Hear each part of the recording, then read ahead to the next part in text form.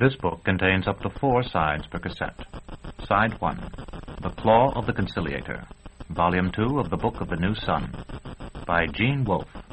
Copyright 1981 by Gene Wolfe. Narrated by Roy Avers. This book contains 254 pages on 7 sides. If you would like to skip over any remaining announcements or introductory material, place your cassette player and fast forward until a beep is heard. Stop at that point to hear the beginning of the book. Annotation. Continues the odyssey of Severian, the banished torturer in the barbaric world 1,000,000 years in the future. While traveling to his city of exile, he confronts unknown dangers and manages to survive because he carries a magical jewel called the Claw of the Conciliator. Sequel to The Shadow of the Torturer, RC 17422. From the Book Jacket. In this breathlessly awaited second volume of Gene Wolfe's masterwork, The Book of the New Sun, Severian, a young torturer banished for the sin of mercy, is now imbued with the powers of an ancient relic as he continues his mythic journey to the city of his exile in a magical and terrifying world 1,000,000 years in the future. About the author. Gene Wolfe was born in New York City and raised in Houston, Texas. He spent 2.5 years at Texas A&M, then dropped out and was drafted. As a private in the 7th Division during the Korean War, he was awarded the Combat Infantry Badge. The GI Bill permitted him to attend the University of Houston after the war, where he earned a degree in mechanical engineering. He is currently a senior editor on the staff of Plant Engineering magazine. Although he has written a mainstream novel, a young adult novel, and many magazine articles, Wolfe is best known as a science fiction writer, the author of over 100 science fiction short stories and of The Fifth Head of Cerberus. In 1973, his The Death of Dr. Island won the Nebula, given by the Science Fiction Writers of America, for the best science fiction novella of the year. His novel Peace won the Chicago Foundation for Literature Award in 1977, and his The Computer Iterates the Greater Trumps has been awarded the Riesling for science fiction poetry. His next collection of short stories will be published under the title The Gene Wolfe Book of Days. Other books by Gene Wolfe. The Shadow of the Torturer. This novel is a work of fiction. Names, characters, places, and incidents are either the product of the author's imagination or are used fictitiously, and any resemblance to actual persons, living or dead, events or locales, is entirely coincidental. But strength still goes out from your thorns, and from your abysses the sound of music. Your shadows lie on my heart like roses, and your nights are like strong wine. Chapter 1. The Village of Saltus. Morwenna's face floated in a single beam of light, lovely and framed in hair dark as my cloak. Blood from her neck pattered to the stones. Her lips moved without speech. Instead, I saw framed within them, as though I were the increate, peeping through his rent in eternity to behold the world of time, the farm, Stakis, her husband, tossing in agony upon his bed, little Chad at the pond bathing his fevered face. Outside, Eusebia, Morwenna's accuser, howled like a witch. I tried to reach the bars to tell her to be quiet, and at once became lost in the darkness of the cell. When I found light at last, it was the green road stretching from the shadow of the piteous gate. Blood gushed from Dorcas's cheek, and though so many screamed and shouted, I could hear it pattering to the ground. Such a mighty structure was the wall that it divided the world as the mere line between their covers does 2 books. Before us now stood such a wood as might have been growing since the founding of Earth, trees as high as cliffs, wrapped in pure green. Between them lay the road, grown up in fresh grass, and on it were the bodies of men and women. A burning carriole tainted the clean air with smoke. 5 riders sat destriers, whose hooked tushes were encrusted with lazulite. The men wore helmets and capes of indanthrene blue and carried lances whose heads ran with blue fire. Their faces were more akin than the faces of brothers. On these riders, the tide of travelers broke as a wave on a rock, some turning left, some right. Dorcas was torn from my arms, and I drew terminus est to cut down those between us, and found I was about to strike Master Malrubius, who stood calmly, my dog Trisquil at his side in the midst of the tumult. Seeing him so, I knew I dreamed, and from that knew, even while I slept, that the visions I had had of him before had not been dreams. I threw the blankets aside. The chiming of the carillon in the bell tower was in my ears. It was time to rise, time to run to the kitchen, pulling on my clothes, time to stir a pot for Brother Cook and steal a sausage bursting, savory, and nearly burned, from the grill. Time to wash, time to serve the journeymen, time to chant lessons to myself before Master Palamon's examination. I woke in the apprentices' dormitory, but everything was in the wrong place. A blank wall where the round port should have been, a square window that should have been a bulkhead. The row of hard and narrow cots was gone, and the ceiling too low. Then I was awake. Country smells, much like the pleasant odors of flower and tree that used to float across the ruined curtain wall from the necropolis, but mixed now with the hot reek of a stable, drifted through the window. The bells began again, ringing in some campanile not far away, calling the few who retained their faith to beseech the coming of the new sun. Though it was very early still, the old sun had hardly dropped Urth's veil from his face, and save for the bells, the village lay silent. As Jonas had discovered the night before, our water ewer held wine. I used some to rinse my mouth, and its astringency made it better than water, but I still wanted water to splash on my face and smooth my hair. Before sleeping, I had folded my cloak with the claw at the center to use for a pillow. I spread it now, and remembering how Aja had once tried to slip her hand into the saber-tash on my belt, thrust the claw into my boot-top. Jonas still slept. In my experience, people asleep look younger than they do awake, but Jonas seemed older, or perhaps only ancient. He had the face, with straight nose and straight forehead, that I have often noted in old pictures.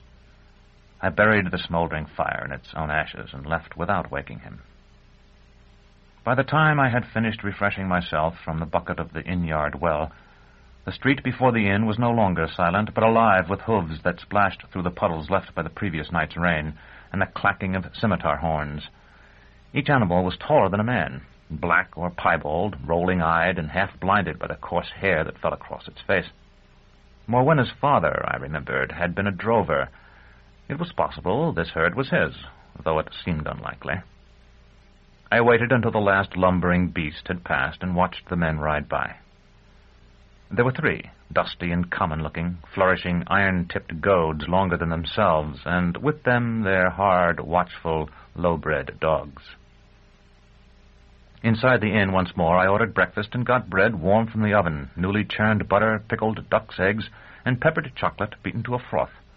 This last a sure sign, though I did not know it then, that I was among people who drew their customs from the north.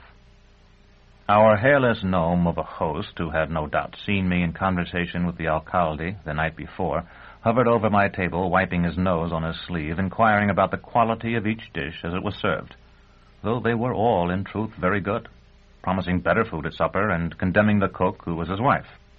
He called me Sir, not because he thought, as they sometimes had in Nessus, that I was an exultant incognito, but because a torturer here, as the efficient arm of the law, was a great person. Like most peons, he could conceive of no more than one social class higher than his own. The bed, it was comfortable. Plenty of quilts. We will bring more. My mouth was full, but I nodded. Then we shall. Will 3 be enough? You and the other, sir, are you comfortable together? I was about to say that I would prefer separate rooms. I thought Jonas no thief, but I was afraid the claw might be too much of a temptation for any man, and I was unused, moreover, to a sleeping double, when it occurred to me that he might have difficulty paying for a private accommodation. You will be there today, sir, when they break through the wall. A mason could take down the ashlars, but Barnock's been heard moving inside and may have strength left. Perhaps he's found a weapon. Why, he could bite the mason's fingers if nothing else. Not in an official capacity. I may watch if I can. Everyone's coming. The bald man rubbed his hands, which slithered together as if they had been oiled. There's to be a fair, you know. The alcalde announced it. He's got a good head for business, our alcalde has. You take the average man. He'd see you here in my parlor and never think of a thing. Or at least no more than to have you put an end to Moana. Not ours. He sees things. He sees the possibilities of them. You might say that in the wink of an eye the whole fair sprang up out of his head. Colored tents and ribbons, roast meat and spun sugar all together. Today we'll open the sealed house and pull Barnock out like a badger. That will warm them up. That will draw them for leagues around. Then we'll watch you do for Moana and that country fellow. Tomorrow you'll begin on Barnock. Hot irons you start with usually, don't you? And everybody will want to be there. And the day after, finish him off and fold the tents. It doesn't do to let them hang about too long after they've spent their money. They begin to beg and fight, and so on. All well planned, all well thought out. There's an alcalde for you. I went out again after breakfast and watched the alcalde's enchanted thoughts take shape. Country folk were stumping into the village with fruits and animals and bolts of home-woven cloth to sell. Among them were a few autochthons carrying fur pelts and strings of black and green birds killed with the cerbatana. Now I wished I still had the mantle Aegea's brother had sold me, for my Fuligan cloak drew some odd looks. I was about to step inside once more when I heard the quick step of marching feet, a sound familiar to me from the drilling of the garrison in the citadel, but which I had not heard since I had left it. The cattle I had watched earlier that morning had been going down to the river, there to be herded into barges for the remainder of their trip to the abattoirs of Nessus. These soldiers were coming the other way, up from the water. Whether that was because their officers felt the march would toughen them, or because the boats that had brought them were needed elsewhere, or because they were destined for some area remote from Gial, I had no way of knowing. I heard their shouted order to sing as they came into the thickening crowd, and almost together with it the thwacks of the vintners' rods and the howls of the unfortunates who had been hit. The men were kilau, each armed with a sling with a 2-cubit handle, and each carrying a painted leather pouch of incendiary bullets. Few looked older than I, and most seemed younger, but their gilded brigandines and the rich belts and scabbards of their long daggers proclaimed them members of an elite corps of the Erentarii. Their song was not of battle or women, as most soldiers' songs are, but a true slinger's song. Insofar as I heard it that day, it ran thus. When I was a lad, my mother said, "You dry your tears and go to bed. I know my son will travel far, born beneath a shooting star." In after years my father said, as he pulled my hair and knocked my head, "They mustn't whimper at a scar who were born beneath a shooting star." A mage I met, and the mage he said, "I see for you a future red, fire and riot, raid and war, oh, born beneath a shooting star." A shepherd I met, and the shepherd said, "We sheep must go where we are led, to Dawngate where the angels are, following the shooting star." And so on, verse after verse, some cryptic, as it seemed to me, some merely comic, some clearly assembled purely for the sake of the rhymes, which were repeated again and again. "A fine sight, aren't they?" It was the innkeeper, his bald head at my shoulder. "Southerners, notice how many have yellow hair and dotted hides? They're used to cold down there, and they'll need to be in the mountains. Still, the singing almost makes you want to join 'em. How many, would you say?" The baggage mules were just coming into view, laden with rations and prodded forward with the points of swords. 2,000, perhaps 2,500. "Thank you, sir. I like to keep track of them. You wouldn't believe how many I've seen coming up our road here, but precious few going back. Well, that's what war is, I believe. I always tried to tell myself they're still there. I mean, wherever it was they went. But you know, and I know, there's a lot that have gone to stay. Still, the singing makes a man want to go with 'em." I asked if he had news of the war. "Oh, yes, sir. I've followed it for years and years now, though the battles they fight never seem to make much difference, if you understand me. It never seems to get much closer to us, or much farther off either. What I've always supposed was that our autarch and theirs appoints a spot to fight in, and when it's over, they both go home. My wife, fool that she is, don't believe there's a real war at all. The crowd had closed behind the last mule driver, and it thickened with every word that passed between us. Bustling men set up stalls and pavilions, narrowing the street and making the press of people greater still. Bristling masks on tall poles seemed to have sprouted from the ground like trees. "Where does your wife think the soldiers are going, then?" I asked the innkeeper. "Looking for Vodulus, that's what she says. As if the autarch, whose hands run with gold and whose enemies kiss his heel, would send his whole army to fetch a bandit." I scarcely heard a word beyond Vodulus. "Whatever I possess I would give to become one of you, who complain every day of memories fading. My own do not. They remain always, and always as vivid as at their first impression, so that once summoned, they carry me off spellbound." I think I turned from the innkeeper and wandered into the crowd of pushing rustics and chattering vendors, but I saw neither them nor him. Instead, I felt the bone-strewn paths of the necropolis under my feet, and saw through the drifting river fog the slender figure of Vodulus as he gave his pistol to his mistress and drew his sword. Now, it is a sad thing to have become a man. I was struck by the extravagance of the gesture.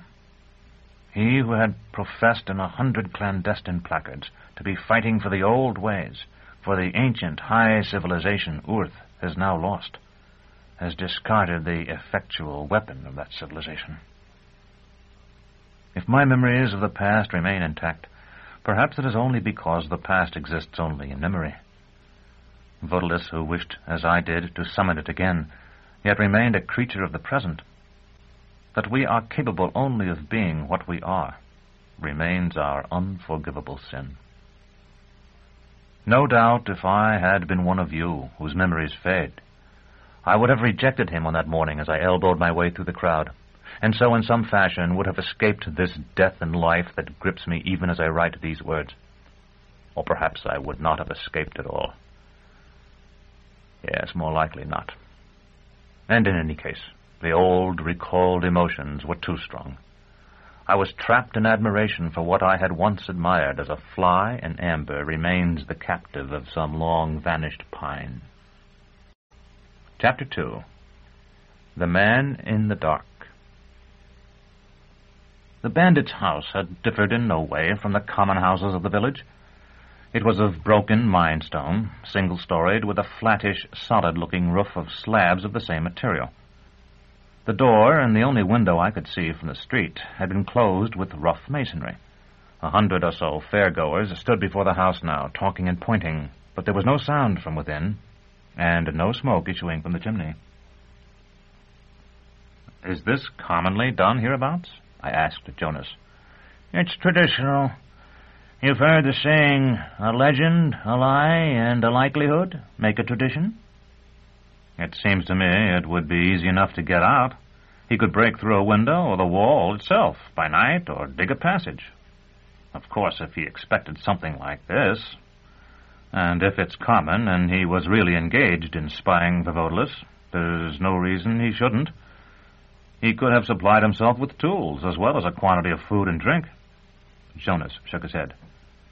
"Before they close the openings, they go through the house and take everything they can find in the way of food and tools and lights, besides whatever else may be of value." A resonant voice said, "Having good sense, as we flatter ourselves, we do indeed." It was the alcalde, who had come up behind us without either of us noticing his presence in the crowd. We wished him a good day, and he returned the courtesy. He was a solid, square-built man, whose open face was marred by something too clever about the eyes. "I thought I recognized you, Master Severian, bright clothes or no. Are these new? They look it. If they don't give satisfaction, speak out to me about it. We try to keep the traders honest that come to our fairs. It's only good business.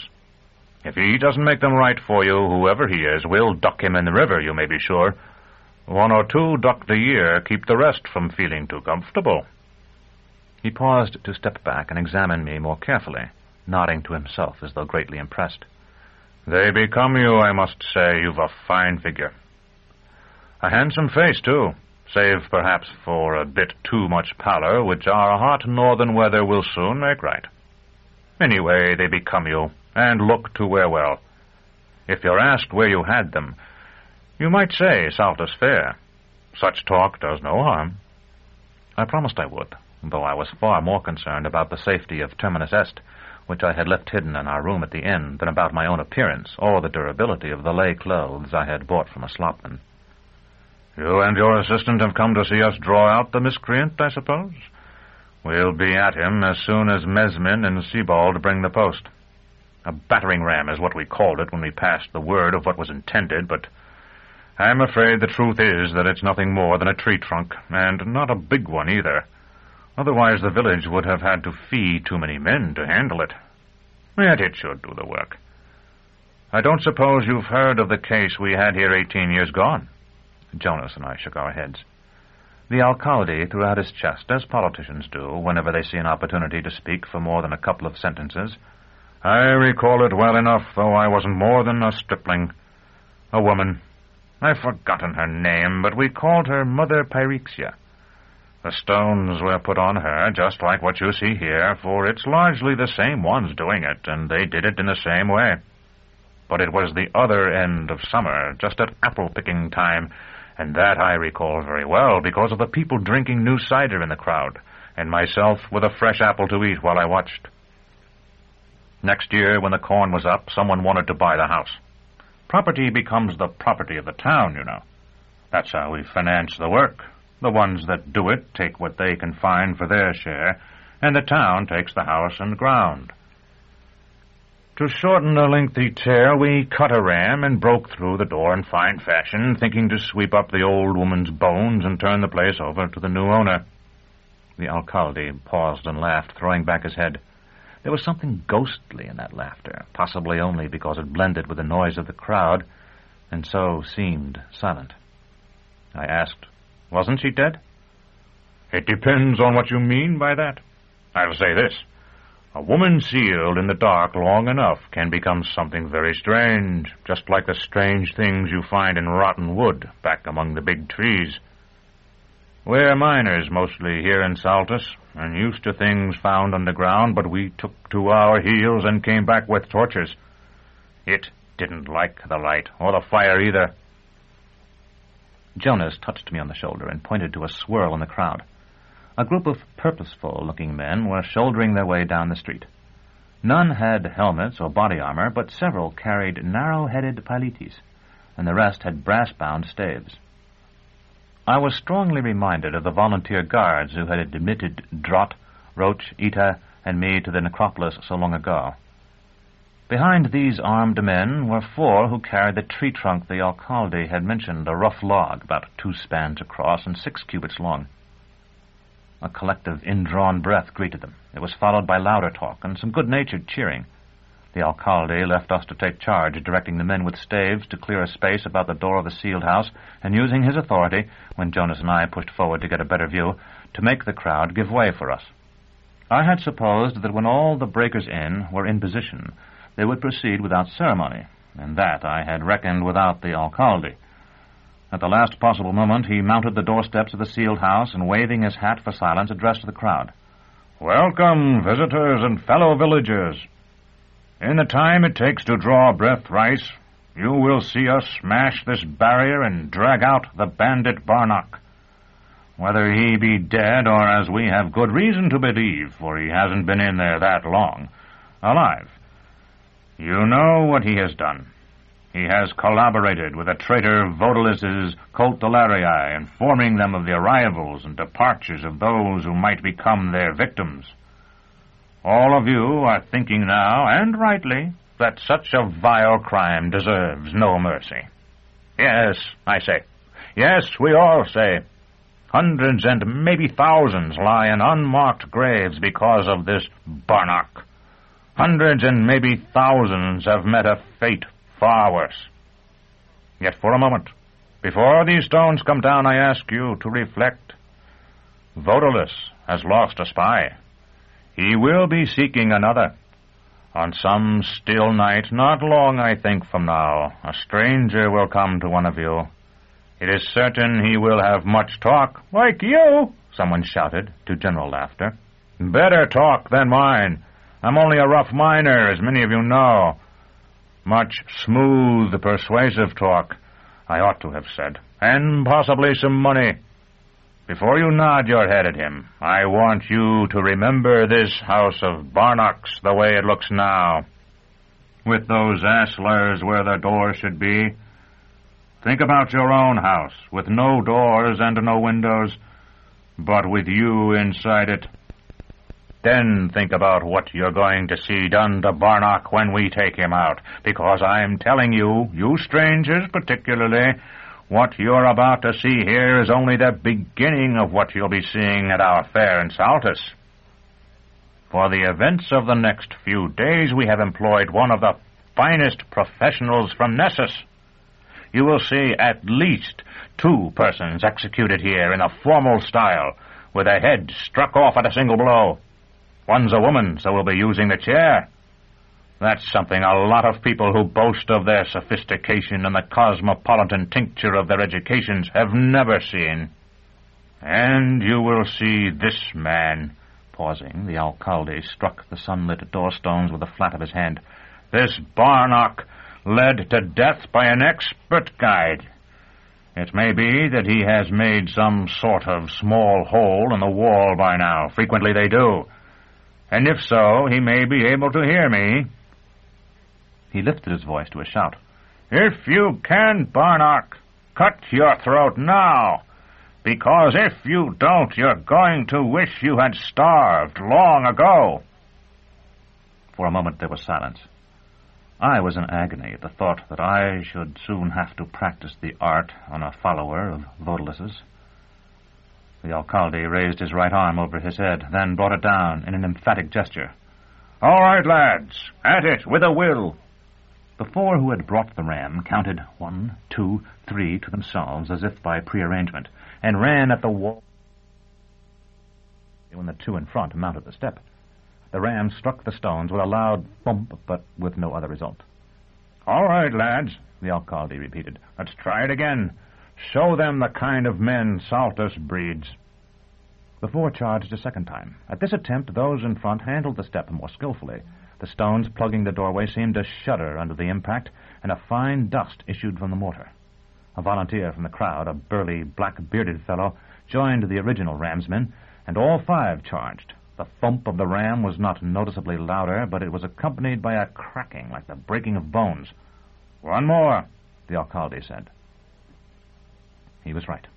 The next blow sent the stone it struck into the house, leaving a hole the size of a man's head. After that, the ramsmen no longer bothered with a running start. They knocked the remaining stones out by swinging the ram with their arms until the aperture was large enough for a man to step through. Someone I had not noticed previously had brought torches, and a boy ran to a neighboring house to kindle them at the kitchen fire.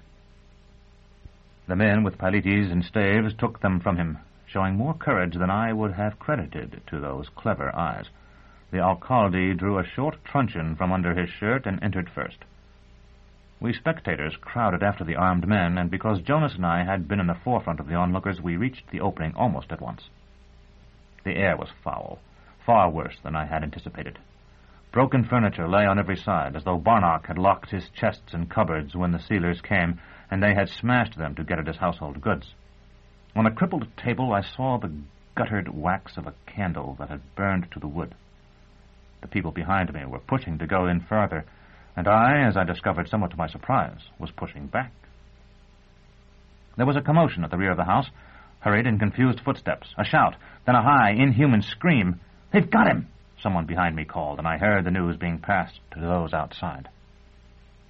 A fattish man, who might have been a smallholder, came running out of the dark, a torch in one hand and a stave in the other. "Out of the way! Get back, all of you! They're bringing him out!" I do not know what I expected to see. Perhaps a filthy creature with matted hair. What came instead was a ghost. Barnock had been tall. He was tall still, but stooped and very thin, with skin so pale it seemed to glow as decayed wood does. He was hairless, bald, and beardless. I learned that afternoon from his guards that he had formed the habit of plucking his hairs out. Worst of all were his eyes, protuberant, seemingly blind, and dark as the black abscess of his mouth. I turned away from him as he spoke, but I knew the voice was his. "I will be free," it said. "Vodalus will come." How I wished then that I had never been imprisoned myself, for his voice brought back to me all those airless days when I waited in the oubliette beneath our Matachin tower. I, too, had dreamed of rescue by Vodalus, of a revolution that would sweep away the animal stench and degeneracy of the present age and restore the high and gleaming culture that was once Urth's. And I had been saved not by Vodalus and his shadowy army, but by the advocacy of Master Palamon, and no doubt of Drott and Roach and a few other friends, who had persuaded the brothers that it would be too dangerous to kill me and too disgraceful to bring me before a tribunal. Barnock would not be saved at all. I, who should have been his comrade, would brand him, break him on the wheel, and at last sever his head.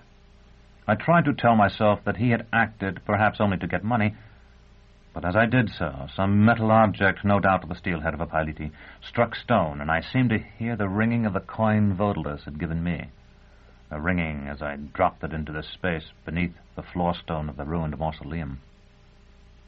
Sometimes when all our attention is thus focused on memory, our eyes, unguided by ourselves, will distinguish from a mass of detail some single object, presenting it with a clarity never achieved by concentration.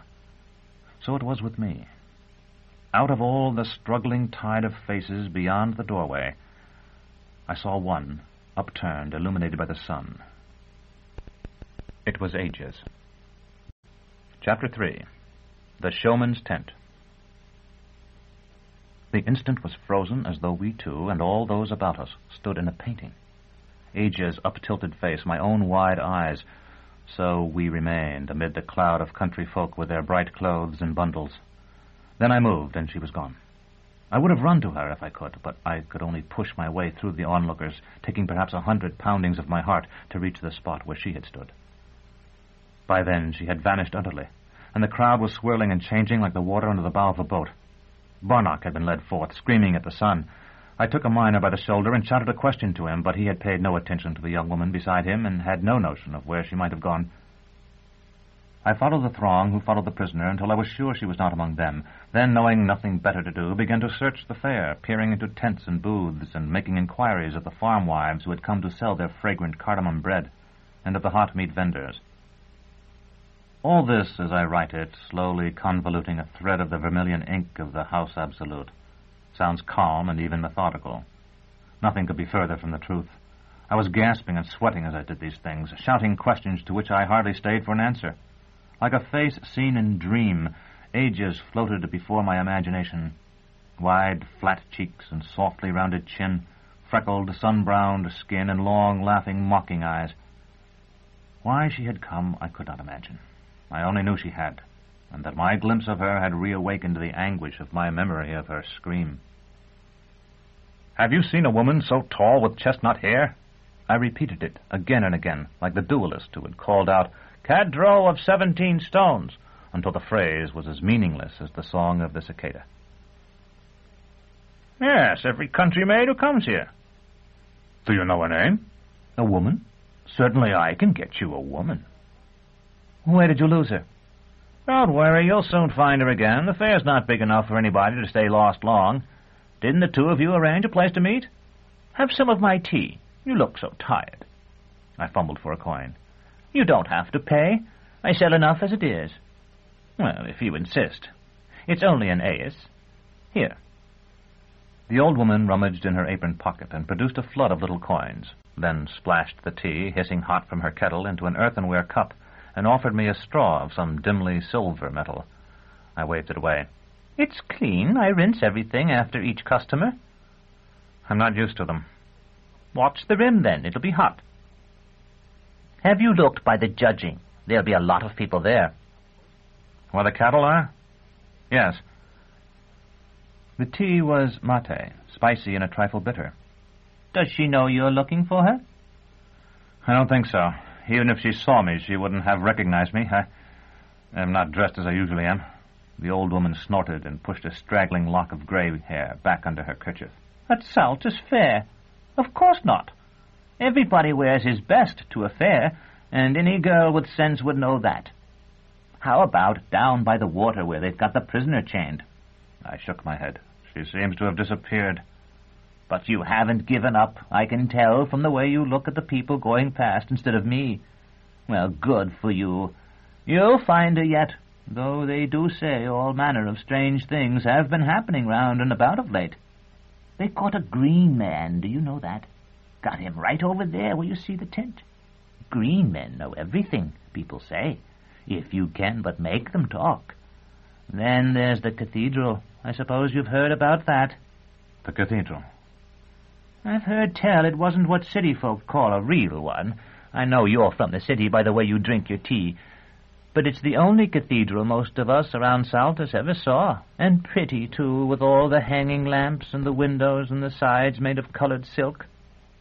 Myself, I don't believe, or rather, I think that if the Pan-Creator don't care nothing for me, I won't care nothing for him, and why should I? Still, it's a shame what they did, if they did what's told against them. Set fire to it, you know. Are you talking about the Cathedral of the Pellerines? The old woman nodded sagely. There, you said it yourself. You're making the same mistake they did. It wasn't the Cathedral of the Pellerines, it was the Cathedral of the Claw, which is to say it wasn't theirs to burn. To myself I muttered, they rekindled the fire. I beg pardon. The old woman cocked an ear. I didn't hear that. I said they burned it. They must have set fire to the straw floor. That's what I heard, too. They just stood back and watched it burn. It went up to the infinite meadows of the new sun, you know. A man on the opposite side of the alleyway began to pound a drum. When he paused, I said, I know that certain persons have claimed to have seen it rise into the air. Oh, it rose, all right. When my grandson-in-law heard about it, he was fairly struck flat for half a day. Then he pasted up a kind of hat out of paper and held it over my stove, and it went up. And then he thought it was nothing that the cathedral rose, no miracle at all. That shows what it is to be a fool. It never came to him that the reason things were made so was so the cathedral would rise just like it did. He can't see the hand in nature. He didn't see it himself? I asked. The cathedral, I mean? She failed to understand. Oh, he's seen it when they've been through here at least a dozen times. The chant of the man with a drum, similar to that I had once heard Dr. Tallis use, but more hoarsely delivered and bereft of the doctor's malicious intelligence, cut through our talk. Knows everything, knows everybody, green as a gooseberry, see for yourself. The insistent voice of the drum. Boom, boom, boom. Do you think the green man would know where Aja is? The old woman smiled. So that's her name, is it? Now I'll know if anybody should mention her. He might. You've money, why not try him? Why not, indeed, I thought. Brought from the jungles of the north, never eats, akin to the bushes and the grasses. Boom, boom. The future and the remote past are one to him. When he saw me approaching the door of his tent, the drummer stopped his clamor. Only an ace to see him. 2 to speak with him. 3 to be alone with him. Alone for how long? I asked as I selected 3 copper ace. A wry grin crossed the drummer's face. For as long as you wish. I handed him his money and stepped inside. It had been plain he had not thought I would want to stay long, and I expected a stench or something equally unpleasant. There was nothing beyond a slight odor as of hay curing. In the center of the tent, in a dust-spangled shaft of sunlight admitted by a vent in the canvas roof, was chained a man the color of pale jade. He wore a kilt of leaves, now fading. Beside him stood a clay pot filled to the brim with clear water. For a moment we were silent. I stood looking at him. He sat looking at the ground. That's not paint, I said, nor do I think it dye. And you have no more hair than the man I saw dragged from the sealed house. He looked up at me, then down again. Even the whites of his eyes held a greenish tint. I tried to bait him. If you are truly vegetable, I would think your hair should be grass. No. He had a soft voice, saved from womanishness only by its depth. You are a vegetable, then. A speaking plant. You are no countryman. I left Nessus a few days ago. With some education. I thought of Master Palamon, then of Master Malrubius, and my poor Thecla, and I shrugged. I can read and write. Yet you know nothing about me. I am not a talking vegetable, as you should be able to see. Even if a plant were to follow the one evolutionary way, out of some many millions that leads to intelligence, it is impossible that it should duplicate in wood and leaf the form of a human being. The same thing might be said of stones. Yet there are statues. For all his aspect of despair, and his was a sadder face by far than my friend Jonas's, something tugged at the corners of his lips. That is well put. You have no scientific training, but you are better taught than you realize. On the contrary, all my training has been scientific, although it had nothing to do with these fantastic speculations. What are you? A great seer, a great liar, like every man whose foot is in a trap. If you'll tell me what you are, I'll endeavor to help you. He looked at me, and it was as if some tall herb had opened eyes and shown a human face. I believe you, he said. Why is it that you, of all the hundreds who come to this tent, know pity? I know nothing of pity, but I have been imbued with a respect for justice, and I am well acquainted with the alcalde of this village. A green man is still a man, and if he is a slave, his master must show how he came to that state and how he himself came into possession of him. The green man said, I'm a fool, I suppose, to put any confidence in you. And yet I do. I am a free man, come from your own future to explore your age. That is impossible. The green color that puzzles your people so much is only what you call pond scum. We have altered it until it can live in our blood, and by its intervention have at last made our peace in humankind's long struggle with the sun. In us the tiny plants live and die, and our bodies feed from them and their dead, and require no other nourishment. All the famines and all the labor of growing food are ended. But you must have sun. Yes, the green man said, and I have not enough here. Day is brighter in my age. That simple remark thrilled me in a way that nothing had since I had first glimpsed the unroofed chapel in the broken court of our citadel.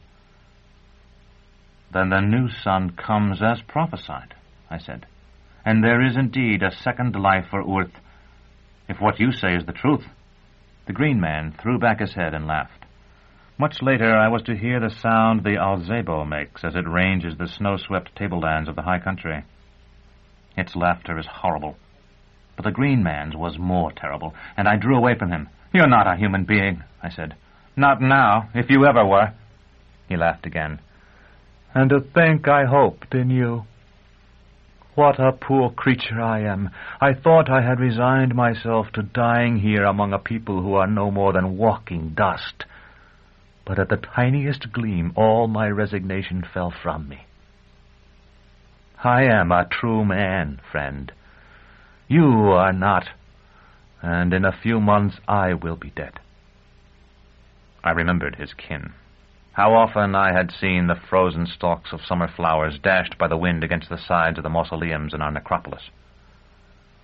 I understand you. The warm days of sun are coming, but when they are gone, you will go with them. Grow seed while you can. He sobered. You do not believe me or even understand that I am a man like yourself. Yet you still pity me. Perhaps you are right. And for us a new sun has come, and because it has come, we have forgotten it. If I am ever able to return to my own time, I will tell them there of you. If you are indeed of the future, why cannot you go forward to your home and so escape? Because I am chained, as you see. He held out his leg so that I could examine the shackle about his ankle. His beryline flesh was swollen about it, as I have seen the bark of a tree swollen that had grown through an iron ring. The tent flap opened, and the drummer thrust his head through. "Are you still here? I have others outside." He looked significantly at the green man and withdrew. "He means that I must drive you off, or he will close the vent through which my sunlight falls. I drive away those who pay to see me by foretelling their futures, and I will foretell yours. You are young now and strong, but before this world has wound itself 10 times more about the sun, you shall be less strong, and you shall never regain the strength that is yours now. If you breed sons, you will engender enemies against yourself. Enough, I said. What you are telling me is only the fortune of all men. Answer one question truthfully for me, and I will go. I am looking for a woman called Aja. Where will I find her?" For a moment his eyes rolled upward until only a narrow crescent of pale green showed beneath their lids. A faint tremor seized him. He stood and extended his arms, his fingers splayed like twigs. Slowly he said, "Above ground." The tremor ceased, and he sat again, older-looking and paler than before. "You are only a fraud, then," I told him as I turned away. "And I was a simpleton to believe in you even by so little." "No," the green man whispered. "Listen. In coming here, I have passed through all your future. Some parts of it remain with me, no matter how clouded. I told you only the truth, and if you are indeed a friend of the alcalde of this place, I will tell you something further that you may tell him, something I have learned from the questions of those who have come to question me. Armed men are seeking to free a man called Barnock." I took my whetstone from the saber-tash at my belt, broke it on the top of the chain stake, and gave half to him. For a moment he did not comprehend what it was he held. Then I saw the knowledge growing in him, so that he seemed to unfold in his great joy as though he were already basking in the brighter light of his own day. Chapter 4. The Bouquet. As I left the showman's tent, I glanced up at the sun. The western horizon had already climbed more than half up the sky. In a watch or less, it would be time for me to make my appearance. Aja was gone, and any hope of overtaking her had been lost in the frantic time I had spent dashing from one end of the fair to the other. Yet I took comfort from the green man's prophecy, which I took to mean that Aja and I should meet again before either of us died, and from the thought that since she had come to watch Barnock drawn into the light, so equally might she come to observe the executions of Morwenna and the cattle thief. These speculations occupied me at first as I made my way back to the inn, but before I reached the room I shared with Jonas, they had been displaced by recollections of Thecla and my elevation to journeyman, both occasioned by the need to change from my new lay clothes into the fullerton of the guild. So strong is the power of association that it could be exercised by that habit while it was still out of sight on the pegs in the room, and by Terminus Est while she remained concealed beneath the mattress. It used to entertain me, while I was still attendant upon Thecla, to find that I could anticipate much of her conversation, and particularly the first of it, from the nature of the gift I carried when I entered her cell. If it were some favorite food thieved from the kitchen, for example, it would elicit a description of a meal at the House Absolute, and the kind of food I brought even governed the nature of the repast described. Flesh, a sporting dinner, with a shrieking and trumpeting of game caught alive drifting up from the abattoir below, and much talk of brachets, hawks, and hunting leopards.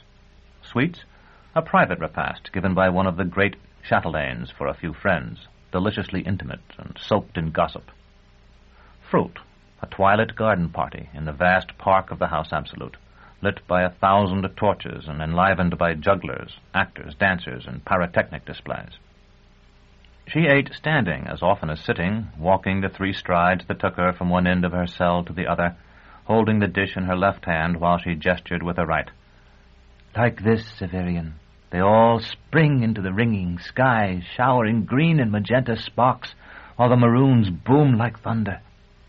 But her poor hand could hardly show the rockets rising higher than her towering head, for the ceiling was not much taller than she. But I'm boring you. A moment ago, when you brought me these peaches, you looked so happy, and now you won't smile. It's just that it does me good here to remember those things.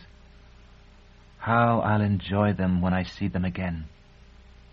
I was not bored, of course.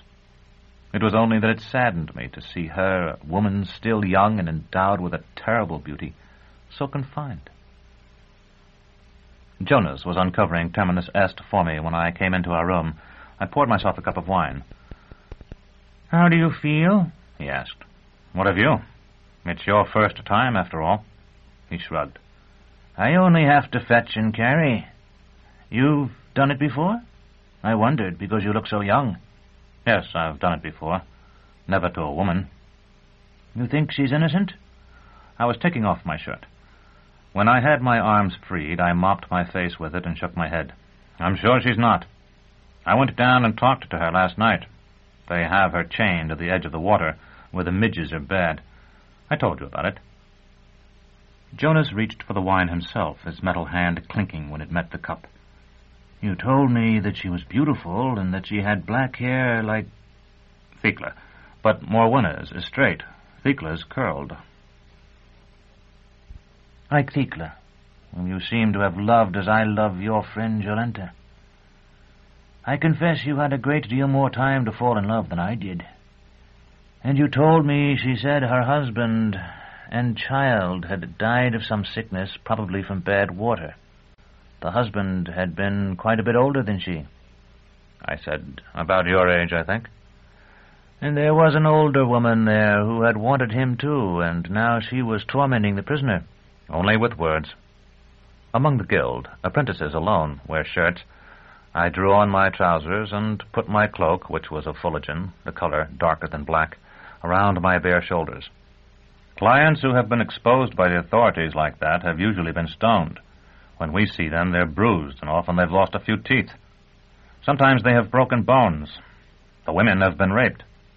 "You say she's beautiful. Perhaps people think she's innocent. Perhaps they took pity on her." I picked up Terminus Est, drew her, and let the soft sheath fall away. "The innocent have enemies. They are afraid of her." We went out together. When I had entered the inn, I had to push my way through the mob of drinkers. Now it opened before me. I wore my mask and carried Terminus Est unsheathed across my shoulder. Outside, the sounds of the fair stilled as we went forward until nothing remained but a whispering, as though we strode through a wilderness of leaves. The executions were to take place at the very center of the festivities, and a dense crowd had already gathered there. A colloyer in red stood beside the scaffold, clutching his little formulary. He was an old man, as most of them are. The two prisoners waited beside him, surrounded by the men who had taken forth Barnock. The alcalde wore his yellow gown of office and his gold chain. By ancient custom, we must not use the steps, although I have seen Master Gerlos assist his vault to the scaffold with his sword in the court before the bell tower. I was, very possibly, the only person present who knew of the tradition, but I did not break it, and a great roar like the voice of some beast escaped the crowd as I leaped up with my cloak billowing about me. "Increat," read the colloyer, "it is known to us that those who will perish here are no more evil in your sight than we. Their hands run with blood, ours also." I examined the block. Those used outside the immediate supervision of the guild are notoriously bad. Wide as a stool, dense as a fool, and dished as a rule. This one fulfilled the first two specifications in the proverbial description only too well. But by the mercy of Holy Catherine, it was actually slightly convex, and though the idiotically hard wood would be sure to dull the male side of my blade, I was in the fortunate position of having before me one subject of either sex, so that I could use a fresh edge on each. "By thy will they may in that hour have so purified their spirits as to gain thy favor. We who must confront them then though we spilled their blood today. I posed, legs wide as I leaned upon my sword, as if I were in complete control of the ceremony, though the truth was that I did not know which of them had drawn the short ribbon. You, the hero who will destroy the black worm that devours the sun, you for whom the sky parts as a curtain, you whose breath shall wither vast Erebus, Abia, and Scylla, who wallow beneath the wave, you that equally live in the shell of the smallest seed in the farthest forest, the seed that hath rolled into the dark where no man sees. The woman Morwenna was coming up the steps, preceded by the alcalde and followed by a man with an iron spit who used it to prod her. Someone in the crowd shouted an obscene suggestion. Have mercy on those who had no mercy. Have mercy on us, who shall have none now. The colloir was finished, and the alcalde began. Most hatefully and unnaturally. His voice was high, quite different both from his normal speaking voice and the rhetorical tone he had adopted for the speech outside Barnock's house. After listening absently for a few moments, I was looking for Aja in the crowd. It struck me that he was frightened. He would have to witness everything that was done to both prisoners at close range. I smiled, though my mask concealed it. Have respect for your sex, but you shall be branded on the right cheek and the left, your legs broken, and your head struck from your body. I hoped they had had sense enough to remember that a brazier of coals would be required. Through the power of the high justice laid upon my unworthy arm by the condescension of the autarch, whose thoughts are the music of his subjects, I do now declare... He had forgotten it. I whispered the words. That your moment has come upon you. I do now declare that your moment has come on you, Morwenna. If you have pleas for the conciliator, speak them in your heart. If you have pleas for the conciliator, speak them. If you have counsels for the children of women, there will be no voice for them after this. The alcalde's self-possession was returning, and he got it all. If you have counsels for the children of women, there will be no voice for them after this. Clearly, but not loudly, Morwenna said, I know that most of you think me guilty. I am innocent. I would never do the horrible things you have accused me of. The crowd drew closer to hear her. Many of you are my witnesses that I loved Stakis. I loved the child Stakis gave me. A patch of color caught my eye, purple-black in the strong spring sunshine. It was such a bouquet of threnotic roses as a mute might carry at a funeral. The woman who held them was Eusebia, whom I had met when she tormented Morwenna at the riverside. As I watched her, she inhaled their perfume rapturously, then employed their thorny stems to open a path for herself through the crowd, so that she stood just at the base of the scaffold. These are for you, Morwenna. Die before they fade. I hammered the planks with the blunt tip of my blade for silence. Morwenna said, The good man who read the prayers for me, and who has talked to me before I was brought here, prayed that I would forgive you if I achieved bliss before you. I have never until now had it in my power to grant a prayer, but I grant his. I forgive you now. Eusebia was about to speak again, but I silenced her with a look. The gap-toothed, grinning man beside her waved, and with something of a start I recognized Hether. Are you ready? Morwenna asked me. I am. Jonas had just set a bucket of glowing charcoal on the scaffold. From it thrust what was presumably the handle of a suitable inscribed iron, but there was no chair. I gave the alcalde a glance I intended to be significant. I might have been looking at a post. At last I said, Have we a chair, your worship? I sent 2 men to fetch one, and some rope. When? The crowd was beginning to stir and murmur. A few moments ago. The evening before, he had assured me that everything would be in readiness, but there was no point in reminding him of that now. There is no one, as I have since found, so liable to fluster on the scaffold as the average rural official. He is torn between an ardent desire to be the center of attention, a position closed to him at an execution, and the quite justified fear that he lacks the ability and training that might enable him to comport himself well. The most cowardly client, mounting the steps in the full knowledge that his eyes are to be plucked out, will in 19 cases from a score conduct himself better. Even a shy Cenobite, unused to the sounds of men and diffident to the point of tears, can be better relied on. Someone called, "Get it over with!" I looked at Morwenna. With her famished face and clear complexion, her pensive smile and large dark eyes, she was a prisoner likely to arouse quite undesirable feelings of sympathy in the crowd. "We could seat her on the block," I told the alcalde. I could not resist adding, "It's more suited to that anyway." "There's nothing to tie her with." I had permitted myself a remark too many already, so I forbore giving my opinion of those who require their prisoners bound. Instead, I laid Terminus Est flat behind the block, made Morwenna sit down, lifted my arms in the ancient salute, took the iron in my right hand, and gripping her wrists with my left, administered the brand to either cheek, then held up the iron still glowing almost white. The scream had silenced the crowd for an instant. Now they roared. The alcalde straightened himself and seemed to become a new man. "Let them see her," he said. I had been hoping to avoid that, but I helped Morwenna to rise. With her right hand in mine, as though we were taking part in a country dance, we made a slow, formal circuit of the platform. Hethor was beside himself with delight, and though I tried to shut out the sound of his voice, I could hear him boasting of his acquaintance with me to the people around him. Eusebia held up her bouquet to Morwenna, calling, "Here, you'll need these soon enough." When we had gone once around, I looked at the alcalde, and after the pause necessitated by his wondering at the occasion for the delay, received the signal to proceed. Morwenna whispered, "Will it be over soon?" "It is almost over now." I had seated her on the block again and was picking up my sword. "Close your eyes.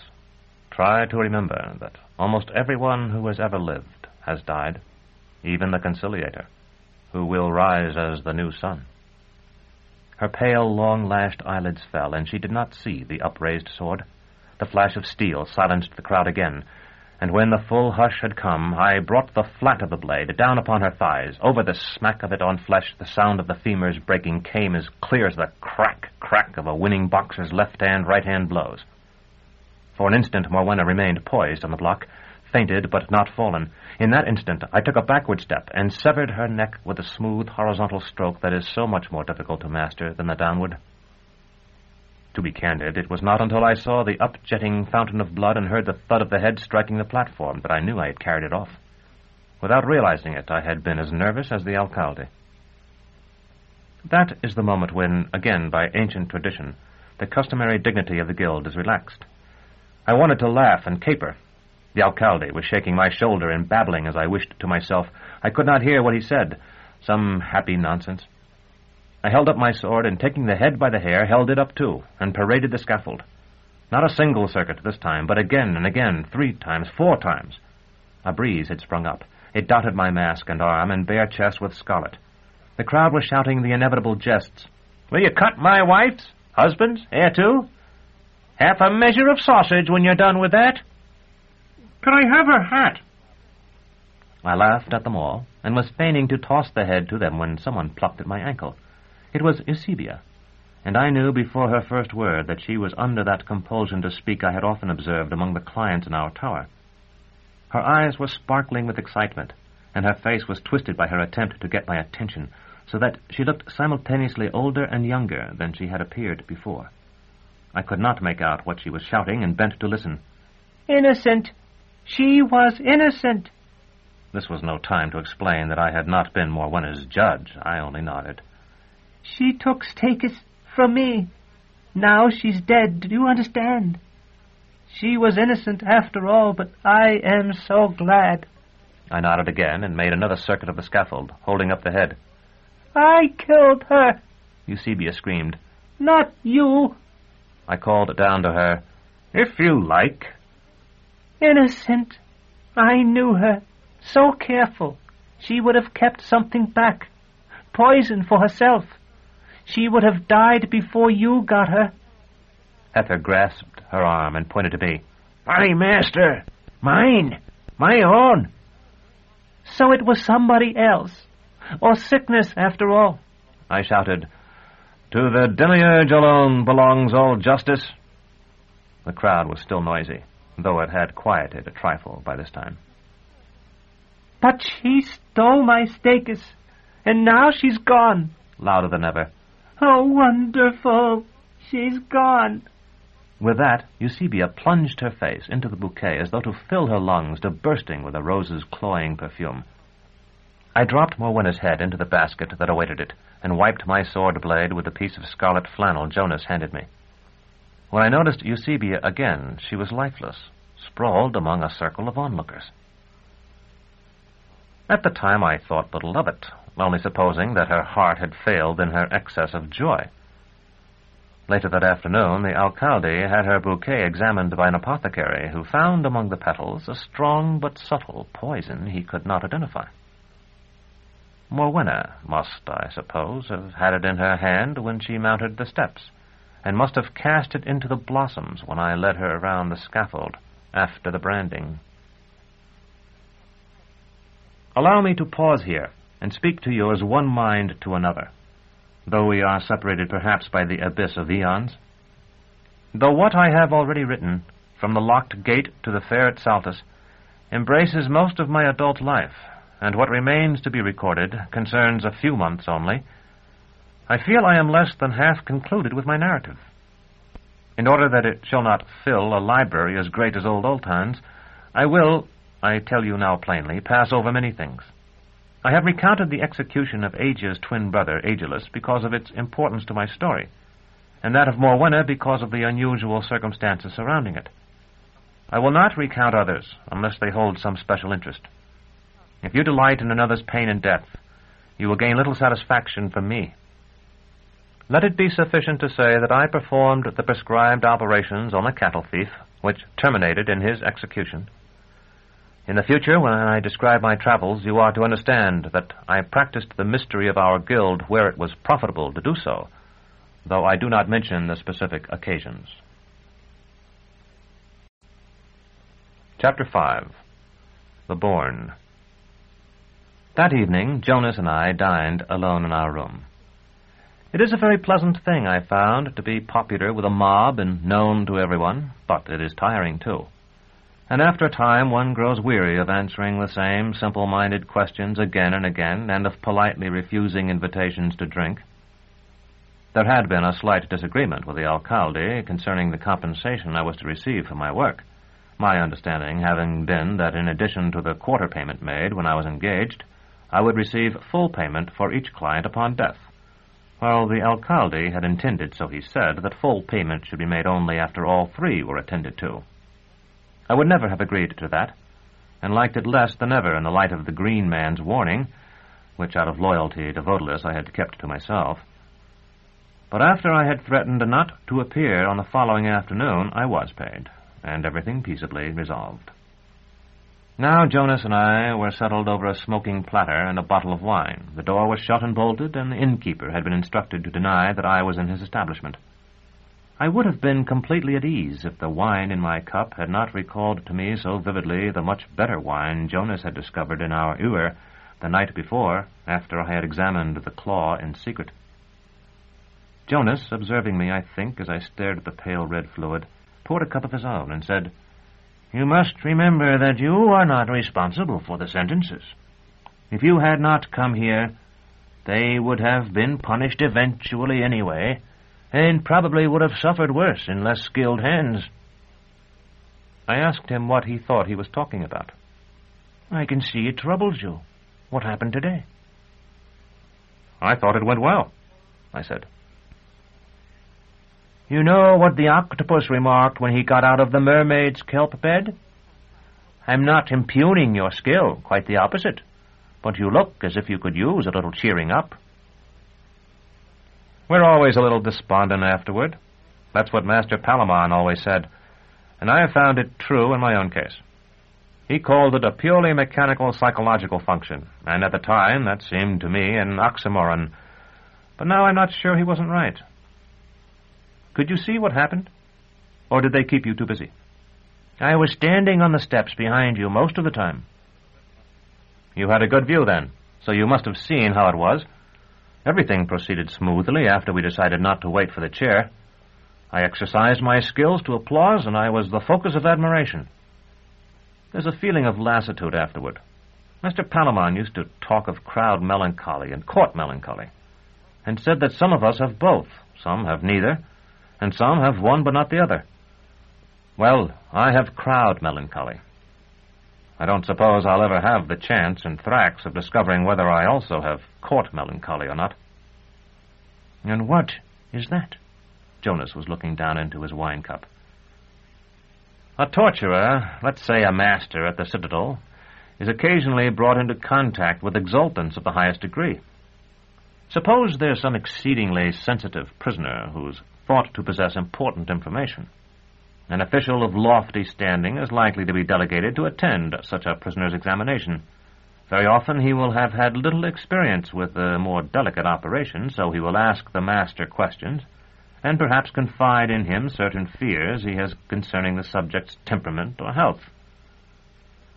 A torturer under those circumstances feels himself to be at the center of things. Then feels let down when it's over with. Yes, I suppose I can see that. Have you ever seen one of these affairs when it was badly botched? No. Aren't you going to eat any of this meat? Neither have I. But I've heard about them, and that's why I was tense. Times when the client has broken away and fled into the crowd. Times when several strokes were needed to part the neck. Times when a torturer lost all confidence and was unable to proceed.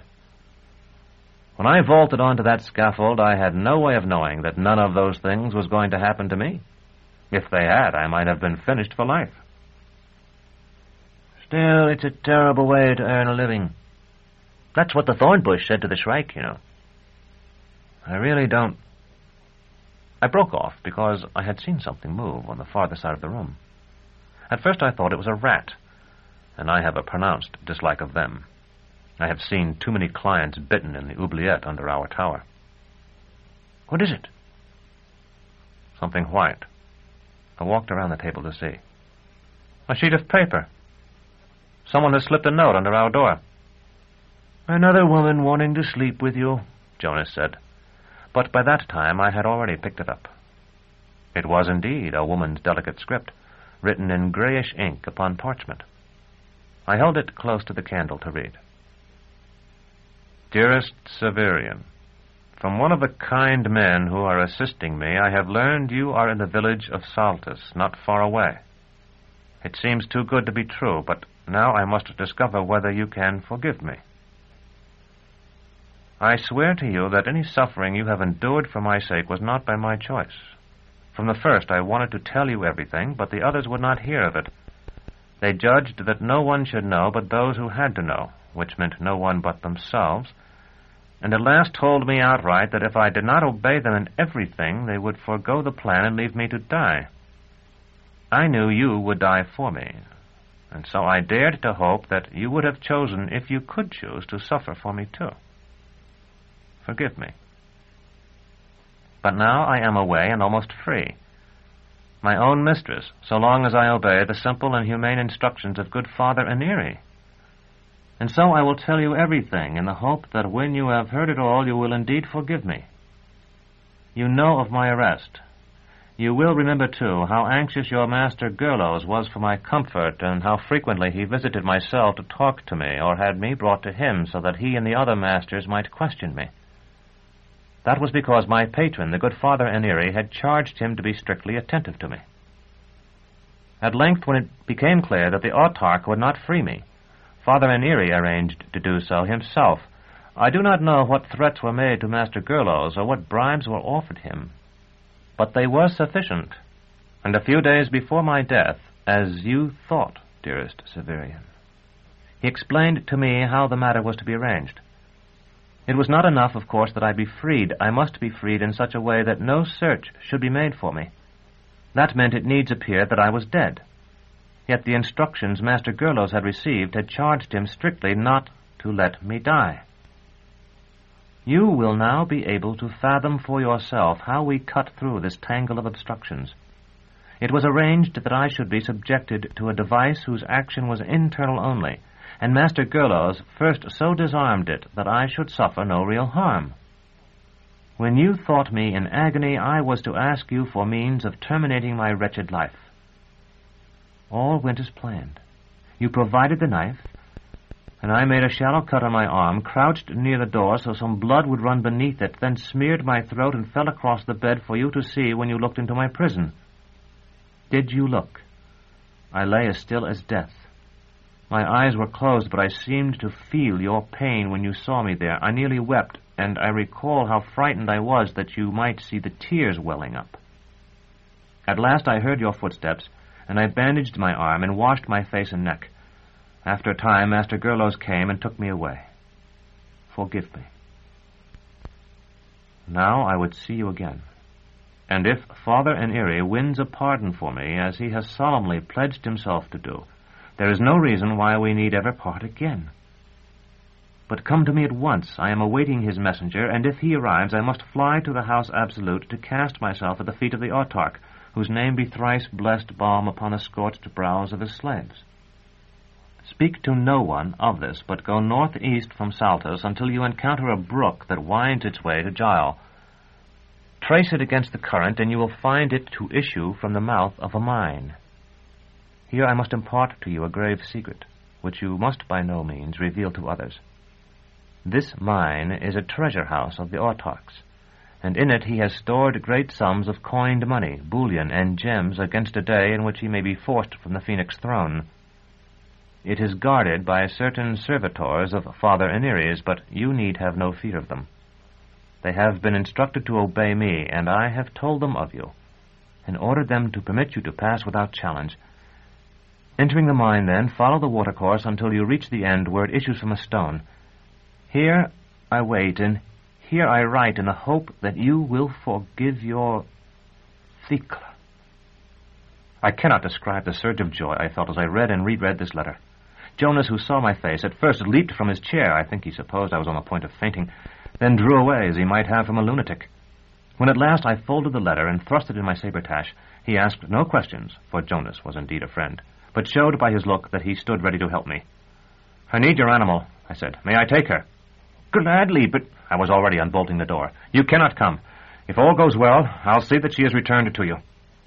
As I raced down the stair and into the inn-yard, the letter spoke in my mind in Thicla's very voice, and by the time I entered the stable I was a lunatic indeed. I looked for Jonas's merry-kit, but instead saw before me a great destrier, his back higher than my eyes.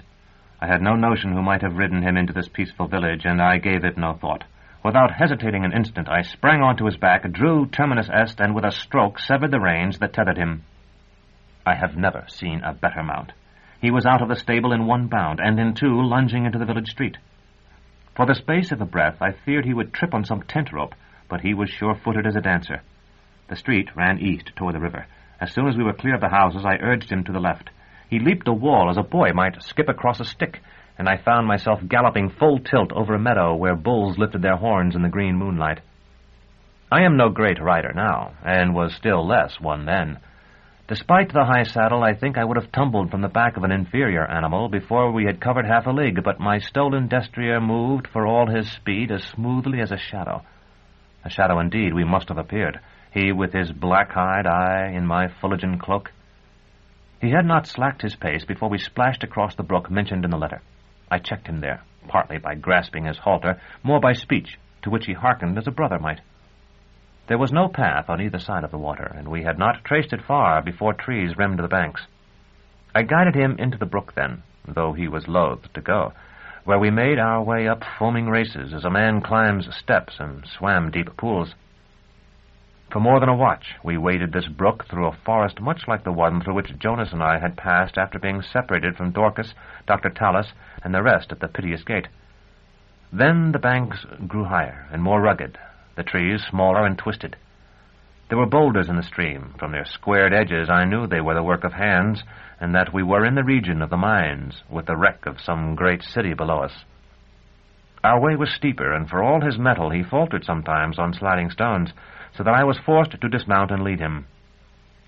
In this way we passed through a series of little dreaming hollows, each dark in the shadows of its high sides, but each flecked in places with green moonlight, each ringing with the sound of water, but with that sound only, and otherwise wrapped in silence.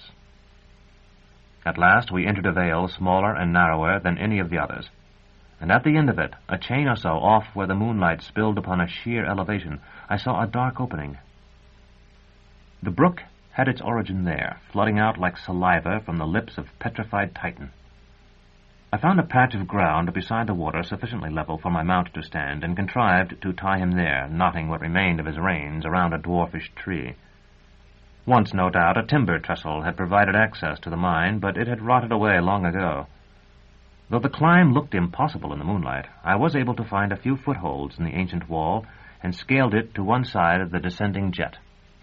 I had my hands inside the opening when I heard, or thought I heard, some sound from the vale behind me. I paused and turned my head to look back. The rush of the water would have drowned any noise less commanding than a bugle call or an explosion, and it had drowned this. Yet still I had sensed something. The note of stone falling upon stone, perhaps, or the splash of something plunging into the water. The vale seemed peaceful and silent. Then I saw my destrier shift his stance, his proud head and forward-cocked ears coming for an instant into the light. I decided that what I had heard was nothing more than the striking of his steel-shod feet against the rock as he stamped in discontent at being so closely tethered. I drew my body into the mine entrance, and by doing so, as I later learned, saved my life. A man of any wit, setting out as I had and knowing he must enter such a place, would have brought a lantern and a plentiful supply of candles. I had been so wild at the thought that Thecla still lived that I had none. Thus I crept forward in the dark, and had not taken a dozen steps before the moonlight of the vale had vanished behind me. My boots were in the stream, so I walked as I had when I had led the destrier up it. Terminus Est was slung over my left shoulder, and I had no fear that the tip of her sheath might be wet by the stream, for the ceiling of the tunnel was so low that I walked bent double. So I proceeded for a long time, fearing always that I had come wrong, and that Thecla waited for me elsewhere, and would wait in vain. Chapter 6. Blue Light. I grew so accustomed to the sound of the icy water that had you asked me, I should have said I walked in silence. But it was not so, and when most suddenly the constricted tunnel opened into a large chamber equally dark, I knew it at once from the change in the music of the stream. I took another step, and then another, and raised my head. There was no ragged stone now to strike it. I lifted my arms. Nothing. I grasped Terminus Est by her onyx hilt and waved her blade, still in the protection of its sheath. Nothing still. Then I did something that you, reading this record, will find foolish indeed, though you must recall that I had been told that such guards as might be in the mine had been warned of my arrival and instructed to do me no harm. I called Thecla's name, and the echoes answered, Thecla, Thecla, Thecla. Then silence again. I remembered that I was to have followed the water until it welled from a rock, and that I had not done so. Possibly it trickled through as many galleries here beneath the hill as it had through dells outside it. I began to wade again, feeling my way at each step for fear I might plunge over my head with the next. I had not taken 5 strides when I heard something, far off, yet distinct, above the whispering of the now smoothly flowing water. I had not taken 5 more when I saw light. It was not the emerald reflection of the fabled forests of the moon, nor was it such a light as guards might carry with them, the scarlet flame of a torch, the golden radiance of a candle, or even the piercing white beam I had sometimes glimpsed by night when the flyers of the autarch soared over the citadel. Rather it was a luminous mist, sometimes seeming of no color, sometimes of an impure yellowish green. It was impossible to say how far it was, and it seemed to possess no shape. For a time it shimmered before my sight, and I, still following the stream, splashed toward it. Then it was joined by another. It is difficult for me to concentrate on the events of the next few minutes. Perhaps everyone holds in his subconscious certain moments of horror, as our oubliette held in its lowest inhabited level those clients whose minds had long ago been destroyed or transformed into consciousness no longer human. Like them, these memories shriek and lash the walls with their chains, but are seldom brought high enough to see the light. What I experienced under the hill remains with me as they remained with us, something I endeavor to lock within the furthest recesses of my mind, but am from time to time made conscious of. Not long ago, when the Samru was still near the mouth of Gial, I looked over the stern rail by night. There I saw each dipping of the oars appear as a spot of phosphorescent fire, and for a moment imagined that those from under the hill had come for me at last. They are mine to command now, but I have small comfort in that. The light I had seen was joined by a second, as I have described, then the first two by a third, and the first three by a fourth, and still I went on. Soon there were too many of the lights to count, but not knowing what they were, I was actually comforted and encouraged by the sight of them, imagining each perhaps to be a spark from a torch of some kind not known to me, a torch held by one of the guards mentioned in the letter. When I had taken a dozen more steps, I saw that these flecks of light were coalescing into a pattern, and that the pattern was a dart or arrowhead pointed toward myself. Then I heard very faintly such a roaring as I used to hear from the tower called the Bear when the beasts were given their food. Even then I think I might have escaped if I had turned and fled. I did not. The roaring grew, not quite any noise of animals, yet not the shouting of the most frenzied human mob. I saw that the flecks of light were not shapeless, as I had imagined before. Rather, each was of that figure called in art a star, having 5 unequal points. It was then much too late that I halted. By this time the uncertain hueless light these stars shed had increased enough for me to see as looming shadows the shapes about me. To either side were masses, whose angular sides suggested they were works of men. It seemed I walked in the buried city, here not collapsed under the weight of the overlaying soil, from which the miners of Saltus delved their treasures. Among these masses stood squat pillars of an ordered irregularity, such as I have sometimes noticed in ricks of firewood, from which every stick protrudes, yet goes to make the whole. These glinted softly, throwing back the corpse light of the moving stars as something less sinister, or at least more beautiful, than they had received. For a moment I wondered at these pillars. Then I looked at the star shapes again, and for the first time saw them. Have you ever toiled by night toward what seemed a cottage window and found it to be the bale fire of a great fortress? Or climbing slipped and caught yourself and looked below and seen the fall 100 times greater than you had believed? If you have, you will have some notion of what I felt. The stars were not sparks of light, but shapes like men, small only because the cavern in which I stood was more vast than I had ever conceived that such a place could be. And the men who seemed not men, being thicker of shoulder and more twisted than men, were rushing toward me.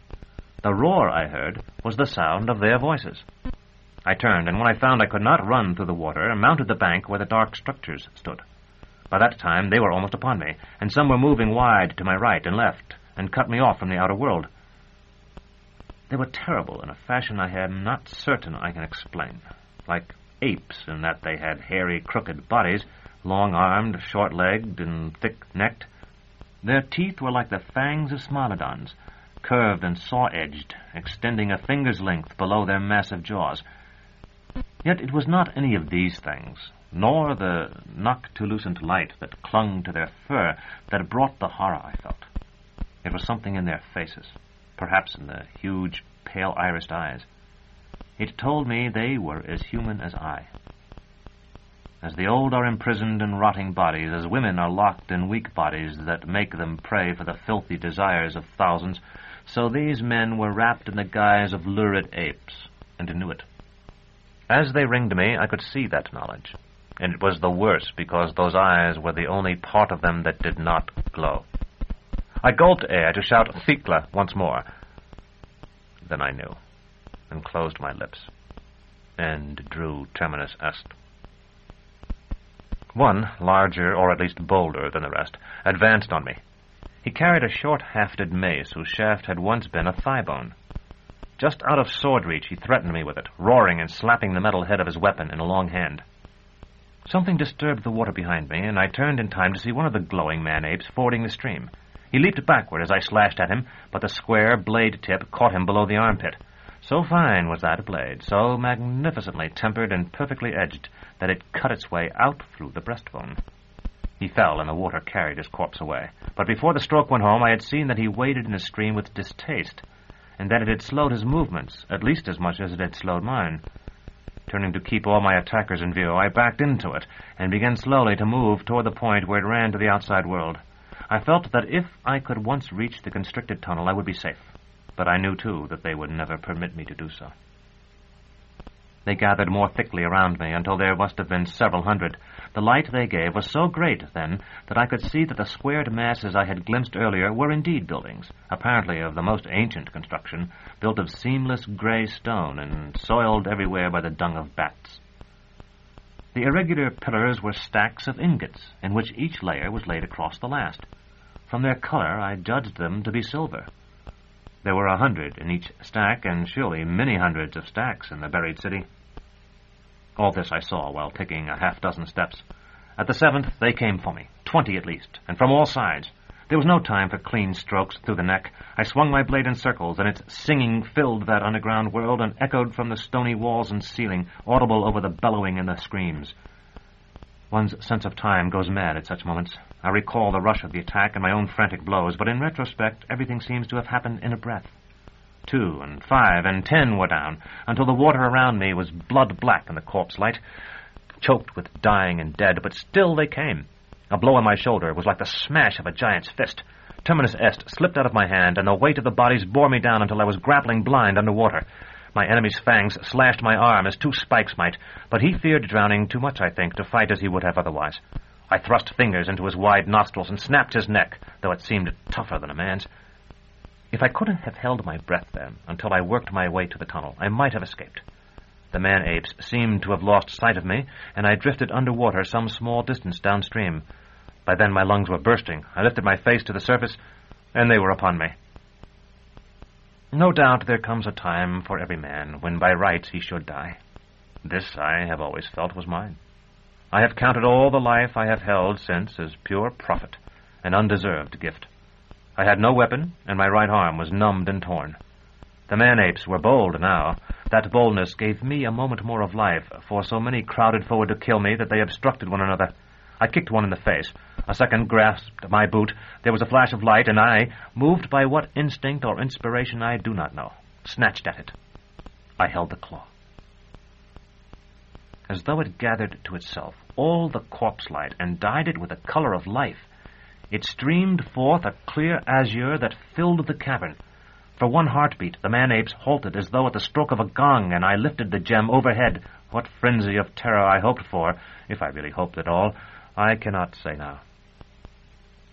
What happened was quite different. The man-apes neither fled shrieking nor resumed their attack. Instead, they retreated until the nearest were perhaps 3 strides off, and squatted with their faces pressed against the floor of the mine. There was silence again as there had been when I had first entered it, with no sound but the whispering of the stream.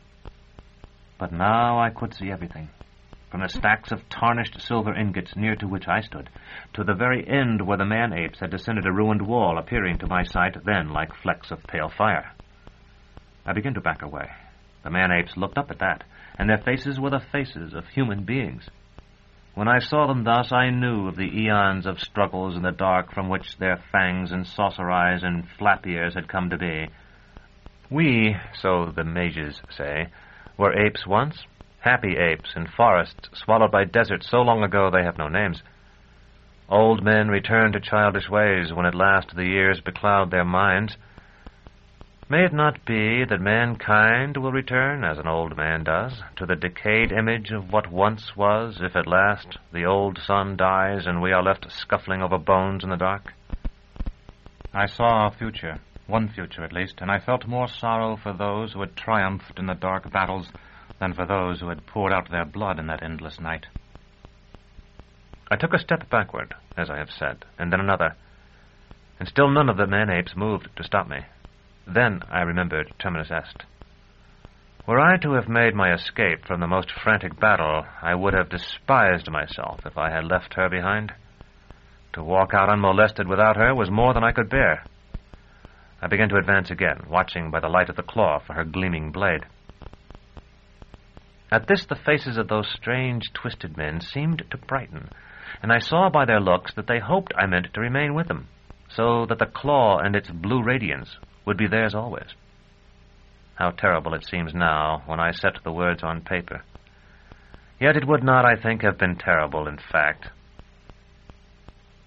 Bestial though they appeared, I could see adoration on every brute face, so that I thought, as I think now, that if they are worse in many ways than we are, these people of the hidden cities beneath Urth are better in others, blessed with an ugly innocence. From side to side I searched, from bank to bank, but I saw nothing, though it seemed to me that the light shone from the claw more brightly, and more brightly still, until at last each tooth of stone that hung from the ceiling of that cavernous space cast behind it a sharp-sided shadow of pitch black. At last I called out to the crouching men, "My sword! Where's my sword? Did one of you take her?" I would not have spoken to them if I had not been half frantic with the fear of losing her, but it seemed they understood. They began to mutter among themselves, and to me, and to make signs to me, without rising, to show they would fight no more, extending their bludgeons and spears of pointed bone for me to take.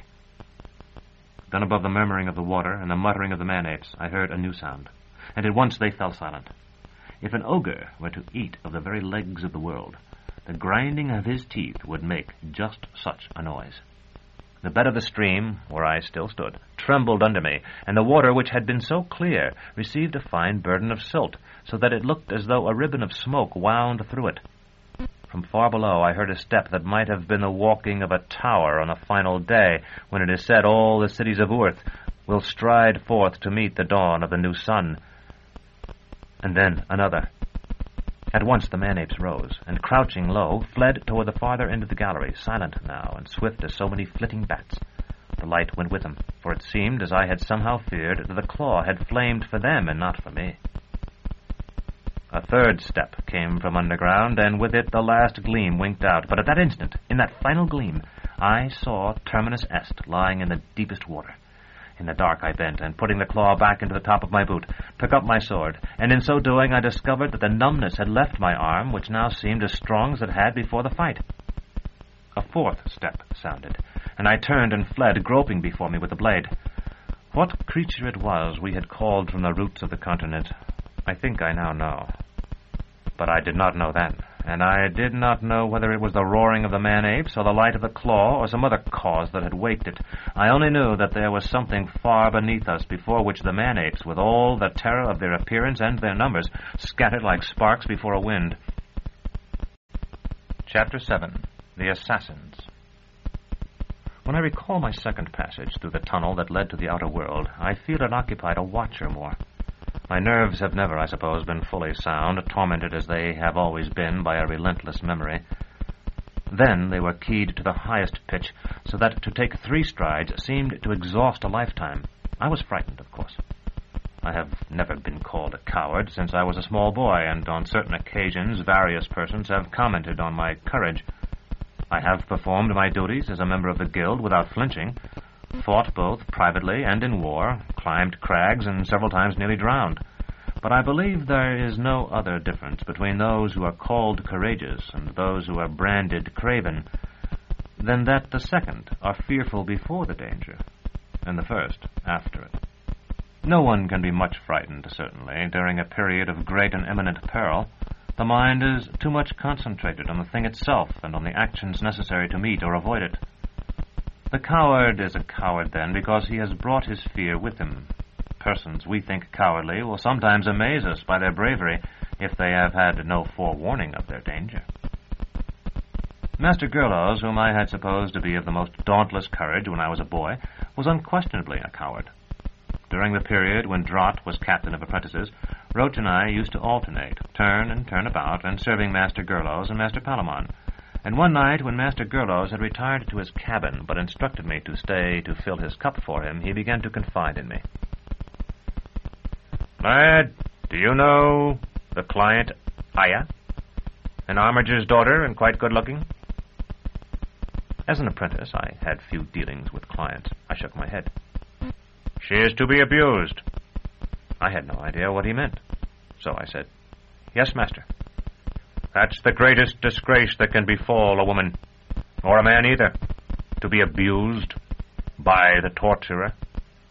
He touched his chest and threw back his head to look at me. He had a remarkably small head for so large a man.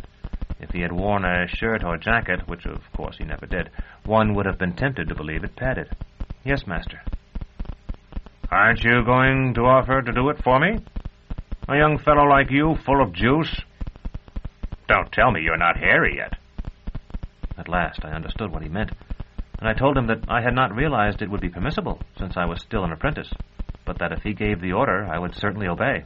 "I imagine you would. She's not bad, you know. But tall, and I don't like them tall. There's an exultance bastard in that family, a generation or so back, you may be sure. Blood will confess itself, as they say, though only we know what all that means. Want to do it?" He held out his cup, and I poured. "If you wish me to, master." The truth was that I was excited at the thought. I had never possessed a woman. "You can't. I must.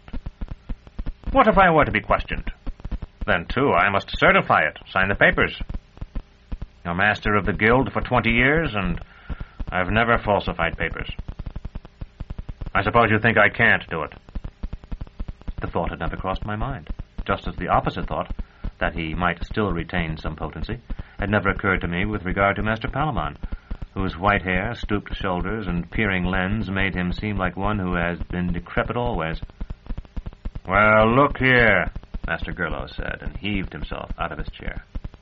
He was one of those who can walk well and speak clearly even when they are very drunk, and he strode over to a cabinet quite confidently, though I thought for a moment that he was going to drop the blue porcelain jar he took down.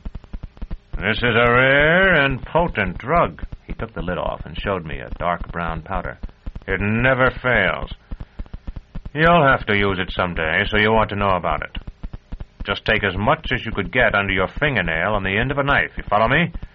If you take too much, you won't be able to appear in public for a couple of days." I said, "I'll remember, master." "Of course, it's a poison. They all are, and this is the best. A little more than that would kill you. And you mustn't take it again until the moon changes, understand?" "Perhaps you'd better have Brother Corbinian weigh the dose, master." Corbinian was our apothecary. I was terrified that Master Gurlows might swallow a spoonful before my eyes. "Me? I don't eat it." Contemptuously, he put the lid on the jar again and banged it down on its shelf in the cabinet. "That's well, master." "Besides," he winked at me, "I'll have this." From his saber-tash, he took an iron phallus. It was about a span and a half long, and had a leather thong through the end opposite the tip. It must seem idiotic to you who read this, but for an instant I could not imagine what the thing was for, despite the somewhat exaggerated realism of its design. I had a wild notion that the wine had rendered him childish, as a little boy is who supposes there is no essential difference between his wooden mount and a real animal. I wanted to laugh. "Abuse, that's their word. That, you see, is where they've left us an out." He had slapped the iron phallus against his palm, the same gesture, now that I think of it, that the man-ape who had threatened me had made with his mace. Then I had understood, and had been gripped by revulsion. But even that revulsion was not the emotion I would feel now in the same situation. I did not sympathize with the client because I did not think of her at all. It was only a sort of repugnance for Master Gurlows, who with all his bulk and great strength was forced to rely on the brown powder, and still worse, on the iron phallus I had seen, an object that might have been sawed from a statue, and perhaps had been. Yet I saw him on another occasion, when the thing had to be done immediately, for fear the order could not otherwise be carried out before the client died, act at once, and without powder or phallus, and without difficulty. Master Gurlows was a coward, then. Still, perhaps his cowardice was better than the courage I would have possessed in his position, for courage is not always a virtue. I had been courageous, as such things are counted, when I had fought the man-apes, but my courage was no more than a mixture of foolhardiness, surprise, and desperation. Now, in the tunnel, when there was no longer any cause for fear, I was afraid and nearly dashed my brains out against the low ceiling, but I did not pause or even slacken speed before I saw the opening before me, made visible by the blessed sheen of moonlight. Then, indeed, I halted, and considering myself safe, wiped my sword as well as I might with the ragged edge of my cloak, and sheathed her. That done, I slung her over my shoulder and swung myself out and down, feeling with the toes of my sodden boots for the ledges that had supported me in the ascent. I had just gained the third when 2 quarrels struck the rock near my head. One must have wedged its point in some flaw in the ancient work, for it remained in place, blazing with white fire. I recall how astonished I was, and also how I hoped in the few moments before the next struck nearer still and nearly blinded me, that the arbalests were not of the kind that bring a new projectile to the string when cocked, and thus are so swift to shoot again. When the third exploded against the stone, I knew they were, and dropped before the marksman who had missed could fire yet again. There was, as I ought to have known there would be, a deep pool where the stream fell from the mouth of the mine. I got another ducking, but since I was already wet, it did no harm, and in fact quenched the flecks of fire that had clung to my face and arms. There could be no question here of cannily remaining below the surface. The water seized me as if I were a stick and flung me to the top where it willed. This, by the greatest good luck, was some distance from the rock face, and I was able to watch my attackers from behind as I clambered onto the bank. They and the woman who stood between them were staring at the place where the cascade fell. As I drew Terminus Est for the final time that night, I called, "Over here, Aegia." I had guessed earlier that it was she, but as she turned more swiftly than either of the men with her, I glimpsed her face in the moonlight. It was a terrible face to me, though for all her self-depreciation so lovely, because the sight of it meant that Thecla was surely dead. The man nearest me was fool enough to try to bring his arbalest to his shoulder before he pulled the trigger. I ducked and cut his legs from under him, while the other's quarrel whizzed over my head like a meteor. By the time I had straightened up again, the second man had dropped his arbalest and was drawing his hanger. Aegia was quicker, making a cut at my neck with anathema before his weapon was free of the scabbard. I dodged her first stroke and parried her second, though Terminus Est's blade was not made for fencing. My own attack made her bound back. "Get behind him," she called to the second arbalestier. "I confront him." He did not answer.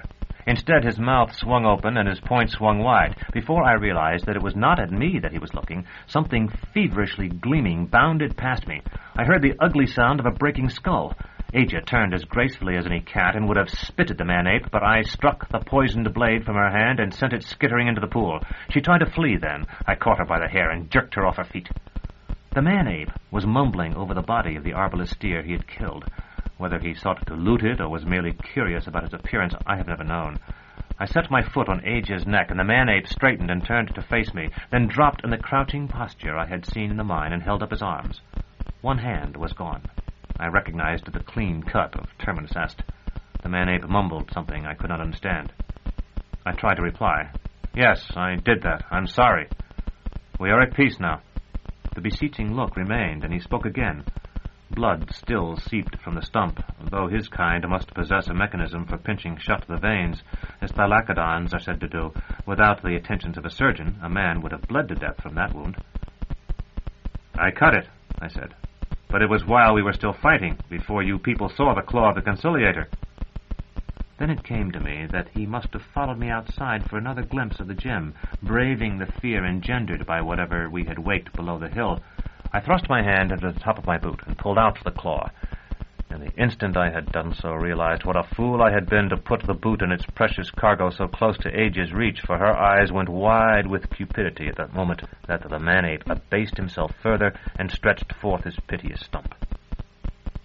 For a moment we were posed, all three, and a strange group we must have looked in that eerie light. An astonished voice, Jonas's, called, "Severian!" from the heights above. Like the trumpet note in a shadow play that dissolves all feigning, that shout ended our tableau. I lowered the claw and concealed it in my palm. The man-ape bolted for the rock face, and Aegia began to struggle and curse beneath my foot.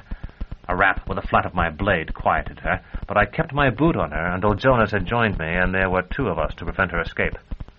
"I thought you might need help," he said. "I perceive I was mistaken." He was looking at the corpses of the men who had been with Aja. I said, "This wasn't the real fight." Aja was sitting up, rubbing her neck and shoulders. "There were 4, and we would have had you, but the bodies of those things, those Firefly Tiger men, started pitching out of the hole, and 2 were afraid and slipped away." Jonas scratched his head with his steel hand, a sound like the currying of a charger. "I saw what I thought I saw then. I had begun to wonder." I asked what he thought he had seen. "A glowing being in a fur robe making an obeisance to you. You were holding up a cup of burning brandy, I think. Or was it incense? What's this?" He bent and picked up something from the edge of the bank where the man-ape had crouched. A bludgeon. "Yes, I see that." There was a loop of sinew at the end of the bone handle, and Jonas slipped it over his wrist. "Who are these people who tried to kill you?" "We would have," Aja said, "if it hadn't been for that cloak. We saw him coming out of the hole, but it covered him when he started to climb down, and my men couldn't see the target, only the skin of his arms." I explained as briefly as I could how I had become involved with Aja and her twin, and described the death of Ageless.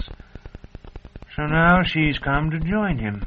Jonas looked from her to the crimson length of Terminus Est and gave a little shrug. "I left my Mary Kip up there, and perhaps I ought to go and look after her. That way I can say afterward that I saw nothing. Was this woman the one who sent the letter?" I should have known. I had told her about Thekla. You don't know about Thekla, but she did, and that was what the letter was about. I told her while we were going through the Botanic Gardens in Nessus. There were mistakes in the letter, and things Thekla would never have said, but I didn't stop to think of them when I read it. I stepped away and replaced the claw in my boot, thrusting it deep. Maybe you had better attend to your animal, as you say. My own seems to have broken loose, and we may have to take turns riding yours. Jonas nodded and began to climb back the way he had come. You were waiting for me, weren't you? I asked Aja. I heard something, and the destrier cocked his ears at the sound. That was you.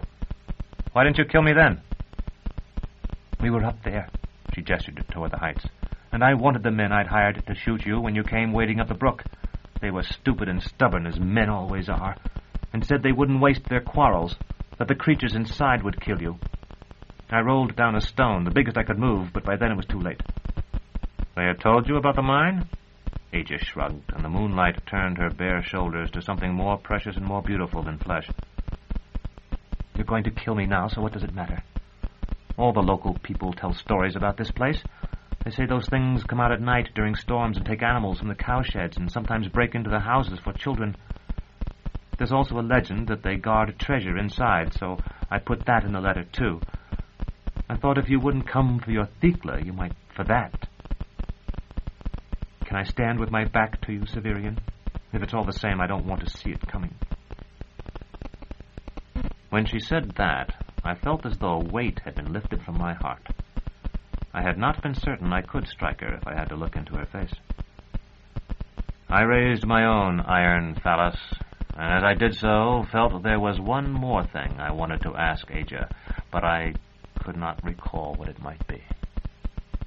Strike, she said. I am ready.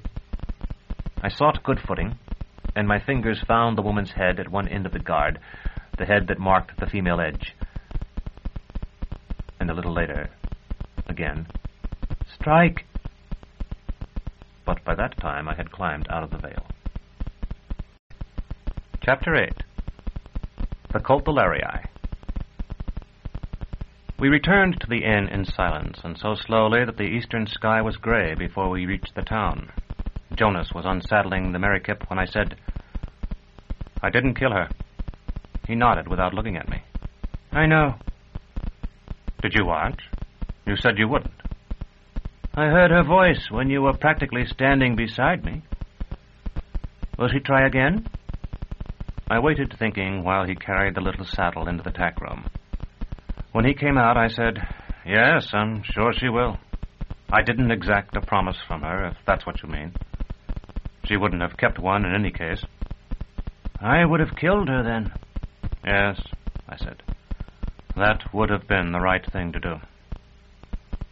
We walked out of the stable together. There was light enough in the inn yard now for us to see the well and the wide doors that led into the inn. I don't think it would have been right. I'm only saying that I would have done it.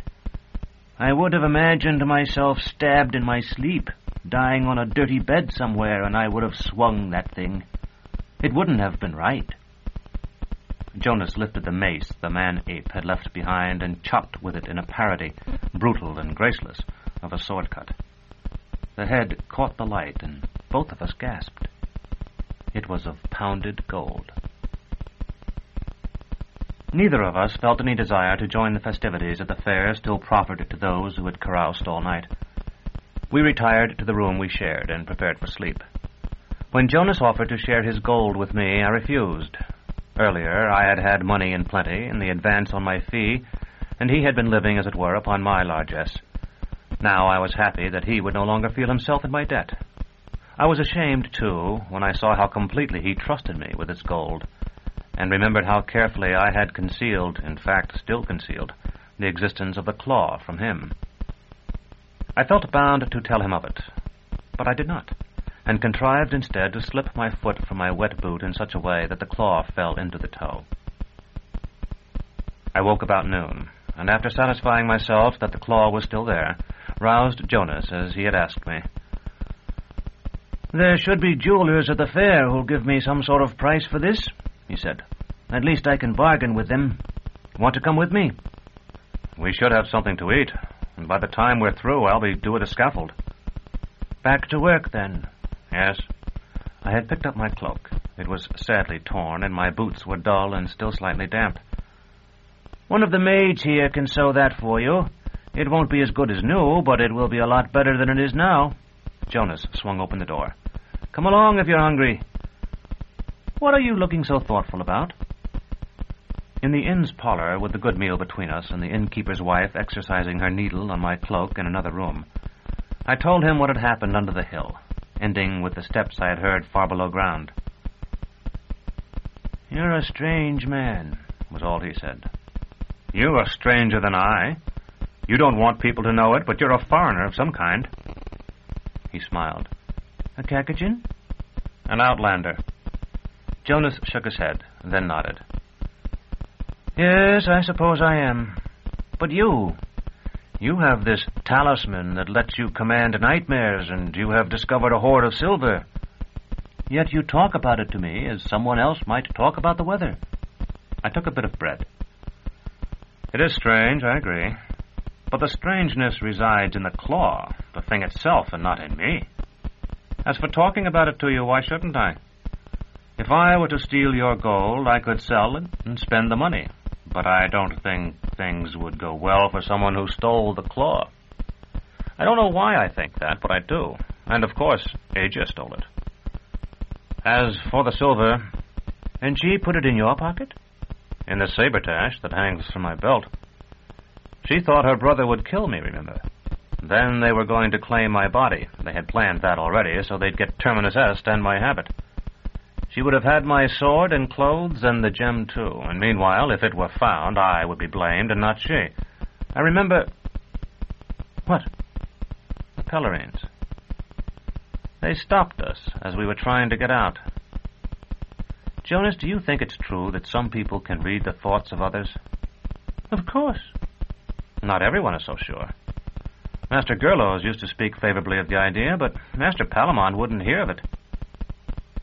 Still, I think the chief priestess of the Pellerines could, at least to some degree. She knew Aja had taken something, and that I had not.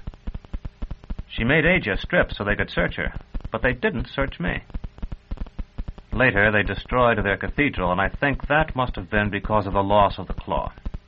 It was the cathedral of the claw, after all.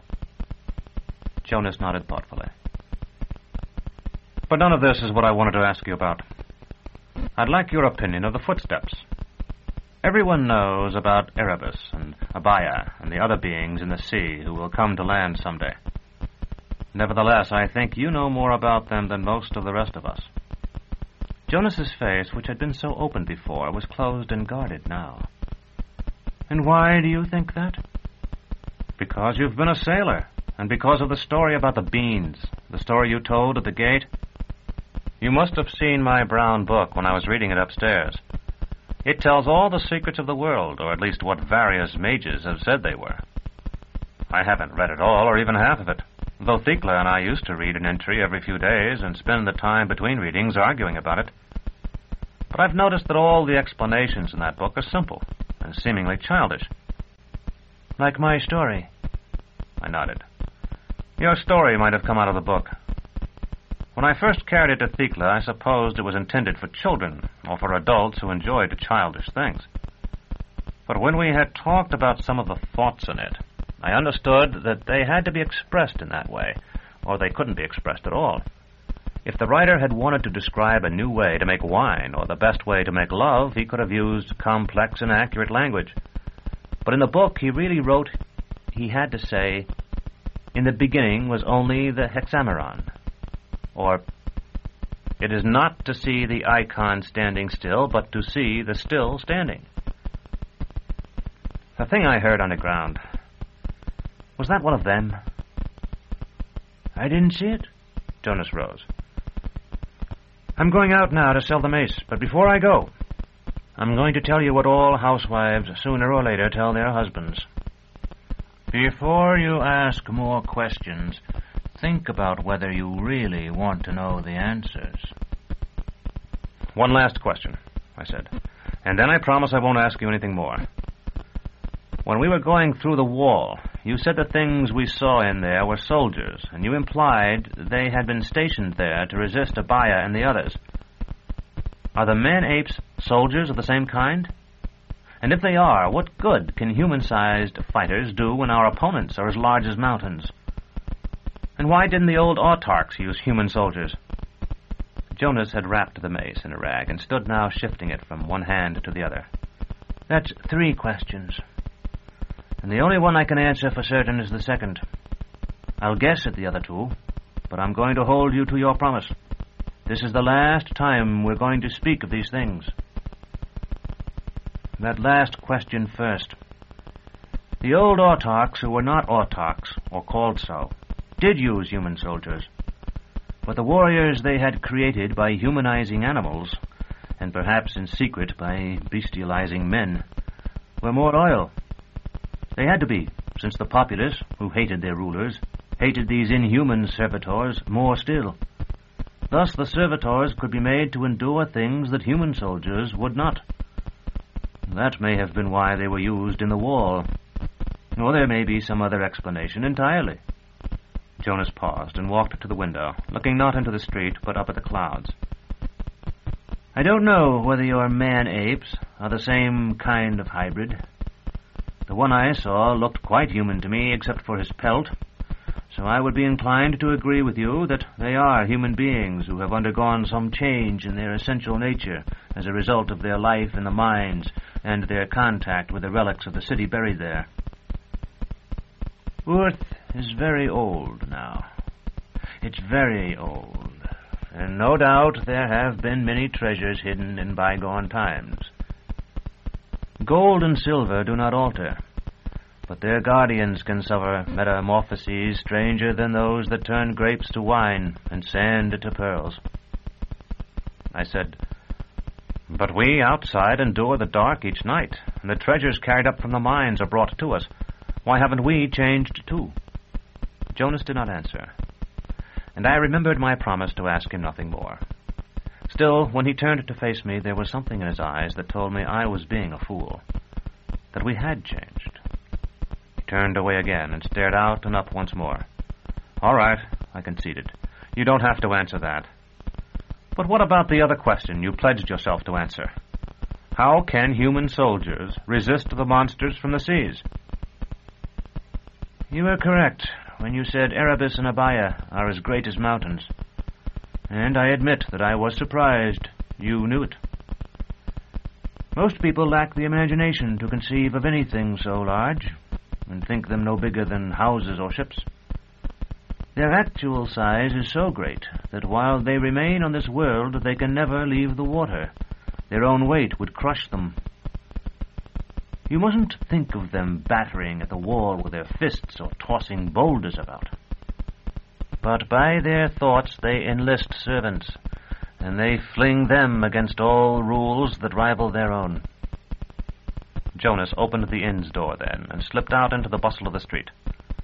I remained where I was, resting an elbow on what had been our breakfast table, and recalled the dream I had experienced when I had shared Baldander's bed. The land could not hold us, the monstrous women had said.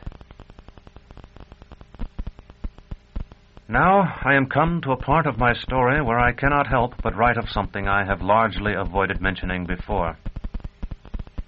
You that read it cannot but have noticed that I have not scrupled to recount in great detail things that transpired years ago, and to give the very words of those who spoke to me, and the very words with which I replied. And you must have thought this only a conventional device I had adopted to make my story flow more smoothly. The truth is that I am one of those who are cursed with what is called perfect recollection. We cannot, as I have sometimes heard foolishly alleged, remember everything. I cannot recall the ordering of the books on the shelves in the library of Master Oltan, for example. But I can remember more than many would credit the position of each object on a table I walked past when I was a child, and even that I have recalled some scene to mind previously, and how that remembered incident differed from the memory of it I have now. It was my power of recollection that made me the favorite pupil of Master Palamon, and so I suppose it can be blamed for the existence of this narrative, for if he had not favored me, I would not have been sent to Thrax bearing his sword. Some say this power is linked to weak judgment. Of that I am no judge.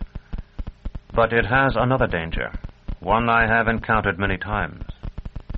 When I cast my mind into the past as I am doing now, and as I did then, when I sought to recall my dream, I remember it so well that I seem to move again in a bygone day, a day old new, and unchanged each time I draw it to the surface of my mind, its eidolons as real as I. I can even now close my eyes and walk into Thekla's cell as I did one winter evening, and soon my fingers will feel the heat of her garment, while the perfume of her person fills my nostrils like the perfume of lilies warmed before a fire. I lift her gown from her and embrace that ivory body, feeling her nipples pressed to my face. You see, it is very easy to waste hours and days in such rememberings, and sometimes I fall so deeply into them that I am drugged and drunken. So it was now. The footfalls I had heard in the man-ape's cavern still echoed in my mind, and seeking some explanation I returned to my dream, certain now that I knew from whom it had come, and hoping it had revealed more than its shaper apprehended. Again I bestride the mitred, leather-winged steed. Pelicans fly below us with stiffly formal strokes, and gulls wheel and keen. Again I fall, tumbling through the abyss of air, whistling toward the sea, yet suspended for a time between wave and cloud. I arch my body, bring down my head, let my legs trail behind me like a banner, and so cleave the water and see floating in clear azure the head with hair of snakes and the many-headed beast, and then the swirling sand garden far below. The giantesses lift arms like the trunks of sycamores, each finger tipped with an amaranthine talon. Then very suddenly, I, who had been blind before, understood why it was that Abaya had sent me this dream, and had sought to enlist me in the great and final war of Urth. But now the tyranny of memory overwhelmed my will. Though I could see the Titan odalisks and their garden, and knew them to be no more than dream stuff recalled, I could not escape from their fascination and the memory of the dream. Hands grasped me like a doll, and as I dandled thus between the meretresses of Abaya, I was lifted from my broad-armed chair in the Inn of Saltus. Yet still, for perhaps 100 heartbeats more, I could not rid my mind of the sea and its green-haired women.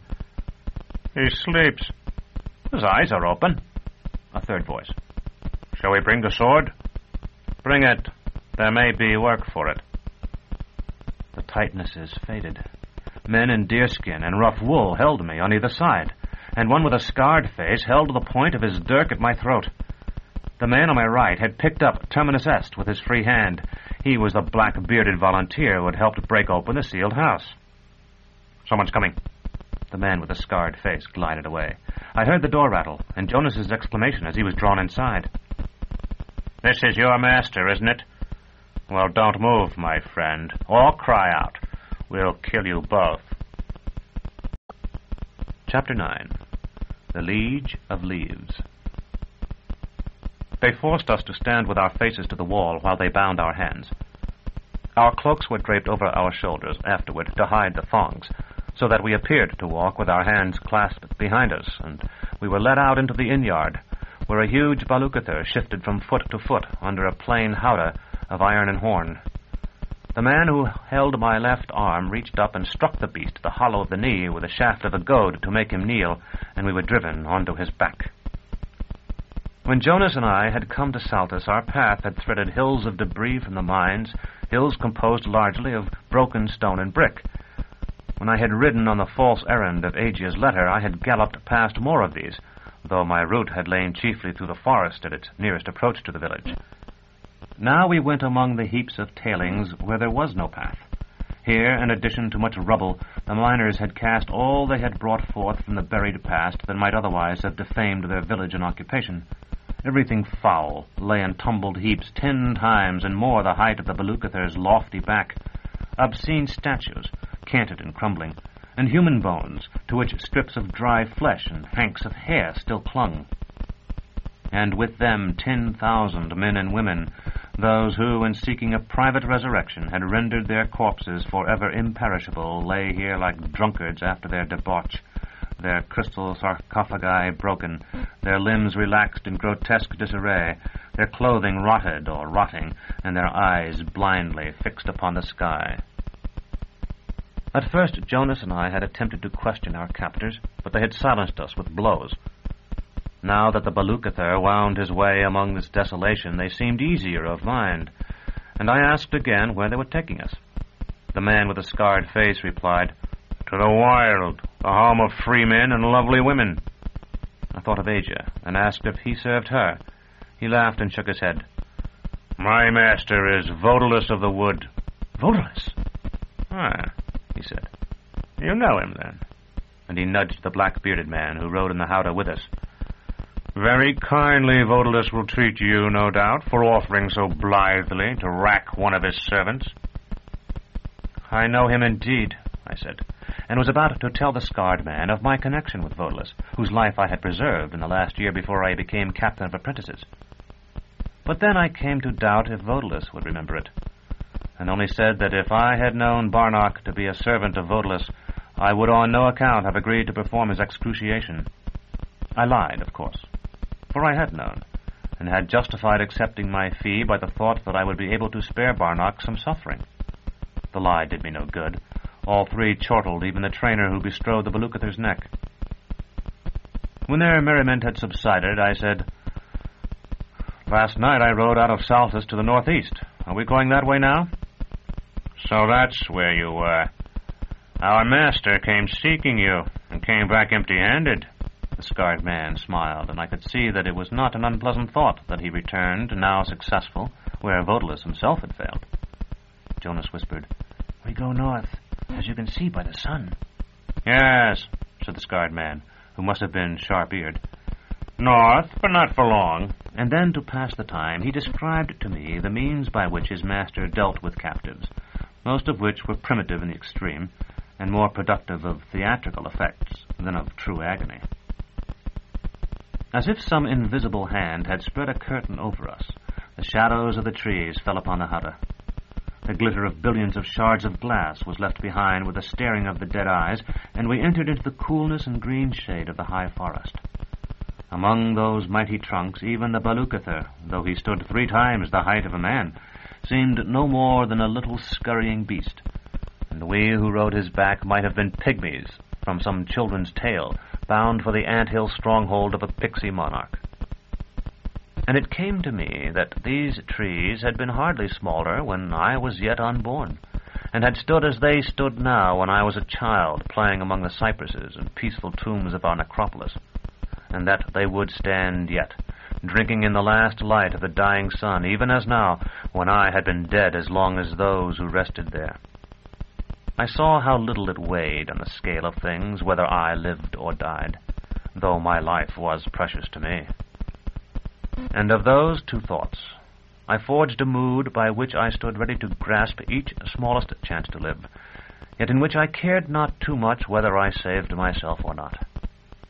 By that mood, as I think, I did live. It has been so good a friend to me that I have endeavored to wear it ever since, succeeding not always, but often. Severian, are you all right? It was Jonas who spoke. I looked at him, I think, in some wonder. Yes. Did I seem ill? For a moment. I was only reflecting on the familiarity of this place, seeking to understand it. I think it recalls to me many summer days in our citadel. These trees are nearly as large as the towers there, and many of the towers are wrapped in ivy, so that in quiet summer weather the light between them has this emerald quality. Too, it is quiet here, as there. Yes? You must have ridden many times in boats, Jonas. Occasionally, yes. It is something I had long wanted to do, and did for the first time only when Agia and I were ferried to the island where the Botanic Gardens stands, and then later when we crossed the Lake of Birds. The motion is much like the motion of this beast, and it is as silent, save for a splashing sometimes when the oar goes into the water. I feel now that I'm traveling through the citadel in a flood, solemnly rowed. At that, Jonas looked so grave that I burst out laughing at the sight of his face, and stood up, meaning, I think, to look over the side of the howdah and show by some remark about the forest floor that I was merely indulging my fancy. I had no sooner stood, however, than the scarred man rose too, and holding his dirk's point within a thumb of my throat, told me to sit again. To spite him, I shook my head. He flourished his weapon. "Get down, or I'll rip your belly open." "And lose the glory of bringing me back? I don't think so. Wait until the others tell Vodulus that you had me, and you stabbed me when my hands were tied." Now came the turn of fate. The bearded man who held Terminus Est tried to draw her, and not being acquainted with the proper way to bear so long a sword, which is to grip the quillons in one hand and the throat of the sheath with the other, and by opening the arms to the right and left draw the blade clear, sought to free it by pulling up as if he were jerking a weed from a field. In this clumsy business he was taken off guard by one of the Baluchither's rolling steps and lurched against the man with the scarred face. The edges of the blade, keen enough to part a hair, cut them both. The man with the scarred face threw himself backward, and Jonas, by hooking one of his feet behind the scarred man's and pressing his leg with the sole of the other, managed to tumble him over the railing of the howdah. Meantime, the black-bearded man had dropped Terminus Est, and was staring at his wound, which was very long, though no doubt shallow. I knew that weapon as I know my own hand, and it took only a moment to turn and crouch and grasp the hilt, and then, wedging it between my heels, to cut the thongs that bound my wrists. The black-bearded man drew a dagger then, and might have killed me had not Jonas kicked him between the legs. He bent double, and long before he could straighten himself, I was up, with Terminus Est ready. The contraction of his muscles snapped him erect, as often happens when the subject is not made to kneel. I think this spray of blood was the first sign the trainer had, so swiftly had it all taken place, that something was amiss. He looked back at us, and I was able to take him very neatly, swinging the blade one-handed in a horizontal stroke as I leaned out of the howdah. His head had no more than struck the ground when the Baluchither stepped between two great trees growing so close together that he seemed to squeeze himself like a mouse through a crevice in a wall. Beyond lay a glade more open than anything I had seen in that forest, where grass grew as well as fern, and spots of sunlight, unshaded with green and rich as orpiment, played over the turf. Here Vodulus had caused to be erected his throne, beneath a canopy woven of flowering vines. And here, as it chanced, he sat with a chatelaine Thea beside him just as we entered, judging and rewarding his followers. Jonas saw nothing of that, being still sprawled on the floor of the howdah, where he was cutting his hands free with a dagger. I made up for him, for I beheld everything as I stood upright, balanced against the pitching of the Belukather's back and holding up my sword, red now to the hilt. 100 faces turned toward us, with the face of the exultant on the throne among them, and the heart-shaped face of his consort. And in their eyes I saw what they must have seen at that moment. The great animal bestridden by a headless man, its forequarters dyed with his blood, myself standing erect upon its back with my sword and Phlegon cloak. Had I slipped down and sought to flee or tried to goad the Belukather to greater speed, I would have died. Instead, by the virtue of the spirit that had entered me when I saw the long dead bodies among the refuse of the mines and the eternal trees, I remained as I was, and the Belukather, with no one to guide him, trod forward steadily, Vodalus's followers dodging aside to make a path for him, until the dais supporting the throne and canopy were before him. Then he halted, and the dead man pitched forward and fell on the dais at Vodalus's feet, and I, leaning far out of the howdah, struck the beast behind one leg and the other with the flat of my blade, and he knelt. Vodalus smiled a thin smile that held many things, but amusement was one of them, and perhaps the foremost. "I sent my men to fetch the headsman," he said. "I perceive they succeeded." I saluted with my sword, holding the hilt before my eyes as we were taught to do when an exultant came to observe an execution in the Grand Court. "Sir, they have brought you the anti-headsman. There was a time when your own would have rolled on fresh-turned soil if it had not been for me." He looked at me more closely then, at my face instead of at my sword and cloak, and after a moment he said, "Yes, you were the youth. Has it been that long?" "Just long enough, sir." "We will talk of this in private, but I have public business to do now. Stand here." He pointed to the ground at the left of the dais. I climbed from the Belukather, with Jonas following me, and 2 grooms led the beast away. There we waited and heard Vodalus give his orders and transmit his plans, reward and punish, for perhaps a watch. All the boasted human panoply of pillars and arches is no more than an imitation in sterile stone of the boles and vaulting branches of the forest. And here it seemed to me that there was scarcely any difference between the two, except that the one was gray or white, and the other brown and pale green. Then I believed I understood why all the soldiers of the autarch and all the thronging retainers of the exultants could not subdue Vodalus.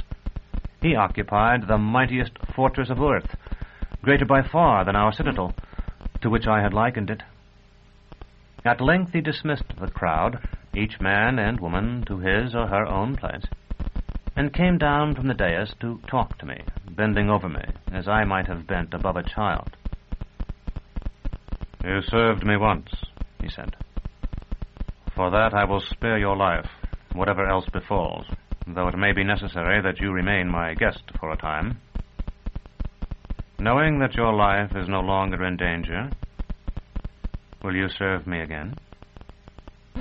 The oath to the autarch I had taken on the occasion of my elevation had not the strength to resist the memory of account of my life. Oaths are only mere weak things of honor compared to the benefits we give to others, which are things of the spirit. Let us once save another, and we are his for life. I have often heard it said that gratitude is not to be found. That is not true. Those who say so have always looked in the mistaken place. One who truly benefits another is for a moment at a level with the Pancreator, and in gratitude for that elevation will serve the other all his days. And so I told Vodalus. "Good," he said, and clapped me on the shoulder. "Come. Not far from here we have a meal prepared. If you and your friend will sit with me and eat, I will tell you what must be done." "Sir, I have disgraced my guild once. I only ask that I may not be made to disgrace it again." "Nothing you do will be known," Vodalus said. And that satisfied me. Chapter 10. Thea.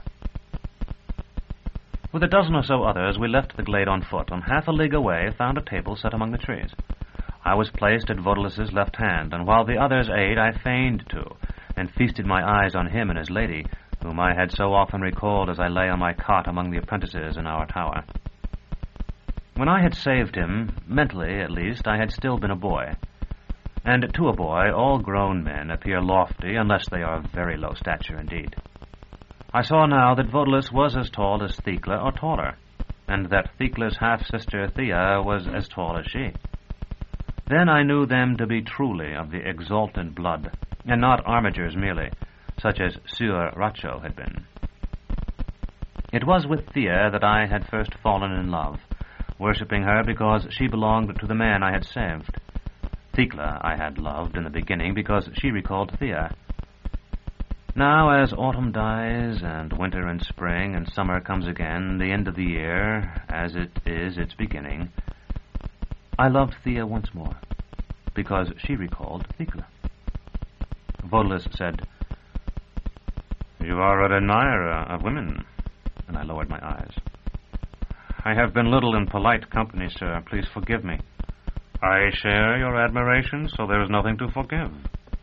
But you are not, I hope, studying that slender throat with the thought of parting it?" "Never, sir." "I am delighted to hear it." He picked up a platter of thrushes, selected one, and put it upon my plate. It was a sign of special favor. "Still, I own I am a trifle surprised. I would have thought that a man in your profession would look on us poor human beings much as a butcher does on cattle." "Of that I cannot inform you, sir. I have not been bred a butcher." Vodulus laughed. "A touch. I am almost sorry now that you have consented to serve me. If you had only elected to remain my prisoner, we would have had many delightful conversations while I used you, as I had intended to cheap for the unfortunate Barnock's life. As it is, you will be away by morning. Yet I think I have an errand for you that will consort well with your own inclinations." "If it is your errand, sir, it must." "You are wasted on the scaffold," he smiled. "We will find better work for you before long. But if you are to serve me well, you must understand something of the position of the pieces on the board and the goal of the game we play. Call the sides white and black, and in honor of your garments, so that you shall know where your interests lie, we shall be black. No doubt you have been told that we blacks are mere bandits and traitors, but have you any notion of what it is we strive to do?" "To checkmate the Autarch, sir?" "That would be well enough, but it is only a step and not our final goal. You have come from the Citadel. I know you see something of your journeyings in history, that great fortress of bygone days, so you must possess some feeling for the past. Has it never struck you that mankind was richer by far and happier too, Achilleid gone, than it is now?" "Everyone knows," I said, "that we have fallen far from the brave days of the past." "As it was then, so shall it be again. Men of earth sailing between the stars, leaping from galaxy to galaxy, the masters of the daughters of the sun." The chatelaine Thea, who must have been listening to Vodulus, though she had showed no sign of it, looked across him to me, and said in a sweet, cooing voice, "Do you know how our world was renamed, Torturer? The Dawn Men went to Red Verthande, who was then named War, and because they thought that had an ungracious sound that would keep others from following them, they renamed it, calling it Present. That was a jest in their tongue, for the same word meant now and the gift. Also, one of our tutors once explained the matter to my sister and me, though I do not see how any language could endure such confusion." Vodulus listened to her as though he were impatient to speak himself, yet was too well-mannered to interrupt her. "Then others, who would have drawn a people to the innermost habitable world for their own reasons, took up the game as well, and called that world Skuld, the world of the future. Thus our own became Earth, the world of the past." "You are wrong in that, I fear," Vodulus told her. "I have it on good authority that this world of ours has been called by that name from the utmost reaches of antiquity. Still, your error is so charming that I would rather have it that you are correct, and I mistaken. Thea smiled at that, and Vodalus turned again toward me. Though it does not explain why Urth is called as she is, my dear Chatelaine's tale makes the vital point well, which is that in those times mankind traveled by his own ships from world to world and mastered each, and built on them the cities of man. Those were the great days of our race, when our fathers' fathers' fathers strove for the mastery of the universe. He paused, and because he seemed to expect some comment from me, I said, "Sir, we are much diminished in wisdom from that age." Ah, now you strike to the heart. Yet with all your perspicacity you mistake it. Now, we are not diminished in wisdom. We are diminished in power. Study has advanced without let-up, but even as men have learned all that is needful for mastery, the strength of the world has been exhausted. We exist now, and precariously, upon the ruin of those who preceded us. While some skim the air in their flyers, 10,000 leagues in a day, we others creep upon the skin of earth, unable to go from one horizon to the next before the westernmost has lifted itself to veil the sun. You spoke a moment ago of checkmating that mewling fool, the autarch. I want you to conceive now of two autarchs, two great powers striving for mastery. The white seeks to maintain things as they are, the black to set man's foot on the road to domination again. I called it the black by chance, but it would be well to remember that it is by night that we see the stars strongly. They are remote and all but invisible in the red light of day. Now, of those two powers, which would you serve? The wind was stirring in the trees, and it seemed to me that everyone at the table had fallen silent, listening to Vodalus and waiting for my reply. I said, "The black, surely." "Good. But as a man of sense, you must understand that the way to reconquest cannot be easy. Those who wish no change may sit hugging their scruples forever. We must do everything. We must dare everything." The others had begun to talk and eat again. I lowered my voice until only Vodalus could hear me. "Sir, there is something I have not told you. I dare not conceal it longer for fear you should think me faithless." He was a better intriguer than I, and turned away before he answered, pretending to eat. "What is it? Out with it." "Sir," I said, "I have a relic. The thing they say is the claw of the conciliator." He was biting the roasted thigh of a fowl as I spoke. I saw him pause. His eyes turned to look at me, though he did not move his head. "Do you wish to see it, sir? It is very beautiful, and I have it in the top of my boot." "No," he whispered. "Yes, perhaps, but not here. No, better not at all." "To whom should I give it, then?" Vodalus chewed and swallowed. "I had heard from friends I have Nessus that it was gone. So you have it. You must keep it until you can dispose of it. Do not try to sell it. It would be identified at once. Hide it somewhere. If you must, throw it into a pit." "But surely, sir, it is very valuable." "It is beyond value, which means it is worthless. You and I are men of sense." Despite his words, there was a tinge of fear in his voice. "But the rabble believe it to be sacred, a performer of all manner of wonders. If I were to possess it, they would think me a desecrator, and an enemy of the Theologomenon. Our masters would think me turned traitor." "You must tell me." Just at that moment, a man I had not seen previously came running up to the table with a look that indicated he bore urgent news. Vodalus rose and walked a few paces away with him, looking very much, I thought, like a handsome schoolmaster with a boy, for the messenger's head was no higher than his shoulder. I ate, thinking he would soon return, but after a long questioning of the messenger, he walked away with him, disappearing among the broad trunks of the trees. One by one the others rose too, until no one remained but the beautiful Thea, Jonas, and me, and one other man.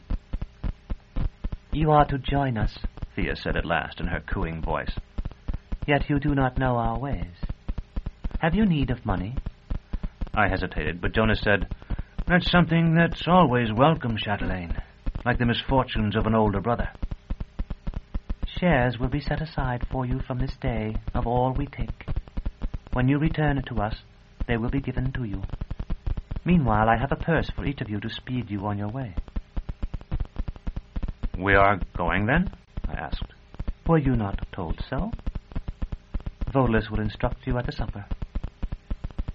I had supposed the meal we were eating would be the final one of the day, and the thought must have been reflected in my face.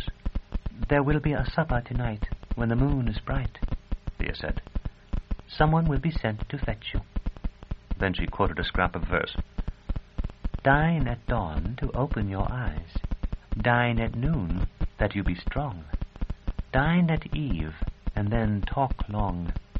Dine by night, if you to be wise. But now my servant Chunild will take you to a place where you can rest for your journey. The man, who had been silent until now, stood and said, Come with me. I told Thea, I would speak with you, Chatelaine, when we have more leisure. I know something that concerns your schoolmate. She saw that I was serious in what I said, and I saw that she had seen.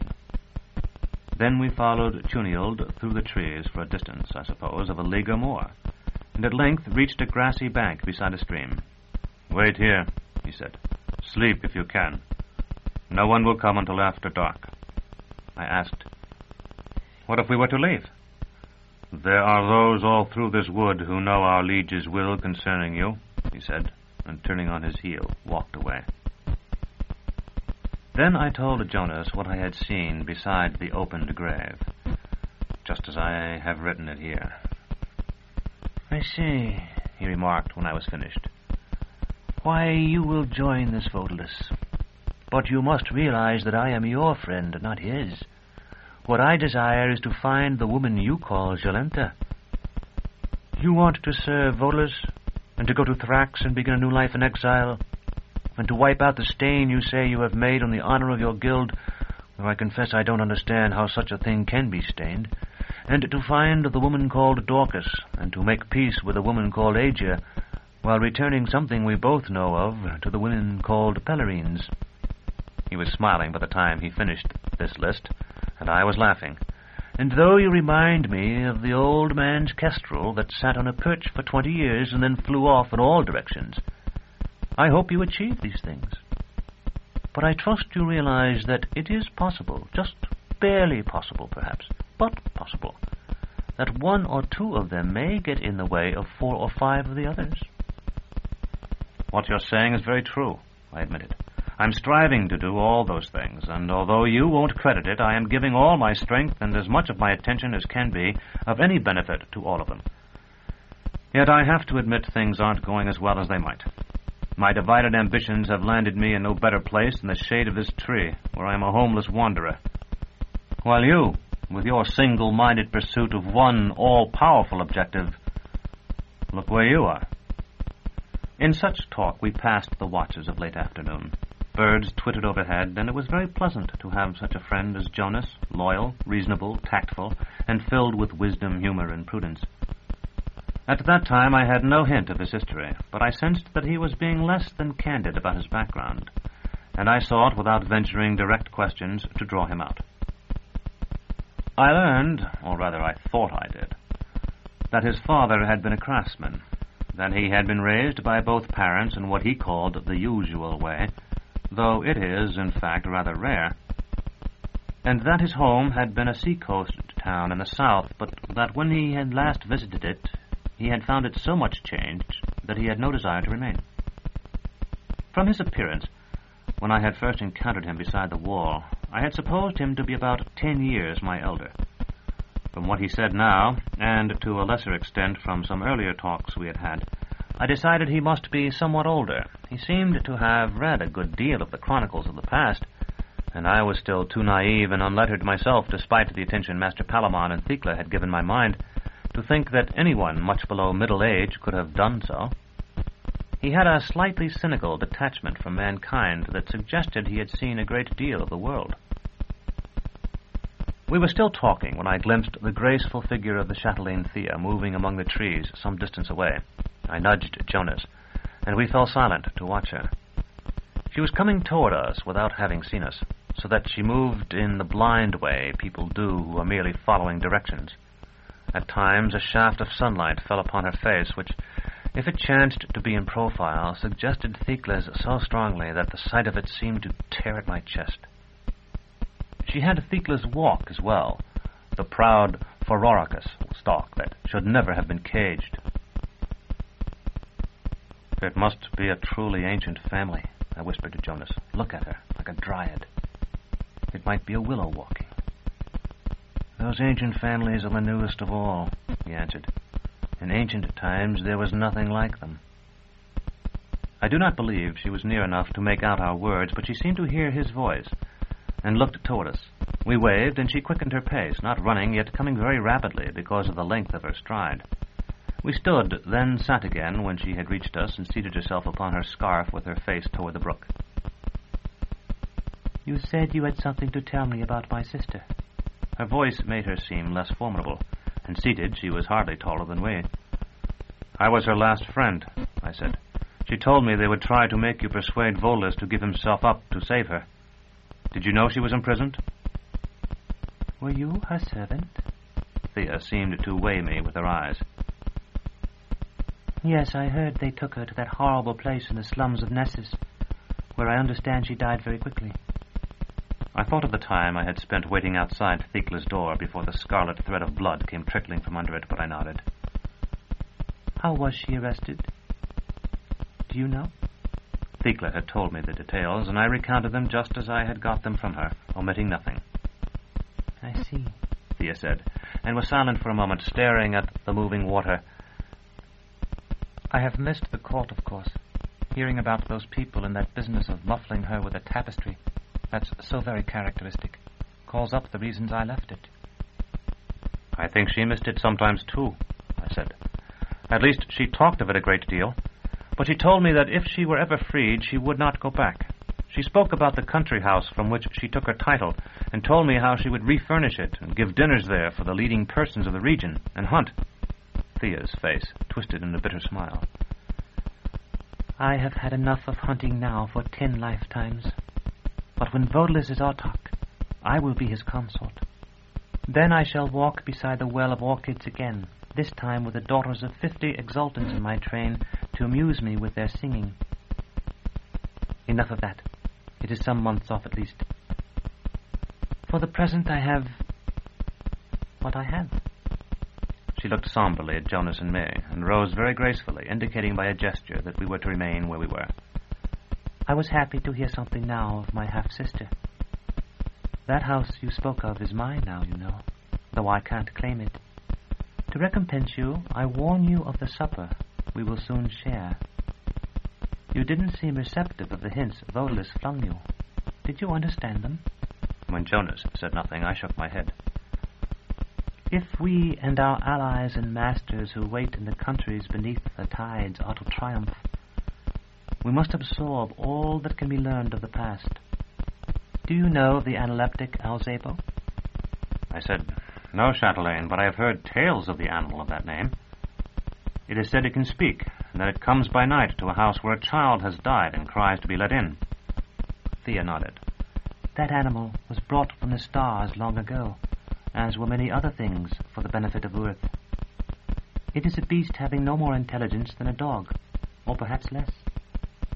But it is a devourer of carrion and a clawer at graves.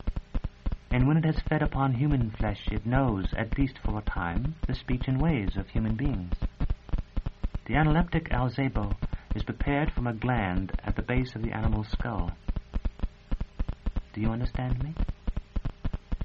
When she had gone, Jonas would not look at me, nor I at his face. We both knew what feast it was we were to attend that night. Chapter 11. Thecla. After we had sat, so it seemed to me, for a long time, though it was probably no more than a few moments, I could tolerate what I felt no longer. I went to the margin of the brook, and kneeling there on the soft earth, spewed out the dinner I had eaten with Voldus.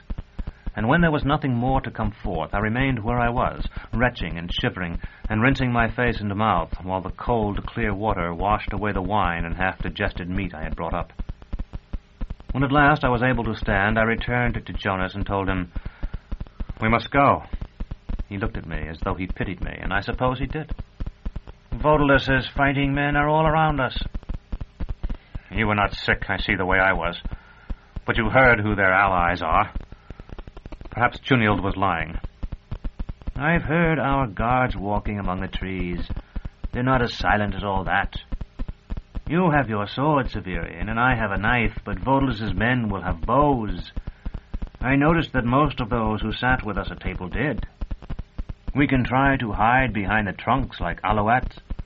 I understood what he meant, and said, "Alouattes are shot every day." Still, no one hunts them by night. It would be dark in a watch or less. You will go with me if we wait until then? I thrust out my hand. Jonas clasped it. Severian, my poor friend, you told me of seeing Vodalus and this Chatelaine Thea, and another man beside a violated grave. Didn't you know what it was they planned to do with what they got there? I had known, of course. But it had been a remote and seemingly irrelevant knowledge then. Now I found I had nothing to say, and indeed almost no thoughts at all outside the hope that night would come quickly. The men Vodalus sent for us came more quickly still, 4 burly fellows who might have been peasants and carried verdiges, and a 5th with something of the armiger about him who wore an officer's spadroon. Perhaps these men were in the crowd before the dais who had watched us arrive. At any rate, they seemed determined to take no risks with us, and surrounded us with their weapons at the ready, even while they hailed us as friends and comrades in arms. Jonas put as brave a face on it as a man could, and chatted with them while they escorted us down the forest paths. I could think of nothing but the ordeal ahead, and walk as I might have to the end of the world. Earth turned her face from the suns as we traveled. No glimmer of starlight seemed to penetrate the thronging leaves, yet our guides knew the way so well they hardly slowed. With each step I took, I wanted to ask if we would be forced to join in the meal to which we were led, but I knew without asking that to refuse, or even to seem to wish to refuse, would destroy whatever confidence Vodalus had in me, endangering my freedom and perhaps my life. Our 5 guards, who had talked only reluctantly at first in response to Jonas's jests and queries, grew more cheerful as I became more desperate, gossiping as if they were on their way to a drinking bout or a brothel. Yet though I recognized the note of anticipation in their voices, the jibes they made were as unintelligible to me as the banter of libertines is to a little child. "Going far this time? Going to drown yourself again?" This from the man at the back of our party, a mere disembodied voice in the dark. "By Erebus, I'm going to sink so far you won't see me until winter." A voice I recognized as belonging to the armiger asked, "Have any of you seen her yet?" The others had sounded merely boastful, but there was a hunger of a kind I had never heard before behind his simple words. He might have been some lost traveler asking about his home. "No, Waldegrave." Another voice. "Oakman says a good one. Not old or too young." "Not another Tribad, I hope." "I don't—" The voice broke off, or perhaps I only stopped attending to what it said. I had seen a glimmer through the trees. After a few strides more, I could make out torches and hear the sound of many voices. Someone ahead called for us to halt, and the armiger went forward and gave a password softly. Soon I found myself sitting on forest duff, with Jonas on my right and a low chair of carved wood at my left. The armiger had taken a position on Jonas's right, and the rest of the people present, almost as though they had been waiting for our arrival, had formed a circle whose center was a smoky orange lantern suspended from the boughs of a tree. No more than a third of those who had been at the audience in the glade were there, but from their dress and weapons it seemed to me that they were largely those of highest rank, together perhaps with members of certain favored fighting cadres. There were 4 or 5 men to every woman, but the women seemed as warlike as the men, and if anything more eager for the feast to begin. We had been waiting for some time when Vodalus stepped dramatically out of the darkness and strode across the circle.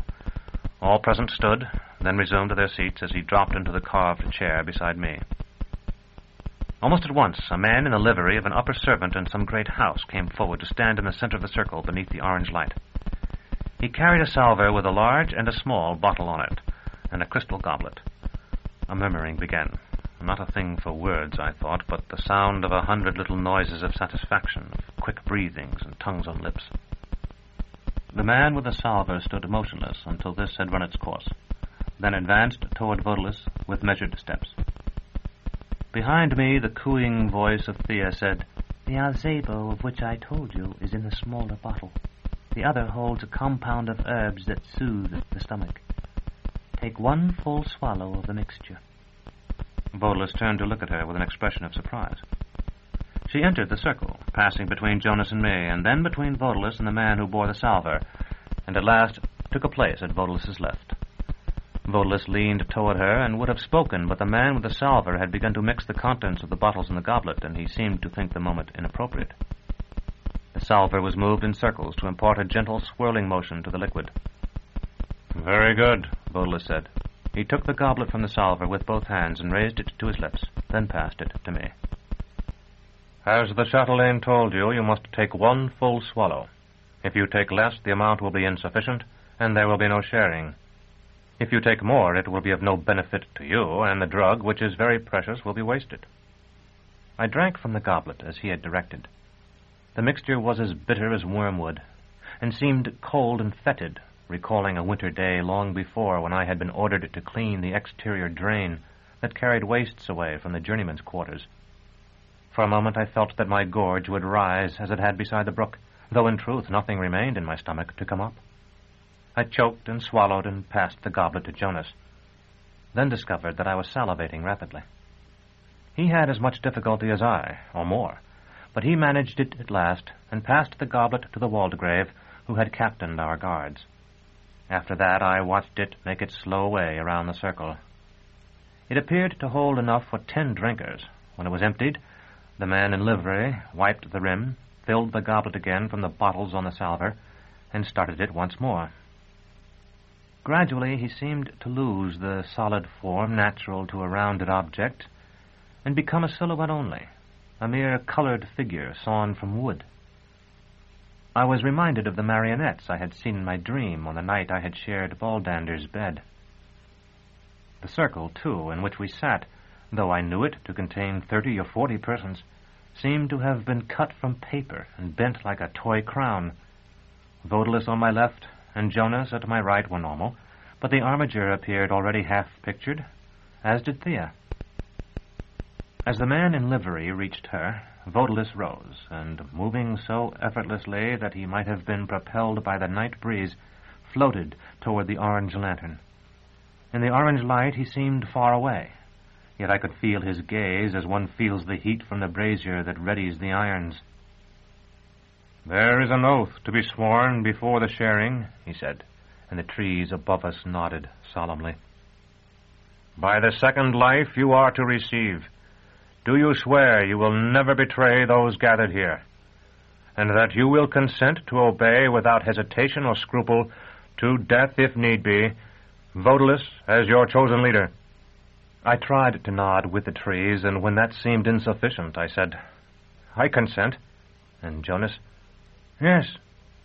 "And that you will obey as you would Vodulus, any person whatsoever whom Vodulus sets over you?" "Yes." "Yes."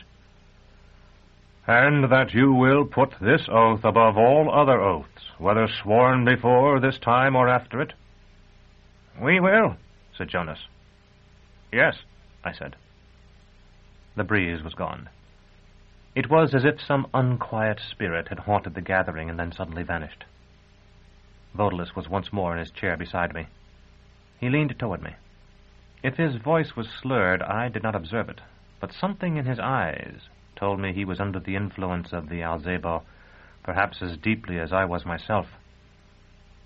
"I am no scholar," he began, "but I know it has been said that the greatest causes are often joined by the basest means. Nations are united by trade, the fair ivory and rare woods of altars and reliquaries by the boiled offal of ignoble animals, men and women by the organs of elimination. So we are joined, you and I.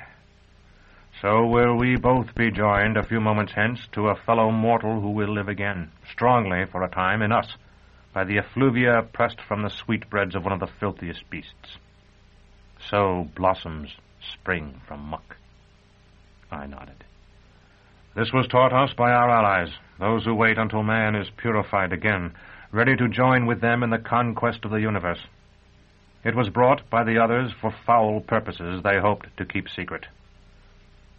I mention this to you because you, when you go to the House Absolute, may meet them, whom the common people call Cacogens, and the cultured extrasolarians, or Hierodules. You must be careful in no way to bring yourself to their notice, because if they observe you closely, they will know by certain signs that you have used Alzebo. The House Absolute? Though only for an instant, the thought dispersed the mists of the drug. Indeed. I have a fellow there to whom I must transmit certain instructions, and I have learned that the troop of players to which you once belonged will be admitted there for a thyasis a few days hence. You will rejoin them and take the opportunity to give what I shall give you, he fumbled in his tunic, to the one who shall say to you, the pelagic argosy sights land. And should he give you any message in return, you may entrust it to whoever says to you, I am from the Quercine Penetralia. Liege, I said, my head is swimming. Then, lying, I cannot remember those words. Truly, I have forgotten them already. Did I hear you say that Dorcas and the other will be in the House Absolute? Vodalis now pressed into my hand a small object that was not a knife, yet was shaped something like one. I stared at it. It was a steel, such as flint is struck against to kindle fire. You will remember, he said, and you will never forget your oath to me. Many of those you see here came, as they believed, only once. But, sir, the House Absolute... The fluting notes of a upanga sounded from the trees behind the farther side of the circle. I must go soon to escort the bride, but have no fear. Some time past you encountered a certain badger of mine. Hildegren. Sir, I understand nothing. He uses that name, among others, yes. He thought it sufficiently unusual to see a torturer so far from the citadel, and talking of me, as to make it worthwhile to have you watched, though he had no notion you had saved me that night. Unfortunately, the watchers lost you at the wall. Since then, they have observed the movements of your traveling companions in the hope you would rejoin them. I supposed that an exile might choose to side with us, and so save my poor Barnock long enough for us to free him. Last night I myself rode into Saltus to speak with you, but I had my mount stolen for my pains and accomplished not a straw. Today, then, it was necessary that we take you by whatever means to prevent you from exercising your skills on my servant. But I still hoped you would make cause with us, and for that reason instructed the men I sent for you to bring you living to me. That cost me 3, and gained 2. The question now is whether the 2 will outweigh the 3. Vodalis stood then, a little unsteadily.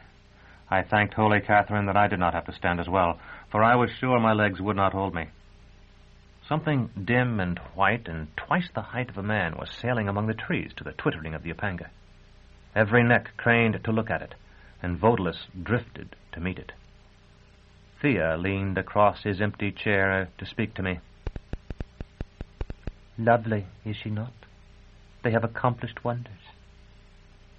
It was a woman seated on a silver litter borne on the shoulders of 6 men. For a moment I thought it was Thecla. It looked so like her in the orange light. Then I realized that it was rather her image, made perhaps of wax. It is said to be perilous, Thea cooed, when one has known the shared in life. Memories held together may amaze the mind. Yet I, who loved her, will risk that confusion, and knowing from your look when you spoke of her that you would desire it as well, I said nothing to Vodalis. He had reached up to touch the figurine's arm as it was borne through the circle. With it entered a sweet and unmistakable odor. I recalled the agoutis served at our masking banquets, with their fur of spiced coconut and their eyes of preserved fruits, and knew that what I saw was just such a recreation of a human being in roasted flesh. I think I would have gone mad at that moment if it had not been for the Alzebo. It stood between my perception and reality like a giant of mist, through which everything could be seen but nothing apprehended. I had another ally as well. It was the knowledge growing in me, the certainty that if I were to consent now and swallow some part of Thekla's substance, the traces of her mind that must otherwise soon fade and decay would enter me and endure, however attenuated, as long as I. Consent came. What I was about to do no longer seemed filthy or frightening. Instead, I opened every part of myself to Thekla and decked the essence of my being with welcome. Desire came too, born of the drug, a hunger no other food could satisfy, and when I looked around the circle I saw that hunger on every face. The liveried servant, who I think must have been one of Vodalus's old household, gone into exile with him, joined the 6 who had borne Thekla into the circle and helped lower the litter to the ground. For the space of a few breaths, their backs blocked my view. When they parted, she was gone. Nothing remained but smoking meats laid upon what might have been a white tablecloth. I ate and waited, begging forgiveness. She deserved the most magnificent sepulchre, priceless marble of exquisite harmony.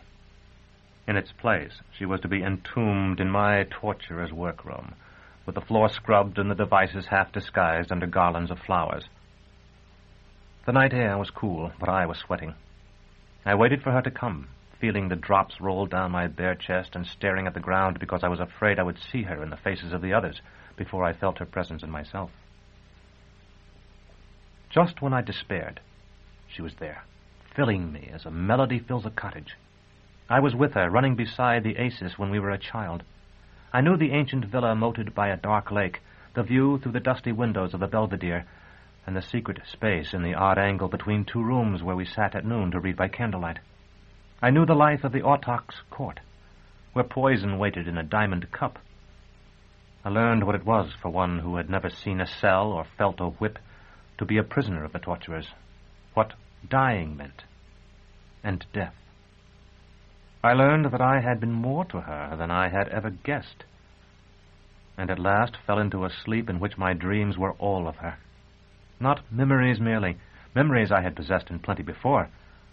I held her poor, cold hands in mine, and I no longer wore the rags of an apprentice nor the fullerton of a journeyman.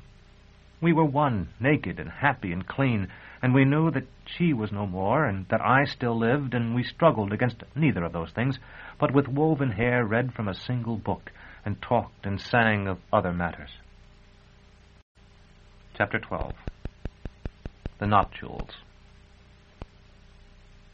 I came from my dreams of Thekla directly to the morning. At one instant we walked mutely together in what surely must have been the paradise the new sun is said to open to all who in their final moments call upon him.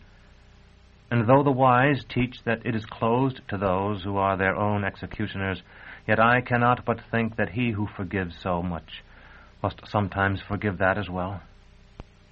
At the next I was aware of cold and unwelcome light, and the piping of birds.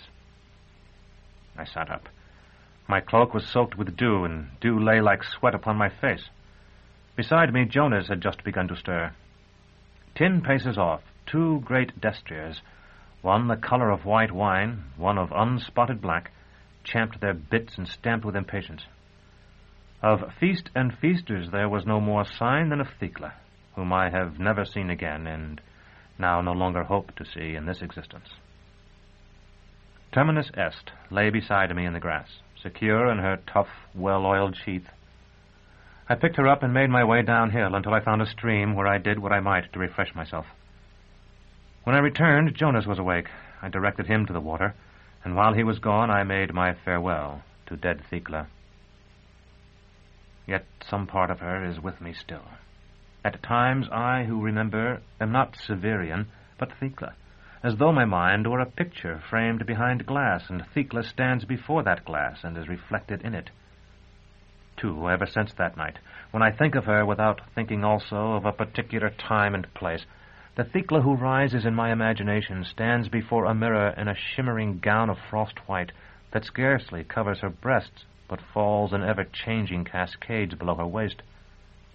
I see her poised for a moment there. Both hands reach up to touch our face. Then she is whirled away in a room whose walls and ceiling and floor are all of mirrors. No doubt it is her own memory of her image in those mirrors that I see, but after a step or two, she vanishes into the dark, and I see her no more. By the time Jonas returned, I had mastered my grief, and was able to make a show of examining our mounts. "The black for you," he said, "and the cream for me, obviously. Both of them look like they outvalue either of us, though, as the sailor told the surgeon who took off his legs. Where are we going?" "To the House Absolute." I saw the incredulity in his face. "Did you overhear me talking with Vodulus last night?" "I caught the name, but not that we were to go there." I am no rider, as I have said before, but I got one foot into the black's stirrup and swung myself up. The mount I had stolen from Vodulus 2 nights before had worn a lofty war saddle, fiendishly uncomfortable, but very difficult to fall out of. This black carried a nearly flat affair of padded velvet that was both luxurious and treacherous. I had no sooner got my legs around him than he began to dance with eagerness. It was the worst possible time, perhaps, but it was also the only time. I asked, "How much do you remember?" "About the woman last night?" "Nothing." Jonas dodged the black, loosed the cream's reins, and vaulted up. "I didn't eat. Vodulus was watching you, but after they had swallowed the drug, no one was watching me. And anyway, I have learned the art of appearing to eat without actually doing it." I looked at him in astonishment. "I've practiced several times with you. At breakfast yesterday, for example. I don't have much appetite, and I find it socially useful."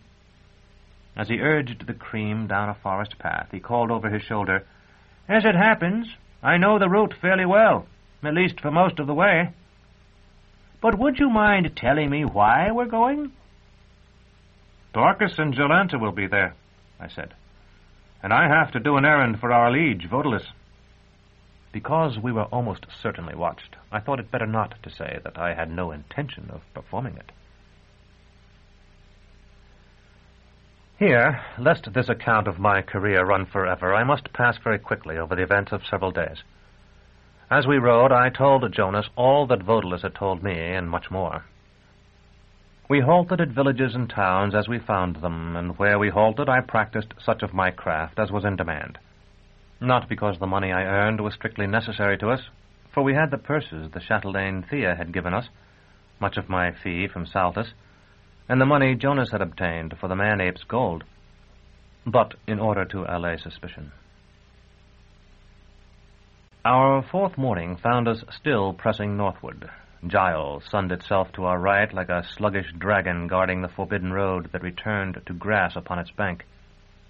The day before, we had seen Uhlans on patrol, men mounted much as we were, and bearing lances like those that had killed the travelers at the Piteous Gate.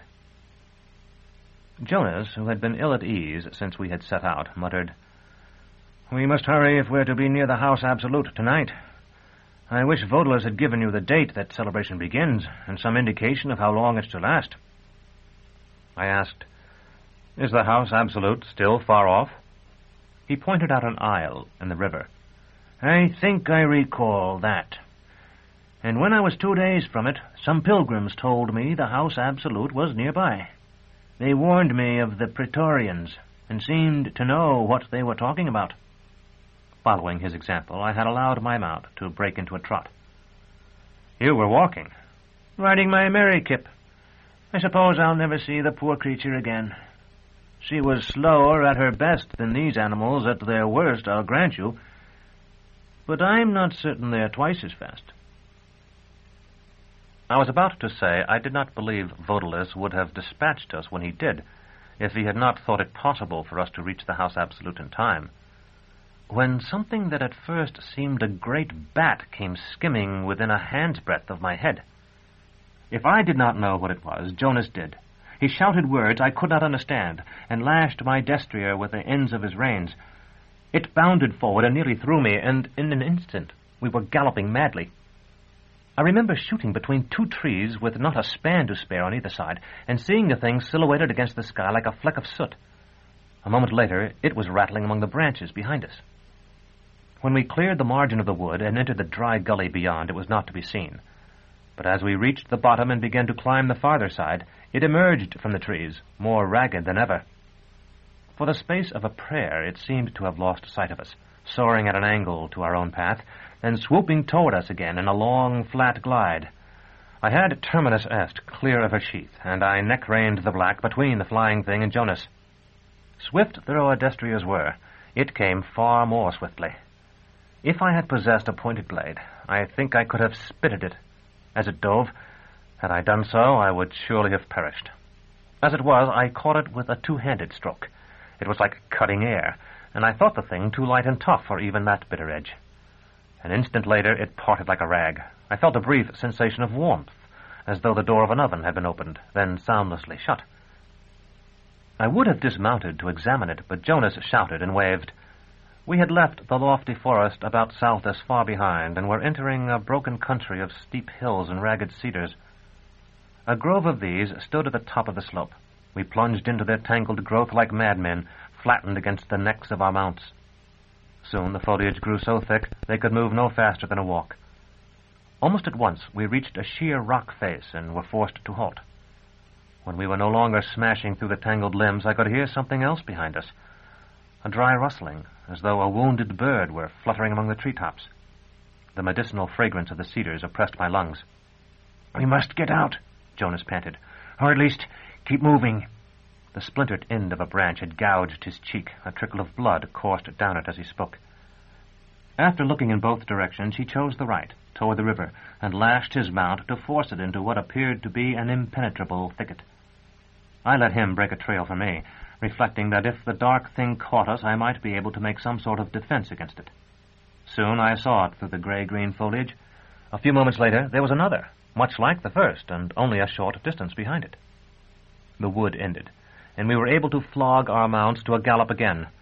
The fluttering scraps of night came after us, but though their smaller size made them appear swifter, they were slower than the single large entity had been. "We have to find a fire," Jonas shouted above the drumming of the destrier's hooves. "Or a big animal we can kill. If you slashed the belly of one of these beasts, that would probably do it. But if it didn't, we couldn't get away." I nodded to show that I also opposed killing one of the destriers, though it crossed my mind that my own might soon drop from exhaustion. Jonas was having to allow his to slow now to keep from distancing me. I asked, "Is it blood they want?" "No, heat." Jonas swung his destrier to the right and slapped its flank with his steel hand. It must have been a good blow, for the animal leaped ahead as though stung. We jumped a dry watercourse, careened, sliding and stumbling down a dusty hillside, then struck open rolling ground where the destriers could show their best speed. Behind us fluttered the rags of black. They flew at twice the height of a tall tree, and seemed to be blown along by the wind, though the rippling of the grass showed that they faced it. Ahead, the lay of the ground changed as subtly and yet as abruptly as cloth alters at a seam. A sinuous ribbon of green lay as flat as if it had been rolled, and I swung the black down it, shouting in his ears and belaboring him with the flat of my blade. He was drenched with sweat now and streaked with blood from the broken twigs of the cedars. Behind us I could hear Jonas's shouted warnings, but I gave them no heed. We rounded a curve, and through a break in the trees I saw the gleam of the river. Another curve, with the black beginning to flag again, then, far off, the sight I had been waiting for. Perhaps I should not tell it, but I lifted my sword to heaven then, to the diminished sun with a worm in his heart, and I called, "His life for mine, new sun, by your anger and my hope."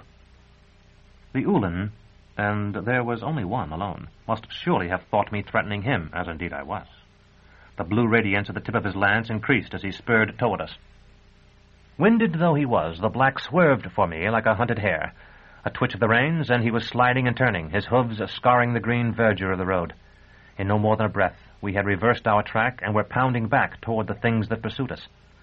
Whether Jonas understood my plan then, I do not know, but he fell in with it as though he did, never slackening his own pace.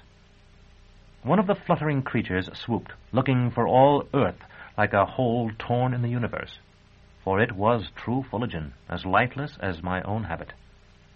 It was trying for Jonas, I believe, but it came within sword reach, and I parted it, as I had before, and again felt a gust of warmth. Knowing from where that heat came, it seemed more evil to me than any vile odor could. The mere sensation on my skin made me ill. I reined sharply away from the river, fearing a bolt from the Uhlans' lance at any moment.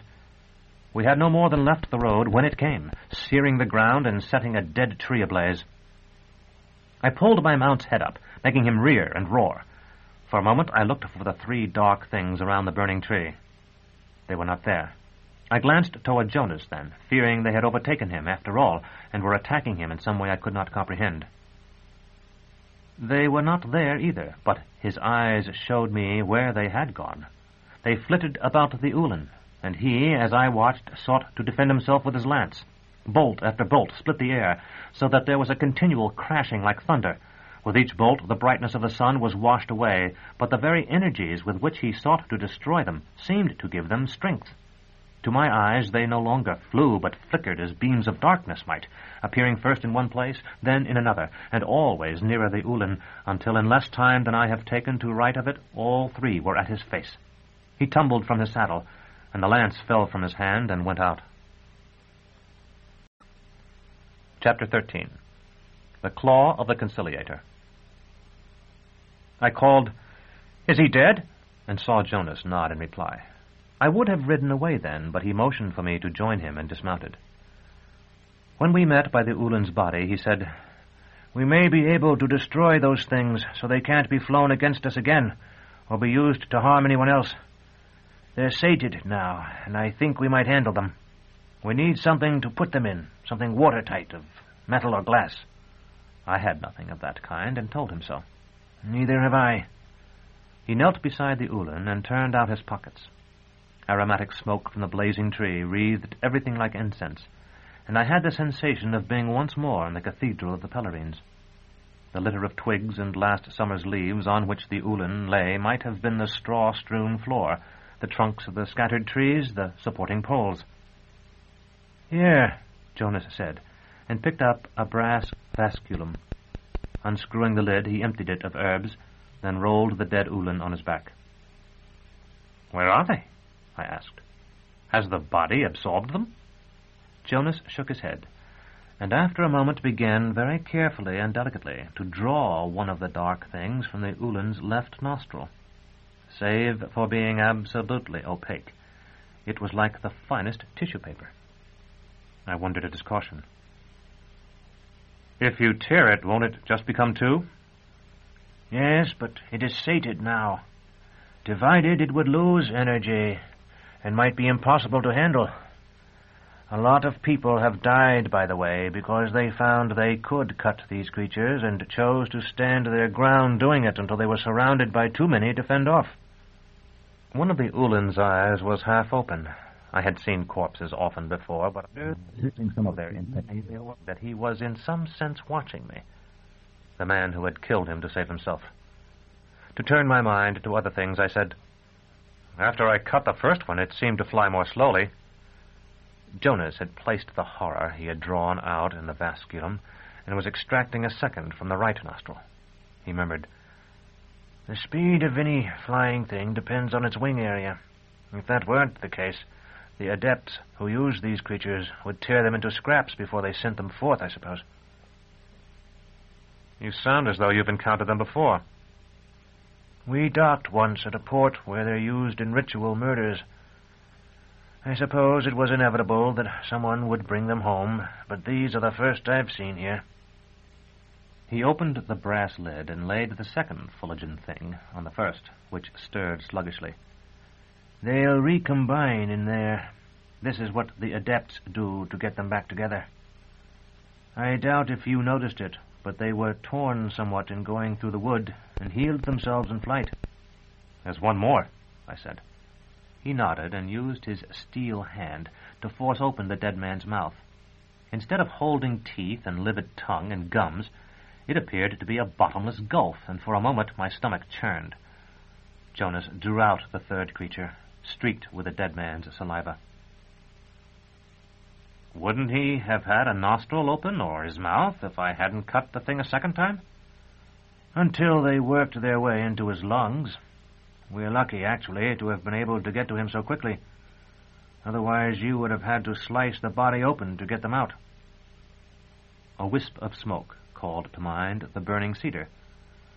If it was heat they wanted... They prefer life's heat, though they can sometimes be distracted by a fire of living vegetable matter.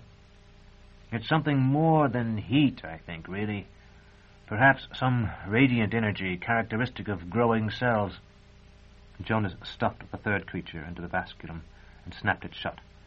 We called them noctules, because they usually came after dark, when they could not be seen, and the first warning we had was a breath of warmth. But I have no idea what the natives call them. Where is this island? He looked at me curiously. Is it far from the coast? I've always wanted to see Ouroboros, though I suppose it is dangerous. Very far, Jonas said in a flat voice. Very far indeed. Wait a moment. I waited, watching as he strode to the riverbank. He threw the vasculum hard. It had almost reached midstream when it dropped into the water. When he returned, I asked, couldn't we have used those things ourselves? It doesn't seem likely that whoever sent them is going to give up now, and we might have need of them. They would not obey us, and the world is better without them anyway, as the butcher's wife told him when she cut away his manhood. Now, we'd best be going. There's somebody coming down the road. I looked where Jonas had pointed and saw two figures on foot. He had caught his destrier by the halter as it drank and was ready to climb into the saddle. Wait, I said, or go on a chain or two and wait for me there. I was thinking of the man-ape's bleeding stump, and I seemed to see the dim votive lights of the cathedral hanging crimson and magenta among the trees. I reached into my boot, far down where I had pushed it for safety, and drew out the claw. It was the first time I had seen it by full daylight. It caught the sun and flashed like a new sun itself, not blue only, but with every color from violet to cyan. I laid it on the Ulin's forehead, and for an instant tried to will him alive. Come on, Jonas called. What are you doing? I did not know how to answer him. He's not quite dead, Jonas called. Get off the road before he finds his lance. He lashed his mount. Faintly, a voice I seemed to recognize called, Master. I turned my head to look down the grass-grown highway. Master! One of the travelers waved an arm, and both began to run. It's Hether, I said, but Jonas had gone. I looked back at the Ulin. Both his eyes were open now, and his chest rose and fell. When I took the claw from his forehead and thrust it back into my boot-top, he sat up. I shouted to Hether and his companion to leave the road, but they did not appear to understand. Who are you? A friend, I said. Though the Ulin was feeble, he tried to rise. I gave him my hand and pulled him up. For a moment he stared at everything, myself, the two men running toward him, the river and the trees. The destriers appeared to frighten him, even his own, which stood patiently awaiting its rider. What is this place? Only a stretch of the old road beside Gile. He shook his head and pressed it with his hands. Hether came panting up like an ill-bred dog that has run when called and now expects a petting for it. His companion, whom he had outreached by 100 strides or so, wore the gaudy clothes and greasy look of a small trader. Master, Hether said, you can have no idea how much trouble, how much deadly loss and difficulty we have had in overtaking you across the mountains, across the wide-blown seas and creaking plains of this fair world. What am I, your slave, but an abandoned shell, the sport of 1,000 tides cast up here in this lonely place because I cannot rest without you? How could you, the red-clawed master, know of the endless labor you've cost us? Since I left you in Saltus afoot and have been well mounted these past few days, I should think a good deal. Exactly, he said. Exactly. He looked significantly at his companion as if my remark had confirmed something he had told him earlier, and sank down to rest upon the ground. The Ullin said slowly, "I am Cornet Minius. Who are you?" Hether bobbed his head as though he would have bowed. Master is the noble Severian, servant of the Autarch, whose urine is the wine of his subjects, in the guild of the Seekers for Truth and Penitence. Hether is his humble servant. Buzek is also his humble servant. I suppose the man who rode away is his servant too." I gestured for him to be quiet. "We are all only poor travelers, Cornet. We saw you lying here stunned and sought to help you. A moment ago we thought you dead. It must have been a near thing." "What is this place?" the Ullin asked again. Hether answered eagerly, "The road north of Quaesco. Master, we were on a boat, sailing the wide waters of Gial in the blind night. We disembarked at Quaesco. On her deck and at her sails we worked up passage, Buzek and me. So slowly upriver, while the lucky ones whizzed above on their way to the House Absolute, but made headway whether we woke or slept, and thus we caught up to you." "The House Absolute," the Ullin muttered. I said, "It's not far from here, I think." "I am to be especially vigilant. I feel sure one of your comrades will be along soon." I caught my mount and clambered onto his lofty back. Master, you're not going to leave us again. Buzek has seen you perform but twice." I was about to answer Hether when I caught sight of a flash of white among the trees across the highway. Something huge was moving there. At once, the thought that the sender of the nuptials might have other weapons at hand filled my mind, and I dug my heels into the black's flanks. He sprang away. For half a league or more, we raced along the narrow strip of ground that separated the road from the river. When at last I saw Jonas, I galloped across to warn him and told him what I had seen. While I spoke, he seemed lost in reflection. When I had finished, he said, "I know of nothing like the being you describe, but there may be many importations I know nothing of." "But surely such a thing wouldn't be wandering free like a strayed cow."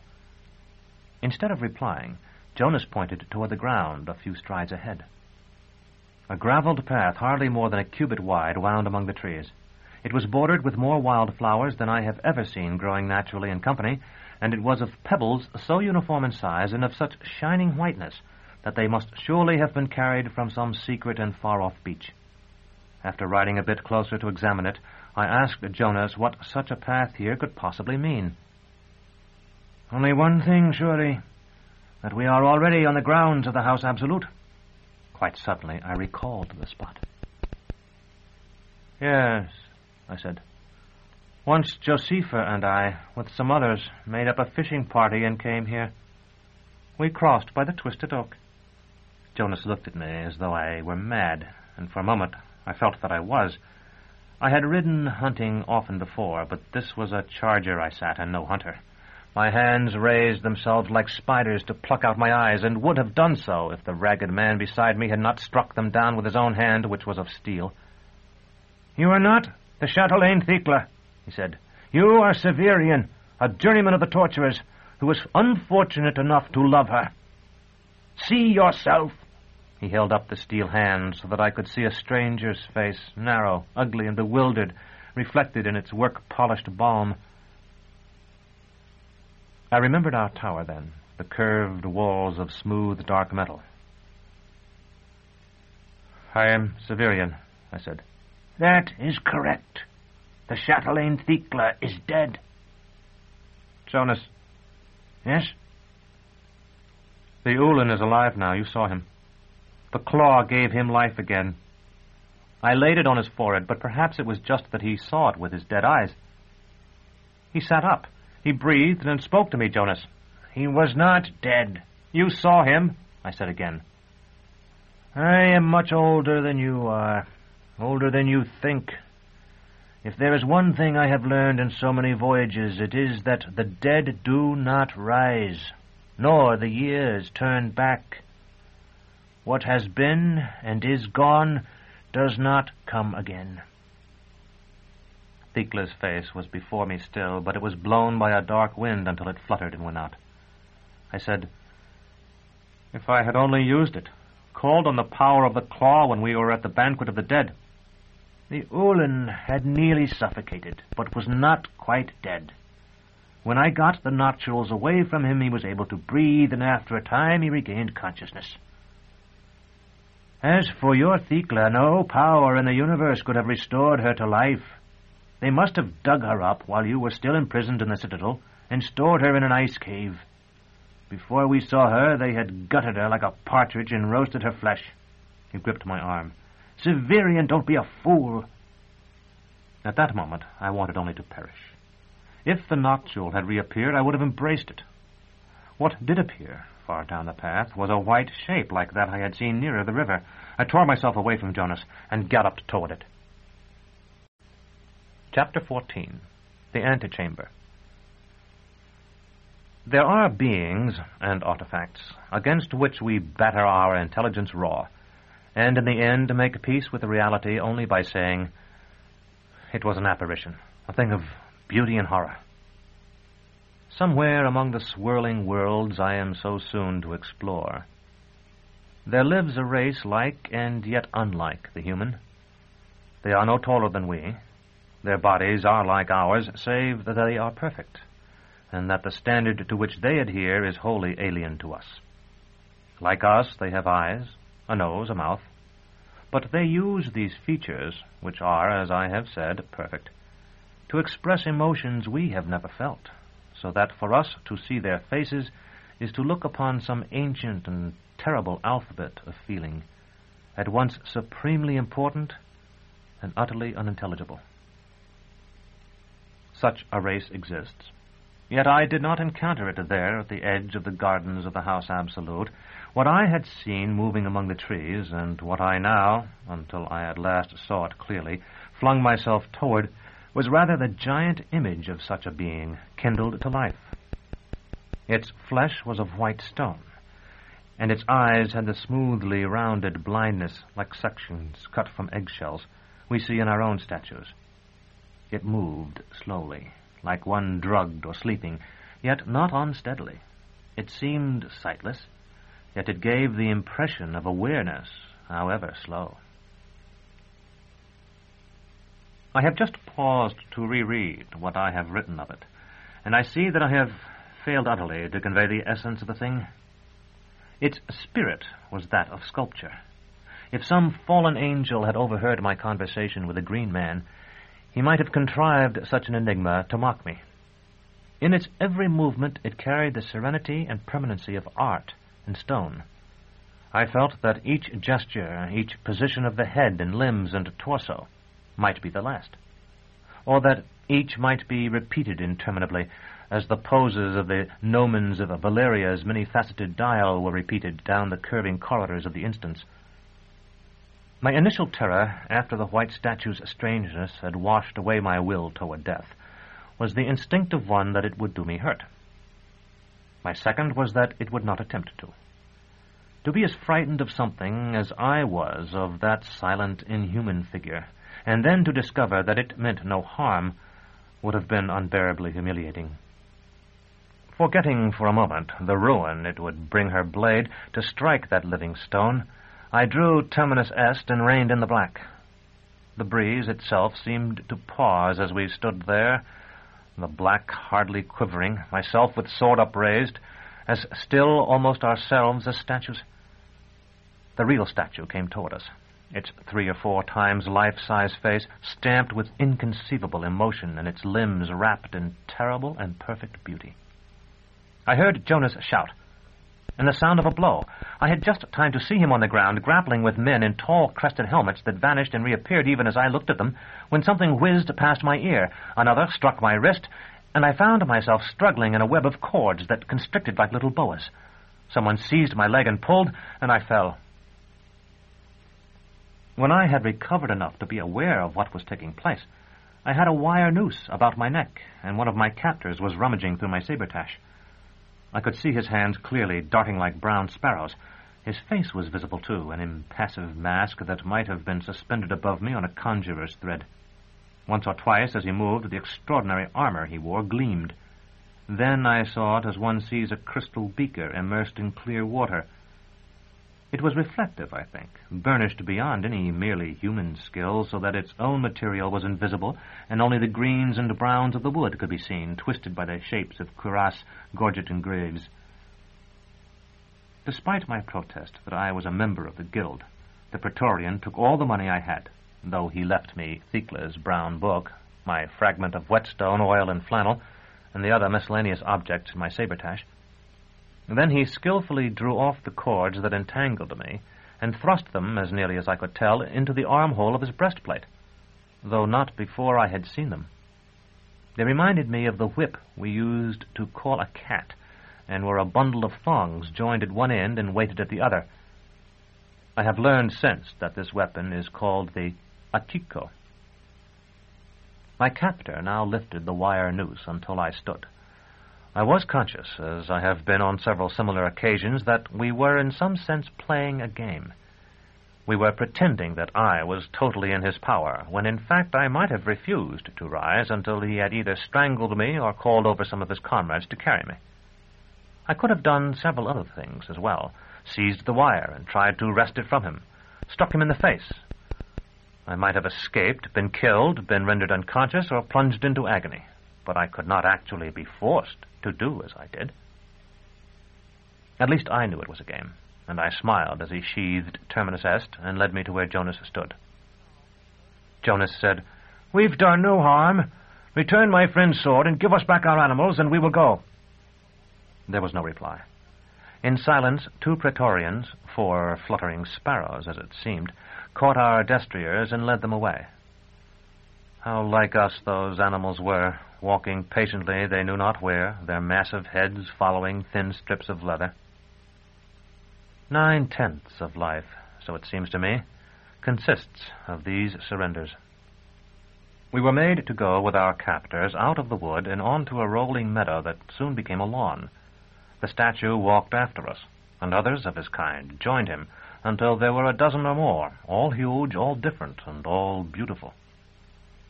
I asked Jonas who the soldiers were and where they were taking us, but he did not answer, and I was nearly throttled for my pains. So far as I could tell, they were armored from head to foot, yet the perfect polish of the metal imparted to it a seeming softness, an almost liquid yielding that was profoundly disturbing to the eye, and that permitted it to fade into sky and grass at a distance of a few paces. When we had walked half a league across the sward, we entered a grove of flowering plums, and at once the crested helms and flaring pauldrons danced with pink and white. There we struck a path that curved and curved again. Just as we were on the point of emerging from the grove, we halted, and Jonas and I were pushed violently back. I heard the feet of the stony figures that followed us grate on the gravel as they, too, stopped short. One of the soldiers warned them off with what seemed to me a wordless cry. I peered through the blossoms as well as I could to see what lay ahead. Before us was a walk, much broader than the one we trod. It was, in fact, a garden path, grown until it had become a magnificent processional way. The pavement was of white stone, and marble balustrades flanked it to either side. Down it marched a motley company. Most were on foot, but some rode beasts of various sorts.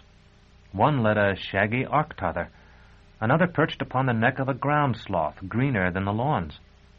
No sooner had this group passed than other groups followed them. While they were still too far for me to distinguish their faces, I noticed one in which the bowed head of a single individual was lifted above the rest by at least 3 cubits. A moment later I had recognized another as Dr. Talus, strutting along with his chest thrown out and his head well back. My own dear Dorcas followed close behind him, looking more than ever like a forlorn child wandered from some higher sphere. Fluttering with veils and sparkling with bijoux under her parasol, Jolenta rode a diminutive jennet side-saddle. And behind them all, patiently wheeling such properties as he could not shoulder, lumbered he whom I had identified first, the giant, Baldanders. If it was painful for me to see them pass without being able to call out, it must have been torment for Jonas. When Jolenta was nearly opposite us, she turned her head. To me, at that moment, it seemed she must have winded his desire, as among the mountains certain unclean spirits are said to be attracted by the odor of meat that has been cast upon a fire for them. No doubt it was really only the flowering trees among which we stood that caught her attention. I heard the inhalation of Jonas's breath, but the first syllable of her name was cut short by the thud of the blow that followed, and he pitched at my feet. When I recall that scene now, the rattle of his metal hand on the gravel of the path is as vivid as the perfume of the plum blossoms. After all the troops of performers had gone, 2 Praetorians picked up poor Jonas and carried him. They did it as easily as they might have carried a child, but I, at the time, attributed that only to their strength. We crossed the road down which the performers had come and penetrated a hedge of roses higher than a man, covered with immense white blossoms and filled with nesting birds. Beyond it lay the gardens proper. If I should try to describe them, I should seem only to have borrowed the mad, stammering eloquence of Hether. Every hill and tree and flower seemed to have been arranged by some master intelligence, which I have since learned is that of Father Aneri, to form a breathtaking vision. The observer feels that he is at the center, that everything he sees has been directed toward the point at which he stands. But after he has walked 100 paces, or a league, he finds himself at the center still, and every vision seems to convey some incommunicable truth, like one of the unutterable insights granted eremites. So beautiful were these gardens that we had been in them for some time before I realized that no towers were lifted above them. Only the birds and the clouds, and beyond them the old sun and the pale stars rose higher than their treetops. We might have been wandering through some divine wilderness. Then we reached the crest of a wave of land more lovely than any cobalt wave of Ouroboros's, and with breathtaking suddenness, a pit opened at our feet. I have called it a pit, but it was not at all like the dark abyss usually associated with that word. Rather, it was a grotto filled with fountains and night flowers, and dotted with people more brilliant than any flowers, people who loitered beside its waters and gossiped among its shades. At once, as though a wall had collapsed to let light into a tomb, many of the memories of the House Absolute, mine by absorption now from the life of Thecla, coalesced. I understood something that had been implicit in the doctor's play, and in many of the stories Thecla had told me as well, though she had never mentioned it directly. The whole of this great palace lay underground, or rather its roofs and walls were heaped with soil planted and landscaped, so that we had been walking all this time over the seat of the autarch's power, which I had thought still some distance away. We did not go down into that grotto, which no doubt opened onto chambers quite unsuited to the detention of prisoners, or into any of the next score or so we passed. At last, however, we came upon one far more grim, though no less beautiful. The stair by which we entered it had been carved to resemble a natural formation of dark rock, irregular and sometimes treacherous. Water dripped from above, and ferns and dark ivy grew in the upper parts of this artificial cavern, where a little sunlight still found its way. In the lower regions, 1,000 steps down, the walls were studded with blind fungi. Some of these were luminous, some strewed the air with strange musty odors, some suggested fantastic phallic fetishes. In the center of this dark garden, supported by scaffolding and green with verdigris, hung a set of gongs. It appeared to me that they were intended to be rung by the wind, yet it seemed impossible that any wind should ever reach them. So I thought, at least, until one of the Praetorians opened a heavy door of bronze and worm-scarred wood in one of the dark stone walls. Then a draught of cold, dry air blew through that doorway and set the gongs to swaying and clashing, so well tuned that their chiming seemed the purposeful composition of some musician, whose thoughts were now in exile here.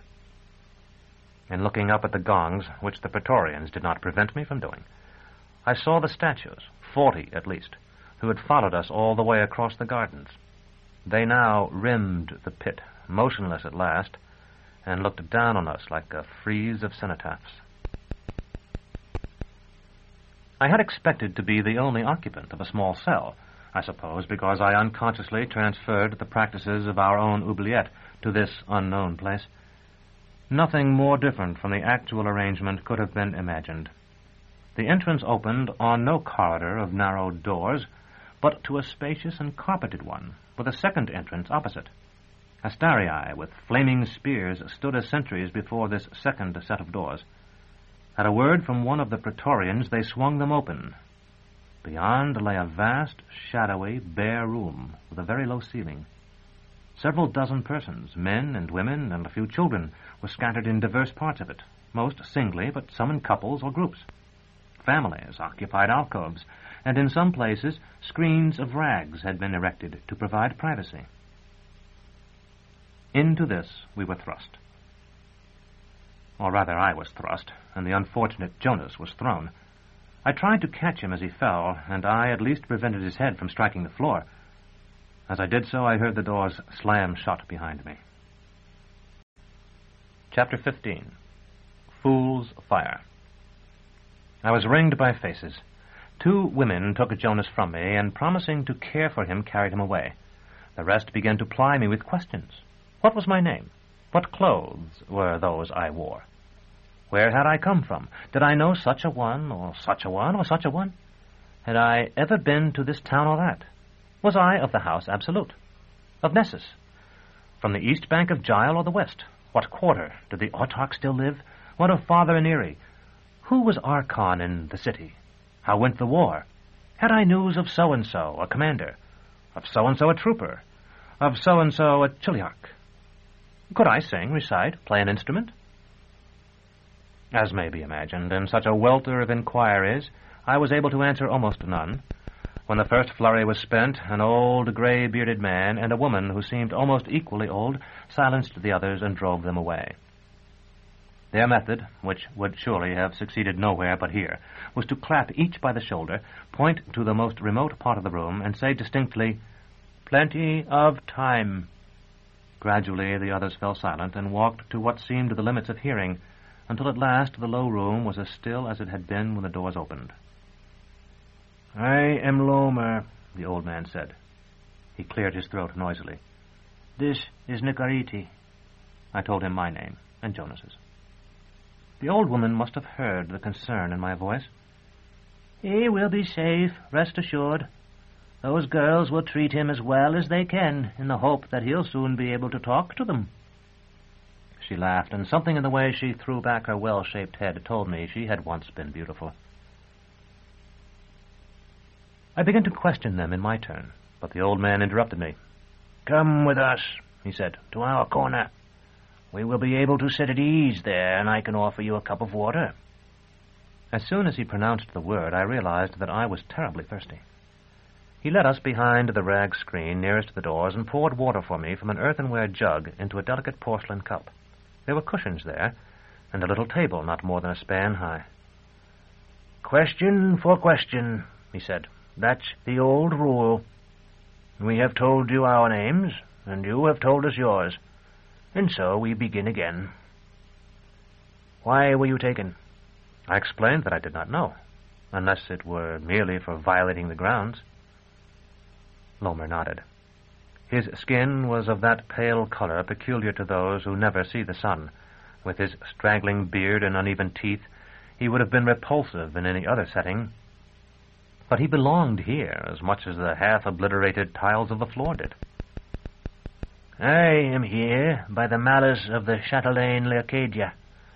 I was seneschal to her rival, the chatelaine Nympha, and when she brought me here to the house Absolute with her in order that we might review the accounts of the estate while she attended the rites of the Philomath Focus, the chatelaine Leocadia entrapped me by the aid of Sancha, who—" The old woman, Nicarete, interrupted him. "Look!" she exclaimed. "He knows her." And so I did. A chamber of pink and ivory had risen in my mind, a room of which 2 walls were clear glass exquisitely framed. Fires burned there on marble hearths, dimmed by the sunbeams streaming through the glass, but filling the room with a dry heat and the odor of sandalwood. An old woman wrapped in many shawls sat in a chair that was like a throne. A decanter of cut crystal and several brown phials stood on an inlaid table at her side. "An elderly woman with a hooked nose," I said. "The Dowager of Fours." "You do know her, then?" Lomer's head nodded slowly, as though it were answering the question put by its own mouth. You are the first in many years. Let us say that I remember her. Yes, The old man nodded. they say she is dead now. But in my day she was a fine, healthy young woman. The Chatelaine Leocadia persuaded her to it, then caused us to be discovered, as Sancha knew she would. She was but 14, and no crime was charged to her. We had done nothing in any case. She had only begun to undress me. I said, "You must have been quite a young man yourself." He did not answer, so Nicarete replied for him. He was 28. "And you?" I asked. "Why are you here?" I am a volunteer. I looked at her in some surprise. Someone must make amends for the evil of Urth, or the new sun will never come. And someone must call attention to this place and the others like it. I am of an armiger family that may yet remember me, and so the guards must be careful of me, and of all the others while I remain here. "Do you mean that you can leave, and will not?" No, she said, and shook her head. Her hair was white, but she wore it flowing about her shoulders as young women do. I will leave, but only on my own terms, which are that all those who have been here so long that they have forgotten their crimes be set free as well. I remembered the kitchen knife I had stolen for Thikla, and the ribbon of crimson that had crept from under the door of her cell in our oubliette. And I said, "Is it true that prisoners really forget their crime here?" Lomer looked up at that. Unfair. Question for question. That's the rule, the old rule. We still keep the old rules here. We're the last of the old crop, Nicarete and me. But while we last, the old rules still stand. Question for question. Have you friends who may strive for your release? Dorcas would, surely, if she knew where I was. Dr. Tallis was as unpredictable as the figures seen in clouds, and for that very reason might seek to have me freed, though he had no real motive for doing so. Most importantly, perhaps, I was Vodalus's messenger, and Vodalus had at least one agent in the House Absolute, him to whom I was supposed to deliver his message. I had tried to cast away the steel twice while Jonas and I were riding north, but had found that I could not. The Alzebo, it seemed, had laid yet another spell upon my mind. Now I was glad of that. Have you friends, relations? If you have, you may be able to do something for the rest of us. Friends, possibly, I said. They may try to help me if they ever learn what has happened to me. Is it likely they may succeed? In that way we talked for a long time. If I were to write it all here, there would be no end to this history. In that room there is nothing to do but talk and play a few simple games, and the prisoners do those things until all the savor has gone out of them, and they are left like gristle a starving man has chewed all day. In many respects, these prisoners are better off than the clients beneath our own tower. By day they have no fear of pain, and none is alone. But because most of them have been there so long, and few of our clients had been long confirmed, ours were for the most part filled with hope, while those in the House Absolute are despairing. After what must have been 10 watches or more, the glowing lamps in the ceiling began to fade, and I told Lomer and Nicarete I could remain awake no longer. They led me to a spot far from the door, where it was very dark, and explained that it would be mine until one of the other prisoners died and I succeeded to a better position. As they left, I heard Nicarete say, "Will they come tonight?" Lomer made some reply, but I could not say what that reply was, and I was too fatigued to ask. My feet told me there was a thin pallet on the floor. I sat down and had begun to stretch myself full length when my hand touched a living body. Jonas's voice said, "You needn't jerk back. It's only me." "Why didn't you say something? I saw you walking about, but I couldn't break away from the 2 old people. Why didn't you come over?" "I didn't say anything because I was thinking. And I didn't come over because I couldn't break away from the women who had me at first. Afterward, those people couldn't break away from me. Severian, I must escape from here." "Everyone wants to, I suppose," I told him. Certainly I do. But I must. His thin, hard hand, his left hand of flesh, gripped mine.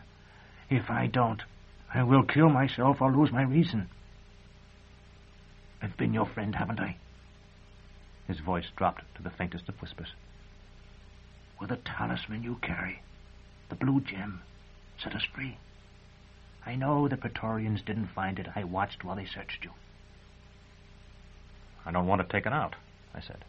It gleams so in the dark. I'll turn one of these mats on its side and hold it to shield us. I waited until I could feel the pallet in position, then drew out the claw. Its light was so faint I might have shaded it with my hand. Is it dying? Jonas asked. No, it's often like this.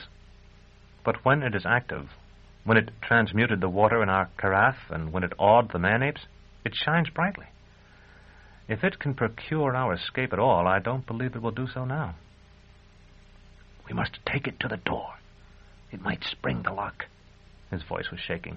Later, when the others are all asleep. I'll free them if we can get free ourselves, but if the door doesn't open, and I don't think it will, I don't want them to know I have the claw. Now, tell me why you must escape at once. While you were talking to the old people, I was being questioned by a whole family, Jonas began.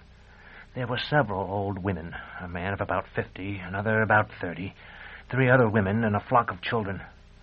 They had carried me to their own little niche in the wall, you see, and the other prisoners couldn't come there unless they were invited, which they weren't. I expected that they'd ask me about friends on the outside, or politics, or the fighting in the mountains. Instead, I seemed to be only a kind of amusement for them. They wanted to hear about the river, and where I had been, and how many people dressed the way I did, and the food outside. There were a great many questions about food, some of them quite ludicrous. Had I ever seen butchering? And did the animals plead for their lives? And was it true that the ones who make sugar carried poisoned swords and would fight to defend it? They had never seen bees, and seemed to think they were about the size of rabbits. After a time I began to ask questions of my own, and found that none of them, not even the oldest woman, had ever been free. Men and women are put into this room alike, it seems, and in the course of nature they produce children. And though some are taken away, most remain here throughout their lives. They have no possessions and no hope of release. Actually, they don't know what freedom is, and although the older man and one girl told me seriously that they would like to go outside, I don't think they meant to stay.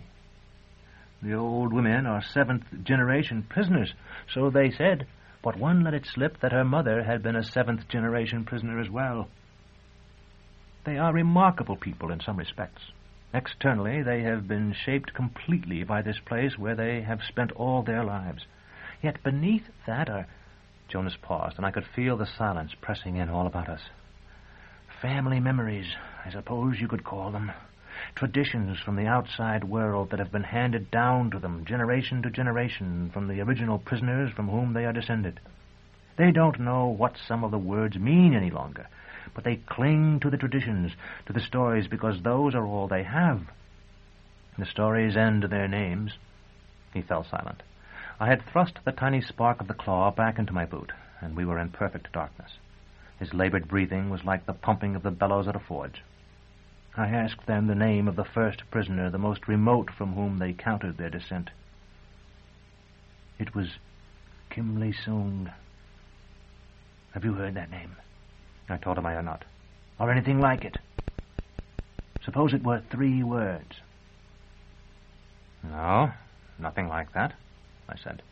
Most of the people I have known have had one-word names, like you, unless a part of the name was a title or a nickname of some sort that had been attached to it because there were too many Bolkans or Altos or whatever. You told me once that you thought I had an unusual name. Kim Lee-sung would have been a very common kind of name when I was a boy. A common name in places now sunk beneath the sea. Have you ever heard of my ship, Severian? She was the Fortunate Cloud. A gambling ship? No, but My eye was caught by a gleam of greenish light, so faint that even in that darkness it was scarcely visible. At once there came a murmur of voices echoing and re-echoing throughout the wide, low, crooked room. I heard Jonas scrambling to his feet. I did the same, but I was no sooner up than I was blinded by a flash of blue fire. The pain was as severe as I have ever felt. It seemed as though my face were being torn away. I would have fallen if it had not been for the wall.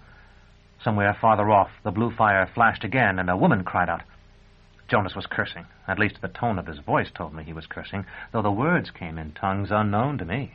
I heard his boots on the floor. There was another flash, and I recognized the lightning-like sparks I had seen the day Master Gurlos, Roach, and I administered the revolutionary to Thecla. No doubt Jonas screamed as I had, but by that time there was such bedlam I could not distinguish his voice. The greenish light grew stronger, and while I watched, still more than half paralyzed with pain and racked by as much fear as I can recall ever having experienced, it gathered itself into a monstrous face that glared at me with saucer eyes, then quickly faded to mere dark.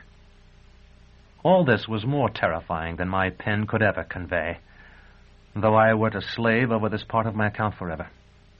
It was the fear of blindness as well as of pain, but we were all, for all that mattered, already blind. There was no light, and we could make none. There was not one of us who could light a candle or so much as strike fire to tinder. All around that cavernous room, voices screamed, wept, or prayed. Over the wild din I heard the clear laughter of a young woman. Then it was gone. Chapter 16. Jonas. I hungered then for light as a starving man for meat, and at last I risked the claw. Perhaps I should say that it risked me. It seemed I had no control of the hand that slid into my boot top and grasped it. At once the pain faded, and there came a rush of azure light. The hubbub redoubled as the other wretched inhabitants of the place, seeing that radiance, feared some new terror was to be thrust among them. I pushed the gem down into my boot once more, and when its light was no longer visible, began to grope for Jonas.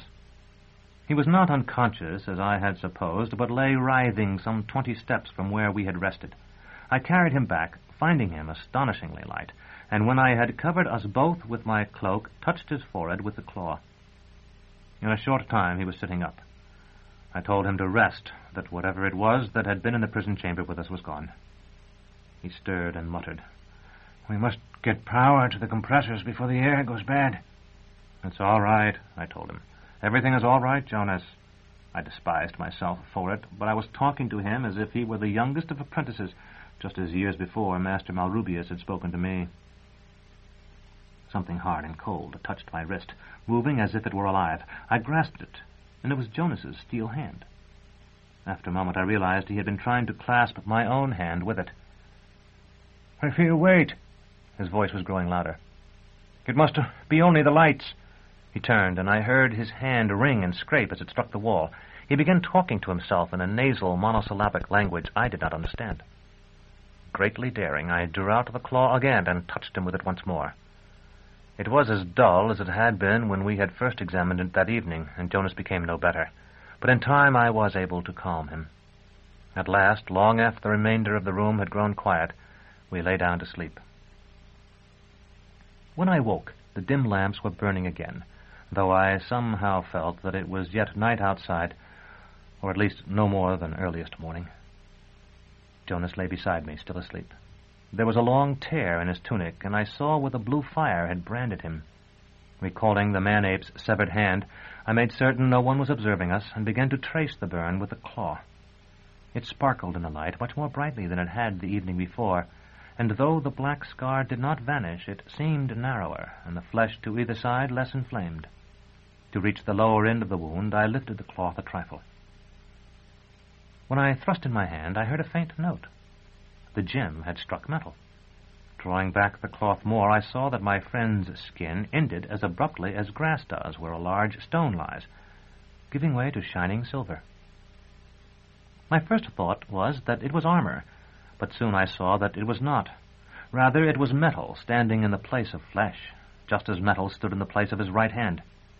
How far it continued I could not see, and I was afraid to touch his legs for fear of waking him. Concealing the claw again, I rose, and because I wanted to be alone and think for a few moments, I walked away from Jonas and into the center of the room. It had been a strange enough place the day before, when everyone was awake and active. Now it seemed stranger still, a ragged blot of a room, frayed with odd corners and crushed under its lowering ceiling. Hoping that exercise would set my mind in motion, as it often does, I decided to pace off the room's length and width, treading softly so as not to wake the sleepers. I had not gone 40 paces when I saw an object that seemed completely out of place in that collection of ragged people and filthy canvas pallets. It was a woman's scarf woven of some rich, smooth material, the color of a peach. There is no describing the scent of it, which was not that of any fruit or flower that grows on earth, but was very lovely. I was folding this beautiful thing to put in my sabretache when I heard a child's voice say, "It's bad luck. Terrible luck. Don't you know?" Looking around, then down, I saw a little girl with a pale face and sparkling midnight eyes that seemed too large for it, and I asked, "What's bad luck, mistress?" "Keeping findings. They come back for them later. Why do you wear those black clothes?" "They're Fullerton, the hue that is darker than black. Hold out your hand and I'll show you. Now, do you see how it seems to disappear when I trail the edge of my cloak across it?" Her little head, which, small though it was, seemed much too big for the shoulders below it, nodded solemnly. "Burying people wear black. Do you bury people? When the navigator was buried, there were black wagons and people in black clothes walking. Have you ever seen a burying like that?" I crouched to look more easily into the solemn face. "No one wears Fullerton clothes at funerals, mistress, for fear they might be mistaken for members of my guild, which would be a slander of the dead, in most cases. Now, here is the scarf. See how pretty it is? Is it what you call a finding?" She nodded. "The whips leave them, and what you ought to do is push them out through the space under the doors, because they'll come and take their things back."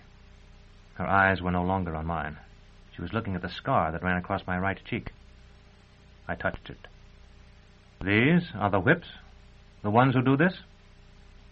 Who are they? I saw a green face." "So did I." Her laughter held the notes of little bells. "I thought it was going to eat me." "You don't sound frightened now." "Mama says the things you see in the dark don't mean anything. They're different almost every time. It's the whips that hurt. And she held me behind her, between her and the wall. Your friend is waking up. Why are you looking so funny?" I recall laughing with other people. 3 were young men. 2 were women of about my own age. Guibert handed me a scourge with a heavy handle and a lash of braided copper. Lollian was preparing the firebird which he would twirl on a long cord. "Severian!" It was Jonas, and I hurried over. "I'm glad you're here," he said when I was squatting beside him. "I thought you'd gone away." "I could hardly do that, remember?" "Yes," he said. "I remember now. Do you know what this place is called, Severian? They told me yesterday. It's the antechamber." "I see you already knew." "No." "You nodded." "I recalled the name when you pronounced it, and I knew it was the right one. Thekla was here, I think. She never considered it a strange place for a prison, I suppose because it was the only one she had ever seen before she was taken to our tower. But I find I do. Individual cells, or at least several separate rooms, seem more practical to me. Perhaps I'm only prejudiced." Jonas pulled himself up until he was sitting with his back to the wall. His face had gone pale under the brown, and it shone with perspiration as he said, "Can't you imagine how this place came to be? Look around you." I did so, seeing no more than I had seen before, the sprawling room with its dim lamps. "This used to be a suite. Several suites, probably. The walls have been torn away, and a uniform floor laid over all the old ones. I'm sure that's what we used to call a drop ceiling. If you were to lift one of those panels, you'd see the original structure above it."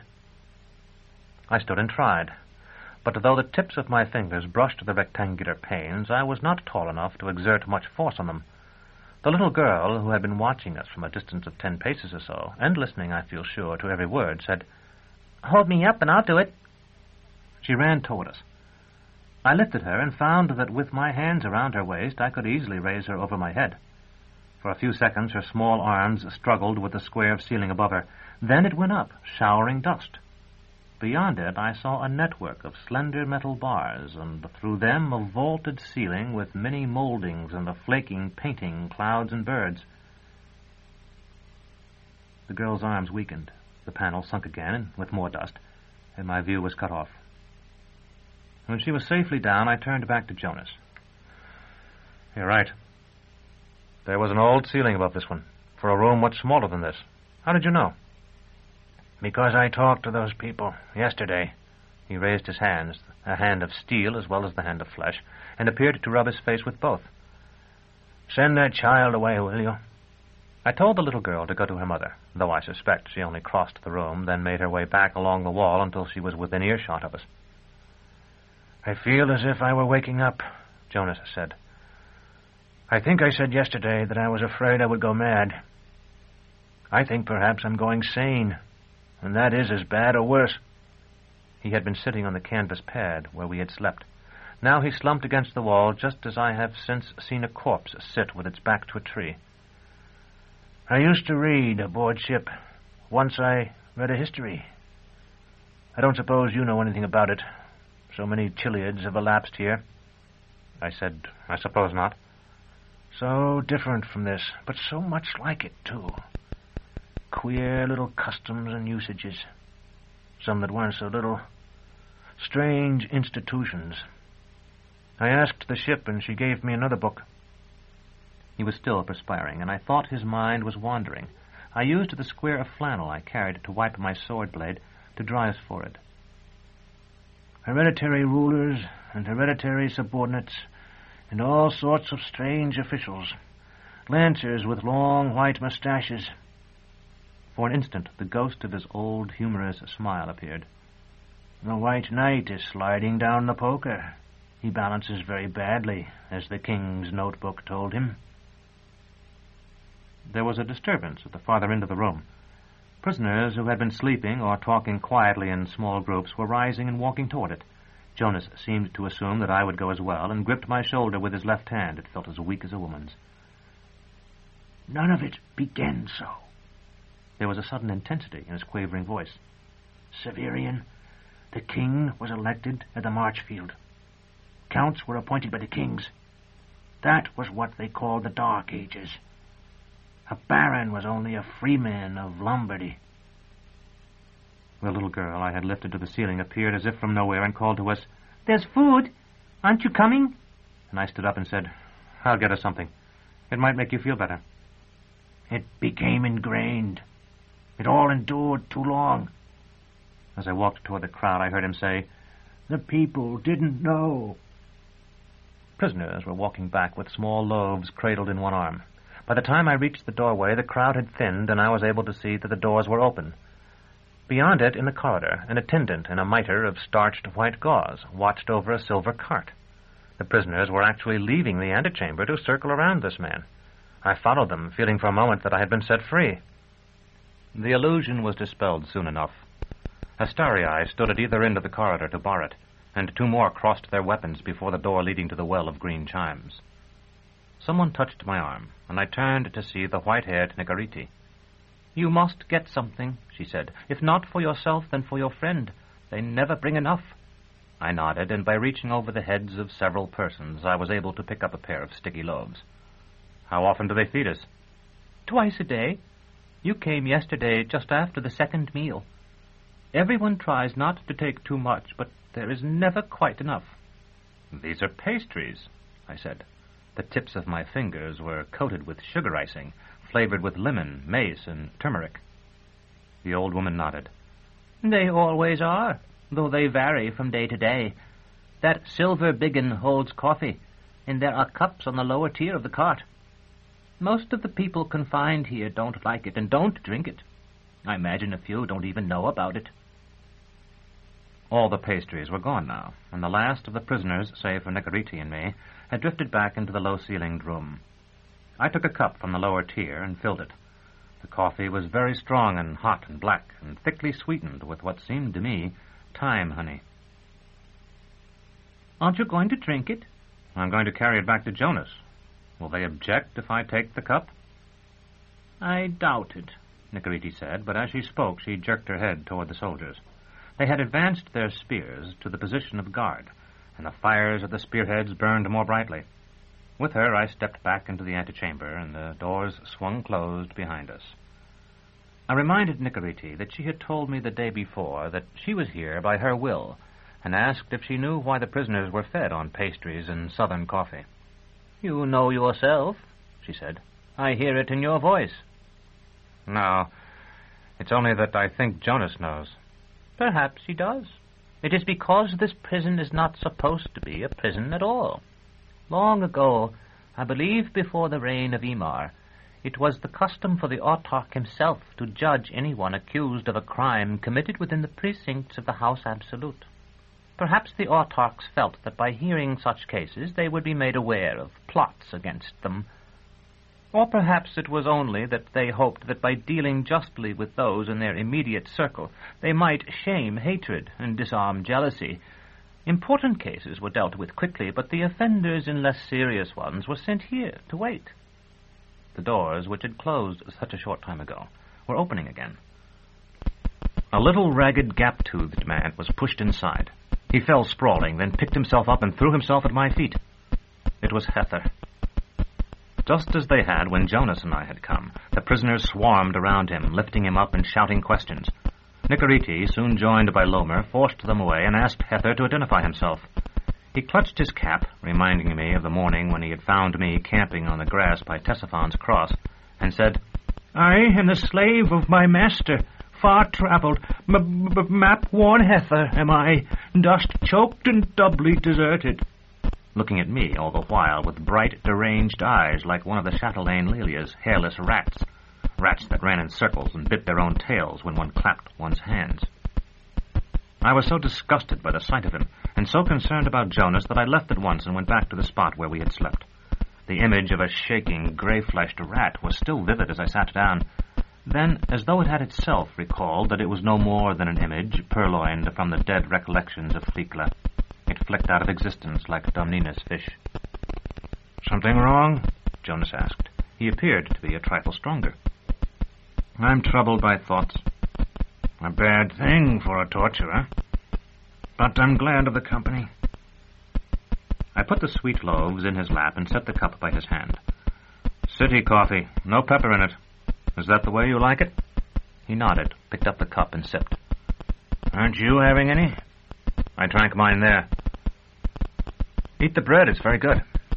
He took a bite of one of the loaves.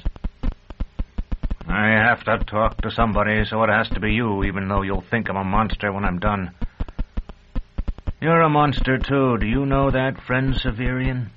A monster because you take for your profession what most people only do as a hobby." "You're patched with metal," I said. "Not just your hand. I've known that for some time, friend Monster Jonas. Now eat your bread and drink your coffee. I think it will be another 8 watches or so before they feed us again." We crashed. It had been so long on Earth that there was no port when we returned, no dock. Afterward, my hand was gone and my face. My shipmates repaired me as well as they could, but there were no parts anymore, only biological material. With a steel hand I had always thought scarcely more than a hook. He picked up the hand of muscle and bone as a man might lift a bit of filth to cast it away. "You're feverish. The whip hurt you, but you'll recover, and we'll get out and find Jolenta." Jonas nodded. "Do you remember how, when we neared the end of the piteous gate, and all that confusion, she turned her head so that the sun shone on one cheek?" I told him I did. "I have never loved before. Never in all the time since our crew scattered." "If you can't eat anything more, you ought to rest now." "Severian." He gripped my shoulder as he had before, but this time with his steel hand. It felt as strong as a vise. "You must talk to me. I cannot bear the confusion of my own thoughts." For some time I spoke of whatever came into my head, without receiving any reply. Then I remembered Thecla, who had often been oppressed in much the same way, and how I had read to her. Taking out her brown book, I opened it at random. Chapter 17. The Tale of the Student and His Son. Part 1. The Redoubt of the Magicians. Once upon the margin of the unpastured sea there stood a city of pale towers. In it dwelt the wise. Now that city had both law and curse.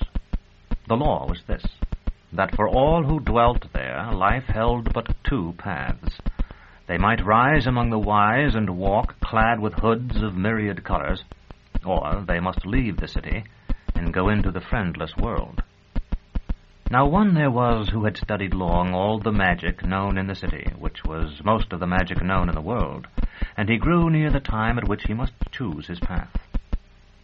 In high summer, when flowers with yellow and careless heads thrust even from the dark walls overlooking the sea, he went to one of the wise who had shaded his face with myriad colors for longer than most could remember, and for long had taught the student whose time was come.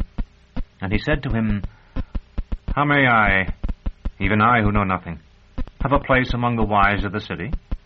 For I wish to study spells that are not sacred all my days, and not go into the friendless world to dig and carry for bread."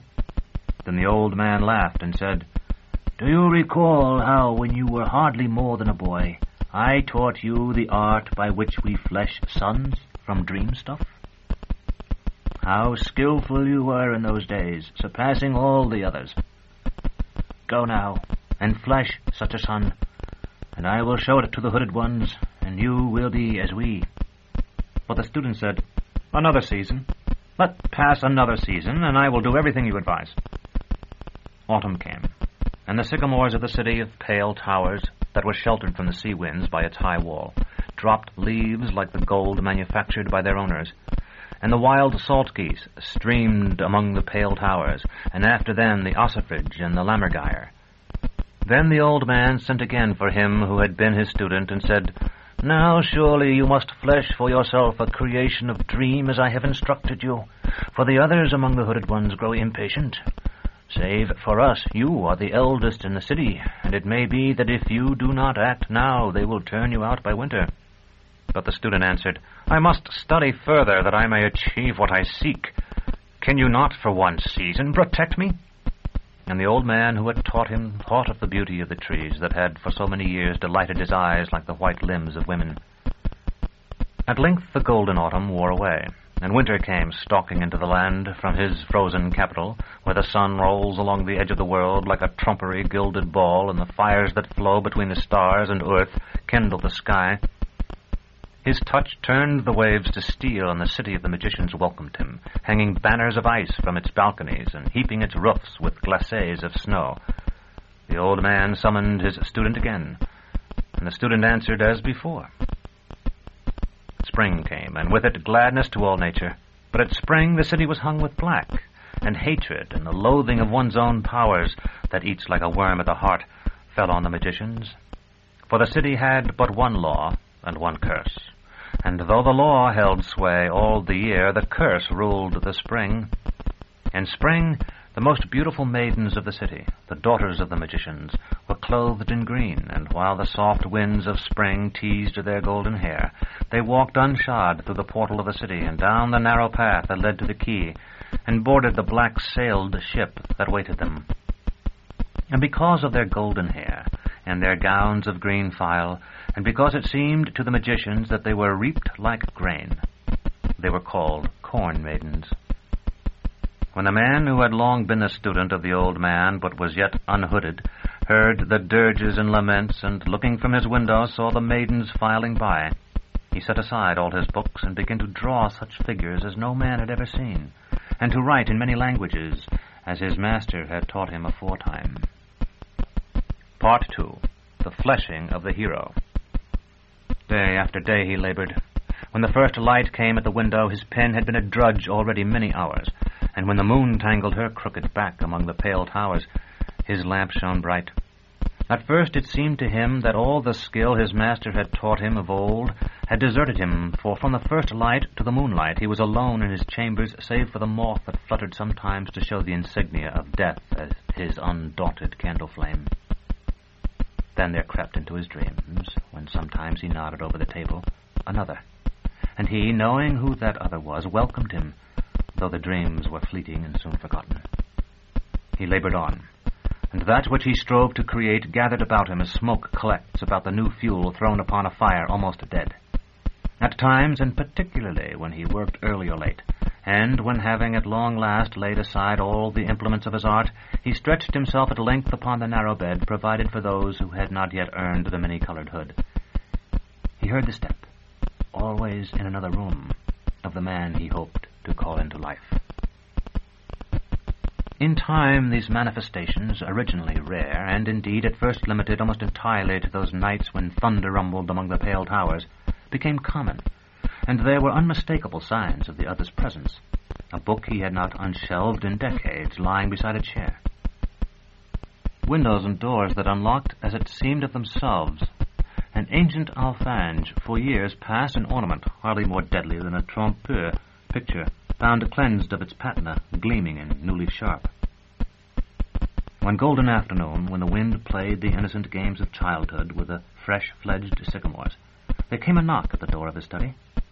Not daring to turn or express even the smallest part of what he felt by his voice, or even to desist from his work, he called, "Enter." As doors opened at midnight, though no living thing stirs, the door began, a thread's width at a time, to swing back. Yet as it moved, it seemed to gather strength, so that when it was open, as he judged by the sound, enough that a hand might have been thrust into the room, it seemed that the playful breeze had come in by the window to push life into its wooden heart.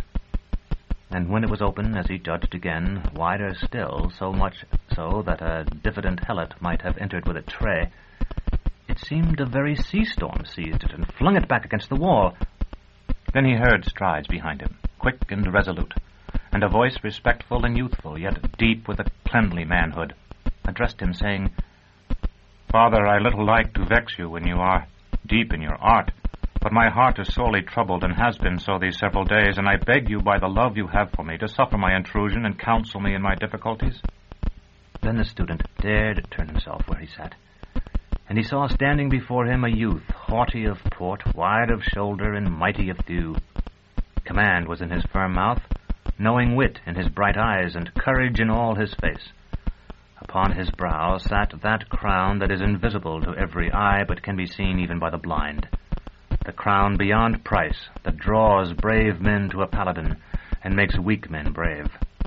Then the student said, "My son, have no fear of disturbing me now or ever, for there is nothing under heaven that I should rather see than your face. What is it that troubles you?" "Father," the young man said, "every night for many nights, my sleep has been rent with the screams of women, and often I have seen, like a green serpent called by the notes of a pipe, a column of green slip down the cliff below our city to the quay. And sometimes it is vouchsafed me in my dream to go near, and then I see that all who walk in that column are fair women, and that they weep and scream and stagger as they walk, so that I might think them a field of young grain beaten by a moaning wind. What is the meaning of this dream?" "My son," said the student, "the time has come when I must tell you what I have concealed from you until now, fearing that in the rashness of your youth you might dare too much before the time was ripe. Know that this city is oppressed by an ogre, who each year demands of it its fairest daughters, even as you have seen in your dreams." At this the young man's eyes flashed, and he demanded, "Who is this ogre, and what form has he, and where does he dwell?" "His name no man knows, for no man can approach near enough. His form is that of a navigscapet, which is to say that to men he appears a ship having upon its deck, which is in truth his shoulders, a single castle, which is his head, and in the castle a single eye. But his body swims in the deep waters with a skate and a shark, with arms longer than the most lofty masts, and legs like pilings that reach even to the floor of the sea. His harbor is an isle to the west, where a channel with many a twist and bend, dividing and redividing, reaches far inland. It is on this isle, so my lore teaches me, that the corn maidens are made to dwell, and there he rides at anchor in the midst of them, turning his eye ever to left and right to watch them in their despair." Part 3. The Encounter with the Princess. Then the young man fared forth, and gathered to him other young men of the city of the magicians to be his crew, And from those who wore the colored hoods he obtained a stout ship, and all that summer he and the young men he had gathered to him armored her, and mounted on her sides the mightiest artillery, and 100 times practiced the making of sail, and the reefing of sail, and the firing of the guns, until she answered as a blooded mare does to the rein. For the pity they felt for the Corn Maidens, they christened her Land of Virgins. At last, when the golden leaves fell from the sycamores, even as the gold manufactured by magicians falls at last from the hands of men, and the grey salt geese streamed among the pale towers of the city with the lammergeier and the ossifrage screaming after them, the youths set sail. Much befell them on the whale road to the Isle of the Ogre that has no place here, but at the end of those adventures the lookouts saw before them a country of tawny hills dotted with green, and even as they shaded their eyes to see it, the green grew greater and greater still. Then the young man, whom the student had fleshed from dreams, knew that it was indeed the Isle of the Ogre, and that the Corn Maidens were hastening to the shore for the sight of his sail. Then were the great guns readied, and the flags of the city of the magicians, that are all of yellow and black, were hung in the rigging. Near they came, and nearer, until fearing to run aground, they put about and beat along the coast. The Corn Maidens followed them, and following attracted more of their sisterhood, until they covered all the land like grain indeed. But the young man did not forget what he had been told, that the ogre lived among the Corn Maidens. After a half-day's sailing, they rounded a point and saw that the coast fell away as a deep channel that did not end, but wound its way among the low hills of the country until it was lost to sight. At the entrance to this channel stood a calotte of white marble, surrounded by gardens, and here the young man ordered his companions to cast anchor, and went ashore. He had no more than set foot on the soil of the isle, than there came to meet him a woman of great beauty, swart of skin, black of hair, and luminous of eye. He bowed before her, saying, "Princess or queen, I see that you are not of the Corn Maidens. Their robes are green, yours is sable. Yet were you to wear a dress of green, I should know you still, for your eyes sorrow not, and the light that is in them is not of worth." "You speak truly," the princess said, "for I am Noctua, the daughter of the night, and the daughter, too, of him who you have come to slay." "Then we cannot be friends, Noctua," said the young man. "But let us not be enemies." For though he did not know why, being of the stuff of dreams, he was drawn to her, and she, whose eyes held the starlight, to him. At this the princess spread her hands and declared, "Know that my father took my mother by force, and here holds me against my wishes, where I would soon go mad were it not that she comes to me at each day's end. If you do not see sorrow in my eyes, it is only because it lies upon my heart. That I may be free, I shall willingly counsel you how you may engage my father in triumph." All the young men of the city of the magicians grew quiet and gathered to listen to her. "First, you must understand that the waterways of this isle turn and turn again in such a way that they can never be charted. You can by no means use sail as you wander them, but must kindle your furnaces ere you go farther." "I have no fear of that," said the young man, fleshed from dreams. "Half a forest was laid waste to fill our bins, and those great wheels you see shall walk these waters with a tread of giants." At that the princess trembled and said, "Oh, speak not of giants, for you know not what you say. Many ships have come as you have, until the oozy bottoms of all these measureless channels are white with skulls. For it is the custom of my father to allow them to wander among the islets and straits until their fuel is spent, however much it may be, and then coming upon them by night, when he can see them by the glow of their dying fires, and they not see him, slay them." Then the heart of the young man, fleshed from dreams, was troubled, and he said, "We will seek him as we have sworn, but is there no way in which we may escape the fate of those others?" At this the princess took pity on him, for all who have the stuff of dreams about them seem fair in some degree, at least to the daughters of night, and he fairest of all. Thus she said, "To find my father before your last stick is burned, you need only search out the darkest water, for wherever he passes his great body raises a foul mud, and by observing it you may discover him. But each day you must begin the search at dawn, and at noon desist, for otherwise you may come upon him by twilight, and it will go evilly with you." "For this counsel I would have given my life," said the young man, and all his companions who had come ashore with him raised a cheer. "For now we will surely overcome the ogre." At this the solemn face of the princess became more sober yet, and she said, "No, not surely, for he is a dread antagonist in any sea fight. But I know a stratagem that may aid you. You have said that you came well supplied. Have you tar to pay your ship, should she leak?" "Many barrels," said the young man. "Then when you fight, see that the wind blows from yourself to him. And when the fight is hottest, which will not be long after you have joined, have your men cast tar into your furnaces. I cannot promise that it will give you the victory, but it will aid you greatly." At this, all the young men thanked her most extravagantly, and the court maidens who had stood shyly by, while the young man fleshed from dreams and the daughter of night spoke, raised such a cheer as maidens raise, a cheer not strong, but filled with joy. Then the young men made ready to depart, kindling the fires in the great furnaces amidships until the white spectre was born that drives good ships ahead no matter what wind may blow. And the princess watched them from the strand and gave them her blessing. But just as the great wheels began to turn, so slowly at first that they appeared scarcely to move, she called the young man, fleshed from dreams, to the railing, saying, "It may be that you shall find my father. Should you find him, it may be that you shall defeat him, laying low even such prowess as his. Yet even so, you may be sorely vexed to find your way to the sea once more, for the channels of this isle are most wondrously wrought. Yet there is a way. From my father's right hand you must flay the tip of the first finger. There you will see 1,000 tangled lines. Be not discouraged, but study it closely, for it is the map he followed in webbing the waterways, that he himself might always have it by him." Part 4. The Battle with the Ogre. Inland they turned their bow, and even as the princess had foretold, the channel they followed soon divided, and divided again, until there were 1,000 forking channels and 10,000 islets.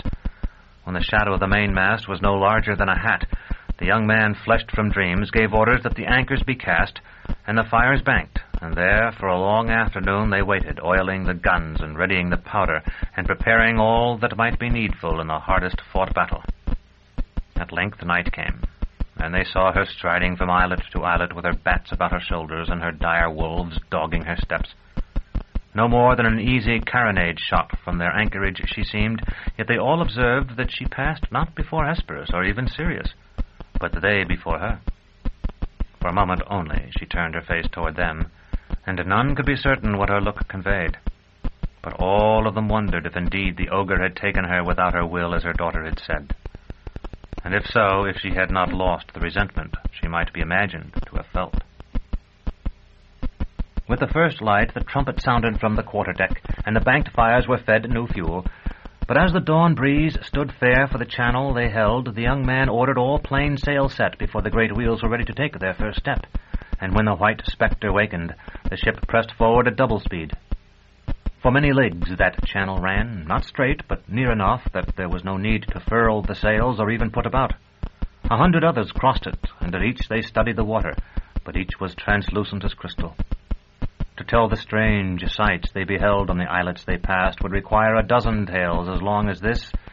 Women stem-grown like flowers overhung the ship, and in kissing them sought to smear their faces with the powder from their cheeks. Men to whom wine had brought death long before lay by springs of wine and drank still, too stupefied to know their lives were past. Beasts that would be omens to future times, with twisted limbs and fur of colors never seen, waited the nearer approach of battles, earthquakes, and the murders of kings. At last the youth who stood first mate to the young man, fleshed from dreams, approached him where he waited near the steersman, saying, "Far we have travelled on this channel already, and the sun that had not shown his face when we bent our sails approaches his zenith. Following it, we have crossed 1,000 others, and none has shown a trace of the ogre. May it not be that it is an unlucky course we take? Would not it be wiser to turn aside soon and try another?" Then the young man answered, "Even now we pass a channel to starboard. Look down and tell me if its waters are more soiled than our own." The youth did as he was bid, and said, "Nay, clearer." "Soon now another opens to port. To what depth can you see?" The youth waited until the ship stood opposite the channel of which the young man spoke, and then he answered, "To the utmost. I see the wreck of a ship of long time past, many a fathom down." "And can you see so far in this channel we sail now?" Then the youth looked at the waters they cleaved, and they were become as ink, and the very splatters that flew from the labouring wheels might have been rooks and ravens. At once understanding came to him, and he shouted to all the others to stand by the guns, for he could not tell them to make ready who had made ready so long before. Ahead lay an islet, higher than most, crowned with tall and sombre trees, and here the channel bent gently, so that the wind that had been dead astern was at the quarter.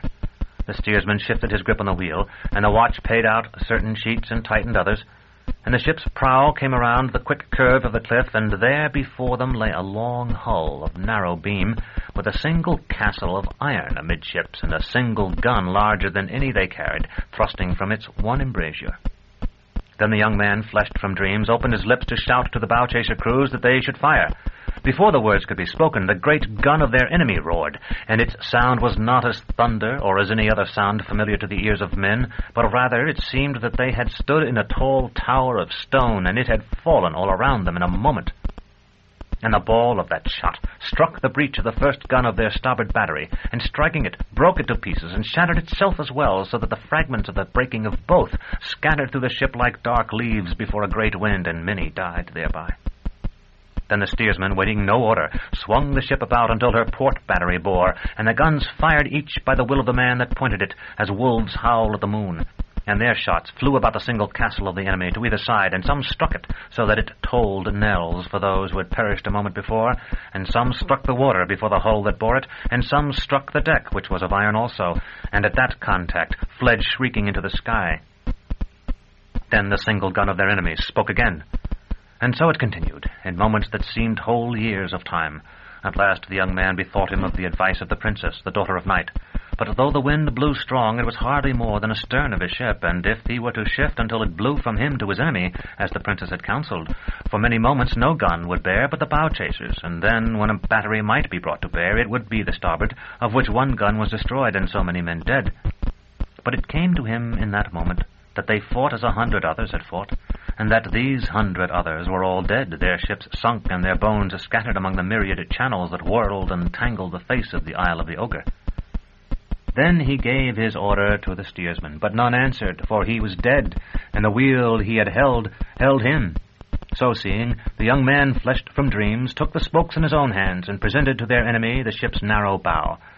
Then it was seen how the three sisters favor the bold, for the next shot from their enemy, that might have raked her from stem to stern, went to port by the length of an oar, and the next to starboard by the width of a boat. Now their enemy, who had stood fast before, neither seeking to fly nor to close, swung about. Seeing that he would escape them if he could, the crew raised a great shout, as though already they had won the victory. But marvelous to see, the single castle, which all had until then believed fixed, swung about the other way, so that its great gun, that was greater than any of their own, still bore. A moment later, and its ball had struck them amidships, dashing a gun of the starboard battery from its truck as a drunken man might fling an infant from its cradle, and sending it skittering across the deck and smashing everything in its path. Then the guns of the battery, those that remained, spoke all in a chorus of fire and iron, and because the distance was now less than half what it had been, or perhaps only because their enemy, having shown fear, had weakened the fabric of his being, their shot no longer struck his castle with an empty clanging, but with a cracking, as though the bell that will toll the end of the world were breaking, and ragged flaws sprang to life on the oiled blackness of the iron. Then the young man shouted into the gosport to those who had remained faithfully in the engine-room, feeding the furnaces with tree-rack, telling them to cast tar into the flames, as the princess had counselled them. At first he feared that all there were dead, then that the order was not understood in the din of battle, but a shadow fell upon the sun-brightened water that stretched between their enemy and himself, and he looked upward. In ancient times, so it is said, a tattered child, the daughter of a fisherman, found on the sand a stoppered flask, and by breaking the seal and drawing forth the cork, became queen from ice to ice. Just so it seemed, an elemental being, strong with the strength of the forging of creation, debouched from the tall smokestacks of their ship, tumbling over himself in dark joy and growing with a rush, as the wind comes. And the wind came indeed, and it seized him with its uncounted hands and bore him as a solid mass down upon their enemy. Even when nothing more could be seen, neither the long, dark hull with its deck of iron, nor the single gun whose mouth had spoken words to doom them, they wasted no moment, but fell to their guns and fired into the blackness. And from time to time they heard the gun of their enemy also firing, but no flash did they see, and where those shots struck they could not say. It may be they have struck nothing yet, and still circle around the world seeking their target. They fired until the barrels shone like ingots newly come from the crucible. Then the smoke that had poured forth so long diminished, and those below shouted by the gosport that all the tar was consumed, and the young man, fleshed from dreams, ordered that firing cease, and the men who had worked the guns fell upon the deck like so many corpses, too exhausted even to beg water. The black cloud melted, not as fog melts in the sun, but as an army strong to evil dissolves before repeated charges, giving here, stubbornly standing there, still mustering a wisp of skirmishers when it seems all has given way. In vain, then, they searched the new polished waves for their enemy. Nothing could they see. Not his hull, nor his castle, nor his gun, nor any plank or spar. Slowly, so cautiously it might have been thought they feared an unseen foe, they advanced to the very spot where he had lain at anchor, noting the shattered trees and furrowed ground of the islet beyond, where their shot had spent its energies. When they were over the point at which that long iron hull had lain, the young man, fleshed from dreams, ordered the great wheels reversed, and at last halted, so that they rested as quietly as their opponent had. Then he strode to the rail and looked down, but with such an expression that no one, not even the most brave, dared to look at him. When he lifted his eyes at last, his face was set and grim, and with no word to any man he took himself to his cabin and barred the door. Then the youth that was second to him ordered the ship put about, that they might return to the white calotte of the princess, and he ordered also that wounds be bandaged and pumps set in motion, and such repairs as could be made begun. But the dead he kept with them, that they might be buried on the high sea. Part 5. The Death of the Student. It may be that the channel was not so straight as they believed, or that they had lost their bearings in the fight without being aware thereof, or that the channels twisted, as some alleged, like worms in a lich, when no eye was upon them.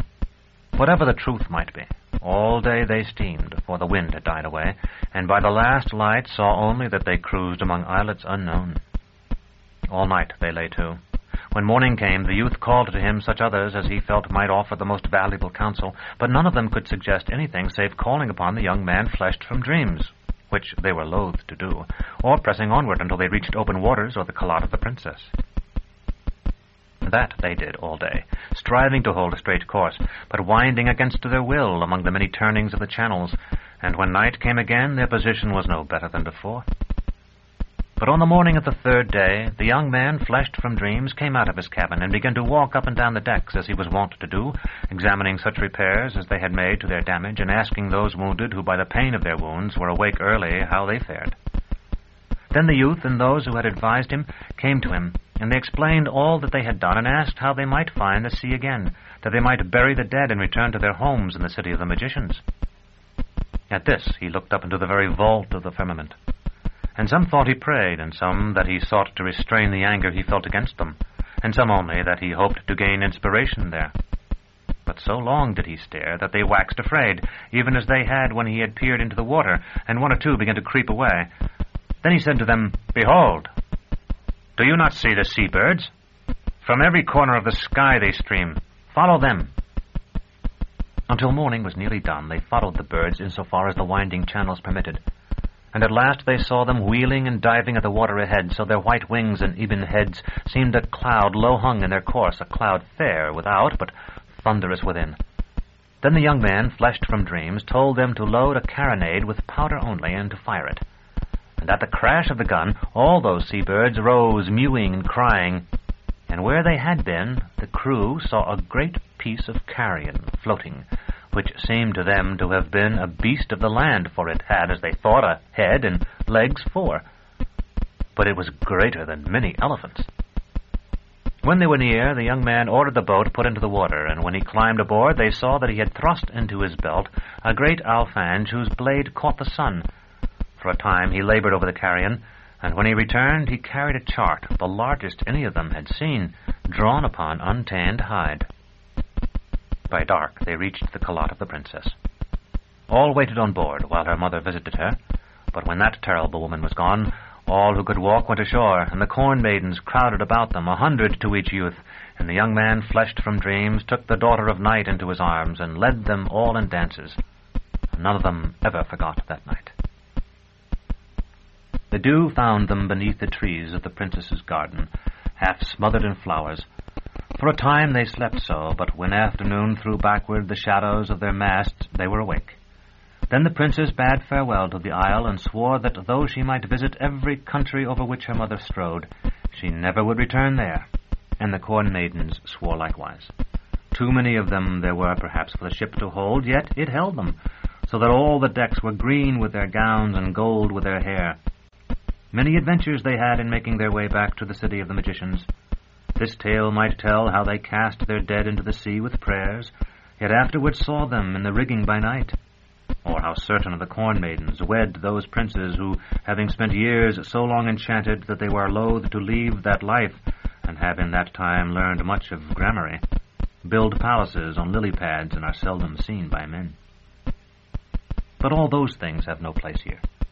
Be it sufficient to say that as they neared the cliff at whose top stands the city of the magicians, the student who had fleshed the young man from dreams stood on the battlements, watching for them over the sea, and when he beheld their dark sails, smutted by the burning tar that had blinded their enemy, he believed them blackened in mourning for the young man, and he threw himself down, and so perished. For no man lives long when his dreams are dead. Chapter 18. Mirrors. As I read this idle tale, I looked at Jonas from time to time, but I never saw the least flicker of expression on his face, though he did not sleep. When it was complete, I said, "I'm not certain I understand why the student at once assumed his son was dead when he saw the black sails. The ship the ogre sent had black sails, but it came only once a year, and had already come." "I know," Jonas said. His voice held a flatness I had not heard before. "Do you mean you know the answers to those questions?" He did not reply, and for a time we sat in silence, I with the brown book, so insistently evocative of Thecla and the evenings we had shared, still held open by a forefinger, he with his back to the cold wall of the prison room, and his hands, one of metal, one of flesh, lying to either side as though he had forgotten them. At last a small voice ventured to say, "That must be a really old story." It was the little girl who had lifted the ceiling tile for me. I was so concerned for Jonas that for a moment I was angry at her for interrupting us.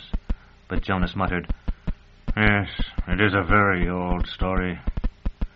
And the hero had told the king, his father, that if he failed he would return to Athens with black sails." I am not sure what that remark meant, and it may have been delirium.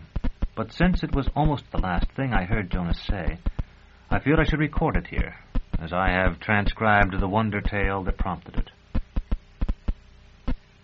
For a time both the girl and I endeavored to persuade him to speak again. He would not, and at last we desisted. I spent the remainder of the day sitting beside him, and after a watch or so, Hether, whose small store of wit, as I supposed, had soon been exhausted by the prisoners, came to join us. I had a word with Lomer and Nicarete, and they arranged that his sleeping place should be on the opposite side of the room.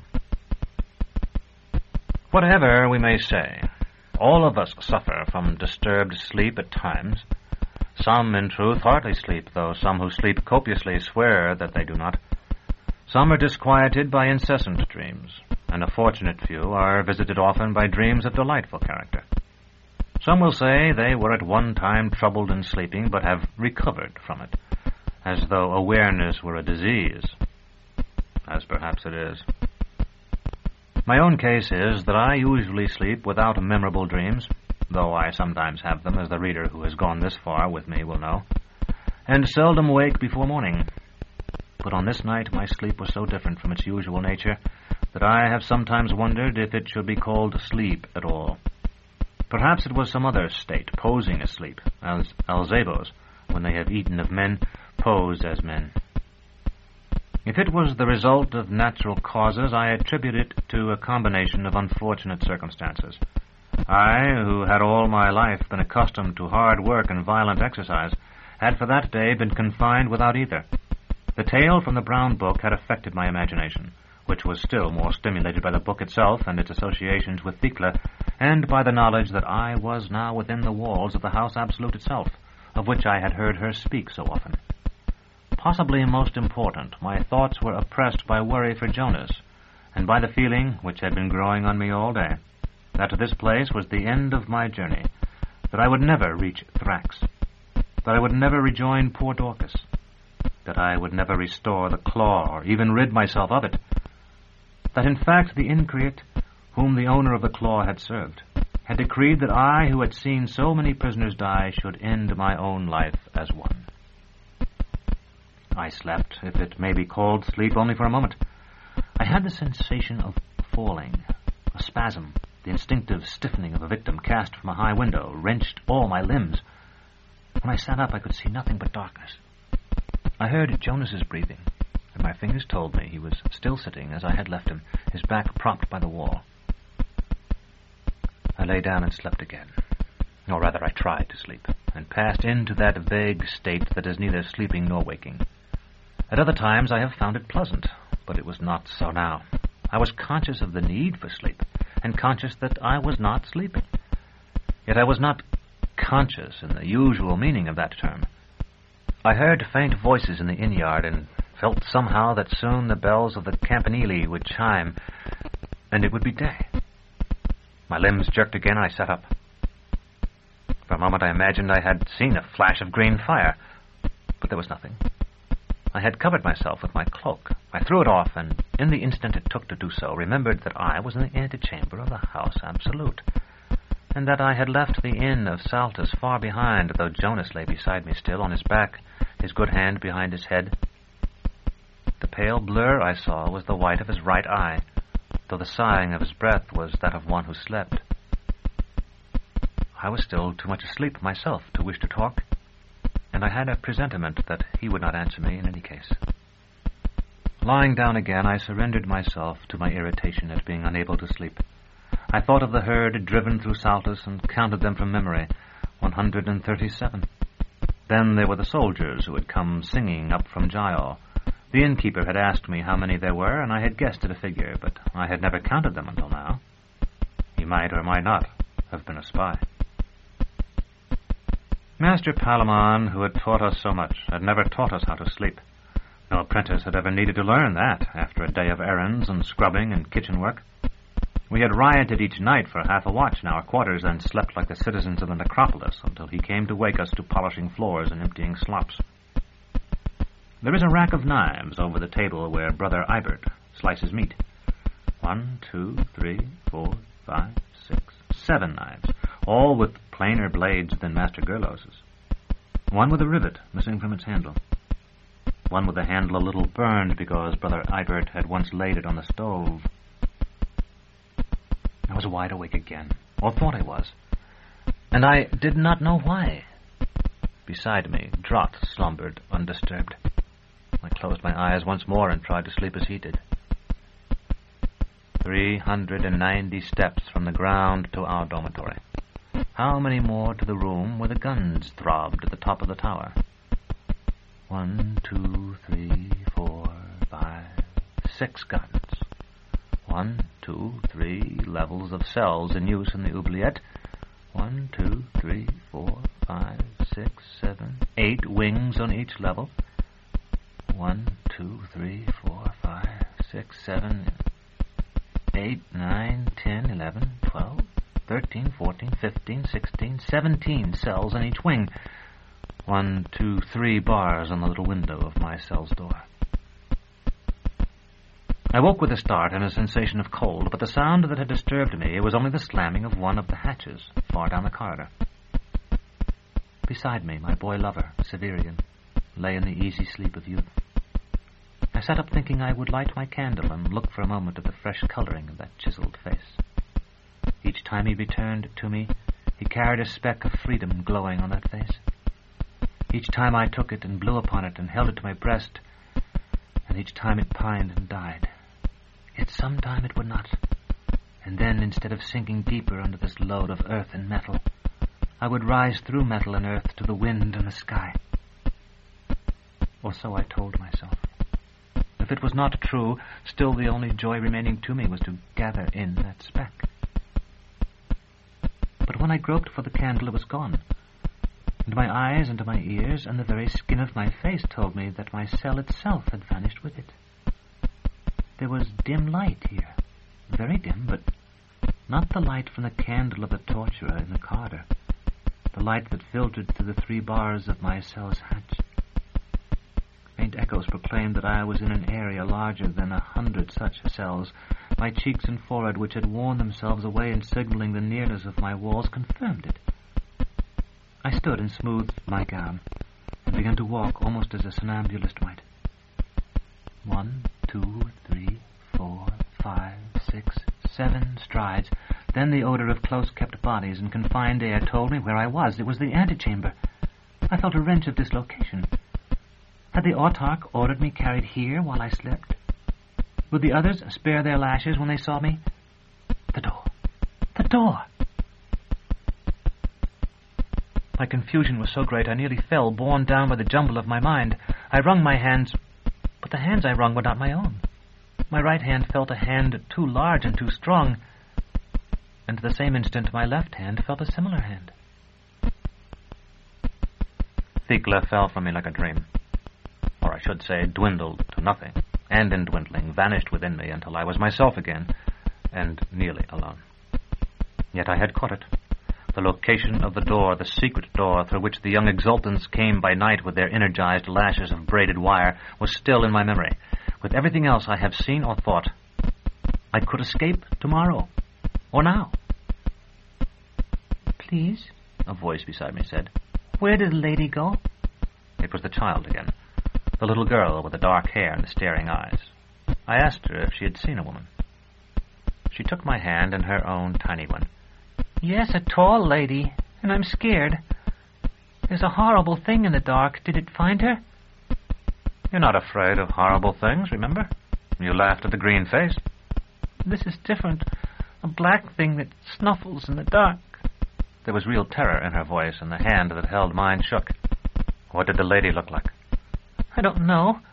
I could only see her because she was darker than the shadows, but I could tell she was a lady by the way she walked. When I came to see who it was, there was nobody here but you. I understand, I told her, though I doubt that you ever will. Now you must return to your mother and go to sleep. It's coming along the wall, she said. Then she released my hand and vanished, but I am sure she did not do as I told her. Instead, she must have followed Jonas and me, for I have glimpsed her twice since I returned here to the House Absolute, where no doubt she exists on stolen food. It is possible she used to return to the antechamber to eat, but I have ordered that all the people confined there are to be freed, even if it is necessary, as I think it will be, to drive most of them forth at pike point. I have also ordered that Nicarete be brought to me, and when I was writing of our capture a moment ago, my chamberlain entered to say she waited my pleasure. Jonas lay as I had left him, and again I saw the whites of his eyes in the dark. You said it was necessary to go if you were to remain sane, I told him. Come, the sender of the nuptials, whoever that may be, has laid his hands upon another weapon. I have found the way out, and we are going now. He did not move, and at last I had to take him by the arm and lift him up. Many of those parts of him that were metal must have been forged from those white alloys that deceive the hand by their lightness, for it was like lifting a boy. But the metal parts, and his flesh as well, had been wetted with some thin slime. My foot found the same filthy dampness on the floor nearby, and on the wall itself. Whatever it was the child had warned me of had come and gone while I spoke with her, and it had not been for Jonas that it had searched. The door by which the tormentors entered was not far from our sleeping place, in the center of the rearmost wall of the antechamber. It was unlocked by a word of power, as such ancient things almost always are. I whispered, and we passed through the hidden portal and left it standing open, poor Jonas striding beside me like a thing wholly metal. A narrow stairway, festooned with the webs of pale spiders and carpeted with dust, led by circuitous turnings downward. That much I recalled. But beyond the stair, I could remember nothing. Whatever might come, the stale air tasted of freedom, so that merely to breathe it was pleasure. Worried though I was, I could have laughed aloud. Secret doors opened at many landings, but there seemed a chance, and more than a chance, that we might encounter someone as soon as we entered one, and the stair seemed deserted. Before I was seen by any resident of the House Absolute, I wished to be as far from the antechamber as possible. We had descended perhaps 100 steps when we reached a door painted with a crimson terratoid sign that appeared to me to be a glyph from some tongue beyond the shores of earth. At that moment I heard a tread upon the stair. There was neither knob nor latch, but I threw myself against the door, and after an initial resistance it flew open. Jonas followed me. It shut behind us so quickly that it seemed it should have made a great noise, though there was none. The chamber beyond the door was dim, but the light grew brighter when we had entered. After I had made certain there was no one present but ourselves, I made use of this light to examine him. His face was still fixed, as it had been when he sat with the wall of the antechamber at his back. Yet it was not the lifeless thing I had feared. It was the face almost of a man about to wake, and tears had left moist furrows down his cheeks. "Do you know me?" I asked, and he nodded without speaking. "Jonas, I must recover Terminus Est, if I can. I've run like any coward, but now that I've had a chance to think, I see I must go back for her. My letter to the Archon of Thrax is in her scabbard pocket, and I couldn't bear to part with her anyway. But if you want to try to escape this place, I'll understand. You're not bound to me." He did not appear to have heard. "I know where we are," he said, and raised one arm stiffly to point toward something I had taken to be a folding screen. I was delighted to hear his voice, and largely in the hope that he would speak again, I asked, "Where are we, then?" "On Earth," he answered, and strode across the room to the folded panels. Their backs were set with clustered diamonds, as I now saw, and enameled with such twisted signs as had been on the door. Yet these signs were no stranger than the actions of my friend Jonas when he threw the panels open. The rigidity I had remarked in him only a moment before was gone, yet he had not returned to his old self. It was then that I knew. We have all watched someone who has lost one hand, as he had, and replaced it with a hook or some other artificial contrivance, perform some task that involves both his real hand and the artificial one. So it was with Jonas when I watched him pull back the panels. But the prosthetic hand was the hand of flesh. When I understood that, I understood what he had said much earlier, that in the wreck of his ship his face had been destroyed. I said, "The eyes. They could not replace your eyes. Is that right? And so they gave you that face. Was he killed, too?" He looked about at me in a way that told me he had forgotten I was present. "He was on the ground," he said.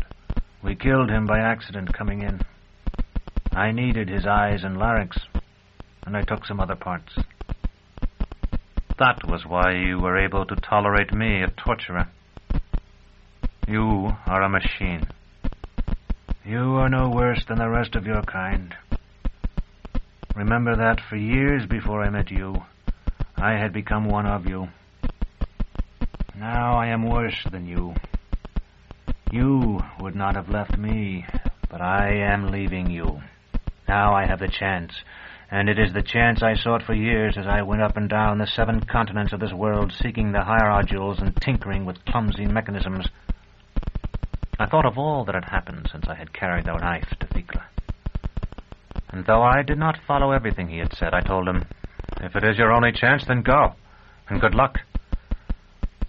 If I ever see Jolenta, I will tell her you once loved her, and nothing more." Jonas shook his head. "Don't you understand? I will come back for her when I have been repaired, when I am sane and whole." Then he stepped into the circle of panels, and a brilliant light kindled in the air above his head. How foolish to call them mirrors. They are to mirrors as the enveloping firmament is to a child's balloon. They reflect light indeed, but that, I think, is no part of their true function. They reflect reality, the metaphysical substance that underlies the material world. Jonas closed the circle and moved to its center. For perhaps the time of the briefest prayer, something of wires and flashing metallic dust danced above the tops of the panels before all was gone. I was alone. Chapter 19. Closets.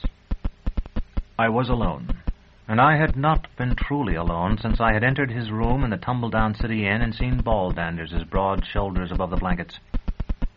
There had been Dr. Tallis, then Aja, then Dorcas, then Jonas. The disease of memory gained upon me, and I saw the sharp silhouette of Dorcas, the giant, and the others as I had seen them when Jonas and I were being led through the plum grove. There had been men with animals as well, and performers of other kinds, all of them no doubt going to that part of the grounds where, as Thekla had often told me, the outdoor entertainments were held. I began to search the room with some vague hope of finding my sword. It was not there. Then it struck me that there was probably some repository near the antechamber where the goods of the prisoners were kept, most likely on the same level. The stair I had come down would only lead me into the antechamber itself again. The exit from the room of the mirrors took me only to another room, one in which curious objects were stored. Eventually I found a door that opened onto a dark and quiet corridor, carpeted and hung with paintings. I put on my mask and drew my cloak about me, thinking that though the guards who had seized us in the wood had not seemed to know of the existence of the guild, those I might encounter in the halls of the House Absolute itself might not be so ignorant. In the event, I was never challenged. A man in rich and elaborate clothing drew aside, and several lovely women stared at me curiously. I felt Thekla's memories stirring at the sight of their faces. At last I found another stair, not narrow and secretive like the one that had taken Jonas and me to the chambers of mirrors, but a broad, open flight of wide steps. I ascended some distance, reconnoitered the corridor there until I was certain I was still lower than the antechamber, then began to climb again when I saw a young woman hurrying down the stair toward me. Our eyes met. In that moment I feel sure she was as conscious as I that we had exchanged glances thus before. In memory I heard her say again, "My dearest sister," in that cooing voice, and the heart-shaped face sprang into place. It was not Thea, the consort of Vodalus, but the woman who looked like her, and no doubt borrowed her name, whom I had passed on the stair in the House Azure, she descending and I climbing, just as we were now. Harlots, then, as well as entertainers, had been summoned for whatever fate was being organized. Almost purely by chance, I discovered the level of the antechamber. I had no sooner left the stair than I realized I was standing almost precisely where the Hastarii had stood while Nicariti and I talked beside the silver cart. This was the point of greatest danger, and I was careful to walk slowly. The wall on my right held a dozen or more doors, each framed in carved woodwork, and each, as I saw when I stopped to examine them, spiked to its frame and sealed with the varnish of years. On my left, the only door was the great one of worm-gnawed oak through which the soldiers had dragged Jonas and me. Opposite it was the entrance to the antechamber, and beyond that stretched another row of spiked doors like the first, at the end of which was another stair. It appeared that the antechamber had grown to occupy all of this level of this wing of the House Absolute. If there had been anyone in sight, I would not have dared to pause, but since the corridor was empty, I ventured to lean for a moment against the newel post of the second stair. While 2 soldiers had guarded me, a third had carried Terminus Est. It was reasonable to suppose that as Jonas and I were being put through the door, man would have taken the first few steps at least toward wherever it was that such captured weapons were kept. But I could remember nothing. The soldier had dropped behind when we descended the steps of the grotto, and I had not seen him again. It was possible even that he had not come in with us. In desperation, I returned to the worm-gnawed door and opened it. The musty odor of the well entered the corridor at once, and I heard the song of the green gongs begin. Outside, the world was plunged in night. Save for the corpse candles of the fungi, the rugged walls were invisible, and only a circle of stars overhead showed where the well dropped into the earth. I closed the door. No sooner had it grated shut than I heard the sound of footsteps on the stair up which I myself had come. There was no place to hide, and if I had darted for the second stair, I would have had little chance of reaching it before I was seen. Rather than attempt to duck out through the heavy oak door and close it once more, I decided to remain where I was. The newcomer was a plump man of 50 or so, dressed in livery. Even down the length of the corridor, I saw his face pale at the sight of me. He came hurrying toward me, however, and when he was still 20 or 30 paces off, he began to bow, saying, "Can I help you, Your Honor? I am Odilo, the steward here. You, I can see, are on a mission of some confidence to Father Aniri." "Yes," I said. "But first I must require my sword of you." I had hoped that he had seen Terminus Est and would produce her for me, but he looked blank. "I was escorted here earlier. At that time I was told that I would have to surrender my sword, but that it would be restored to me before Father Aniri required me to use it." The little man was shaking his head. "I assure you, in my position, I would have been informed if any of the other servants—" "I was told this by a Praetorian," I said. "Ah, I ought to have known. They've been everywhere, answering to no one. We have an escaped prisoner, Your Honor, as I suppose you've heard." "No." "A man called Buzek. They say he's not dangerous, but he and another fellow were found lurking in an arbor. This Buzek made a dash for it before they locked him up and got away. They say they'll take him soon. I don't know. I'll tell you, I've lived in our house absolute all my life, and it has some strange corners, some very strange corners." "Possibly my sword is in one of them. Will you look?" He took half a step back, as though I had raised my hand to him. "Oh, I will, Your Honor, I will. I was only trying to make a bit of conversation. It's probably down here, if you'll just follow me." We walked toward the other stair, and I saw that in my hasty search I had overlooked one door, a narrow one beneath the staircase. It was painted white, so that it was almost of the same shade as the stone. The steward produced a heavy ring of keys and opened this door. The triangular room inside was much larger than I would have guessed, reaching far back beneath the steps and boasting a sort of loft, accessible by a shaky ladder, toward the rear. Its lamp was of the same type as those I had noticed in the antechamber, but dimmer. "Do you see it?" the steward asked. "Wait, there's a candle about here somewhere, I think. That one light's not much use. The shelves throw such heavy shadows." I was examining the shelves as he spoke. They were piled with clothing, with here and there a pair of shoes, a pocket fork, a pen case, a pomander ball. "When I was just a lad myself, the kitchen boys used to pick the lock and come in here to rummage about. I put a stop to that. Got a good lock. But I'm afraid the best things disappeared long ago." "What is this place?" "A closet for petitioners, originally. Coats, hats, and boots, you know. Those places always fill up with the things the lucky ones forget to take with them when they go. And then this wing has always been Father Aniri's, and I suppose there's always been some that came to see him that never came back out, as well as the ones that come out what never came in." He paused and glanced around. "I had to give the soldiers keys to keep them from kicking down the doors when they were searching for this Buzek, so I suppose they might have put your sword in here. If they didn't, they probably took it up to their guard room. This wouldn't be it, I don't imagine." From a corner he drew out an ancient spadone. "Hardly." "It seems to be the only sword here, I'm afraid. I can give you directions for getting to the guard room, or I can wake up one of the pages to go and ask if you like." The ladder to the loft was shaky, but I scrambled up it after borrowing the steward's candle. Though it seemed exceedingly improbable that the soldier had put Terminus Est there, I wanted a few moments to think over the courses of action open to me. As I climbed, I heard a slight noise from above that I supposed was the scurrying of some rodent, but when I thrust my head and the candle above the level of the loft's floor, I saw the small man who had been with Hether on the road kneeling in an attitude of intense supplication. That was Buzek, of course. I had failed to recall the name until I saw him. "Anything up there, Your Honor?" "Rags. Rats." "Just as I thought," the steward said as I stepped from the last rung. "I should have a look myself sometime, but one isn't anxious to climb a thing like that at my age. Would you like to go to the guard room yourself, or shall I rouse one of the boys?" "I'll go."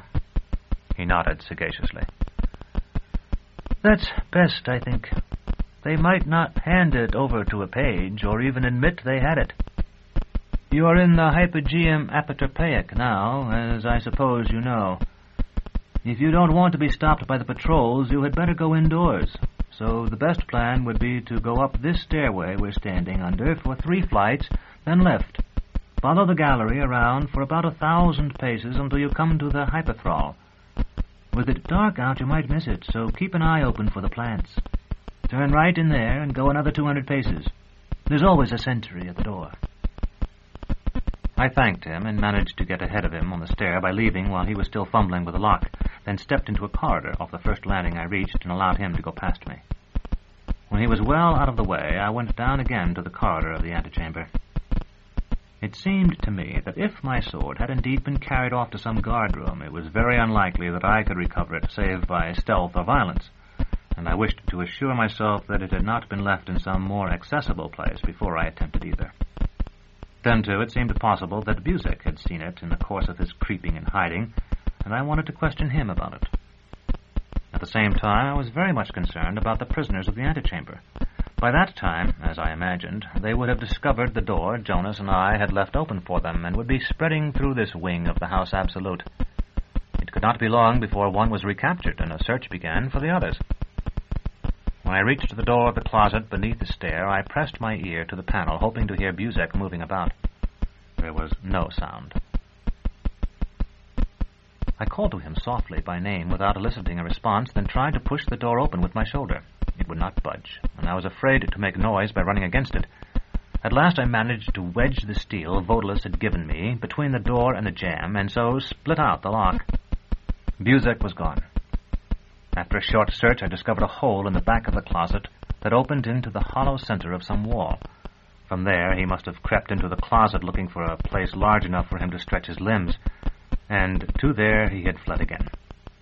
It is said that in the House Absolute, such recesses are inhabited by a species of white wolf that slunk in from the surrounding forests long ago.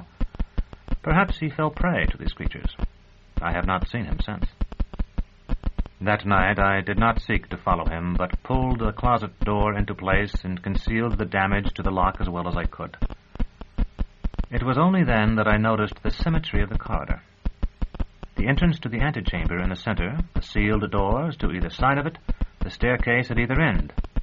If this hypogeum had been set aside for Father Iniri, as the steward had said and its name indicated, its selection might have been due, at least in part, to this mirror image quality. If that were so, then there should certainly be a second closet beneath the other stair. Chapter 20. Pictures. The question was why Odilo the steward had not taken me there. But I did not pause to think on it while I sprinted along the corridor, and when I arrived, the answer was plain enough. That door had been broken long before, not just the socket of the lock, but the entire thing smashed so that only 2 discolored fragments of wood clinging to the hinges showed there had ever been a door there. The lamp within had gone out, leaving the interior to darkness and spiders. I had actually turned away from it and taken a step or two before I stopped, under the influence of that consciousness of error that often comes to us before we understand in the least in what the error consists. Jonas and I had been thrust into the antechamber late in the afternoon. That night the young exultants had come with their whips. The next morning Hether had been taken, and at that time it seemed Buzik had bolted from the Praetorians, who had been given keys by the steward so they might search the hypogeum for him. When the same steward, Odilo, had met me a few moments before, and I had told him that Terminus Est had been taken from me by a Praetorian, he had assumed I had come during the day, after Buzik's escape. In point of fact, I had not, and therefore the Praetorian who had been carrying Terminus Est could not have put her in the locked closet beneath the second stair. I went back to the closet with a broken door again.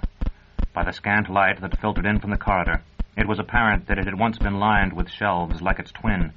Its interior was bare now, the shelving having been stripped away to serve some new use, leaving the shelf brackets to thrust fruitlessly from the walls. I could see no other object of any kind, but I could also see that no guardsman who had to stand inspection would willingly have set foot among its dust and cobwebs. Without bothering to thrust my own head inside, I reached around the jamb of the broken door, and, with an indescribable mingling of triumph and familiarity, felt my hand close upon the beloved hilt. I was a whole man again, or rather more than a man, a journeyman of the guild. There, in the corridor, I verified that my letter remained in the pocket of the sheath, then drew the shining blade, wiped it, oiled it, and wiped it again, testing its edges with finger and thumb as I walked along. Now let the hunter in the dark appear. My next objective was to rejoin Dorcas, but I knew nothing of the location of Dr. Tallis's company, except that they were to perform at a thyasis held in a garden, no doubt one of many gardens.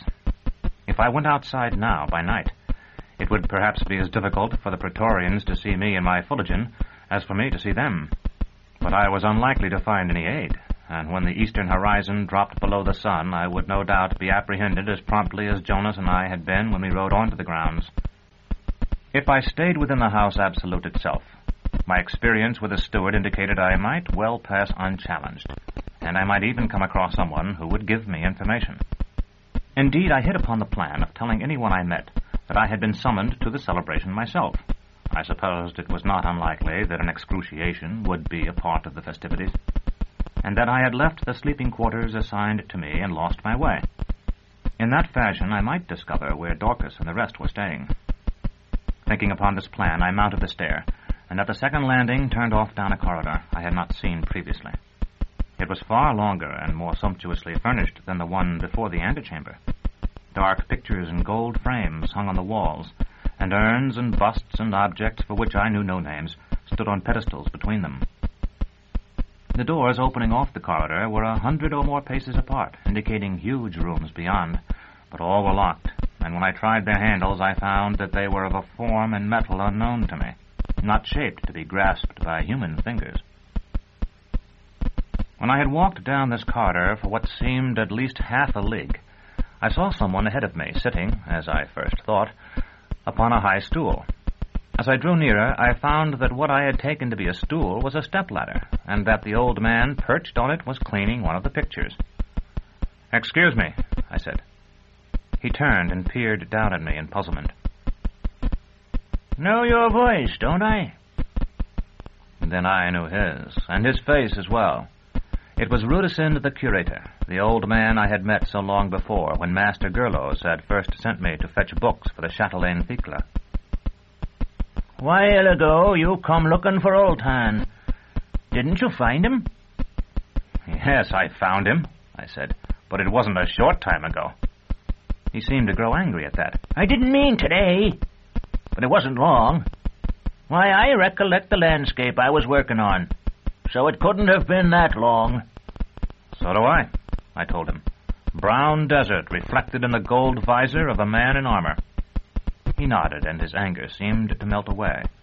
Gripping the sides of the ladder, he began to descend, his sponge still in his hand. Exactly the one. Want me to show it to you? It come out very nice." "We're not in the same place, Master Rudesund. That was in the Citadel. This is the House Absolute." The old man ignored that. "Come out nice. It's down here ways, somewhere. Those old artists, you couldn't beat 'em for drawing, though their colours has gone off now. And let me tell you, I know art. I've seen armigers and exultants, too, that come and look at them and say this and that, but they don't know a thing. Who's looked at every little bit of these pictures up close?" He thumped his own bosom with a sponge, then bent close to me, whispering, though there was no one but ourselves in the long corridor. "Now I'll tell you a secret. They don't none of them know. One of these is me." To be polite, I said I would like to see it. "I'm looking for it, and when I find it, I'll tell you where. They don't know, but that's why I clean them all the time. Why, I could have retired. But I'm still here, and I work longer than any, except maybe Old Tan. He can't see the watch glass." The old man gave a long, cracked laugh. "I wonder if you could help me. There are performers here who have been summoned for the thyasis. Do you know where they're quartered?" "I've heard tell of it," he said doubtfully. "The green room is what they call it." "Can you take me there?" He shook his head.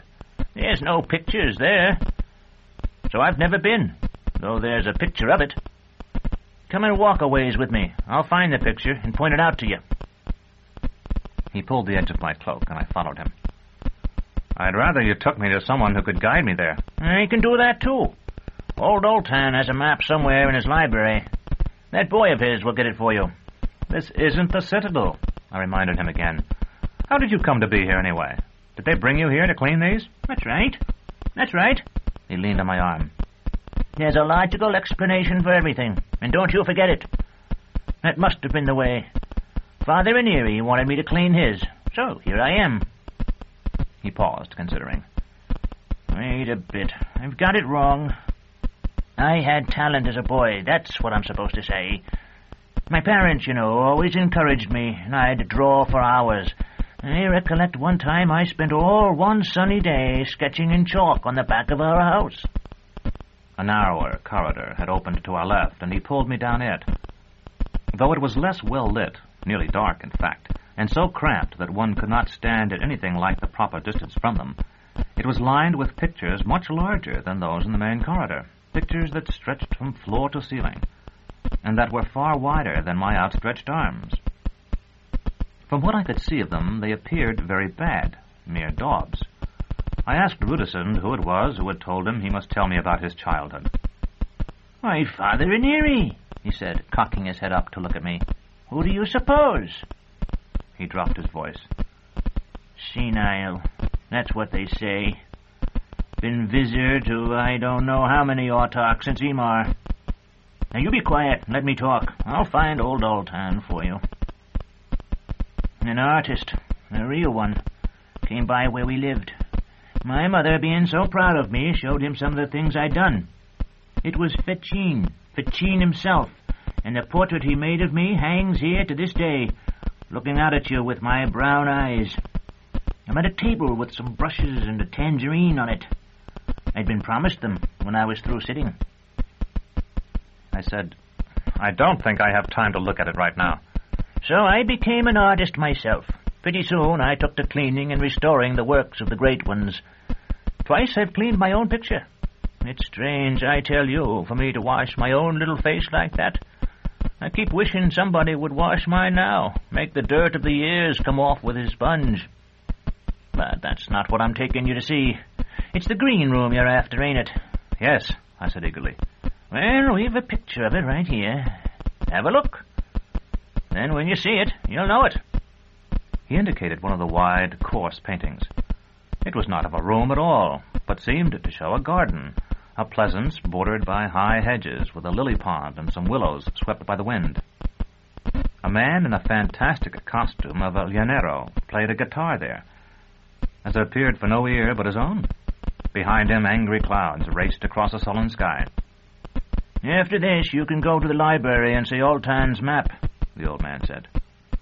The painting was of that irritating kind which dissolves into mere blobs of color unless it can be seen as a whole. I took a step backward to get a better perspective of it, then another. With the third step, I realized I should have made contact with the wall behind me, and that I had not. I was standing, instead, inside the picture that had occupied the opposite wall. A dark room of ancient leather chairs and ebony tables. I turned to look at it, and when I turned back, the corridor where I had stood with Rudesund had vanished, and a wall covered with old and faded paper stood in its place. I had drawn Terminus Est without consciously willing to do so, but there was no enemy to strike. Just as I was on the point of trying the room's single door, it opened, and a figure in a yellow robe entered. Short white hair was brushed back from his rounded brow, and his face might almost have served a plump woman of 40. About his neck, a phallus-shaped vial, I remembered, hung on a slender chain. Ah, he said. I wondered who had come. Welcome, Death. With as much composure as I could muster, I said, I am the journeyman Severian of the Guild of Torturers, as you see. My entrance was entirely involuntary, and to be truthful, I would be very grateful to you if you could explain just how it happened. When I was in the corridor outside, this room appeared to be no more than a painting. But when I took a step or two back to view the one on the other wall, I found myself in here. By what art was that done? No art, the man in the yellow robe said. Concealed doors are scarcely an original invention, and the constructor of this room did no more than devise a means of concealing an open door. The room is shallow, as you see. Indeed, it is shallower than you perceive even now. Unless you're already aware that the angles of the floor and ceiling converge and that the wall at the end is not so high as the one through which you came. I see, I said, and in fact I did. As he spoke, that crooked room which my mind, accustomed always to ordinary ones, had tricked me into believing of normal shape, became itself, with a slanted and trapezoidal ceiling and a trapezoidal floor. The very chairs that faced the wall through which I had come were things of little depth, so that one could hardly have sat on them. The tables were no wider than boards. The eye is deceived in a picture by such converging lines, the man in the yellow robe continued, so that when it encounters them in reality, with little actual depth and the additional artificiality of monochromatic lighting, it believes it sees another picture, particularly when it has been conditioned by a long succession of true ones. Your entrance with that great weapon caused a real wall to rise behind you to detain you until you had been examined. I need hardly add that the other side of the wall is painted with the picture you believed you saw. I was more astounded than ever. But how could the room know I carried my sword? That is more complex than I can well explain, far more so than this poor room. I can only say that the door is wrapped with metal strands, and that these know when the other metals, their brothers and sisters, pass their circle. Did you do all this? Oh, no. All these things, he paused, and 100 more like them, make up what we call the second house.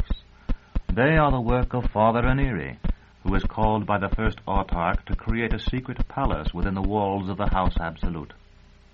You or I, my son, would no doubt have built a mere suite of concealed rooms. He contrived that the hidden house should be everywhere coextensive with the public one. But you aren't he, I said, because now I know who you are. Do you recognize me? I drew off my mask so he could see my face. He smiled and said, You came but once.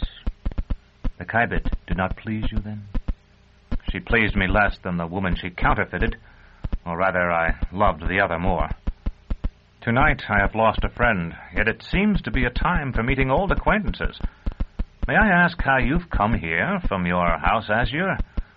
Were you summoned for the thyasis? I saw one of your women earlier tonight. He nodded absently. An oddly angled mirror set above a trumeau at one side of the strange, shallow room caught his profile, delicate as a cameo, and I decided he must be an androgyne. Pity welled up in me with a sense of helplessness as I thought of him opening the door to men night after night at his establishment in the Algedonic Quarter. Yes, he said, I will remain here for the celebration, then go. My mind was full of the picture old Rudison had shown me in the corridor outside, and I said, Then you can show me where the garden is. I sensed at once that he had been caught off guard, possibly for the first time in many years. There was pain in his eyes, and his left hand moved, though only slightly, toward the vial at his throat. So you have heard of that, he said. Even supposing that I knew the way, why should I reveal it to you?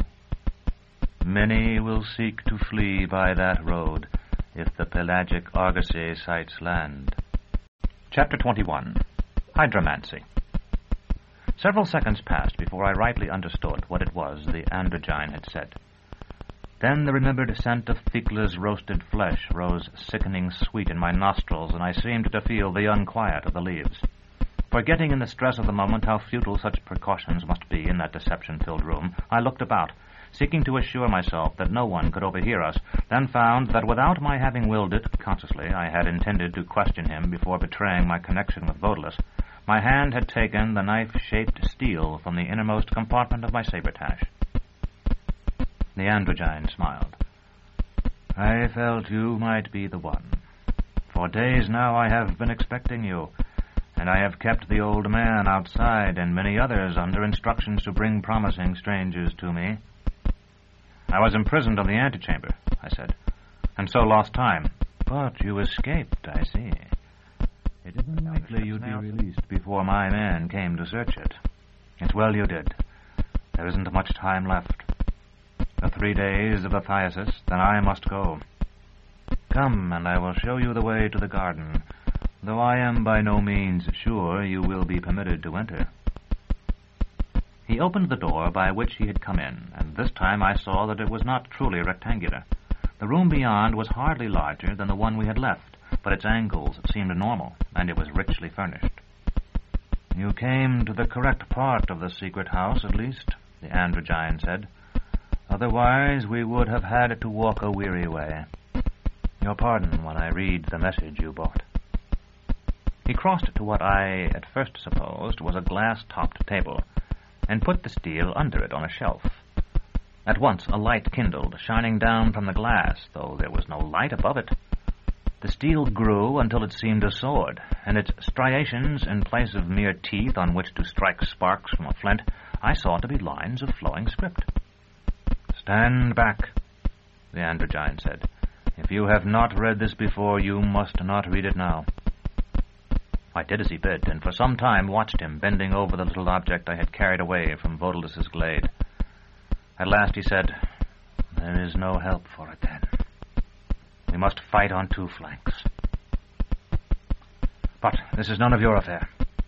Do you see that cabinet with the eclipse carved on its door? Open it and lift down the book you find there. Here, you may put it on this stand." Although I feared some trap, I opened the door of the cabinet he had indicated. It held one monstrous book, a thing nearly as tall as I, and a good 2 cubits wide, that stood with its cover of mottled blue-green leather facing me, much as a corpse might, had I opened the lid of an upright casket. Sheathing my sword, I gripped this great volume with both hands and placed it on the stand. The androgyne asked if I had seen it previously, and I told him I had not. "You looked fearful of it, and tried, as it appeared to me, to keep your face from it when you carried it." He threw back the cover as he spoke. The first page, thus revealed, was written in red in a character I did not know. "This is a warning to the seekers of the path," he said. "Shall I read it to you?" I blurted. It seemed to me that I saw a dead man in the leather, and that he was myself. He closed the cover again and ran his hand over it. "These Pavonine dyings are but the work of craftsmen long gone. The lines and swirls beneath them, only the scars of the suffering animal's back, the marks of ticks and whips. But if you are fearful, you need not go." "Open it," I said. "Show me the map." "There is no map. This is the thing itself," he said, and with that he threw back the cover, and the first page as well. I was blinded almost, as I have been on dark nights by a discharge of lightning. The inner pages seemed of pure silver, beaten and polished, that caught every wisp of illumination in the room and flung it back, amplified 100 times. "They're mirrors," I said, and in saying it realized that they were not, but those things for which we have no word but mirrors, those things that less than a watch before had returned Jonas to the stars. "But how can they have power when they do not face each other?" The androgyne answered, "Consider how long they faced each other when the book was closed. Now the field will withstand the tension we put on it for some time. Go, if you dare." I did not dare. As he spoke, something shaped itself in shining air above the open pages. It was neither a woman nor a butterfly, but it partook of both, and just as we know when we look at the painted figure of a mountain in the background of some picture, that it is in reality as huge as an island, so I knew that I saw the thing only from far off. Its wings beat, I think, against the proton winds of space, and all earth might have been a mote disturbed by their motion. Then, as I had seen it, so it saw me, much as the androgyne a moment before had seen the swirls and loops of writing on the steel through his glass. It paused and turned to me, and opened its wings that I might observe them. They were marked with eyes. The androgyne closed the book with a crash, like a door slammed shut. "What did you see?" he asked. I could think only that I no longer had to look into the pages, and said, "Thank you, sir. Whoever you may be, I am your servant from this time forward." He nodded. "Perhaps sometime I may remind you of that. But I will not ask you again what it was you saw. Here, wipe your forehead. The sight has marked you." He handed me a clean cloth as he spoke, and I wiped my brow with it as he told me, because I could feel the moisture running down my face. When I looked at the cloth, it was crimson with blood. As though he had read my thoughts, he said, "You are not wounded. The physician's term is hematidrosis, I believe. Under the stress of strong emotion, minute veins in the skin of the afflicted part, of the skin everywhere, sometimes, rupture during a profuse sweating. You will have a nasty bruise there, I'm afraid." "Why did you do that?" I asked. "I thought you were going to show me a map. I only want to find the green room, as old Rudison out there says it's called, where the players are quartered. Did Vodalus's message say you were to kill the bearer?" I was fumbling for my sword as I spoke, but when my hands gripped the familiar hilt, I found I was too weak to draw the blade. The androgyne laughed.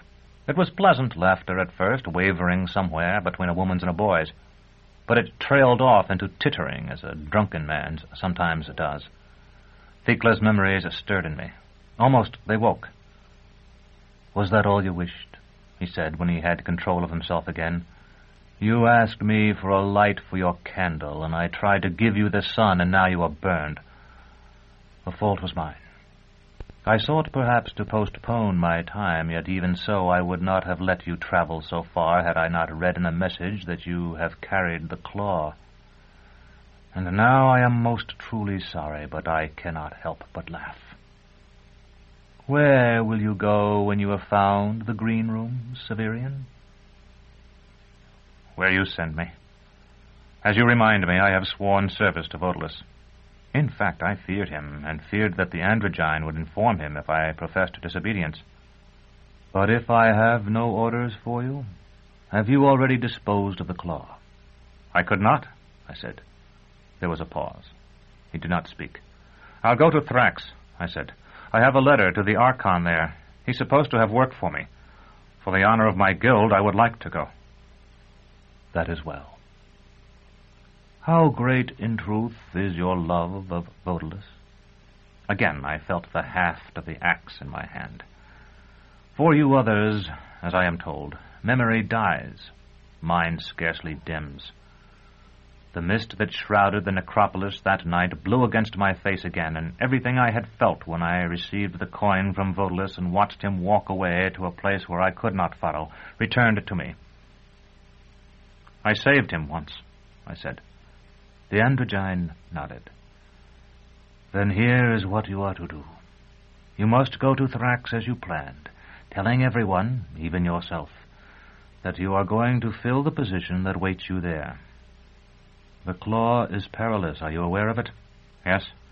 Vodalus told me that if it became known we possess it, we might lose the support of the populace." For a moment the androgyne stood silent again.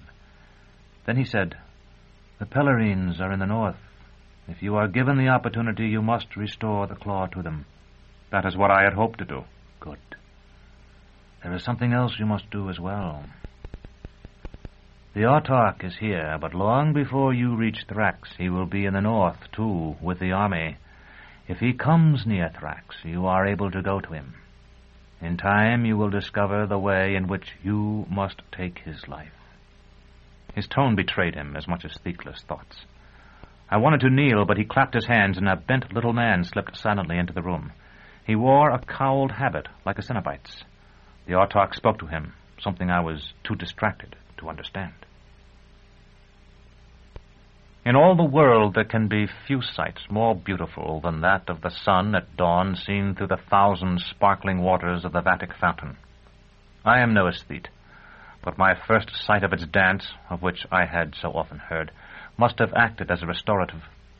I still recall it for my pleasure, just as I saw it when the cowled servitor opened a door for me, after so many leagues of the contrived corridors of the second house, and I watched the silver streams trace ideographs across the solar disk.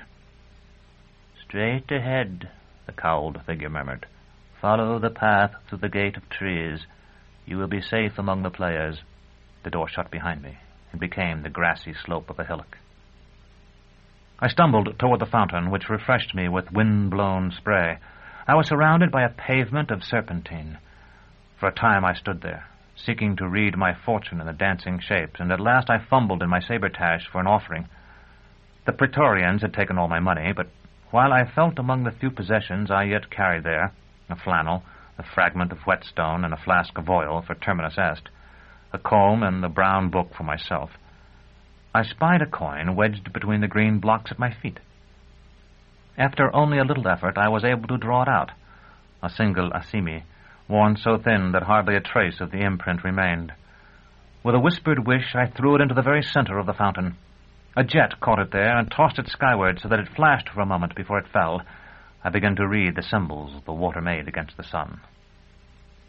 A sword. That seemed clear enough. I would continue a torturer.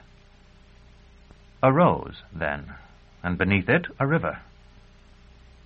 I would climb Gial as I had planned, since that was the road to Thrax. Now angry waves, becoming soon a long, sullen swell. The sea, perhaps. But one could not reach the sea, I thought, by climbing toward the source of the river. A rod, a chair, a multitude of towers, and I began to think the oracular powers of the fountain, in which I had never greatly believed, to be wholly false. I turned away, but as I turned, I glimpsed a many-pointed star, growing even larger. Since I have returned to the House Absolute, I have twice revisited the Vatic Fountain. Once I came at the first light, approaching it through the same door through which I first glimpsed it. But I have never again dared to ask it questions. My servants, who confess one and all that they have dropped their aura chalks into it when the garden was clear of guests, tell me one and all that they have received no true prophecy for their money. Yet I am unsure, recalling the green man who drove off his visitors with his accounts of their futures. May it not be that these servants of mine, seeing only a lifetime of trays and brooms and ringing bells, reject it? I have asked my ministers as well, who doubtless cast in Chrysos by the handful, but their answers are doubtful and mixed. It was hard indeed to keep my back to the fountain and its lovely cryptic messages and walk toward the old sun. Huge as a giant's face and darkly red it showed as the horizon dropped away. The poplars of the grounds were silhouetted against it, making me think of the figure of night atop the Khan on this western bank of Gial, which I had so often seen with the sun behind it at the close of one of our swimming parties. Not realizing that I was now deep within the bounds of the House Absolute and well away from the patrols about the periphery, I feared I might be stopped at any moment and perhaps cast back into the antechamber, whose secret door I felt sure would have been discovered and sealed by now. Nothing of the kind occurred. So far as I could see, no one stirred in all the leagues of hedge and velvet lawn, flower and trickling water, except myself. Lilies far taller than I, their star-shaped faces spangled with unshaken dew, overhung the path. Its perfect surface showed behind me only the disturbance of my own feet. Nightingales, some free, some suspended from the branches of trees in golden cages, were singing still. Once I saw before me, with something of the old feeling of horror, one of the walking statues. Like a colossal man, though it was not a man, too graceful and too slow to be human, it came across a small secretive lawn as if moving to the inaudible notes of some strange processional. I confess I hung back until it had passed, wondering if it could sense me where I stood in the shadow, and if it cared that I stood so. Just when I had despaired of finding the gate of trees, I saw it. There was no mistaking it. Even as lesser gardeners espalier pears against a wall, the greater gardeners of the House Absolute, who have generations in which to complete their work, had molded the huge limbs of oaks until every twig conformed to an inspiration wholly architectural, and I, walking on the rooftops of the greatest palace of earth, with not a stone in sight, saw looming to one side that great green entranceway built of living wood, as if of masonry. I ran then. Chapter 22. Personification.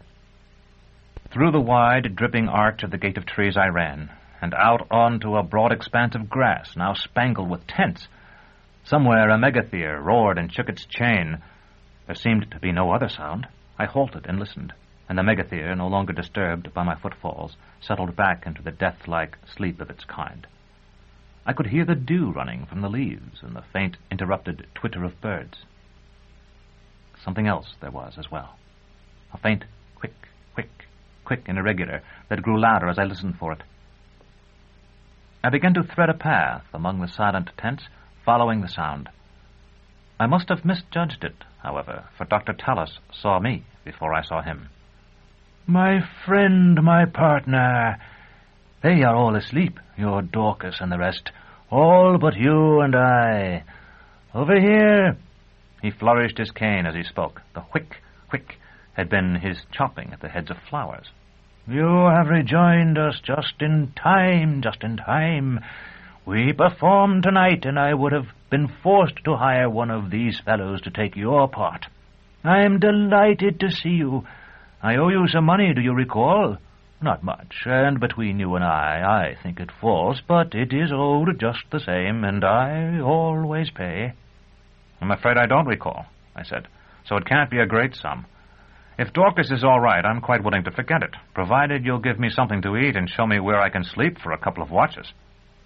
The doctor's sharp nose dipped for an instant to express regret. Sleep you may have in plenty until the others wake you. But I'm afraid we've no food. Baldanders, you know, eats like a fire. The Thias' marshal has promised to bring something today for all of us. He waved his stick vaguely at the irregular city of tents. But I'm afraid that won't be before mid-morning at the earliest. It's probably just as well. I'm really too tired to eat, but if you'll show me where I can lie down... What got your head? Never mind, we'll mask it with grease paint. This way. He was already trotting before me.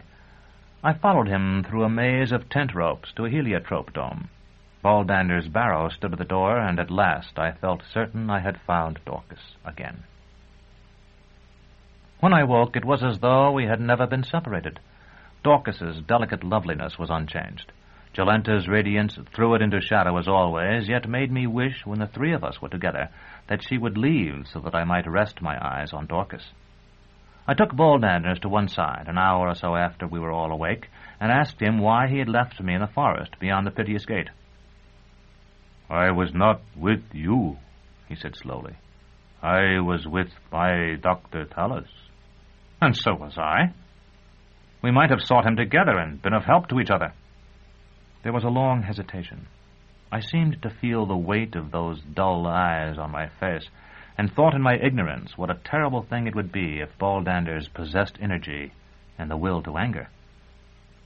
At last he said, Were you with us when we left the city? Of course. Dorcas and Jolenta and I were all with you. Another hesitation. We found you there, then. Yes, don't you remember?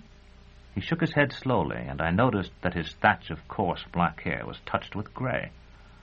I woke one morning, and there you were. I was thinking. You left me soon. The circumstances were different then. We had arranged to meet again. I felt a pang of guilt when I recalled that I had never intended to honor that promise. We have met again, Baldanders said dully, and then, seeing that the answer failed to satisfy me, added, There is nothing here real to me but Dr. Tallis. Your loyalty is very commendable, but you might have remembered that he wanted me with him as well as yourself. I found it impossible to be angry with this dim, gentle giant. We will collect money here in the south, and then we will build again as we have built before, when they have forgotten. This is the north. But that's right, your house was destroyed, wasn't it? Burned, Baldanders said. I could almost see the flames reflected in his eyes. I am sorry if you came to harm. For so long I have thought only of the castle and my work. I left him sitting there and went to inspect the properties of our theater. Not that they seemed in need of it, or that I could have detected any but the most obvious lacks. A number of showmen were gathered around Jolenta, and Dr. Tallis drove them away and ordered her to go into the tent. A moment later I heard the smack of his cane on flesh. He came out grinning, but still angry. It isn't her fault, I said. You know how she looks. Too gaudy by far. Do you know what I like about you, Sir Severian? You prefer Dorcas. Where is she, by the way? Have you seen her since you came back? I warn you, Doctor, don't strike her. I wouldn't think of it. I'm only afraid she may be lost. His surprised expression convinced me that he was telling the truth. I told him, "We only got to talk for a moment. She's gone to fetch water." That's courageous of her, he said, and when I looked puzzled, he added, "She's afraid of it. Surely you've noticed? She's clean, but even when she washes, the water is only thumb deep. When we cross bridges, she holds on to Jolenta and trembles." Dorcas returned then, and if the doctor said anything more, I did not hear it. When she and I had met that morning, neither of us had been able to do much more than smile and touch with incredulous hands. Now she came to me, putting down the pails she carried, and seemed to devour me with her eyes. "I have missed you so," she said. "I've been so lonely without you."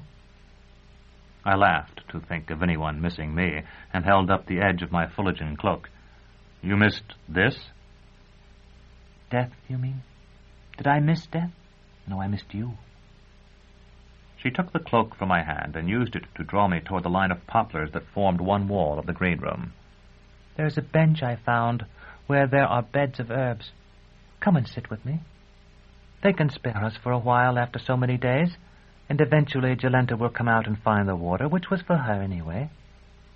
As soon as we were away from the bustle of the tents, where jugglers tossed their knives and acrobats their children, we were wrapped in the stillness of the gardens.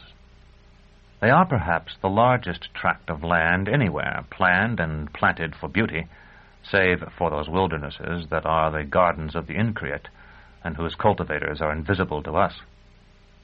Overlapping hedges formed a narrow door.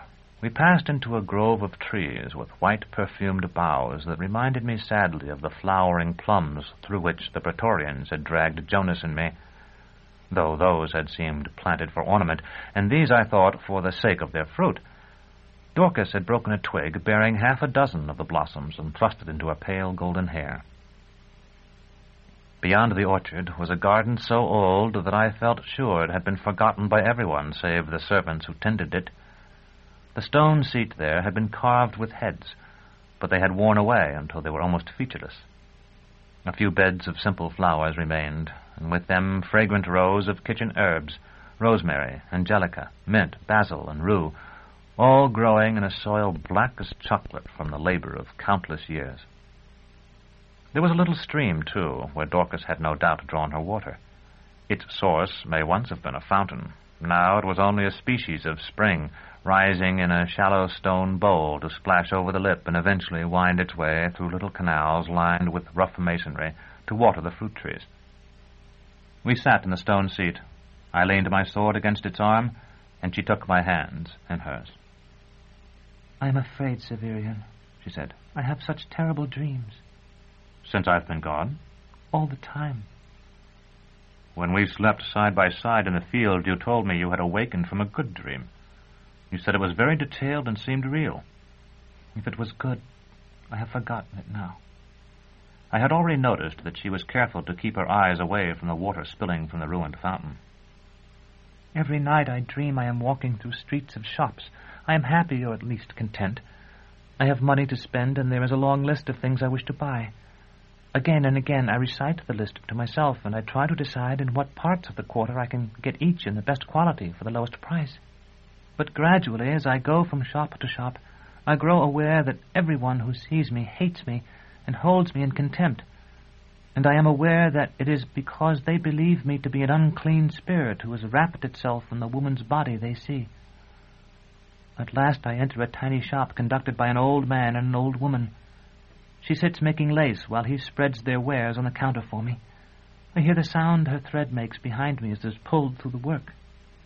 I asked, "What is it you have come to buy?" "Tiny clothes." Dorcas held her small white hands half a span apart. "Doll's clothing, perhaps. I particularly remember little shirts of fine wool.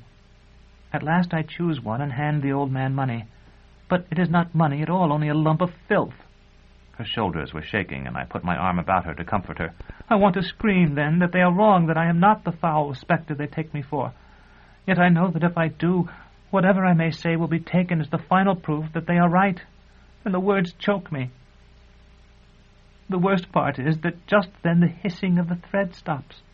She had taken my free hand again, and now she gripped it as though to drive her meaning into me. I know that no one could understand who has not had the same dream, but it is terrible, terrible. Perhaps now that I am here with you again, these dreams will end. And then I sleep, or at least fall into blackness. If I do not wake, then there is a second dream. I am in a boat, poled across a spectral lake. There is no mystery in that, at least, I said. You rowed in such a boat with Aja and me. It belonged to a man named Hildegren. Surely you must remember that trip? Dorcas shook her head. It is not that boat, but a much smaller one. An old man poles it, and I lie at his feet. I am awake, but I cannot move. My arm trails in the black water. Just as we are about to touch shore, I fall from the boat, but the old man does not see me, and as I sink through the water, I know that he has never known I was there at all. Soon the light is gone, and I am very cold. Far above me I hear a voice I love, calling my name, but I cannot remember whose voice it is. It's my voice calling to wake you. Perhaps. The whip mark Dorcas had carried from the piteous gate burned on her cheek like a brand. For a while we sat without speaking. The nightingales were silent now, but linnets were singing in all the trees, and I saw a parrot clad in scarlet and green like a little messenger in livery flash among the branches. At last Dorcas said, What a frightful thing water is. I should not have brought you here, but it was the only place nearby where I could think to go. I wish we had sat on the grass under those trees. Why do you hate it? It seems beautiful to me. Because it is here in the sunshine, but by its own nature it runs down and down forever away from the light. But it rises again, I said. The rain we see in spring is the same water we saw running the gutters the year before, or so Master Malrubius taught us. Dorcas's smile flashed like a star. That is good to believe, whether it's true or not. Severian, it's silly for me to say you're the best person I know, because you're the only good person I know. But I think if I met 1,000 others, you would still be the best. That was what I wanted to talk to you about. If you need my protection, you have it. You know that. It isn't that at all, Dorcas said. In a way, I want to give you mine. Now that sounds silly, doesn't it? I have no family. I have no one except you. And yet I think I can protect you. You know Jolenta and Dr. Tallis and Baldanders. They are no one. Don't you feel that, Severian? Even I am no one, but they are less than I. The 5 of us were in the tent last night, and yet you were alone.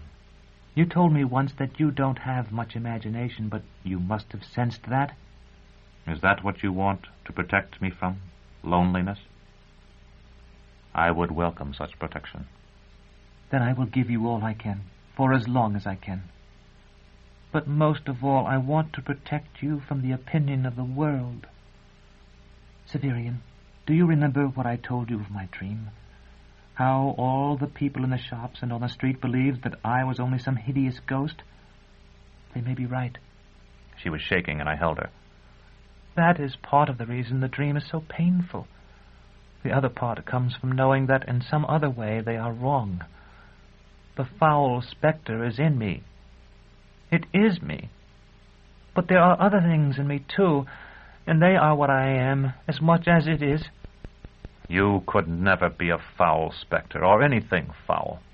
Oh, yes, she said seriously, and looked up at me. Her small, tilted face was never more beautiful than it was then in the sunlight, or more pure. Oh, yes, I could, Severian.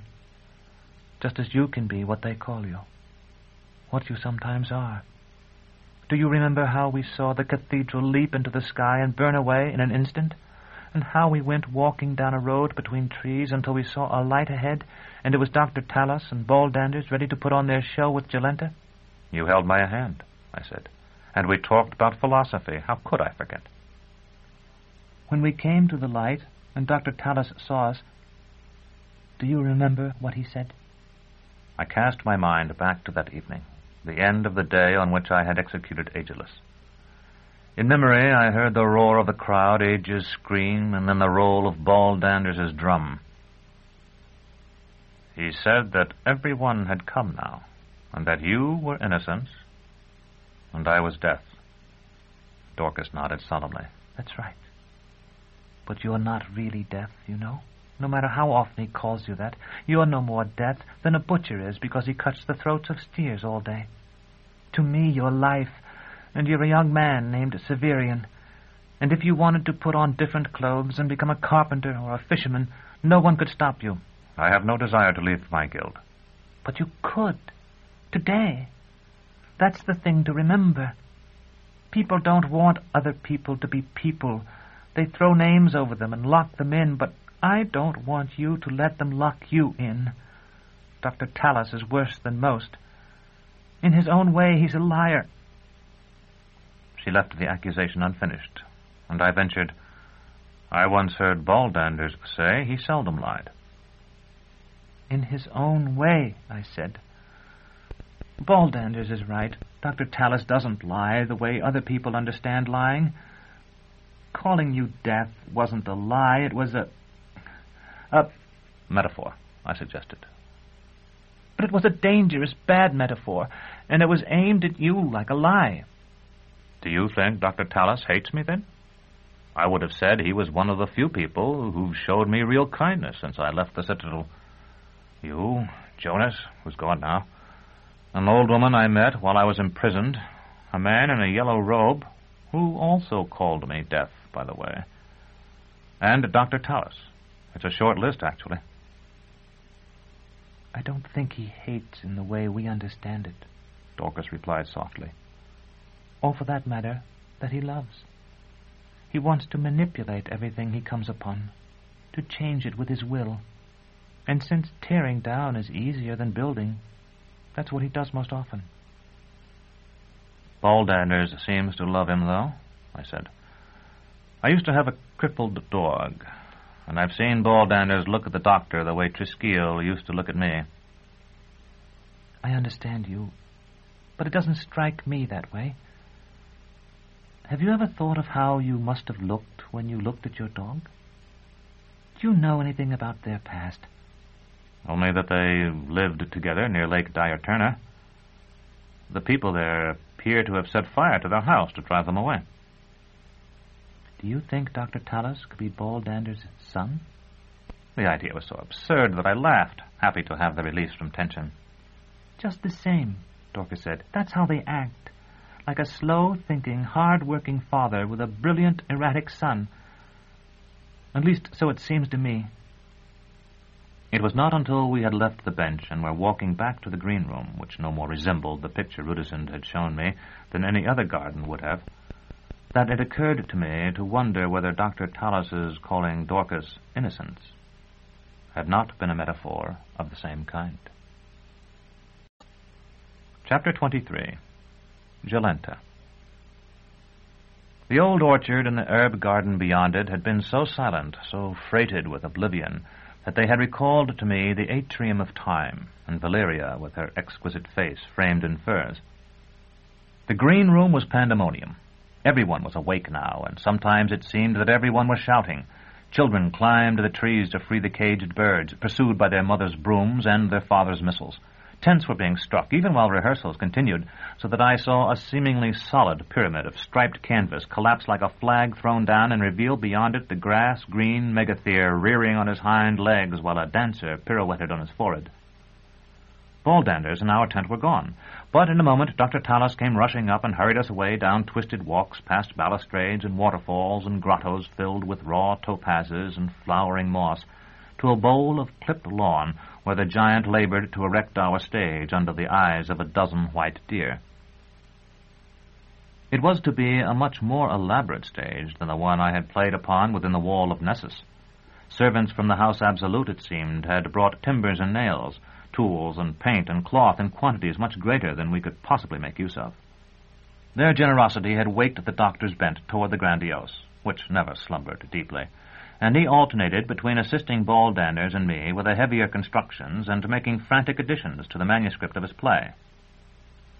The giant was our carpenter, and though he moved slowly, he worked so steadily and with such great strength, driving a spike as thick as my forefinger with a blow or two, and cutting in timber it would have taken me a watch to saw through with a few strokes of his axe, that he might have been 10 slaves toiling under the whip. Dorcas found a talent for painting that I at least was surprised by. Together we erected the black plates that drink the sun not only to gather energy for the night's performance, but to power the projectors now. These contrivances can provide a backdrop of 1,000 leagues as easily as the interior of a hut, but the illusion is complete only in total darkness. It is best, therefore, to strengthen it with painted scenes behind, and Dorcas created those with skill, standing waist-high in mountains as she thrust her brushes through the daylight-faded images. Jolenta and I were of less value. I had no painter's hand, and too little understanding of the necessities of the play even to assist the doctor in arranging our properties. Jolenta, I think, rebelled physically and psychically against any kind of work, and certainly against this. Those long legs, so slender below the knees, so rounded to bursting above them, were inadequate to bear much weight beyond that of her own body. Her jutting breasts were in constant danger of having their nipples crushed between lumber or smeared with paint. Nor had she any of that spirit that animates the members of a group forwarding the group's purpose. Dorcas had said that I had been alone the night before, and perhaps she had been more nearly correct than I supposed, but Jolenta was more solitary still. Dorcas and I had each other, Ballanders and the doctor their crooked friendship, and we came together in the performance of the play. Jolenta had only herself, the incessant performance whose sole goal was to garner admiration. She touched my arm, and without speaking rolled enormous emerald eyes to indicate the edge of our natural amphitheater, where a grove of chestnuts lifted white candles among their pale leaves. I saw that none of the others were looking at us, and nodded. After Dorcas, Jolenta, walking beside me, seemed nearly as tall as Thecla, though she took small steps instead of Thecla's swinging strides. She was a head taller than Dorcas, at least. Her coiffure made her seem taller still, and she wore boots with high riding heels. "I want to see it," she said. "It's the only chance I shall ever have." That was a palpable lie. But as though I believed it, I said, "The opportunity is symmetric.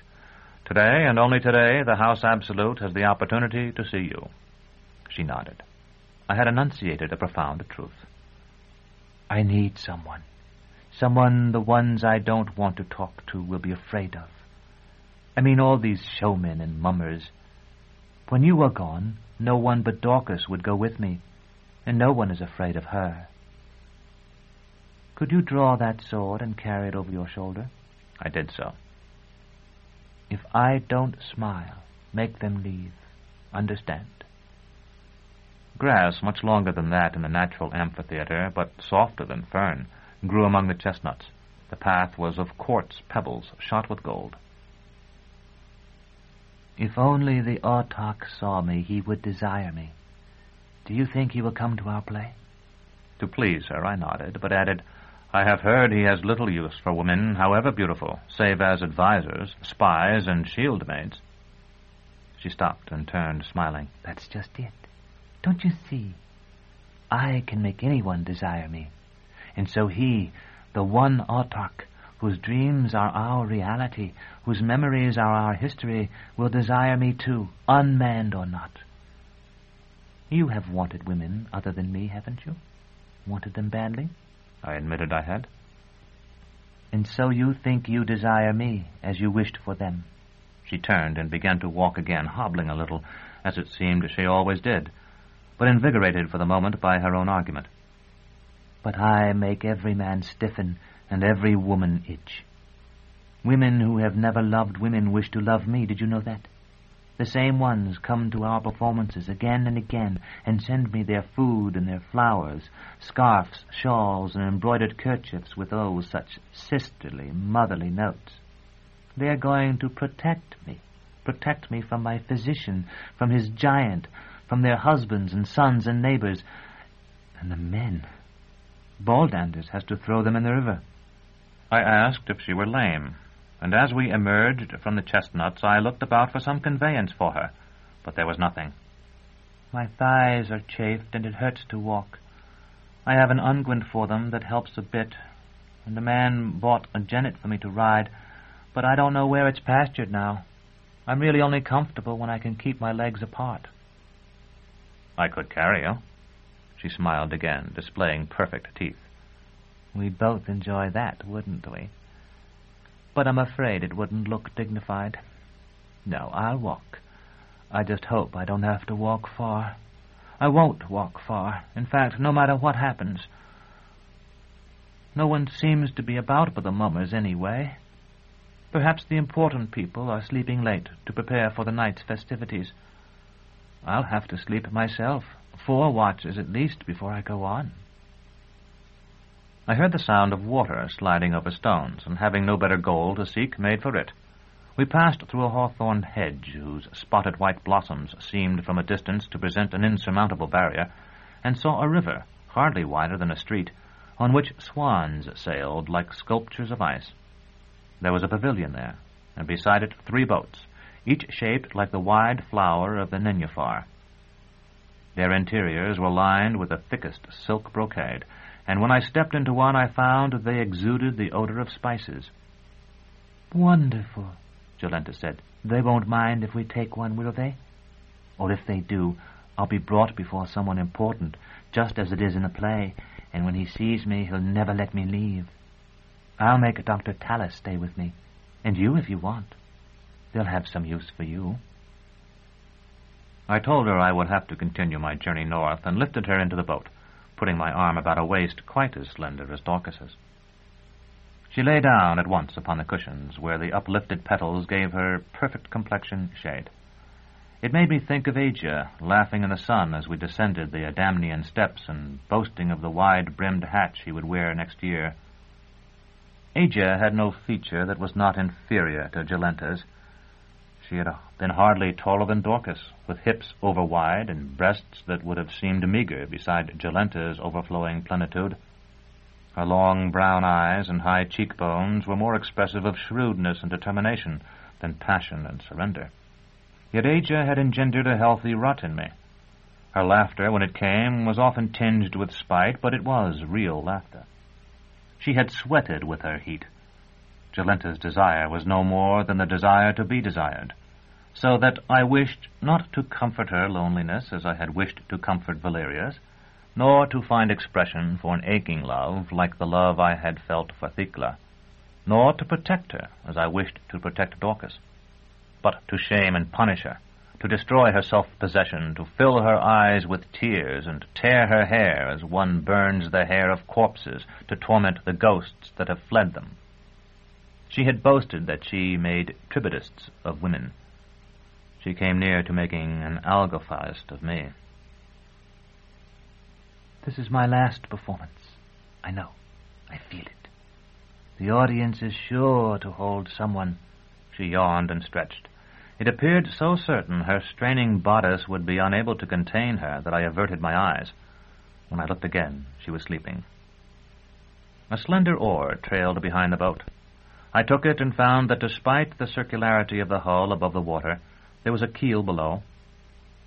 In the center of the river, the current ran strongly enough that I needed only to steer our slow progress along a series of gracefully sweeping meanders. Just as the hooded servant and I had passed unseen through suites and alcoves and arcades when he had escorted me along the hidden ways of the second house, so now the sleeping Jolenta and I passed without noise or effort, almost completely unobserved, through leagues of garden.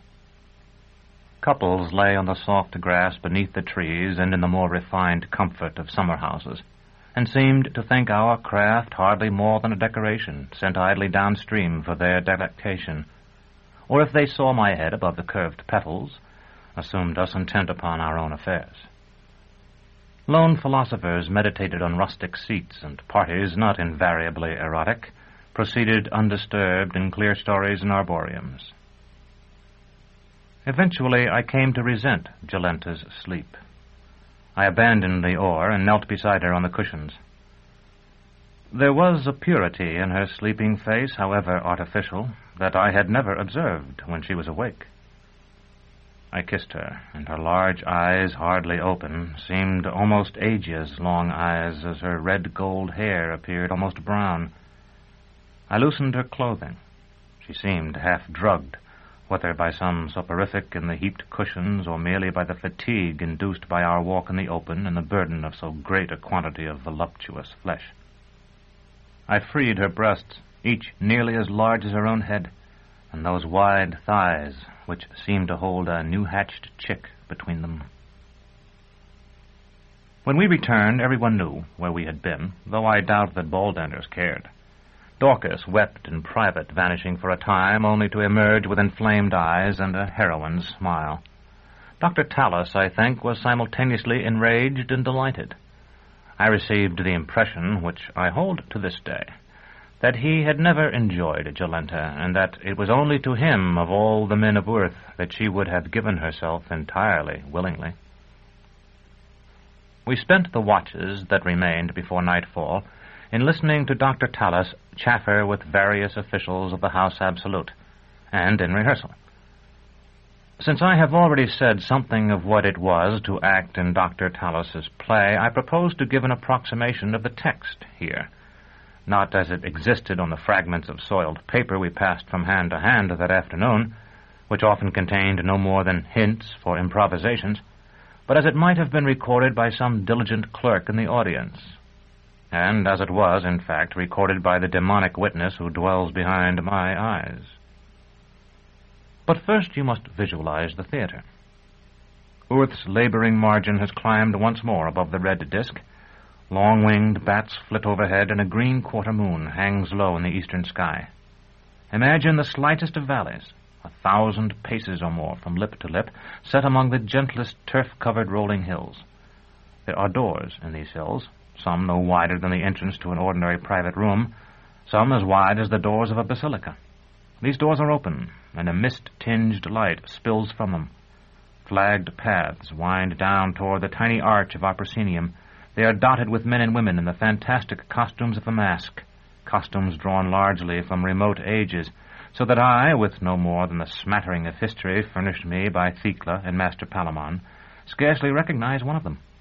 Servants move among these maskers, carrying trays loaded with cups and tumblers, heaped with delicious-smelling meats and pastries. Black seats of velvet and ebony, as delicate as crickets, face our stage, but many in the audience prefer to stand, and throughout our performance the spectators come and go without interruption, many remaining to hear no more than a dozen lines. Hylas sing in the trees, the nightingales trill, and atop the hills the walking statues move slowly through many poses. All the parts in the play are taken by Dr. Tallis, Baldanders, Dorcas, Jolenta, or me. Chapter 24. Dr. Tallis's play, Eschatology and Genesis. Being a dramatization, as he claimed, of certain parts of the lost Book of the New Sun. Persons in the play: Gabriel, the giant Nod; Meskia, the first man; Meskian, the first woman; Jahi, the autarch; the Contessa, her maid; 2 soldiers; a statue; a prophet; the Generalissimo; 2 demons disguised; the Inquisitor; his familiar; angelic beings; the new sun; the old sun; the moon. The back of the stage is dark. Gabriel appears bathed in golden light and carrying a crystal clarion. Gabriel: Greetings. I have come to set the scene for you. After all, that is my function. It is the night of the last day, and the night before the first. The old sun has set. He will appear in the sky no more. Tomorrow the new sun will rise, and my siblings and I will greet him. Tonight no one knows. Everyone sleeps. Footsteps, heavy and slow. Enter Nod. Gabriel: Omniscience, defend your servant. Nod: Do you serve him? So do we, Nephilim. I will not harm you, then, unless he suggests it. Gabriel: You are of his household? How does he communicate with you? Nod: To tell the truth, he doesn't. I am forced to guess at what he wishes me to do. Gabriel: I was afraid of that. Nod. Have you seen Meskia's son? Gabriel. Have I seen him? Why, you great ninny, he isn't even born yet. What do you want with him? Nod. He is to come and dwell with me in my land east of this garden. I will give him one of my daughters to wife. Gabriel. You have the wrong creation, my friend. You're 50 million years too late. Nod. Nod slowly, not understanding. If you should see him... Enter Meskia and Meskian, with Jahi following. All are naked, but Jahi wears jewelry. Meskia. What a lovely place. Delightful. Flowers, fountains, and statues. Isn't it wonderful? Meskian, timidly.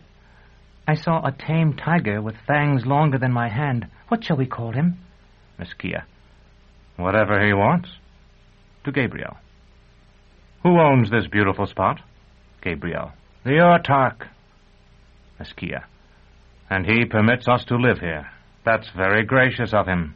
Gabriel. Not exactly. There's someone following you, my friend. Do you know it? Meskia, not looking. There's something behind you, too. Gabriel, flourishing the clarion, that is his badge of office. Yes, he is behind me. Meskia. Close, too. If you're going to blow that horn to call help, you'd better do it now. Gabriel. Why, how perceptive of you. But the time is not quite ripe.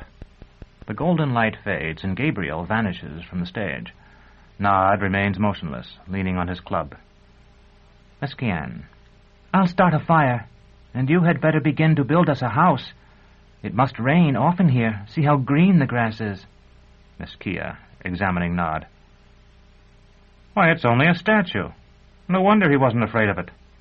Meskian. It might come to life. I heard something once about raising sons from stones. Meskia. Once? Why, you were only born just now. Yesterday, I think. Meskian. Yesterday? I don't remember it. I'm such a child, Meskia. I don't remember anything until I walked out into the light and saw you talking to a sunbeam.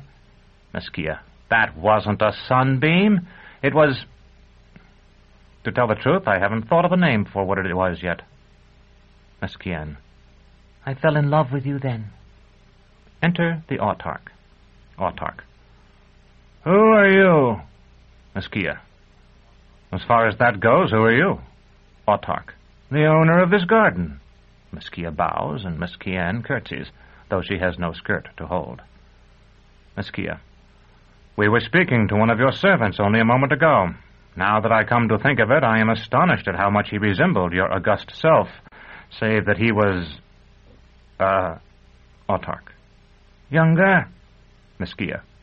In appearance, at least. Autarch. Well, it is inevitable, I suppose, not that I am attempting to excuse it now. But I was young, and though it would be better to confine oneself to women nearer one's own station, still there are times, as you would understand, young man, if you had ever been in my position, when a little maid or country girl who can be wooed with a handful of silver or a bolt of velvet, and will not demand, at the most inconvenient moment, the death of some rival or an ambassadorship for her husband, well, when a little person like that becomes a most enticing proposition.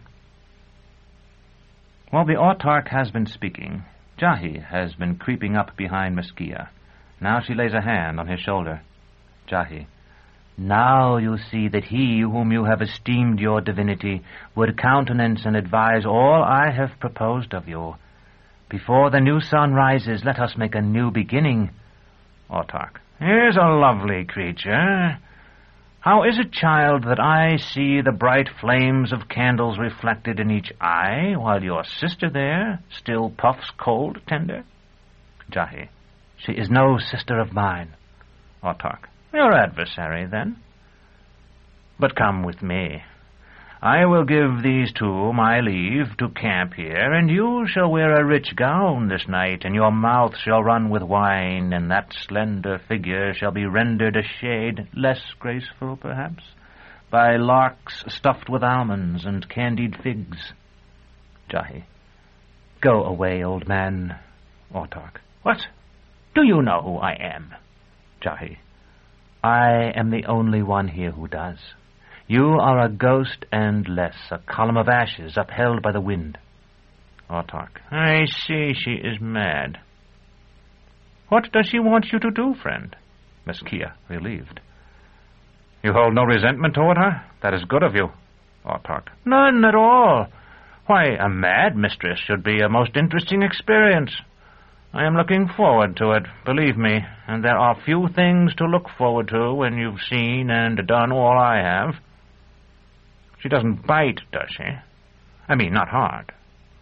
Meskian. She does, and her fangs run with venom. Jahi springs forward to claw her. Meskian darts off stage, pursued. Autark. I shall have my Picnares search the garden for them. Meskia. Don't worry. They'll both be back soon. You'll see. Meanwhile, I am actually glad to have a moment alone with you like this. There are some things I've been wanting to ask you. Autark. I grant no favors after 6. That's a rule I've had to make to keep my sanity. I'm sure you understand. Meskia, somewhat taken aback. That's good to know. But I wasn't going to ask for something, really. Only for information. For divine wisdom. Autark. In that case, go ahead. But I warn you, you must pay a price. I mean to have that demented angel for my own tonight. Meskia drops to his knees. Meskia. There is something I have never understood. Why must I talk to you when you know my every thought? My first question was, knowing her to be of that brood you have banished, should I not still do what she proposes? For she knows I know, and it is in my heart to believe that she puts forward right action in the thought that I will spurn it because it comes from her. Autark, aside. He is mad too, I see, and because of my yellow robes, thinks me divine. To Meskia. A little adultery never hurt any man, unless, of course, it was his wife's. Meskia. Then mine would hurt her? Enter the Contessa and her maid. Contessa. My sovereign lord, what do you do here? Meskia. I am at prayer, daughter. Take off your shoes at least, for this is holy ground. Contessa. Liege, who is this fool? Autark. A madman I found wandering with 2 women as mad as he. Contessa. Then they outnumber us, unless my maid be sane. Maid. Your Grace. Contessa. Which I doubt. This afternoon she laid out a purple stole with my green capote. I was to look like a post decked with morning glories, it would seem. Meskia, who has been growing angrier as she speaks, strikes her, knocking her down. Unseen behind him, the Autark flees. Meskia. Brat! Don't trifle with holy things when I am near, or dare do anything but what I tell you. Maid. Who are you, sir? Meskia. I am the parent of the human race, my child. And you are my child, as she is. Maid. I hope you will forgive her, and me. We had heard you were dead. Meskia. That requires no apology. Most are, after all. But I have come round again, as you see, to welcome the new dawn. Nod, speaking and moving after his long silence and immobility. We have come too early. Meskia, pointing. A giant! A giant! Contessa. Oh, Solange, Kainberger. Maid. I'm here, Your Grace. Libby is here. Nod. Too early for the new sun by some time still. Contessa, beginning to weep. The new sun is coming. We shall melt like dreams. Meskia, seeing that Nod intends no violence. Bad dreams. But it will be the best thing for you. You understand that, don't you? Contessa, recovering a little. What I don't understand is how you, who suddenly seem so wise, could mistake the Autark for the universal mind. Meskia. I know that you are my daughters in the old creation. You must be, since you are human women, and I have had none in this. Nod. His son will take my daughter to wife. It is an honor our family has done little to deserve. We are only humble people, the children of Gaia, but we will be exalted. I will be... What will I be, Meskia? The father-in-law of your son. It may be, if you don't object, that some day my wife and I will visit our daughter on the same day you come to see him. You wouldn't refuse us, would you, a place at the table? We would sit on the floor naturally. Meskia. Of course not. The dog does that already, or will, when we see him. To the Contessa. Has it not struck you that I may know more of him you call the universal mind than your autarch does of himself? Not only your universal mind, but many lesser powers wear our humanity like a cloak when they will, sometimes only as concerns 2 or 3 of us. We who are worn are seldom aware that, seeming ourselves to ourselves, we are yet demiurge, paraclete, or fiend to another. Contessa. That is wisdom I have gained late, if I must fade with the new sun's rising. Is it past midnight? Maid. Nearly so, your grace. Contessa, pointing to the audience. All these fair folk, what will befall them? Meskia. What befalls leaves when their year is past, and they are driven by the wind? Contessa. If Meskia turns to watch the eastern sky, as though for the first sign of dawn. Contessa. If... Meskia. If what? Contessa. If my body held a part of yours, drops of liquescent tissue locked in my loins. Meskia. If it did, you might wander earth for a time longer, a lost thing that could never find its way home. But I will not bed you. Do you think that you are more than a corpse? You are less. Maid faints. Contessa. You say you are the father of all things human. It must be so, for you are death to woman. The stage darkens. When the light returns, Meskian and Jahi are lying together beneath the rowan tree. There is a door on the hillside behind them. Jahi's lip is split and puffed, giving her a pouting look. Blood trickles from it to her chin. Meskian. How strong I would be still to search for him, if only I knew you would not follow me. Jahi. I move with the strength of the world below, and will follow you to the second ending of earth if need be. But if you strike me again, you will suffer for it. Meskian lifts her fist, and Jahi cowers back. Meskian. Your legs were shaking worse than mine when we decided to rest here. Jahi. I suffer far more than you. But the strength of the world below is to endure past endurance. Even as I am more beautiful than you, I am a more tender creature by far. Meskian. We've seen that, I think. Jahi. I warn you again, and there will be no third warning. Strike me at your peril. Meskian. What will you do? Summon up Erinnys to destroy me? I have no fear of that. If you could, you would have done it long before. Jahi. Worse. If you strike me again, you will come to enjoy it. Enter first soldier and second soldier, armed with pikes. First soldier. Look here. Second soldier, to the women. Down, down, don't stand, or like a heron I'll skewer you. You're coming with us. Meskian. On our hands and knees? First soldier. None of your insolence. He prods her with his pike, and as he does, there is a groaning, almost too deep for hearing. The stage vibrates in sympathy with it, and the ground shakes. Second soldier. What was that? First soldier. I don't know. Jahi. The end of earth, you fool. Go ahead and spear her. It's the end of you, anyway. Second soldier. Little you know. It's the beginning for us. When the order came to search the garden, special mention was made of you two, and orders given to bring you back. 10 chrysos you'll be worth, or I'm a cobbler. He seizes Jahi, and as soon as he does so, Meskian darts off into the darkness. First soldier runs after her. Second soldier. Bite me, will you? He strikes Jahi with the shaft of his weapon. They struggle. Jahi. Fool, she's escaping. Second soldier. That's Evo's worry. I've got my prisoner, and he let his escape, if he doesn't catch her.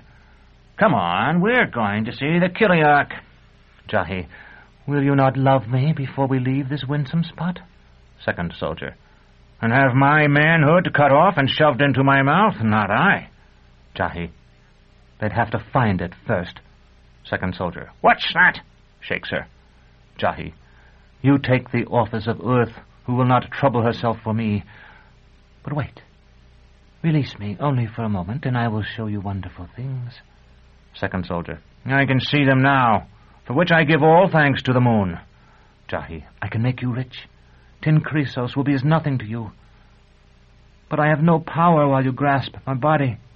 Second soldier. Your legs are longer than the other woman's, but I've seen that you don't move so readily on them. Indeed, I think that you can scarcely stand. Jahi, no more can I. Second soldier. I'll hold your necklace. The chain looks stout enough. If that's sufficient, show me what you can do. If it's not, come with me. You'll be no freer while I have you. Jahi raises both hands, with the little fingers, index fingers, and thumbs extended. For a moment there is silence. Then a strange, soft music filled with trillings, snowfalls, and gentle flicks. Second soldier. Stop that! He seizes one arm and jerks it down. The music stops abruptly. A few last snowflakes settle on his head. Second soldier. That was not gold. Jahi. Yet you saw. Second soldier. There's an old woman in my home village who can work the weather, too. She's not as quick as you, I admit. But then she's a lot older and feeble. Jahi. Whoever she may be, she is not 1,000th part as old as I. Enter the statue, moving slowly and as though blind. Jahi. What is that thing? Second soldier. One of Father and Erie's little pets. It can't hear you or make a sound. I'm not even sure it's alive. Jahi. Why, neither am I, for all of that. As the statue passes near her, she strokes its cheek with her free hand. Jahi. Lover, lover, lover, have you no greeting for me? Statue. Hey. Second soldier. What's this? Stop! Woman, you said you had no power while I held you. Jahi. Behold my slave. Can you fight him? Go ahead, break your spear on that broad chest. The statue kneels and kisses Jahi's foot. Second soldier. No, but I can outrun him. He throws Jahi across his shoulder and runs. The door in the hill opens. He enters, and it slams shut behind him. The statue hammers it with mighty blows, but it does not yield. Tears stream down his face. At last he turns away and begins to dig with his hands. Gabriel, off stage. Thus stone images keep faith with a departed day, alone in the desert when man has fled away. As the statue continues to dig, the stage grows dark. When the lights come up again, the autarch is seated on his throne. He is alone on stage, but silhouettes projected on screens to either side of him indicate that he is surrounded by his court. Autarch. Here I sit as though the lord of 100 worlds, yet not master even of this. The tramp of marching men is heard off stage. There is a shouted order. Autarch. Generalissimo! Enter a prophet. He wears a goatskin and carries a staff whose head has been rudely carved into a strange symbol. Prophet. 100 portents are abroad. At Incasus, a calf was dropped that had no head, but mouths in his knees. A woman of known propriety has dreamed she is with child by a dog. Last night a shower of stars fell hissing on to the southern ice. And prophets walk abroad in the land. Autarch. You yourself are a prophet. Prophet. The autarch himself has seen them. Autarch. My archivist, who is most learned in the history of this spot, once informed me that over 100 prophets have been slain here, stoned, burned, torn by beasts, and drowned. Some have even been nailed like vermin to our doors. Now I would learn of you something of the coming of the new sun, so long prophesied. How is it to come about? What does it mean? Speak, or we shall give the old archivist another mark for his tally, and train the pale moonflower to climb that staff. Prophet. I despair of satisfying you, but I shall attempt it. Autarch. Do you not know? Prophet. I know. But I know you for a practical man concerned with the affairs of this universe alone, who seldom looks higher than the stars. Autarch. For 30 years I have prided myself on that. Prophet. Yet even you must know that cancer eats the heart of the old sun. At its center, matter falls in upon itself as though there were there a pit without bottom, whose top surrounds it. Autarch. My astronomers have long told me so. Prophet. Think on an apple rotten from the bud, fair still without, until it collapses into foulness at last. Autarch. Every man who finds himself still strong in the latter half of life has thought on that fruit. Prophet. So much then for the old sun. But what of its cancer? What know we of that, save that it deprives the earth of heat and light, and at last of life? Sounds of struggle are heard off stage. There is a scream of pain and a crash as though a large vase had been knocked from its pedestal. Autarch. We will learn what that commotion is soon enough, Prophet. Continue. Prophet. We know it to be far more, for it is a discontinuity in our universe, a rent in its fabric, bound by no law we know. From it nothing comes. All enters in, naught escapes. Yet from it anything may appear, for it alone of all the things we know is no slave to its own nature. Enter Nod, bleeding, prodded by pikes, held off stage. Autarch. What is this miscreation? Prophet. The very proof of those portents I spoke to you. In future times, so it has long been said, the death of the old sun will destroy earth, but from its grave will rise monsters, a new people, and the new sun. Old earth will flower then as a butterfly from its dry husk, and the new earth shall be called Ushas. Autarch. Yet all we know will be swept aside. This ancient house in which we stand, yourself, me? Nod.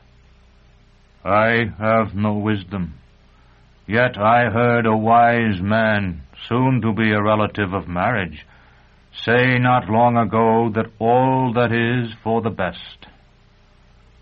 We are but dreams, and dreams possess no life by their own right. See, I am wounded. Holds out his hand. When my wound heals, it will be gone. Should it with its bloody lips say it is sorry to heal? I am only trying to explain what another said, but that is what I think he meant. Deep bells toll off stage. Autarch. What's that? You, Prophet, go and see who's ordered that clamor, and why. Exit Prophet. Nod. I feel sure your bells have begun the welcome of the new sun. It is what I came to do myself. It is our custom, when an honored guest arrives, to roar and beat our chests, and pound the ground and the trunks of trees all about with gladness, and lift the greatest rocks we can, and send them down the gorges in honor of him. I will do that this morning, if you will set me free, and I feel sure earth herself will join me. The very mountains will leap into the sea when the new sun rises up today. Autarch. And from where did you come? Tell me, and I'll release you. Nod. Why, from my own country, to the east of paradise. Autarch. And where's that? Nod points to the east. Autarch. And where is paradise? In the same direction? Nod.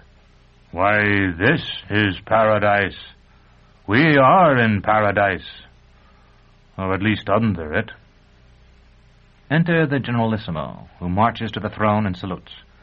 Generalissimo. Autarch, we have searched all the land above this house absolute as you ordered. The Contessa Karina has been found, and her injuries not being serious, escorted to her apartments. We have also found the Colossus you see before you, the bejeweled woman you described, and 2 merchants. Autarch. What of the other 2, the naked man and his wife? Generalissimo. There is no trace of them. Autarch. Repeat your search, and this time look well. Generalissimo salutes. As my autarch wills. Autarch. And have the jeweled woman sent to me. Nod begins to walk off stage, but is stopped by Pikes. The Generalissimo draws his pistol. Nod. Am I not free to leave? Generalissimo. By no means. Nod to Autarch. I told you where my country lies. Just east of here. Generalissimo. More than your country lies. I know that area well. Autarch, fatigued. He has told the truth as he knows it. Perhaps the only truth there is. Nod. Then I am free to go. Autarch. I think that he whom you came to welcome will arrive whether you are free or not. Yet there is a chance, and such creatures as you cannot be allowed to roam abroad in any case. Now you are not free, nor ever again will be. Nod rushes from the stage, pursued by the Generalissimo. Shots, screams, and crashes. The figures around the Autarch fade. In the midst of the uproar, the bells toll again. Nod re-enters with a laser burn across one cheek. The Autarch strikes him with his scepter. Each blow produces an explosion and a burst of sparks. Nod seizes the Autarch and is about to dash him to the stage when 2 demons disguised as merchants enter, throw him down, and restore the Autarch to his throne. Autarch. Thank you. You will be richly rewarded. I had given up hope of being rescued by my guards, and I see I thought rightly. May I ask who you are? First Demon. Your guards are dead. That giant has smashed their skulls against your walls and broken their spines upon his knees. Second Demon. We are 2 traders merely. Your soldiers took us up. Autarch. Would that they were traitors, and in their places I had such soldiers as you. And yet you are in appearance so slight I would think you incapable of even ordinary strength. First Demon, bowing. Our strength is inspired by the master we serve. Second Demon. You will wonder why we, 2 commonplace traders and slaves, should have been found wandering your grounds by night. The fact is that we came to warn you. Our travels but lately took us to the northern jungles, and there, in a temple older than man, a shrine overgrown with rank vegetation until it seemed hardly more than a leafy mound, we spoke to an ancient shaman who foretold great peril to your realm. First Demon. With that intelligence, we hastened here to give you the alarm before it should be too late, arriving at the very wince of time. Autarch. What must I do? Second Demon. This world that you and we treasure has now been driven round to the sun so often that the warp and woof of its space grow threadbare and fall as dust and feeble lint from the loom of time. First Demon. The continents themselves are old as raddled women, long since stripped of beauty and fertility. The new sun comes. Autarch. I know. First Demon. And he will send them crashing into the sea like foundered ships. Second Demon. And from the sea lift new, glittering with gold, silver, iron, and copper, with diamonds, rubies, and turquoises, lands wallowing in the soil of 1,000,000 millennia so long ago washed down to the sea. First Demon. To people these lands, a new race is prepared. The humankind, you know, will be shouldered aside even as the grass that has prospered on the plains so long yields to the plough, and so gives way to wheat. Second Demon. But what if the seed were burned? What then? The tall man and the slight woman you met not long ago are such seed. Once it was hoped that it might be poisoned in the field, but she who was dispatched to accomplish it has lost sight of the seed now among the dead grass and broken clods, and for a few sleights of hand has been handed over to your inquisitor for strict examination. Yet the seed might be burned still. Autarch. The thought you suggest has already passed through my own mind.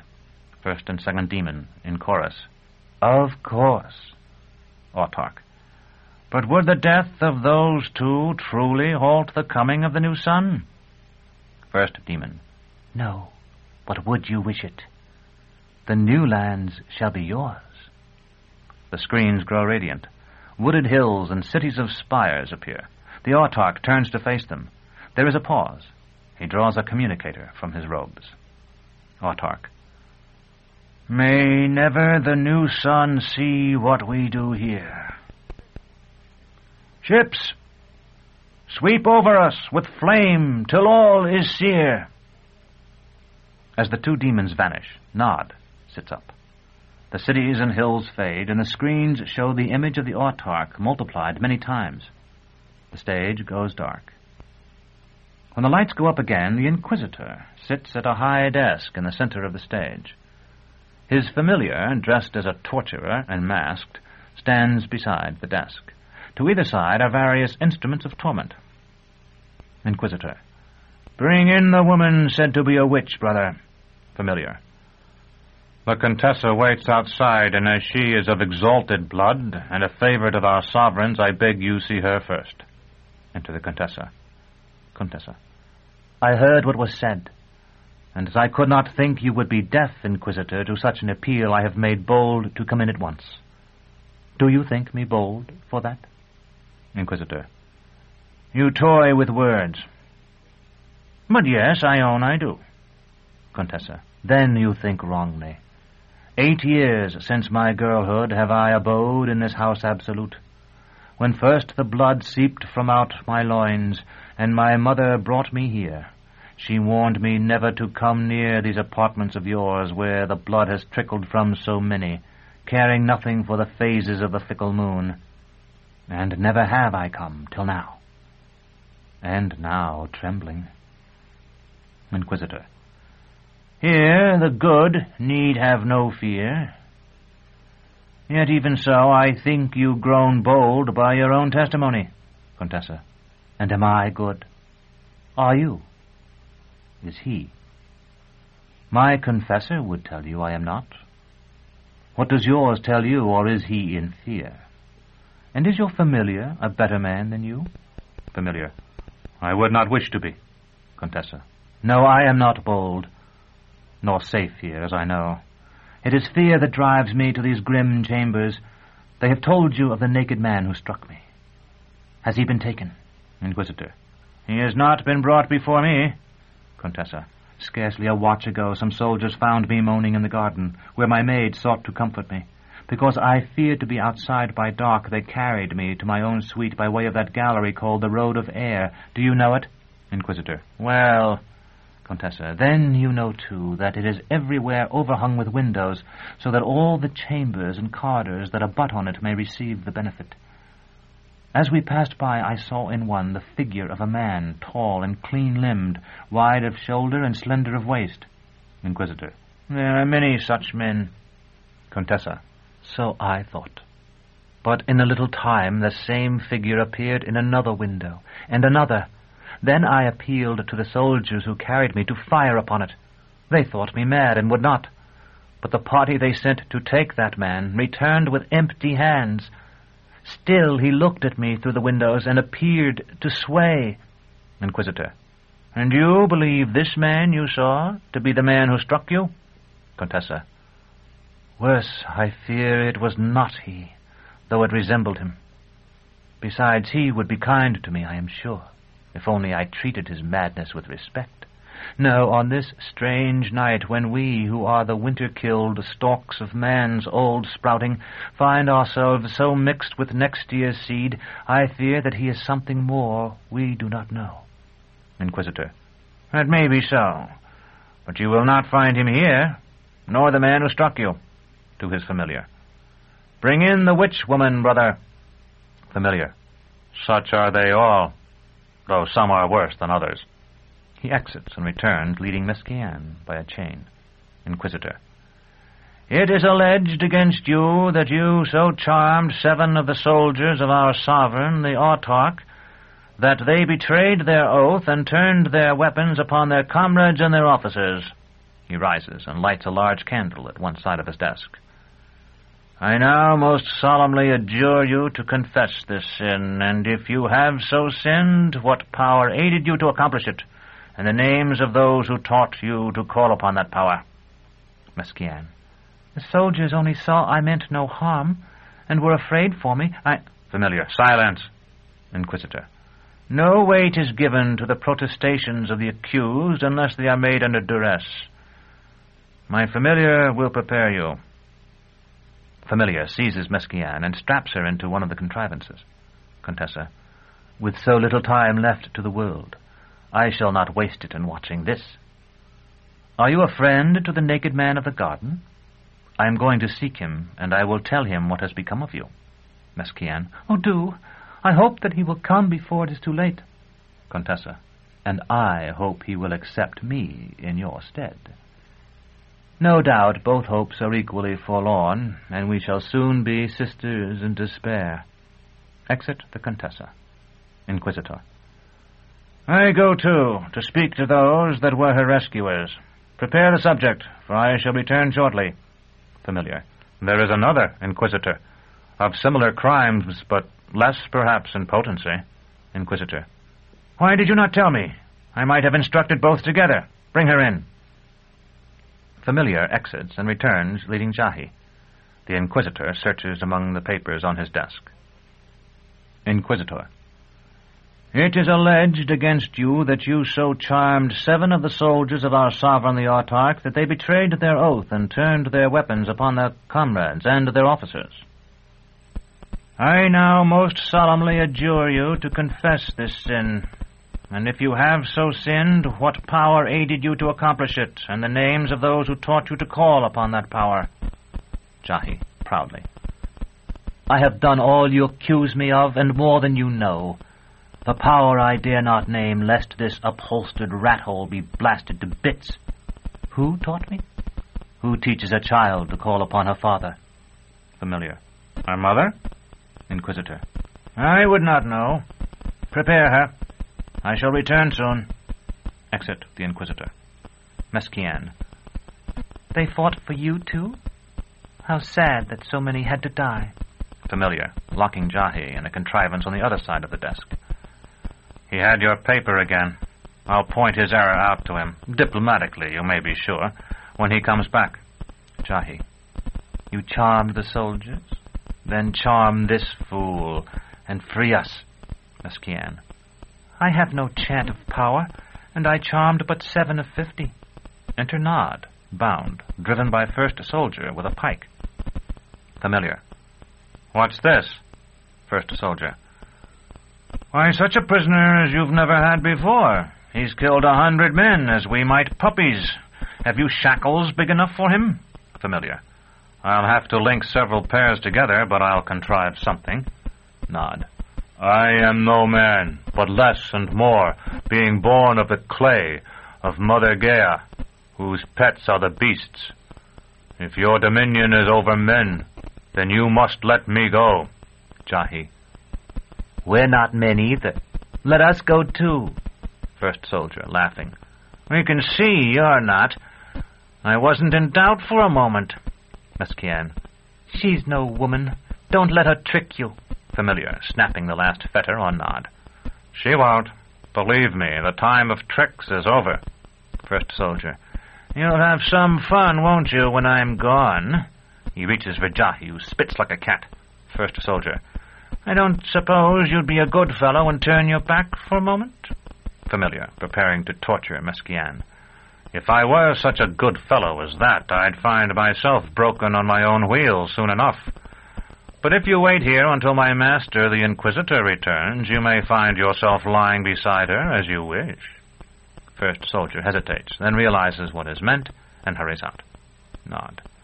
That woman will be the mother of my son-in-law. Do not harm her. He strains at his chains. Jahi, stifling a yawn. I've been up all night, and though the spirit is as willing as ever, this flesh is ready for rest. Can't you hurry with her and get to me? Familiar, not looking. There is no rest here. Jahi. So? Well, it's not quite as homelike as I would expect.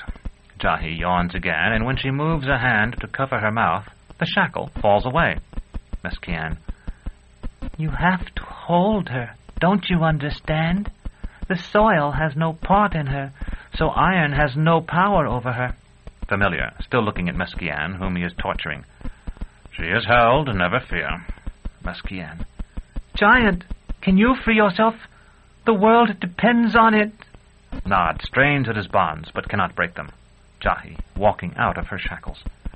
Yes, it is I who answer, because in the world of reality I am far larger than any of you. She walks around to the desk and leans over the familiar's shoulder. How interesting. Crude, but interesting.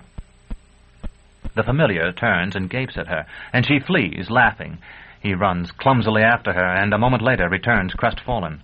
Familiar, panting. She's gone. Nod. Yes, free. Meskian. Free to pursue Meskia and ruin everything as she did before. Familiar. You don't realize what this means. My master will return soon, and I am a dead man. Nod. The world is dead. So she has told you.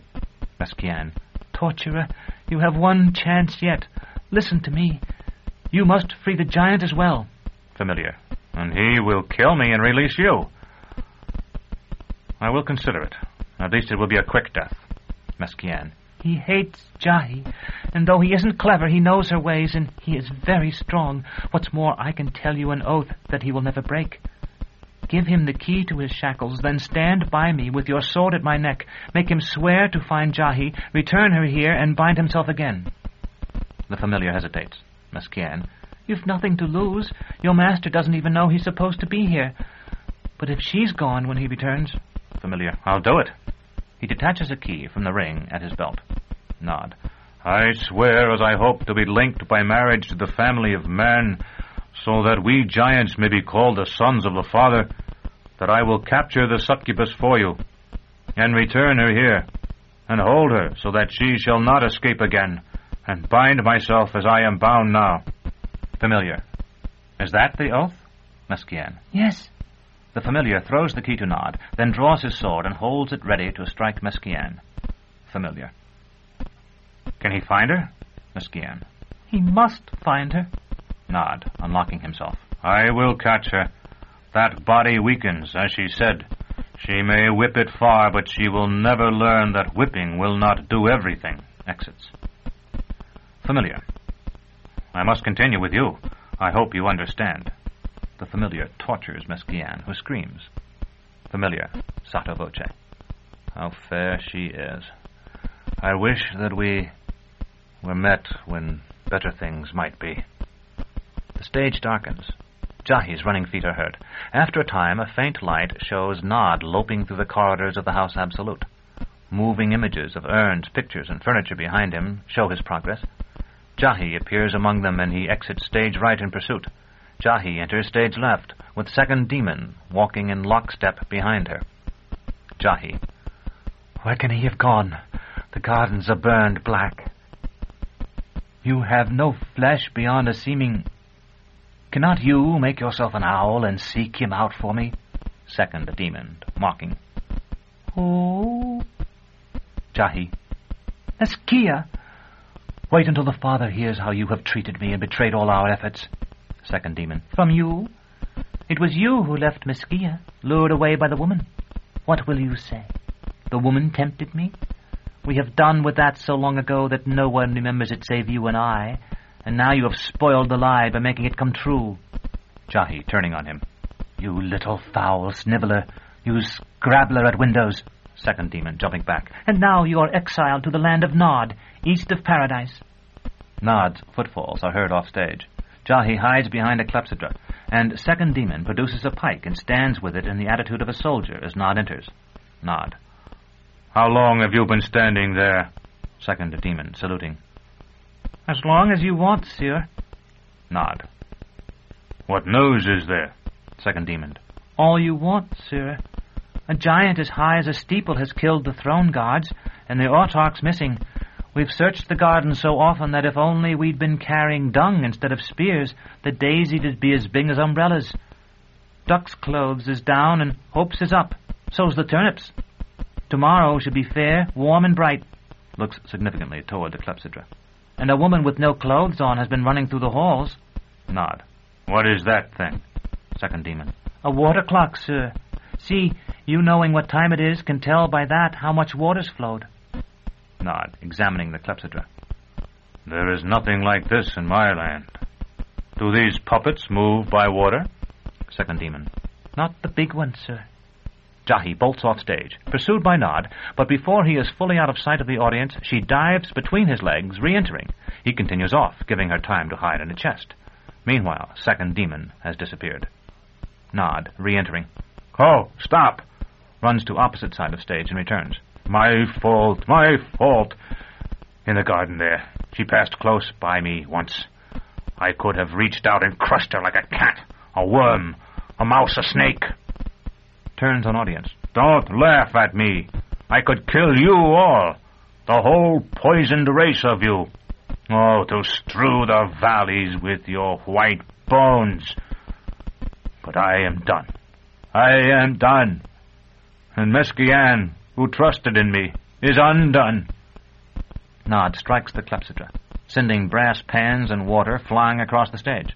Nod. What good is this gift of speech except that I can curse myself? Good mother of all the beasts, take it from me. I would be as I was, and shout wordless among the hills. Reason shows reason can only bring pain.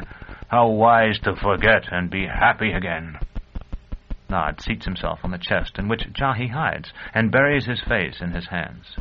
As the lights dim, the chest begins to splinter beneath his weight.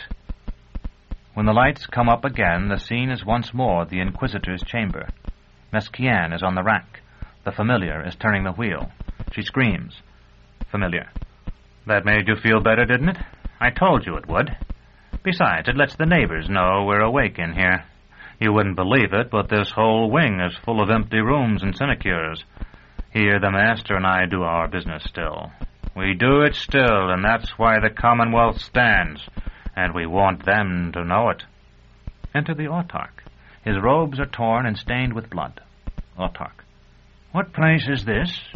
He sits on the floor, his head in his hands, in an attitude reminiscent of Nod's. Familiar. What place?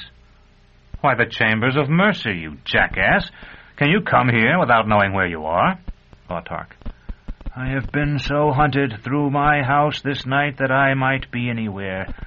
Bring me some wine, or water, if you've no wine here, and bar the door. Familiar.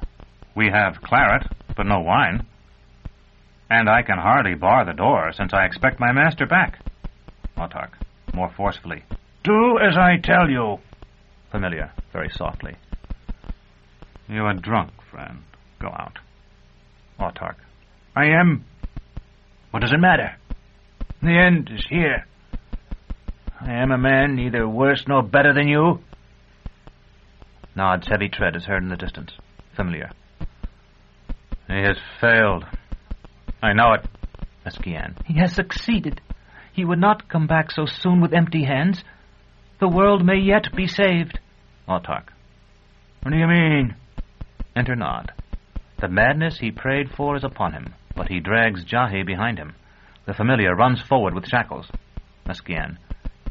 Someone must hold her, or she will escape as she did before.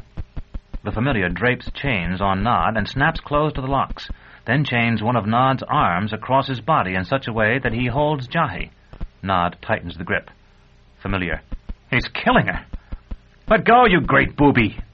The familiar snatches up the bar with which he has been tightening the rack and belabors Nod with it. Nod roars, tries to grasp him, and lets the unconscious Jahi slip down. The familiar seizes her by the foot and pulls her to where the autarch sits. Familiar. Here, you'll do. He jerks the autarch erect and swiftly imprisons him in such a way that one hand is clamped about Jahi's wrist, then returns to torture Meskian. Unseen behind him, Nod is freeing himself of his chains. Chapter 25. The attack on the Hierogils. Though we were outdoors, where sounds are so easily lost against the immensity of the sky, I could hear the clatter Baldanders made as he feigned to struggle with his bonds.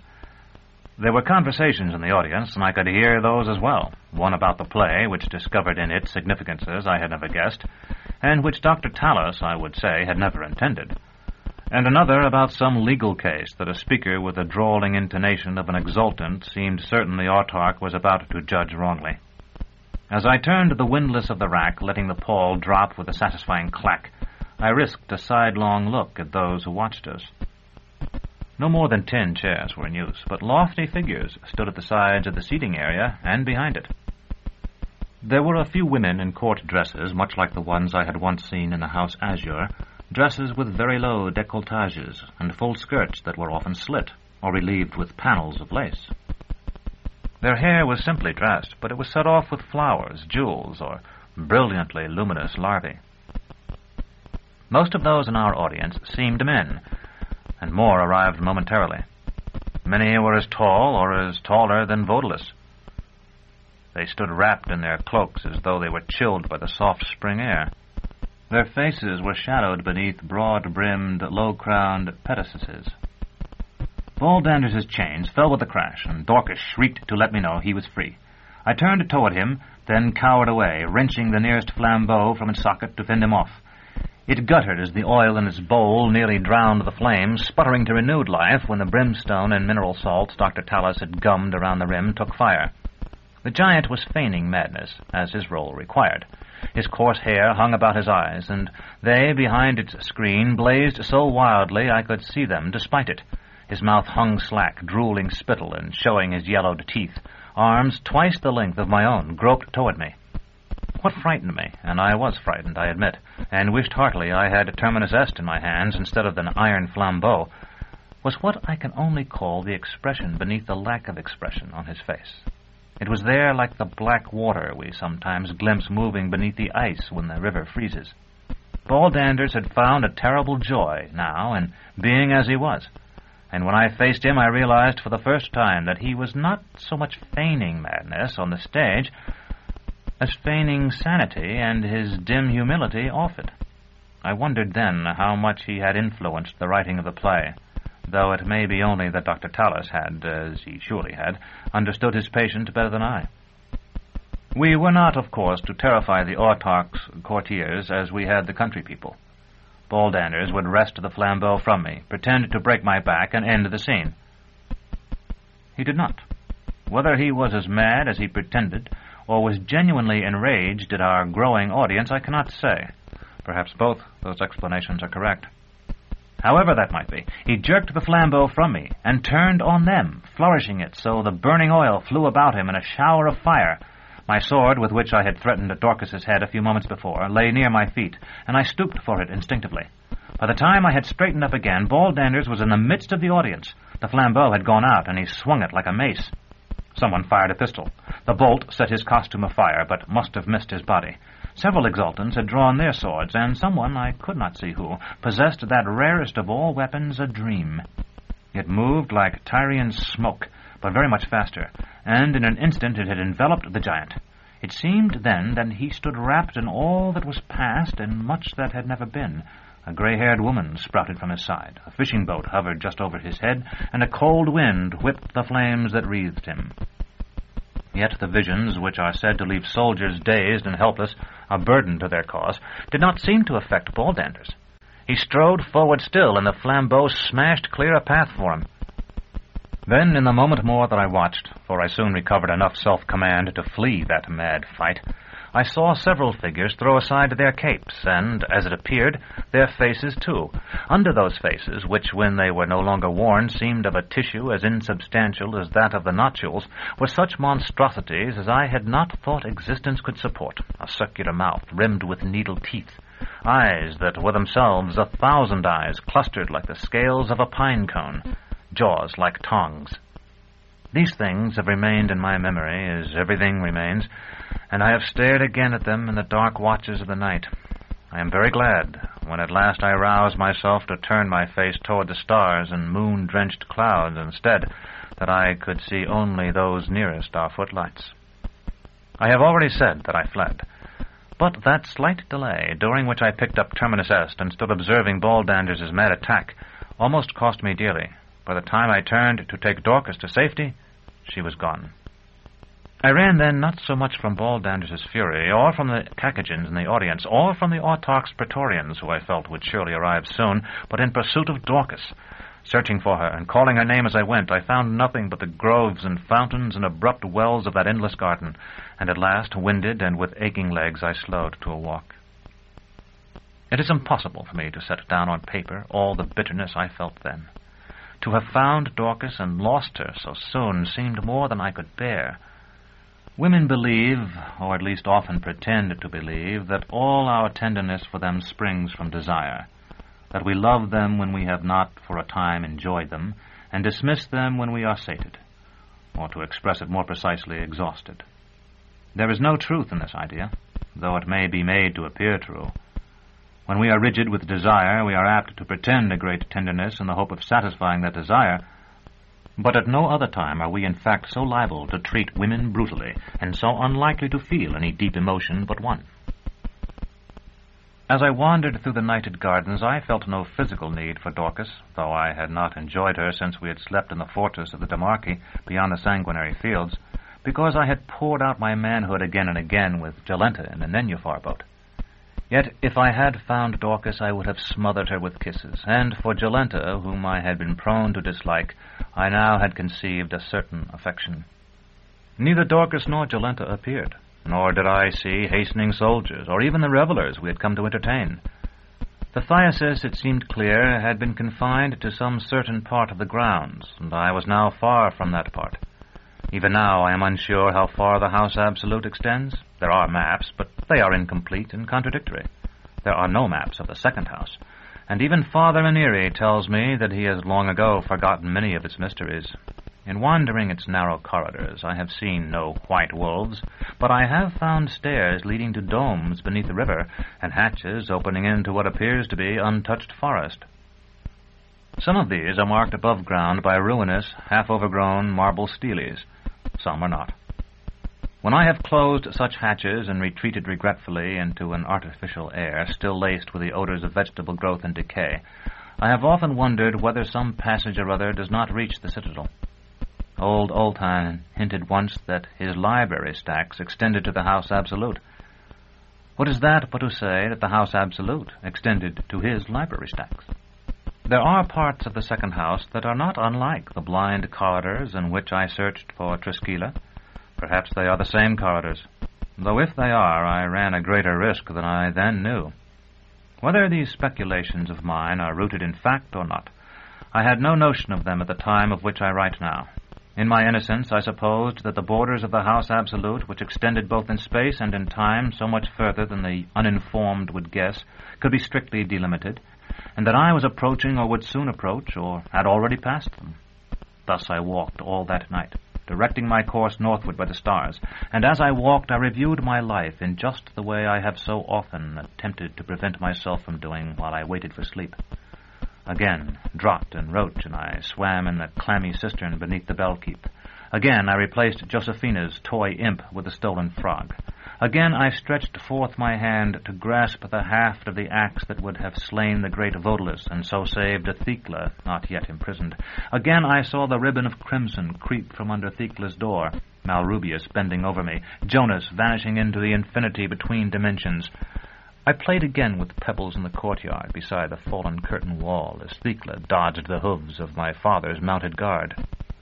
Long after I had seen the last balustrade, I feared the soldiers of the Autarch, but after some time, when I had not so much as glimpsed a distant patrol, I grew contemptuous of them, believing their ineffectiveness to be a part of that general disorganization I had observed in the Commonwealth so often. With or without my help, Vodalus, I felt, would surely destroy such bunglers, indeed could do so now if he would only strike.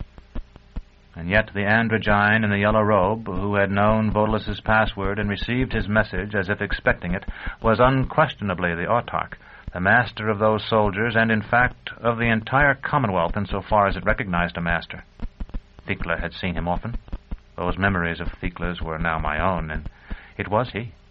If Vodalus had won already, why did he remain in hiding? Or was Vodalus merely a creature of the Autarchs? If so, why did Vodalus refer to the Autarch as though he were a servitor? I tried to persuade myself that everything that had passed in the chamber of the picture and the rest of the second house had been a dream, but I knew it was not so, and the steel was gone. Thinking of Vodalus reminded me of the claw which the Autarch himself had urged me to return to the order of priestesses called Pellerines. I drew it out. Its light was soft now, neither flashing as it had been in the mine of the man-apes, nor dull as it had been when Jonas and I had examined it in the antechamber. Though it lay upon the palm of my hand, it seemed to me now a great pool of blue water, purer than a cistern, purer far than Gile, into which I might dive, though in doing so I should in some incomprehensible fashion be diving up. It was at once comforting and disquieting, and I pushed it into my boot top again and walked on. Dawn found me on a narrow path that straggled through a forest more sumptuous in its decay even than that outside the wall of Nessus.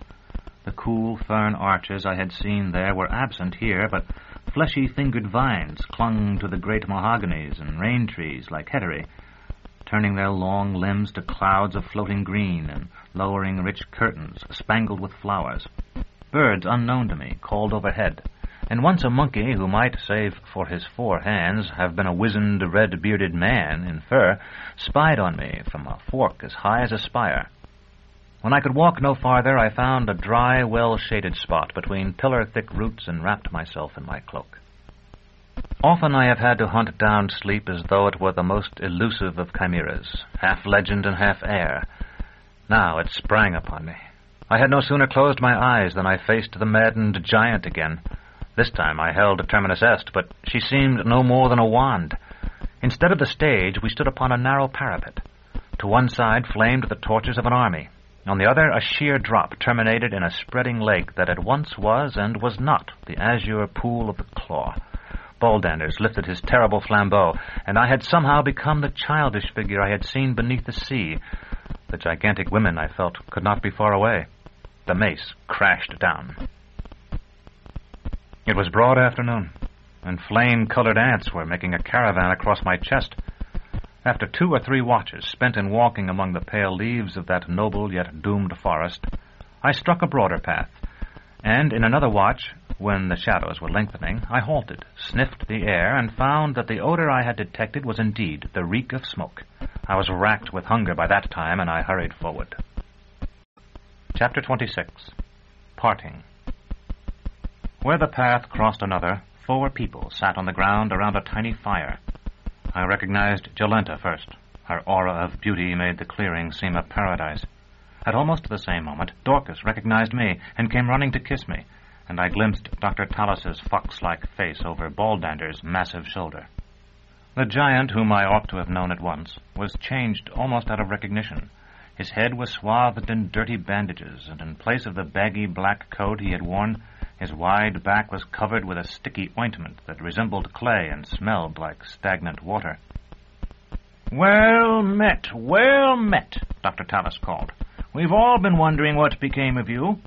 Baldanders indicated with a slight inclination of his head that it was actually Dorcas who had been wondering, which I think I might have guessed without the hint. I ran, I said. So did Dorcas, I know. I'm surprised the rest of you weren't killed. We very nearly were, the doctor admitted, nodding. Jolenta shrugged, making the simple movement seem an exquisite ceremony. I ran away, too. She cupped her huge breasts with her hands. But I don't think I'm well suited to running, do you? Anyway, in the dark, I soon bumped against an exultant who told me I would have to run no farther, that he would protect me. But then some Spahis came. I would like to have their animals harnessed to my carriage some day. They were very fine, and they had with them a high official of the sort that cares nothing for women. I hoped then that I would be taken to the Autarch, whose pores outshine the stars themselves, the way it nearly happens in the play. But they made my exultant leave, and instead it was back to the theater where he, she gestured toward Baldanders, and the doctor were. The doctor was putting salve on him, and the soldiers were going to kill us, although I could see they didn't really want to kill me. Then they let us go, and here we are. Dr. Tallis added. "We found Dorcas at daybreak. Or rather, she found us. And we have been traveling slowly toward the mountains ever since. Slowly because, ill though he is, Baldanders is the only one of us with the strength to carry our baggage. And though we have discarded much of it, there remain certain items we must keep." I said I was surprised to hear Baldanders was merely ill, since I had been certain he was dead. "Dr. Tallis stopped him," Dorcas said. "Isn't that right, Doctor? That's how he was captured. It's surprising that both of them weren't killed." "Yet, as you see," Dr. Tallis said, smiling, "we yet walk among the living. And though we are somewhat the worse for wear, we are rich. Show Severian our money, Baldanders." Painfully, the giant shifted his position and took out a bulging leather purse. After looking at the doctor as though for additional instructions, he loosened the strings and poured into his huge hand a shower of new minted chrysos. Dr. Tallis took one of the coins and held it up so it caught the light. "How long do you think a man from one of the fishing villages about Lake Diaturna would build walls for that?" I said at least a year, I should imagine. 2. Every day, winter and summer, rain or shine, provided we dole it out in bits of copper, as we shall. We'll have 50 such men to help rebuild our home. Wait until you see it next," Baldanders added in his heavy voice. If they will work. The red-haired doctor whirled on him. "They'll work.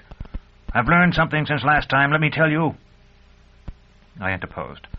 "I assume that a part of that money is mine, and that a part belongs to these women, does it not?" Dr. Tallis relaxed. "Oh, yes. I had forgotten. The women have already had their shares. Half of this is yours. After all, we wouldn't have had it without you." He scooped the coins out of the giant's hand and began to create 2 stacks on the ground before him. I supposed that he meant only that I had contributed to the success of his play, such as it was. But Dorcas, who must have sensed that something more lay behind the credit he had given me, asked, "Why do you say that, Doctor?" The fox face smiled. "Severian has friends in high places. I own I have thought so for some time. A torturer wandering the roads like a vagrant was a bit too much even for Baldanders to swallow, and I have, I fear, an excessively narrow throat."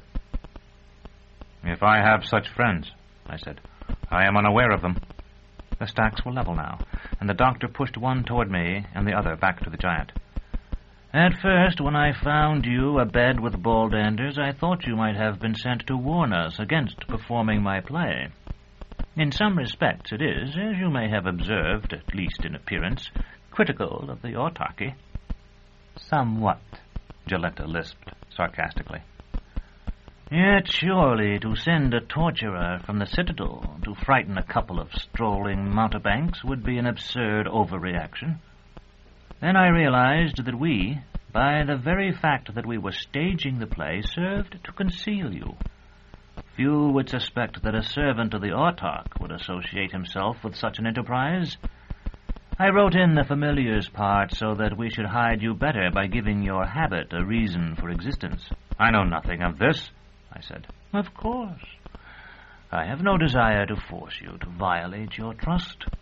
But as we were setting up our theater yesterday, a highly placed servant from the House Absolute, an Agamite, I think, and they are always close to the ear of authority, came asking if our troupe was the one in which you performed, and if you were with us.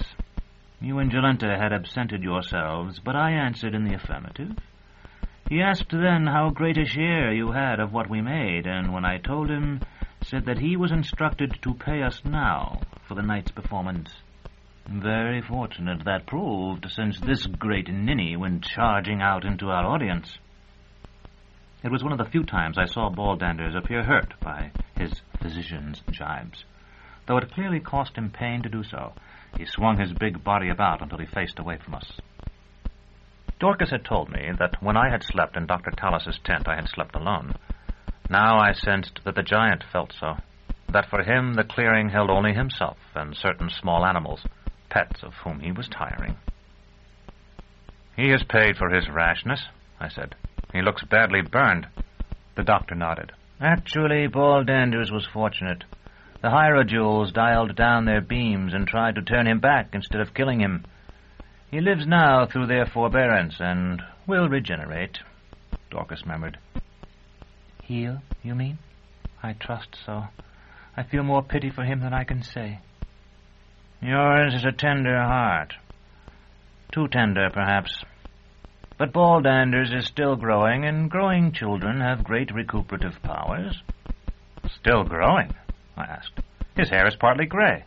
The doctor laughed. Then perhaps he is growing grayer. But now, dear friends, he rose and dusted his trousers, now we have come, as some poet aptly puts it, to the place where men are pulled apart by their destinations. We had halted here, Severian, not only because we were fatigued, but because it is here that the route toward Thrax, where you are going, and that toward Lake Diaturna and our own country diverge. I was loath to pass this point, the last at which I had hopes of seeing you, without making a fair division of our gains. But that is accomplished now. Should you communicate again with your benefactors in the House Absolute, will you own that you have been equitably dealt with? The stack of Chrysos was still on the ground before me. There is 100 times more here than I ever expected to receive. I said, yes, certainly. I picked up the coins and put them into my sabretache. A glance passed between Dorcas and Jolenta, and Dorcas said, I'm going to Thrax with Severian, if that is where Severian is going. Jolenta held up a hand to the doctor, obviously expecting that he would help her to rise. Baldanders and I will be traveling alone, he said, and we will walk all night. We will miss all of you, but the time of parting is upon us. Dorcas, my child, I am delighted that you will have a protector. Jolenta's hand was by this time on his thigh. Come, Baldanders, we must be away. The giant lumbered to his feet, and though he made no moan, I could see how much he suffered. His bandages were wet with mingled sweat and blood. I knew what I had to do, and said, Baldanders and I must speak privately for a moment. Could I ask the rest of you to move off 100 paces or so? The women began to do as I had asked, Dorcas walking down one path, and Jolenta, whom Dorcas had helped up, down another, but Dr. Tallis remained where he was until I repeated my request that he go. You wish me to leave as well? It's quite useless. Baldanders will tell me anything you tell him as soon as we are together again. Jolenta, come here, dear. She is leaving at my request, just as I asked you to. Yes, but she is going the wrong way, and I cannot have it. Jolenta! Doctor, I only wish to help your friend, or your slave, or whatever he is. Quite unexpectedly, Baldander's deep voice issued from beneath his swirl of bandages. I am his master. Exactly so, said the doctor, as taking up the stack of Chrysos he had pushed toward Baldanders, he dropped it into the giant's trousers pocket. Jolenta had hobbled back to us, with tears streaking her lovely face. Doctor, can't I go with you? Of course not, he said as coolly as if a child had asked for a second slice of cake. Jolenta collapsed at his feet. I looked up at the giant. Baldanders, I can help you. A friend of mine was burned as much as you are not long ago, and I was able to help him. But I won't do it while Dr. Tallis and Jolenta look on. Will you come with me only a short way back down the path toward the House Absolute? Slowly the giant's head swung from side to side. He knows the lenitive you offer, Dr. Tallis said, laughing. He himself has provided it to many, but he loves life too much. Life is what I offer, not death. Yes? The doctor raised an eyebrow. Where is your friend? The giant had picked up the handles of his barrow. Baldanders, I said, do you know who the conciliator was?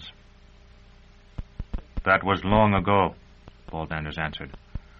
It does not matter. He started down the path Dorcas had not taken. Dr. Tallis followed him for a few strides, with Jolenta clinging to his arm, then stopped. Severian, you have guarded a good many prisoners, according to what you've told me. If Baldanders were to give you another Chrysos, would you hold this creature until we are well gone? I was still sick with the thought of the giant's pain and my own failure, but I managed to say, as a member of the guild, I can accept commissions only from the legally constituted authorities. We will kill her, then, when we are out of your sight.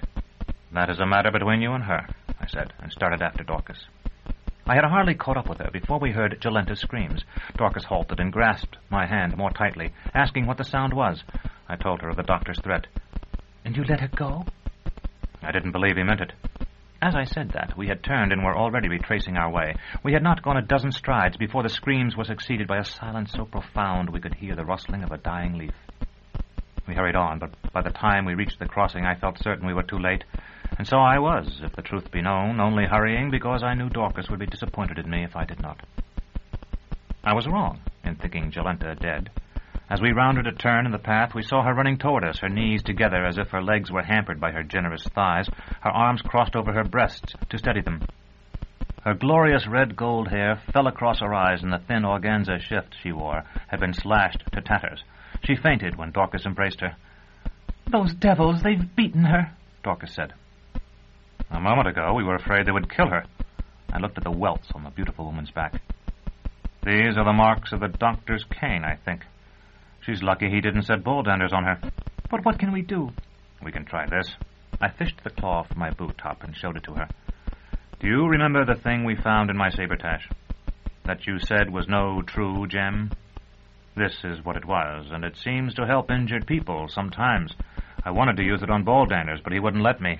I held the claw over Jolenta's head, then ran it along the bruises on her back, but it flamed no brighter, and she seemed no better. It isn't working, I said. I'll have to carry her. Put her over your shoulder, or you'll be holding her just where she's been hurt worst. Dorcas carried Terminus Est, and I did as she suggested, finding Jolenta nearly as heavy as a man. For a long while we trudged thus beneath the pale green canopy of the leaves before Jolenta's eyes opened. Even then she could hardly walk or stand without help, however, or so much as comb back that extraordinary hair with her fingers to let us better see the tear-stained oval of her face. "The doctor won't let me come with him," she said. Dorcas nodded. "It seems not." She might have been talking to someone far younger than herself. "I will be destroyed." I asked why she said that, but she only shook her head. After a time she said, "May I go with you, Severian? I don't have any money. Bulldanders took away what the doctor had given me." She shot a sidelong glance at Dorcas. "She has money, too. More than I got. As much as the doctor gave you." "He knows that," Dorcas said, "and he knows any money I have is his if he wants it." I changed the subject. Perhaps both of you should know that I may not be going to Thrax, or at least not directly.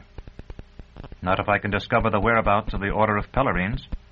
Jolenta looked at me as if I were mad. "I've heard they roam the whole world. Besides, they accept only women." "I don't want to join them, only to find them. The last news I had was that they were on the way north. But if I can find out where they are, I'll have to go there, even if it means turning south again." "I'm going where you go," Dorcas declared. "Not to Thrax." "And I'm going nowhere," Jolenta sighed. As soon as we no longer had to support Jolenta, Dorcas and I drew somewhat ahead of her. When we had been walking for some time, I turned to look back at her. She was no longer weeping, but I hardly recognized the beauty who had once accompanied Dr. Tallis. She had held her head proudly, and even arrogantly. Her shoulders had been thrown back, and her magnificent eyes had flashed like emeralds. Now her shoulders drooped with weariness, and she looked at the ground. "What was it you spoke of with the doctor and the giant?" Dorcas asked as we walked. "I've already told you," I said. "Once you called out so loudly that I could hear what you said. It was, 'Do you know who the conciliator was?' But I couldn't tell if you didn't know yourself or were only seeking to discover if they knew." "I know very little. Nothing, really. I've seen pictures that are supposed to be of him, but they differ so much they can hardly be of the same man." "There are legends?" "Most of them I've heard sound very foolish. I wish Jonas were here. He would take care of Jolenta, and he would know about the conciliator. Jonas was the man we met at the Piteous Gate, the man who rode the Merrykip. For a time, he was a good friend to me." "Where is he now?" "That's what Dr. Tallis wanted to know." "I don't know, and I don't wish to speak of it. Tell me about the conciliator, if you want to talk." No doubt it was foolish, but as soon as I mentioned that name, I felt the silence of the forest like a weight. The sighing of a little wind somewhere among the uppermost branches might have been the sigh from a sick-bed. The pale green of the light-starved leaves suggested the pallid faces of starved children. "No one knows much about him," Dorcas began, "and I probably know less than you do. I don't even remember now how I learned what I know. Anyway, some people say he was hardly more than a boy. Some say he was not a human being at all. Not a Kakagin, but the thought, tangible to us, of some vast intelligence to whom our actuality is no more real than the paper theaters of the toy sellers. The story goes that he once took a dying woman by the hand and a star by the other, and from that time forward he had the power to reconcile the universe with humanity, and humanity with the universe, ending the old breach. He had a way of vanishing, then reappearing when everyone thought he was dead, reappearing sometimes after he had been buried. He might be encountered as an animal, speaking the human tongue, and he appeared to some pious woman or other in the form of roses."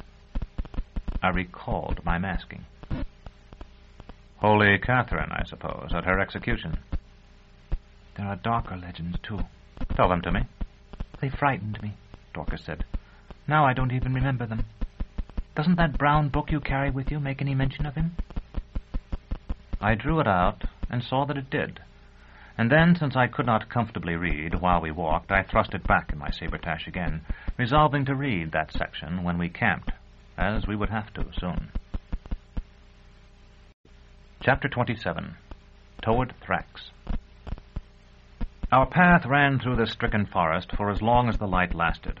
A watch after dark, we reached the edge of a river, smaller and swifter than Gile, where by moonlight we could see broad cane fields on the farther side, waving in the night wind. Jolenta had been sobbing with weariness for some distance, and Dorcas and I agreed to halt. Since I would never have risked Terminus Est's honed blade on the heavy limbs of the forest trees, we would have had little firewood there. Such dead branches as we had come across had been soaked with moisture and were already spongy with decay. The riverbank provided an abundance of twisted, weathered sticks, hard and light and dry. We had broken a good many and laid our fire before I remembered I no longer had my striker, having left it with the autarch, who must also, I felt certain, have been the highly placed servant who had filled Dr. Talus's hands with Chrysos. Dorcas had flint, steel, and tinder among her scant baggage, however, and we were soon comforted by a roaring blaze.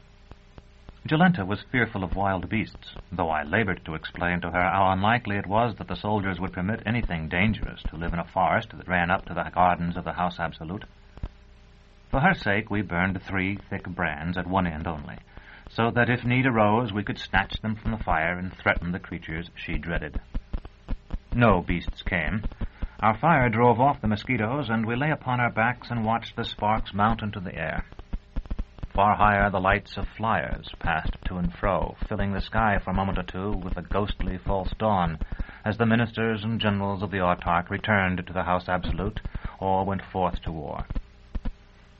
Dorcas and I speculated about what they might think when they looked down, for only an instant as they were whirled away, and saw our scarlet star. And we decided that they must wonder about us much as we wondered about them, pondering who we might be and where we went and why. Dorcas sang a song for me, a song about a girl who wanders through a grove in spring, lonely for her friends of the year before, the fallen leaves. Jolenta lay between our fire and the water, I suppose because she felt safer there. Dorcas and I were on the opposite side of the fire, not only because we wanted to be out of her sight as nearly as possible, but because Dorcas, as she told me, disliked the sight and sound of the cold, dark stream slipping by. "Like a worm," she said, "a big ebony snake that is not hungry now, but knows where we are and will eat us by and by." "Aren't you afraid of snakes, Severian?" Thecla had been. I felt the shade of her fear stir at the question, and nodded. "I've heard that in the hot forests of the north, the autarch of all serpents is Ouroboros, the brother of Abaya, and that hunters who discover his burrow believe they have found a tunnel under the sea, and descending it enter his mouth, and all unknowing climb down his throat, so that they are dead while they still believe themselves living, though there are others who say that Ouroboros is only the great river there that flows to its own source, or the sea itself that devours its own beginnings." Dorcas edged closer as she recounted all this. and I put my arm about her, knowing that she wanted me to make love to her, though we could not be sure Jolenta was asleep on the other side of the fire. Indeed, from time to time she stirred, seeming, because of her full hips, narrow waist, and billowing hair, to undulate like a serpent herself. Dorcas lifted her small, tragically clean face to mine, and I kissed her, and felt her press herself to me, trembling with desire. "I am so cold," she whispered. She was naked, though I had not seen her undress. When I put my cloak about her, her skin felt flushed, as my own was, from the heat of the blaze. Her little hands slipped under my clothes, caressing me. "So good," she said. "So smooth." And then, though we had coupled before, "Won't I be too small?" like a child. When I woke, the moon, it was almost beyond belief that it was the same moon that had guided me through the gardens of the House Absolute, had nearly been overtaken by the mounting horizon of the west. Its beryl light streamed down the river, giving to every ripple the black shadow of a wave. I felt uneasy without knowing why. Jolenta's fears of beasts no longer seemed so foolish as they had, and I got up and, after making certain she and Dorcas were unharmed, found more wood for our dying fire. I remembered the noctules, which Jonas had told me were often sent forth by night, and the thing in the antechamber. Night birds sailed overhead, not only owls, such as we had in plenty nesting in the ruined towers of the citadel, birds marked by their round heads and short, broad, silent wings, but birds of other kinds, with two-forked and three-forked tails, birds that stooped to skim the water and twittered as they flew. Occasionally, moths, vastly larger than any I had seen before, passed from tree to tree. Their figured wings were as long as a man's arms, and they spoke among themselves as men do, but in voices almost too high for hearing. After I had stirred the fire, made sure of my sword, and looked for a time on Dorcas's innocent face with its great tender eyelashes closed in sleep, I lay down again to watch the birds voyage among the constellations and enter that world of memory that, no matter how sweet or how bitter it may be, is never wholly closed to me. I sought to recall that celebration of Holy Catherine's Day that fell the year after I became captain of apprentices, but the preparations for the feast were hardly begun before other memories came crowding unbidden around it. In our kitchen I lifted a cup of stolen wine to my lips, and found it had become a breast running with warm milk. It was my mother's breast then, and I could hardly contain my elation, which might have wiped the memory away, at having reached back at last to her after so many fruitless attempts. My arms sought to clasp her, and I would, if only I could, have lifted my eyes to look into her face. My mother certainly, for the children the torturers take know no breasts. The grayness at the edge of my field of vision, then, was the metal of her cell wall. Soon she would be led away to scream in the apparatus or gasp in Alowin's necklace. I sought to hold her back, to mark the moment, so I might return to it when I chose. She faded even as I tried to bind her to me, dissolving as mist does when the wind rises. I was a child again. A girl. Thecla. I stood in a magnificent chamber, whose windows were mirrors that at once illuminated and reflected. Around me were beautiful women, twice my height or more, in various stages of undress. The air was thick with scent. I was searching for someone, but as I looked at the painted faces of the tall women, lovely and indeed perfect, I began to doubt if I should know her. Tears rolled down my cheeks. 3 women ran to me, and I stared from one to another. As I did, their eyes narrowed to points of light, and a heart-shaped patch beside the lips of the nearest spread web-fingered wings. "Severian." I sat up, uncertain of the point at which memory had become dream. This voice was sweet, yet very deep, and though I was conscious of having heard it before, I could not at once recall where. The moon was nearly behind the western horizon now, and our fire was dying a second death. Dorcas had thrown aside her ragged bedding so that she slept with her sprite's body exposed to the night air. Seeing her thus, her pale skin rendered more pale still by the waning moonlight, save where the glow of the embers flushed it with red, I felt such desire as I had never known. Not when I had clasped Agia to me on the Adamnian steps, not when I had first seen Jolenta on Dr. Talus's stage, not even on the innumerable occasions when I had hastened to Thecla in her cell. Yet it was not Dorcas I desired. I had enjoyed her only a short time ago, and though I fully believed she loved me, I could not be certain she would have given herself so readily if she had not more than suspected I had entered Jolenta on the afternoon before the play, and if she had not believed Jolenta to be watching us across the fire. Nor did I desire Jolenta, who lay upon her side and snored. Instead, I wanted them both, and Thecla, and the nameless Meretrix, who had feigned to be Thecla in the House Azure, and her friend who had taken the part of Thea, the woman I had seen on the stair in the House Absolute, and Aja, Valeria, Morwenna, and 1,000 more. I recalled the witches, their madness, and their wild dancing in the old court of Nights of Rain, the cool, virginal beauty of the red-robed Pellerines. Severian. It was no dream. Sleepy birds perched on branches at the margin of the forest had stirred at the sound. I drew Terminus Est and let her blade catch the cold dawn light so that whoever had spoken should know me armed. All was quiet again, quieter now than it had ever been by night. I waited, turning my head slowly in my attempt to locate the one who had called my name, though I was conscious it would have been better if I could have appeared to know the correct direction already. Dorcas stirred and moaned, but neither she nor Jolenta woke. There was no other sound but the crackling of the fire, the dawn wind among the leaves, and the lapping water. "Where are you?" I whispered, but there was no reply. A fish jumped with a silver splash, and all was silent again. Severian. However deep, it was a woman's voice, throbbing with passion, moist with need. I remembered Aja and did not sheathe my sword. The sandbar. Though I feared it was merely a trick to make me turn my back on the trees, I let my eyes search the river until I saw it, about 200 paces from our fire. Come to me. It was no trick, or at least not the trick I had at first feared. It was from downstream that the voice spoke. Come, please. I cannot hear you where you stand. I said I did not speak, but there was no reply. I waited, reluctant to leave Dorcas and Jolenta alone. Please, when the sun reaches this water, I must go. There may be no other chance. The little river was wider at the sandbar than below or above it, and I could walk upon the yellow sand itself, dry-shod, nearly to the center. To my left, the greenish water gradually narrowed and deepened. To my right lay a deep pool, perhaps 20 paces wide, from which water flowed swiftly yet smoothly.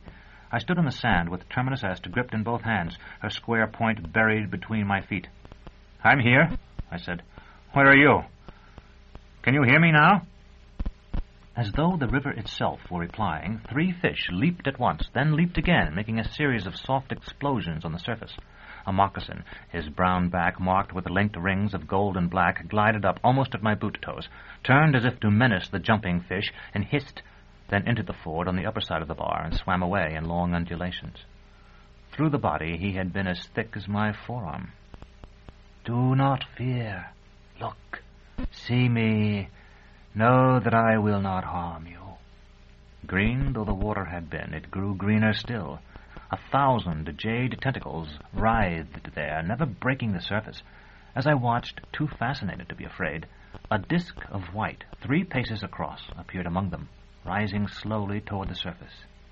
It was not until it was within a few spans of the ripples that I understood what it was, and then only because it opened its eyes. A face looked through the water at me, the face of a woman who might have dandled ball-danders like a toy. Her eyes were scarlet, and her mouth was bordered by full lips so darkly crimson I had not at first thought them lips at all. Behind them stood an army of pointed teeth. The green tendrils that framed her face were her floating hair. I have come for you, Severian, she said. No, you are not dreaming. Chapter 28. The Odalisque of Abaya. I said, Once before I dreamed of you. Dimly I could see her naked body in the water, immense and gleaming. We watched the giant and so found you. Alas, we lost sight of you too soon when you and he separated. You believed then that you were hated and did not know how much you were loved. The seas of the whole world shook with our mourning for you, and the waves wept salt tears and threw themselves despairing upon the rocks. And what is it you want of me? Only your love. Only your love.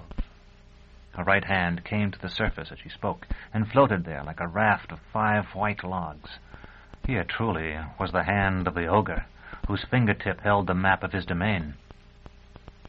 Am I not fair? Where have you beheld skin clearer than mine, or redder lips? You are breathtaking, I said truthfully. But may I ask why you were observing Bald Anders when I met him? And why you were not observing me, though it seems you wished to? We watch the giant because he grows, in that he is like us and like our father husband Abaya. Eventually he must come to the water when the land can bear him no longer. But you may come now, if you will.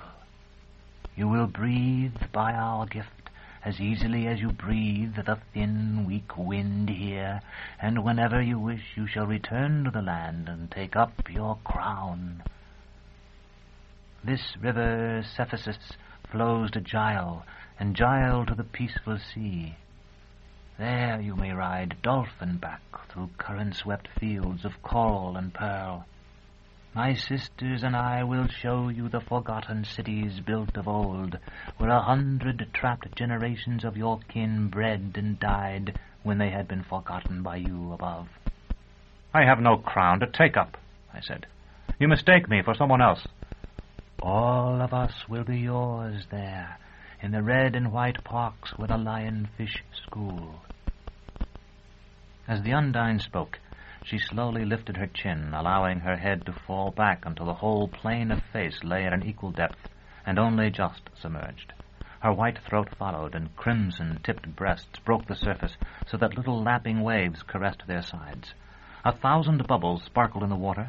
In the space of a few breaths, she lay at full length upon the current, 40 cubits at least, from alabaster feet to twining hair. No one who reads this, perhaps, will understand how I could be drawn to so monstrous a thing, yet I wanted to believe her, to go with her as a drowning man wants to gasp air.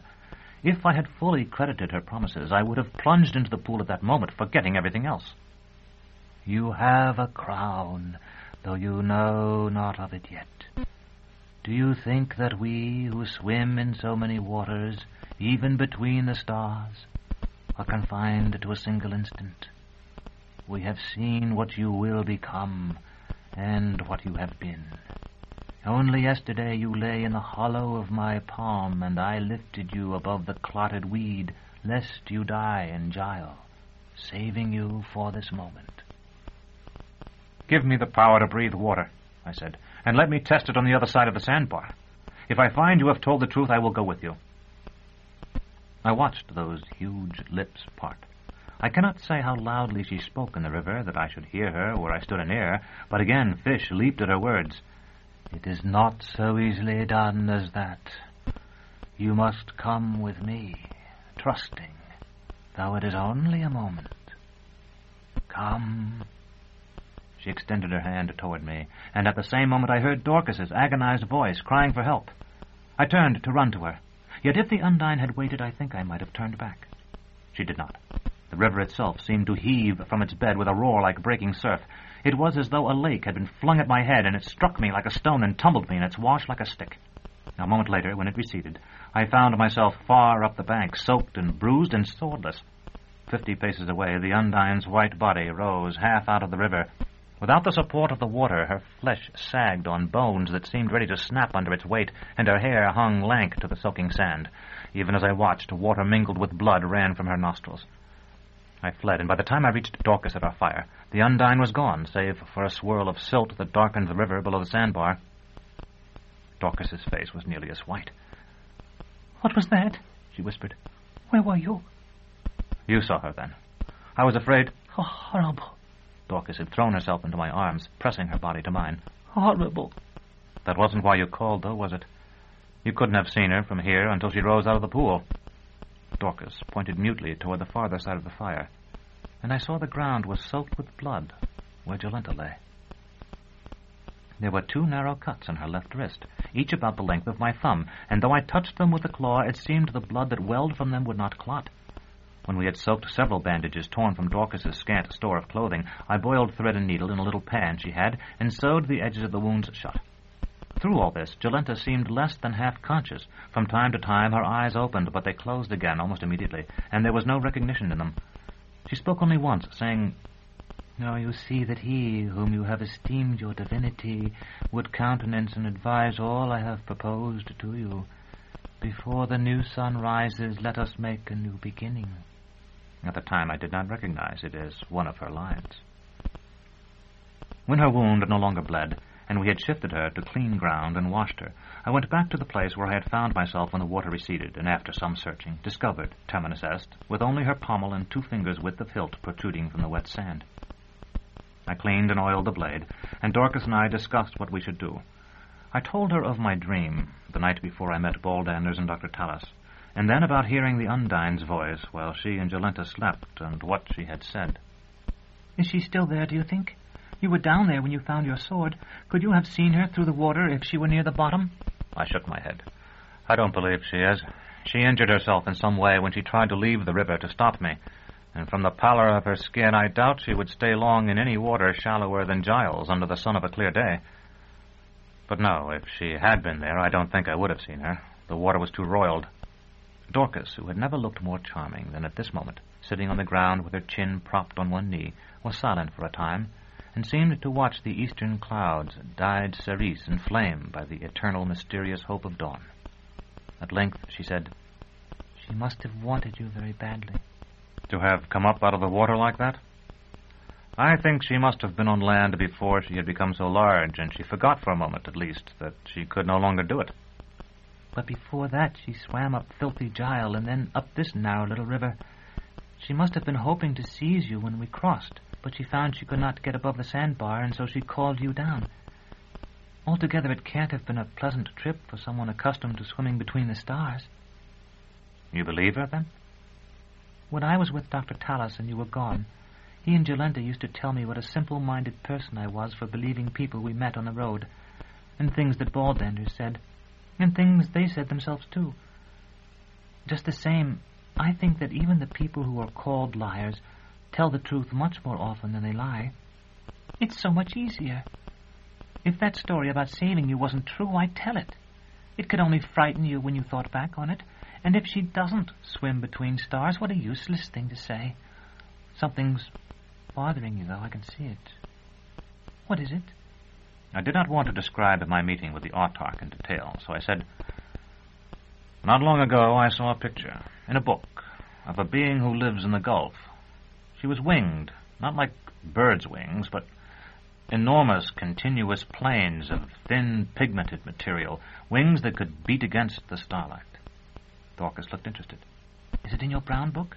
"No, another book. I don't have it here." "Just the same, it reminds me that we were going to see what your brown book has to say about the conciliator. Do you still have it?"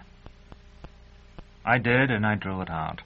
It was damp from my wetting, so I opened it and laid it where the sun would strike its leaves, and the breezes that had sprung up as Urth's face looked on his again would play over them. After that, the pages turned gently as we talked, so that pictures of men and women and monsters took my eye between our words, and thus engraved themselves on my mind, so that they are there yet. Occasionally, too, phrases and even short passages glowed and faded as the light caught then released the sheen of the metallic ink. Soulless warrior, lucid yellow, Binoyad. Later, these times are the ancient times, when the world is ancient, and hell has no limits nor is circumscribed, for where we are is hell, and where hell is, there we must be. "You don't want to read it now?" Dorcas asked. "No. I want to hear what happened to Jolenta." "I don't know. I was sleeping and dreaming of the kind of thing I always do, and I went into a toy shop. There were shelves along the wall with dolls on them, and a well in the center of the floor with dolls sitting on the coping. I remember thinking that my baby was too young for dolls, but they were so pretty, and I had not had one since I was a little girl, so I would buy one and keep it for the baby, and meanwhile I could take it out sometimes and look at it, and perhaps make it stand before the mirror in my room. I pointed to the most beautiful one, which was one of those on the coping, and when the shopman picked it up for me, I saw it was Jolenta. and it slipped from his hands. I saw it falling down very far toward the black water. Then I woke up. Naturally, I looked to see if she was all right. And you found her bleeding? Dorcas nodded, her pale golden hair glinting in the light. So I called for you twice, and then I saw you down by the sandbar, and that thing came out of the water after you. There's no reason for you to look so pale, I told her. Jolenta was bitten by an animal, that's clear. I've no idea of what kind, but judging from the bite, it was a fairly small one, and no more to be feared than any other little animal with sharp teeth and a bad disposition. Severian, I remember being told that there were blood bats farther north. When I was just a child, someone used to frighten me by telling me about them. And then, when I was older, once a common bat got into the house. Somebody killed it, and I asked my father if it were a blood bat, and if there were really any such things. He said there were, but they lived in the north, in the steaming forests at the center of the world. They bit sleeping people and grazing animals by night, and their spittle was poisoned so that the wounds of their teeth bled on. Dorcas paused, looking up into the trees. My father said that the city had been creeping northward along the river for all of history, having begun as an autochthon village where Gile joins the sea, and how terrible it would be when it entered the region where the blood bats fly and they could roost in the derelict buildings. It must be terrible already for the people of the House Absolute. We cannot have walked so very far from there. The Autarch has my sympathy, I said. But I don't think I have ever heard you talk so much about your past life before. Do you remember your father now, and the house where the bat was killed? She stood. Though she tried to look brave, I could see that she was trembling. I remember more each morning, after my dreams. But, Severian, we must go now. Jolenta will be weak. She must have food and clean water to drink. We can't stay here. I was ravenously hungry myself. I put the brown book back into my sabretache and sheathed Terminus Est's freshly oiled blade. Dorcas packed her little bundle of belongings. Then we set out, fording the river well above the sandbar. Jolenta was unable to walk alone. We had to support her on either side. Her face was drawn, and though she had regained consciousness when we lifted her, she seldom spoke. When she did, it was only a word or two. For the first time I noticed how thin her lips were, and now the lower lip had lost its firmness and hung away from her teeth, showing the livid gums. It seemed to me that her entire body, yesterday so opulent, had softened like wax, so that instead of appearing, as she once had, a woman to Dorcas's child, she seemed a flower too long blown, the very end of summer, to Dorcas's spring. As we walked thus along a narrow, dusty track with sugar cane already higher than my head to either side, I found myself thinking over and over of how I had desired her in the short time I had known her. Memory, so perfect and vivid as to be more compelling than any opiate, showed me the woman as I had believed I had seen her first, when Dorcas and I had come around a grove of trees by night to find Dr. Tallis's stage gleaming with lights in a pasture. How strange it had seemed to see her by daylight, as perfect as she had appeared in the flattering glow of the flambeaux the night before, when we set off northward on the most glorious morning I can remember. Love and desire are said to be no more than cousins, and I had found it so, until I walked with Jolenta's flaxed arm about my neck. But it is not really true. Rather, the love of women was the dark side of a feminine ideal I had nourished for myself on dreams of Valeria and Thecla and Asia, of Dorcas and Jolenta, and Vodalis's Lemon, of the heart-shaped face and cooing voice, the woman I now knew to be Thecla's half-sister Thea. So that as we trudged between the walls of cane, when desire had fled and I could only look at Jolenta with pity, I found that though I had believed I cared only for her importunate, rose-flushed flesh and the awkward grace of her movements, I loved her. Chapter 29. The Herdsman. For most of the morning we walked through the cane, meeting no one. Jolenta grew neither stronger nor weaker, so far as I could judge, but it seemed to me that hunger and the fatigue of supporting her and the pitiless glare of the sun were telling upon me. For twice or thrice, when I glimpsed her from the corner of an eye, it seemed that I was not seeing Jolenta at all, but someone else, a woman I recalled but could not identify. If I turned my head to look at her, this impression, which was always very slight, vanished altogether. So we walked, talking little. It was the only time since I had received her from Master Palamon that Terminus Est seemed burdensome to me. My shoulder grew raw under the baldric. I cut cane for us, and we chewed it for the sweet juice. Jolenta was always thirsty, and since she could not walk unless we aided her, and could not hold her stalk of cane when we did, we were forced to stop often. It was strange to see those long legs, so beautifully molded, with their slender ankles and ripe thighs, so useless. In a day we reached the end of the cane and emerged onto the edge of the true pampa, the sea of grass. Here there were still a few trees, though they were so widely scattered that each was in sight of no more than 2 or 3 others. To each of these trees the body of some beast of prey was lashed with rawhide, its 4 paws outspread like arms. They were mostly the spotted tigers common in that part of the country. But I saw atroxes, too, with hair like man's, and sword-toothed smilodons. Most were hardly more than bones, but some lived and made those sounds that, as the people believe, served to frighten other tigers, atroxes, and smilodons, which, if they were not so frightened, would prey upon the cattle. These cattle represented a far greater danger to us than the cats did. The herd bulls will charge anything that comes near them, and we were forced to give each herd we came across as much room as would prevent their short-sighted eyes from seeing us, and to move downwind of each. On these occasions I was forced to let Dorcas prop Jolenta's weight as best she could, so I could walk ahead of them and somewhat nearer the animals. Once I had to leap aside and strike off the head of a bull as it charged. We built a fire of dry grass and roasted some of the meat. The next time I recalled the claw and the way in which it had ended the attack of the man-apes. I drew it out, and the fierce black bull trotted to me and nuzzled my hand. We put Jolenta on his back, with Dorcas to hold her on, and I walked beside his head, holding the gem where he could see its blue light. A living smilodon was bound to the next tree we reached, which was nearly the last we saw, and I was afraid he would frighten the bull. Yet when we passed him, I seemed to feel his eyes upon my back, yellow eyes as large as pigeons' eggs. My own tongue was swollen with his thirst. I gave Dorcas the gem to hold, and went back and cut him down, thinking all the while that he would surely attack me. He fell to the ground, too weak to stand, and I, who had no water to give him, could only walk away. A little after noon, I noticed a carrion bird circling high above us.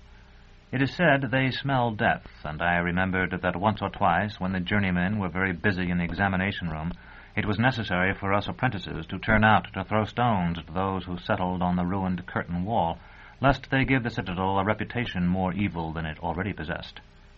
The thought that Jolenta might die was repugnant to me, and I would have given much for a bow, so that I might perhaps pick the bird out of the air, but I had nothing of the kind, and could only wish. After an interminable time, this first bird was joined by 2 much smaller ones, and from their bright head color, occasionally visible even from so far below, I knew them to be Cathartidae. Thus the first, whose wings had 3 times the spread of theirs, was a mountain Teratornis, the breed that is said to attack climbers, raking their faces with poisoned talons and striking them with the elbows of its great pinions until they fall to their deaths. From time to time the other 2 approached it too closely, and it turned upon them. When that occurred, we sometimes heard a shrill cry come drifting down from the ramparts of their castle of air. Once, in a macabre mood, I gestured for the birds to join us. All 3 dove, and I brandished my sword at them and gestured no more. When the western horizon had climbed nearly to the sun, we reached a low house, scarcely more than a hut, built of turf. A wiry man in leather leggings sat on a bench before it, drinking maté and pretending to watch the colors in the clouds. In truth, he must have seen us long before we saw him, for he was small and brown, and blended well with his small brown home, while we had been silhouetted against the sky. I thrust away the claw when I saw this herdsman, though I was not certain what the bull would do when it was no longer in his sight. In the event, he did nothing, plodding ahead with the 2 women on his back as before. When we reached the sod house, I lifted them down, and he raised his muzzle and sniffed the wind, then looked at me from one eye. I waved toward the undulating grass, both to show him I had no more need of him, and to let him see that my hand was empty. He wheeled and trotted away. The herdsman took his pewter straw from between his lips. "That was an ox," he said. I nodded. "We needed him to carry this poor woman who was ill, and so we borrowed him. Is he yours? We hoped you wouldn't mind, and after all, we did him no harm." "No, no." The herdsman made a vaguely deprecating gesture. I only asked because when I first saw you, I thought he was a destrier. My eyes are not as good as they once were." He told us how good they once were, which was very good indeed. "But, as you say, it was an ox." This time Dorcas and I nodded together. "You see what it is to become old. I would have lit the blade of this knife," he slapped the metal hilt that protruded above his broad belt, "and pointed it to the sun to swear that I saw something between the ox's legs. But if I were not such a fool, I would know that no one can ride the bulls of the pampas. The Red Panther does it, but then he holds on with his claws, and sometimes he dies even so. No doubt it was an udder the ox inherited from his mother. I knew her, and she had one." I said I was a city man, and very ignorant of everything that concerned cattle. "Ah," he said, and sucked his mate. "I am a man more ignorant than you. Everyone around here but me is one ignorant eclectic. You know these people they call eclectics? They don't know anything. How can a man learn with neighbors like that?" Dorcas said, "Please, won't you let us take this woman inside where she can lie down? I'm afraid she's dying." "I told you I don't know nothing. You should ask this man here. He can lead an ox. I almost said a bull. Like a dog." "But he can't help her, only you can."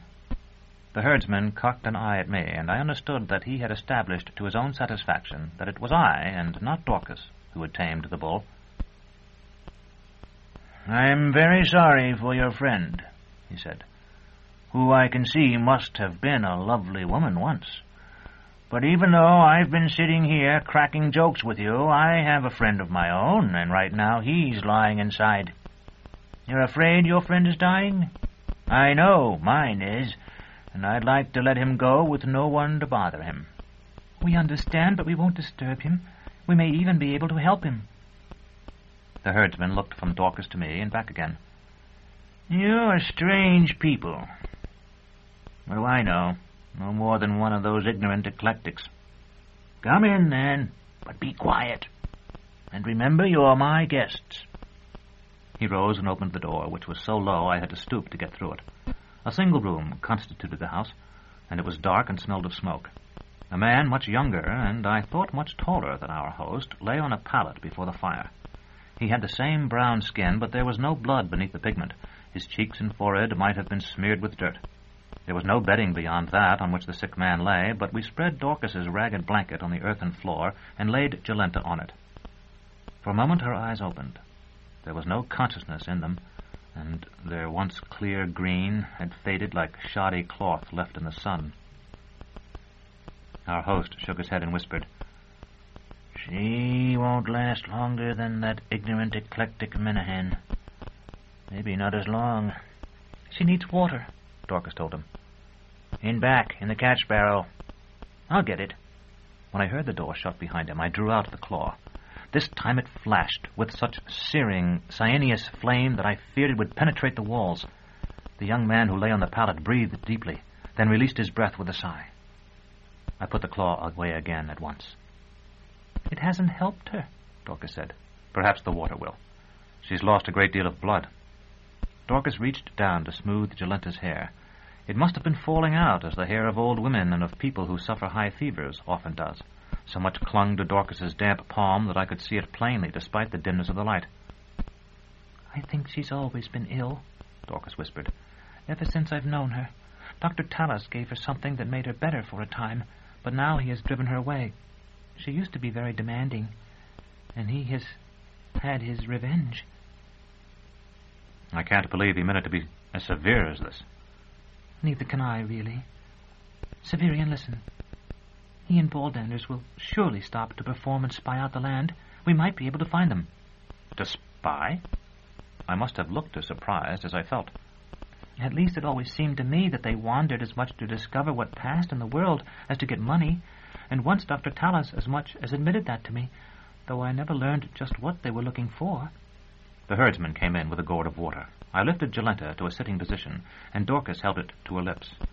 It spilled and soaked Jolenta's tattered shift, but some of it went down her throat as well, and when the gourd was empty and the herdsman filled it again, she was able to swallow. I asked him if he knew where Lake Diaturna lay. "I am only an ignorant man," he said. "I have never ridden so far. I have been told that way," pointing, "to the north and the west." "Do you wish to go there?" I nodded. "You must pass through a bad place, then. Perhaps through many bad places, but surely through the Stone Town." "There is a city near here, then?" "There is a city, yes, but no people. The ignorant eclectics who live near there believe that no matter which way a man goes, the Stone Town moves itself to wait in his path." The herdsman laughed softly, then sobered. "That is not so. But the Stone Town bends the way a man's mount walks, so he finds it before him when he thinks he will go around it. You understand?" "I think you do not." I remembered the Botanic Gardens and nodded. "I understand. Go on." "But if you are going north and west, you must pass through the Stone Town anyway. It will not even have to bend the way you walk. Some find nothing there but the fallen walls. I have heard that some find treasures. Some come back with fresh stories, and some do not come back. Neither of these women are virgins, I think." Dorcas gasped. I shook my head. "That is well. It is they who most often do not return. Try to pass through by day, with the sun over the right shoulder by morning and later in the left eye. If night comes, do not stop or turn to one side. Keep the stars of the Iwavalu before you when they first grow bright." I nodded and was about to ask for further information when the sick man opened his eyes and sat up.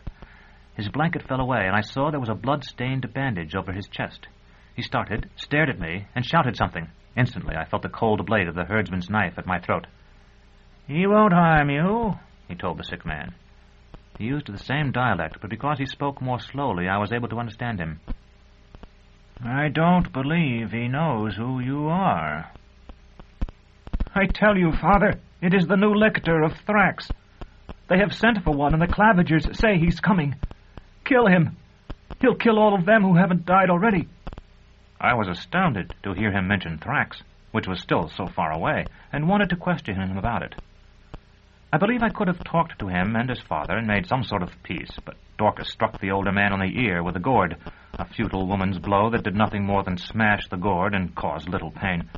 He slashed at her with his crooked two-edged knife, but I caught his arm and broke it, then broke the knife, too, under the heel of my boot. His son, Manahan, tried to rise, but if the claw had restored his life, it had at least not made him strong, and Dorcas pushed him down on his pallet again. "We will starve," the herdsman said. His brown face was twisted by the effort he made not to cry out. "You cared for your son," I told him. "Soon he will be well enough to care for you." What was it he did? Neither man would tell. I set the bone and splintered it, and Dorcas and I ate and slept outside that night after telling father and son that we would kill them if we so much as heard the door open, or if any harm was done Jolenta. In the morning, while they were still asleep, I touched the herdsman's broken arm with a claw. There was a destrier picketed not far from the house, and riding him, I was able to catch another for Dorcas and Jolenta. As I led it back, I noticed the sod walls had turned green overnight. Chapter 30. The Badger Again. Despite what the herdsman had told me, I hoped for some place like Saltus, where we might find pure water and a few Aes would buy us food and rest. What we found instead was scarcely the remnant of a town. Coarse grass grew between the enduring stones that had been its pavements, so that from a distance it seemed hardly different from the surrounding pampa. Fallen columns lay among this grass like the trunks of trees in a forest devastated by some frenzied storm.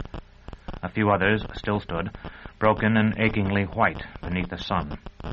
Lizards with bright black eyes and serrated backs lay frozen in the light. The buildings were mere hillocks from which more grass sprouted in soil caught from the wind. There was no reason I could see to turn from our course, and so we continued northwest, urging our destriers forward. For the first time I became conscious of the mountains ahead. Framed in a ruined arch, they were no more than a faint line of blue on the horizon. Yet they were a presence, as the mad clients on the third level of our oubliette were a presence, though they were never taken up a single step, or even out of their cells. Lake Diuturna lay somewhere in those mountains. So did Thrax. The Pelorines, so far as I had been able to discover, wandered somewhere among their peaks and chasms, nursing the wounded of the endless war against the Asians. That, too, lay in the mountains. There, hundreds of thousands perished for the sake of a pass. But now we had come to a town where no voice sounded but the ravens. Although we had carried water in skin bags from the herdsman's house, it was nearly gone. Jolenta was weaker, and Dorcas and I agreed that if we did not find more by nightfall, it was likely she would die. Just as earth began to roll across the sun, we came upon a broken sacrificial table whose basin still caught rain. The water was stagnant and stinking, but in our desperation we allowed Jolenta to drink a few swallows, which she immediately vomited. Earth's turning revealed the moon, now well past the full, so that we gained her weak greenish gleam as we lost the sunlight. To have come upon a simple campfire would have seemed a miracle. What we actually saw was stranger, but less startling. Dorcas pointed to the left. I looked, and a moment later beheld, as I thought, a meteor. "It's a falling star," I said. "Did you see one before? They come in showers sometimes." No, that's a building. Can't you see it? Look for the dark place against the sky. It must have a flat roof, and someone's up there with flint and steel. I was about to tell her that she imagined too much, when a dull red glow, no bigger it seemed than the head of a pin, appeared where the sparks had fallen. 2 breaths more, and there was a tiny tongue of flame. It was not far, but the dark and the broken stones we rode over made it seem so, and by the time we reached the building, the fire was bright enough for us to see that 3 figures crouched about it. "We need your help," I called. "This woman is dying." All 3 raised their heads, and a crone's screech asked, "Who speaks? I hear a man's voice, but I see no man. Who are you?" "Here," I called, and threw back my Fullerton cloak and hood. "On your left. I've dark clothes, that's all." So you do. So you do. Who's dying? Not little pale hair. Big red gold. We've wine here and a fire, but no other physic. Go round. That's where the stair is."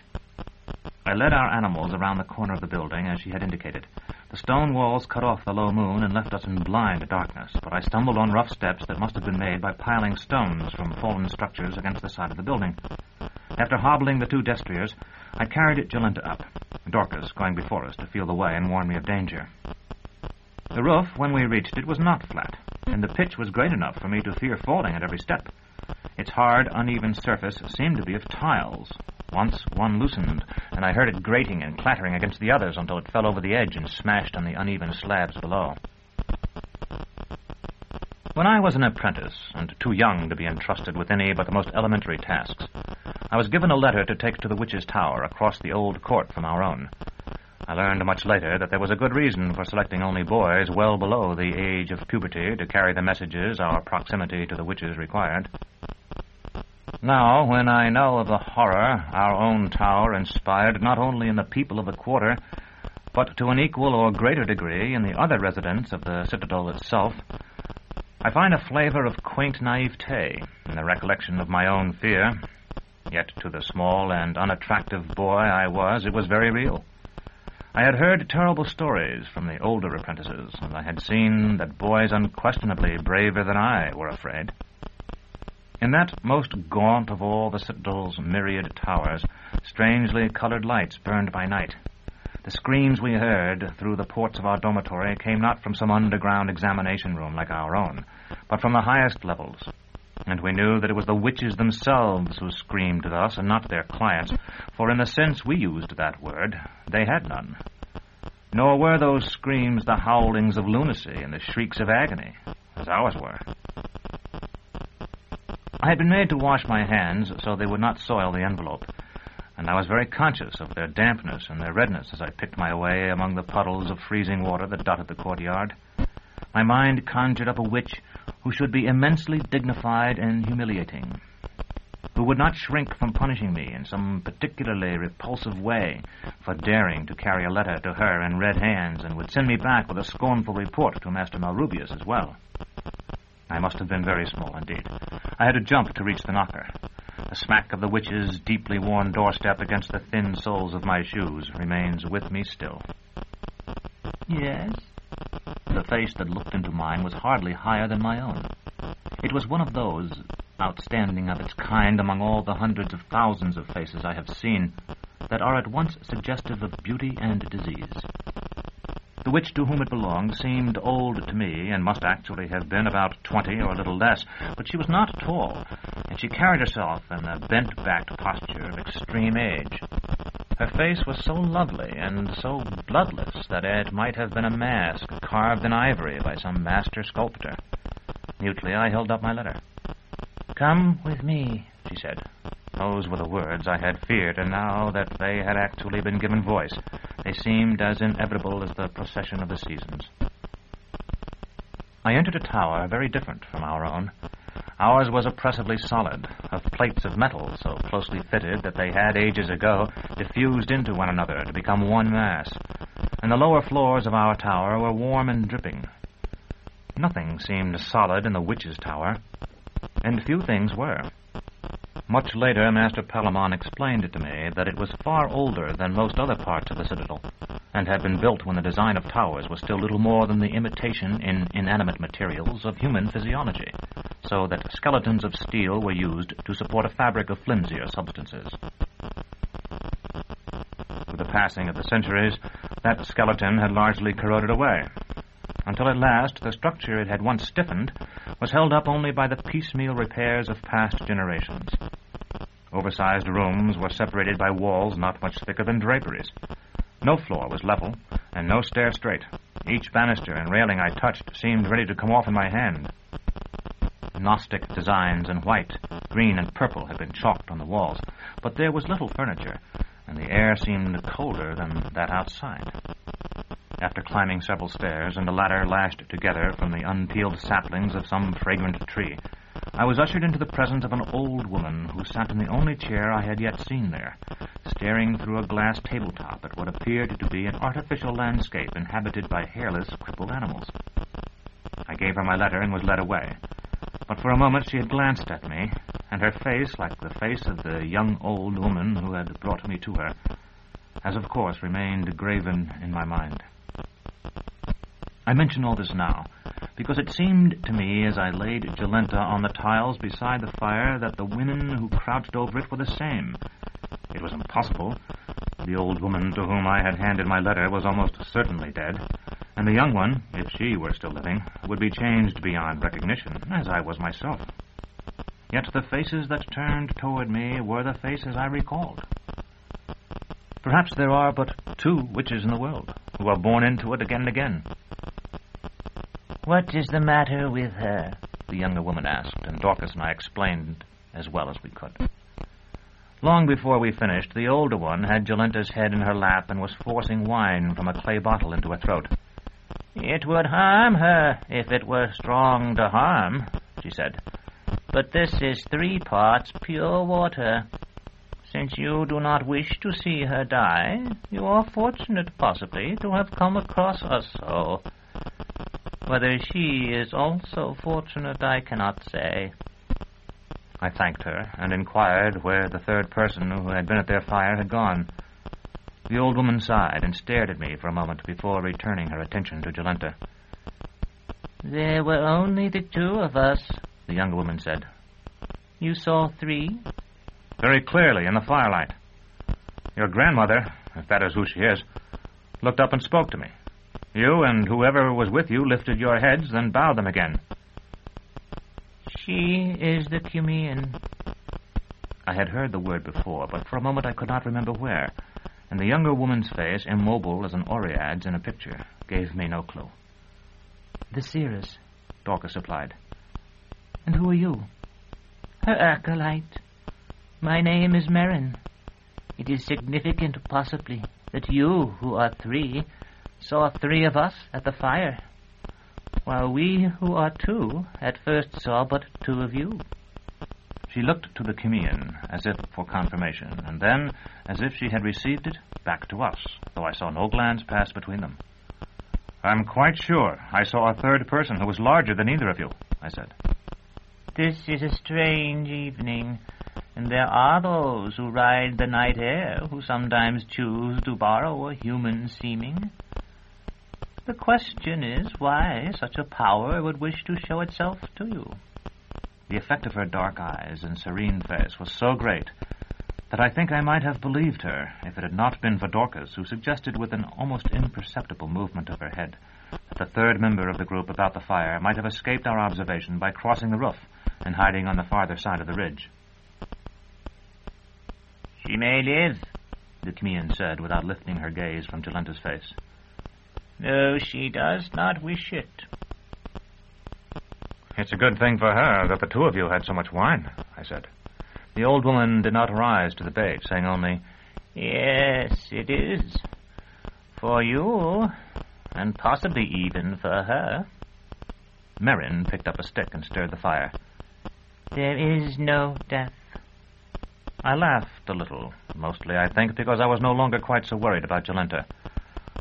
Those of my trade think otherwise. Those of your trade are mistaken. Jolenta murmured, Doctor. It was the first time she had spoken since morning. You do not need a physician now, Merrin said. Someone better is here. The Crimean muttered, She seeks her lover. Who is not this man in Fullerton, then, Mother? I thought he seemed too common for her. He is but a torturer. She seeks a worse. Merrin nodded to herself, then said to us, You will not wish to move her father tonight, but we must ask that you do. You will find 100 better camping places on the other side of the ruins, and it would be dangerous for you to stay here. A danger of death? I asked. But you tell me there is none. So if I believe you, why should I fear? And if I cannot believe you, why should I believe you now? Nevertheless, I rose to go. The Crimean looked up. She's right, she croaked, though she does not know it, and only speaks by rote like a starling in a cage. Death is nothing, and for that reason you must fear it. What is more to be feared? I laughed again. I can't argue with someone as wise as you, and because you gave us what help you could. We will go now because you wish it. The Crimean permitted me to take Jolenta from her, but said, I do not wish it. My acolyte still believes the universe hers to command, a board where she can move counters to form whatever patterns suit her. The Magi see fit to number me among themselves when they write their short roll, and I should lose my place on it if I did not know that people like ourselves are only little fish who must swim with unseen tides if we are not to exhaust ourselves without finding sustenance. Now, you must wrap this poor creature in your cloak and lay her by my fire. When this place passes out of the shadow of Ulf, I will look to a wound again. I remained standing, holding Jolenta, uncertain whether we should go or stay.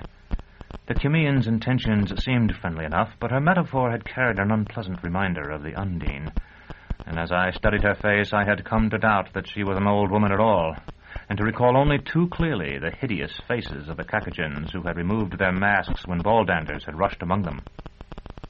You shame me, Mother, Merrin said. Shall I call to him? He has heard us. He will come without your call. She was right. I already detected the scrape of boots on the tiles of the other side of the roof. You are alarmed. Would it not be better to put down the woman as I instructed you, so you might take up your sword to defend your paramour? But there will be no need. The the time she had finished speaking, I could see a tall hat and a big head and broad shoulders silhouetted against the night sky. I laid Jolenta near Dorcas and drew Terminus Est. "No need of that," a deep voice said. "No need at all, young fellow. I'd have come out sooner to renew our acquaintance, but I didn't know the chatelaine here wanted it. My master and yours sends his greetings." It was Hildegren. Chapter 31. The Cleansing. "You may tell your master I delivered his message," I said. Hildegren smiled. "And have you a message to return, Armiger? Remember, I'm from the Quercine Penetralia." "No," I said. "None." Dorcas looked up. I do. A person I met in the gardens of the House Absolute told me I would encounter someone who identified himself thus, and that I was to say to him, 'When the leaves are grown, the wood is to march north.'" Hildegren laid a finger beside his nose. "All the wood? Is that what he said?" He gave me the words I have already recited to you, and nothing more. "Dorcas," I asked, "why didn't you tell me this?" "I've hardly had an opportunity to talk to you alone since we met at the crossing of the paths, and besides, I could see it was a dangerous thing to know. I couldn't see any reason to put that danger on you. It was the man who gave Dr. Tallis all that money who told me. But he didn't give Dr. Tallis the message. I know because I listened when they talked. He only said that he was your friend and told me." "And told you to tell me?" Dorcas shook her head. Hildegren's thick-throated chuckle might almost have come from underground. "Well, it don't hardly matter now, does it? It's been delivered. And for myself, I don't mind telling you I wouldn't have minded if it had waited a little longer. But we're all friends here, except maybe for the sick girl, and I don't think she can hear what's said or understand what we're talking about if she could. What did you say her name was? I couldn't hear you too clear when I was over there on the other side." "That was because I didn't say it at all," I told him. "But her name is Jolenta." As I pronounced Jolenta, I looked at her, and seeing her in the firelight, realized she was Jolenta no longer. Nothing of the beautiful woman Jonas had loved remained in that haggard face. "And a bat bite did it. They've grown uncommon strong lately, then. I've been bit a couple of times myself." I looked at Hildegren sharply, and he added, "Oh, yes, I've seen her before, young sir, as well as yourself and little Dorcas. You didn't think I let you and that other gal leave the Botanic Gardens alone, did you? Not with you talking of going north and fighting an officer of the Septentrians. I saw you fight and saw you take that fellow's head off. I helped to catch him, by the by, because I thought he might be from the House Absolute for true. And I was in the back of the people that watched you on the stage that night. I didn't lose you till the affair at the gate the next day. I seen you, and I seen her, though there's not much left of her now, except the hair. And I think even that's changed." Merrin asked the Chimian, "Shall I tell them, Mother?" The old woman nodded. "If you can, child. She has been imbued with a glamour that rendered her beautiful. It is fading fast now because of the blood she lost, and because she has had a great deal of exercise. By morning only traces will remain." Dorcas drew back. "Magic, you mean?" "There is no magic. There is only knowledge, more or less hidden." Hildegren was staring at Jolenta with a thoughtful expression. "I didn't know looks could be changed so much. That might be useful, that might. Can your mistress do it?" "She could do much more than this if she willed it," Dorcas whispered. "But how is this done?" "There have been substances drawn from the glands of beasts added to her blood to change the pattern in which her flesh was deposited. Those gave her a slender waist, breasts like melons, and so on. They may have been used to add calf to her legs as well. Cleaning and the application of healthening broths to the skin freshened her face. Her teeth were cleaned too, and some were ground down and given false crowns. One has fallen away now, if you look. Her hair was dyed and thickened by sewing threads of colored silk into her scalp. No doubt much body hair was killed as well, and that at least will remain so. Most important, she was promised beauty while entranced. Such promises are believed with faith greater than any child's, and her belief compelled yours. Can nothing be done for her? Dorcas asked. Not by me, and it is not a task of the kind the Cumean undertakes, save in great need. But will she live? As the mother told you, though she will not wish it. Hildegren cleared his throat and spat over the side of the roof. That's settled, then. We've done what we can for her, and it's all we can do. So what I say is, let's get on with what we come for. Like you said, Cumean, it's good these others showed up. I got the message I was supposed to, and they're friends of the Liege of Leaves, just like me. The armiger here can help me fetch up this Apu Punchow, and what with my 2 fellows being killed on the road, I'll be glad to have him. So what's to keep us from going ahead? Nothing, the Cumean murmured. The star is in the ascendant. Dorcas said, "If we're going to assist you with something, shouldn't we know what it is?" Bringing back the past, Hildegren told her grandly. Diving back into the time of old Earth's greatness. There was somebody who used to live in this here place we're sitting on that knew things that could make a difference. I intend to have him up. It'll be the high point, if I may say it, of a career that's already considered pretty spectacular in knowing circles. I asked, "You're going to open the tomb?" Surely, even with Alzebo, the Cumean reached out to smooth Jolenta's forehead. We may call it a tomb, but it was not his. His house, rather.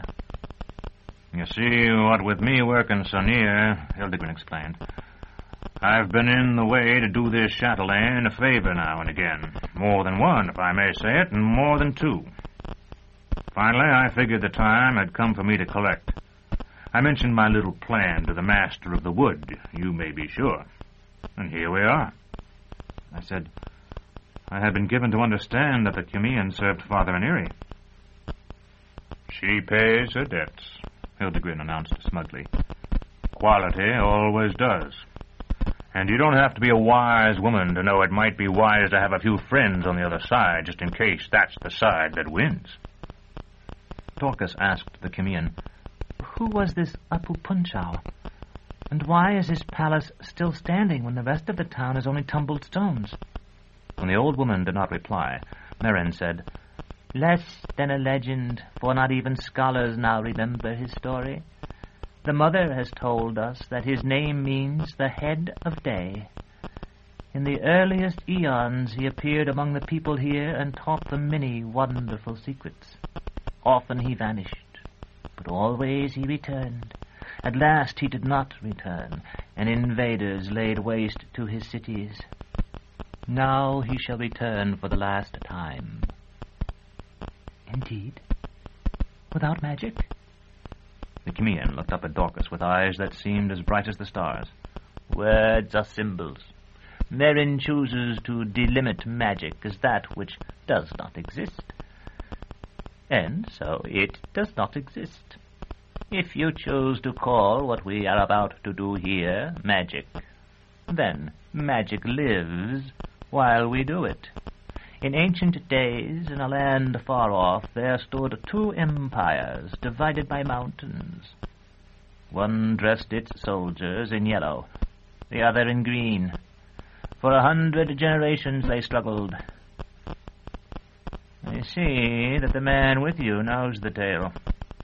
And after 100 generations, I said, an eremite came among them and counseled the emperor of the Yellow Army to dress his men in green, and the master of the Green Army that he should clothe it in yellow.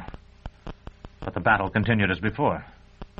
In my sabretash I have a book called The Wonders of Earth and Sky, and the story is told there. That is the wisest of all the books of men, the Cumean said, though there are few who can gain any benefit from reading it. Child, explain to this man, who will be a sage in time, what we do tonight. The young witch nodded. All time exists. That is the truth beyond the legends the epochs tell. If the future did not exist now, how could we journey toward it? If the past does not exist still, how could we leave it behind us? In sleep the mind is encircled by its time, which is why we so often hear the voices of the dead there, and receive intelligence of things to come. Those who, like the mother, have learned to enter the same state while waking, live surrounded by their own lives, even as the Abraxas perceives all of time as an eternal instant. There had been little wind that night, but I noticed now that such wind as there had been had died utterly. A stillness hung in the air, so that despite the softness of Dorcas's voice, her words seemed to ring. Is that what this woman you call the Chimean will do, then? Enter that state and, speaking with the voice of the dead, tell this man whatever it is he wishes to know? She cannot. She is very old. But this city was devastated whole ages before she came to be. Only her own time rings her, for that is all her mind comprehends by direct knowledge. To restore the city, we must make use of a mind that existed when it was whole. And is there anyone in the world that old? The Chimean shook her head. In the world? No. Yet such a mind exists. Look where I point, child, just above the clouds. The red star there is called the Fish's Mouth, and on its one surviving world there dwells an ancient and acute mind. Merrin, take my hand, and you, Badger, take the other. Torturer, take the right hand of your sick friend, and Hildegrin's. Your paramour must take the sick woman's other hand, and Merrin's. Now we are linked. Men to one side, women to the other. And we'd best do something quick, Hildegrin grumbled. There's a storm coming, I would say. We shall, as quickly as may be. Now I must use all your minds, and the sick woman's will be of little help. You will feel me guiding your thought. Do as I bid you. Releasing Merrin's hand for a moment, the old woman, if she were in truth a woman at all, reached into her bodice and drew out a rod whose tips vanished into the night as if they were at the borders of my field of vision, though it was hardly longer than a dagger. She opened her mouth. I thought she meant to hold the rod between her teeth, but she swallowed it. A moment later, I could detect its glowing image, muted and tinged with crimson, below the sagging skin of her throat. Close eyes, all of you. There is a woman here I do not know. A high woman chained. Never mind, torturer, I know her now. Do not shrink from my hand. None of you shrink from my hand. In the stupor that had followed Vodalus's banquet, I had known what it was to share my mind with another. This was different. The Chimean did not appear as I had seen her, or as a young version of herself, or, as it seemed to me, as anything. Rather, I found my thought surrounded by hers, as a fish in a bowl floats in a bubble of invisible water. Thekla was there with me, but I could not see her whole. It was as if she was standing behind me, and I saw her hand over my shoulder at one moment and felt her breath on my cheek at the next. Then she was gone, and everything with her. I felt my thought hurled off into the night, lost among the ruins. When I recovered, I was lying on the tiles near the fire. My mouth was wet with the foam of my spittle mixed with my own blood, for I had bitten my lips and tongue. My legs were too weak to stand, but I raised myself to a sitting posture again. At first I thought the others were gone. The roof was solid under me, but they had become, to my sight, as vaporous as ghosts. A phantom Hildegrin sprawled on my right. I thrust my hand into his chest and felt his heart beat against it like a moth that struggled to escape. Jolenta was dimmest of all, hardly present. More had been done to her than Merrin had guessed. I saw wires and bands of metal beneath her flesh, though even they were dim. I looked to myself then, at my legs and feet, and found I could see the claw burning like a blue flame through the leather of my boot. I grasped it, but there was no strength in my fingers. I could not take it forth. Dorcas lay as if in sleep. There was no foam flecking her lips, and she was more solid in appearance than Hildegren. Mirren had collapsed into a black-clad doll, so thin and dim that slender Dorcas seemed robust beside her. Now that intelligence no longer animated that ivory mask, I saw that it was no more than parchment over bone. As I had suspected, the Chimean was not a woman at all, yet neither was she one of the horrors I had beheld in the gardens of the House Absolute. Something sleekly reptilian coiled about the glowing rod. I looked for the head, but found none, though each of the patternings on the reptile's back was a face, and the eyes of each face seemed lost in rapture. Dorcas woke while I looked from one to another. "What has happened to us?" she said. Hildegren was stirring. I think we are seeing ourselves from a perspective longer than a single instance. Her mouth opened, but there was no cry. Although the threatening clouds had brought no wind, dust was swirling through the streets below us. I do not know how to describe it, except by saying that it seemed as if an uncountable host of minute insects, 100th the size of midges, had been concealed in the crevices of the rough pavement, and now were drawn by the moonlight to their nuptial flight. There was no sound, no regularity in their motions, but after a time the undifferentiated mass formed swarms that swept to and fro, growing always larger and more dense, and at last sank again to the broken stones. It seemed then that the insects no longer flew, but crawled over one another, each trying to reach the center of the swarm. "They are alive," I said, but Dorcas whispered, "Look, they are dead." She was correct.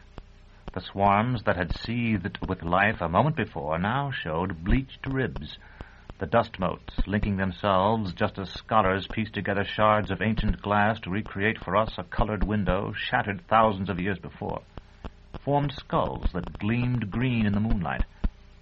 Beasts, Illuridons, lumbering spelii, and slinking shapes to which I could put no name, all fainter than we who watched from the rooftop, moved among the dead. One by one they rose, and the beasts vanished. Feebly at first, they began to rebuild their town. Stones were lifted again, and timbers molded of ashes were laid into sockets in the restored walls.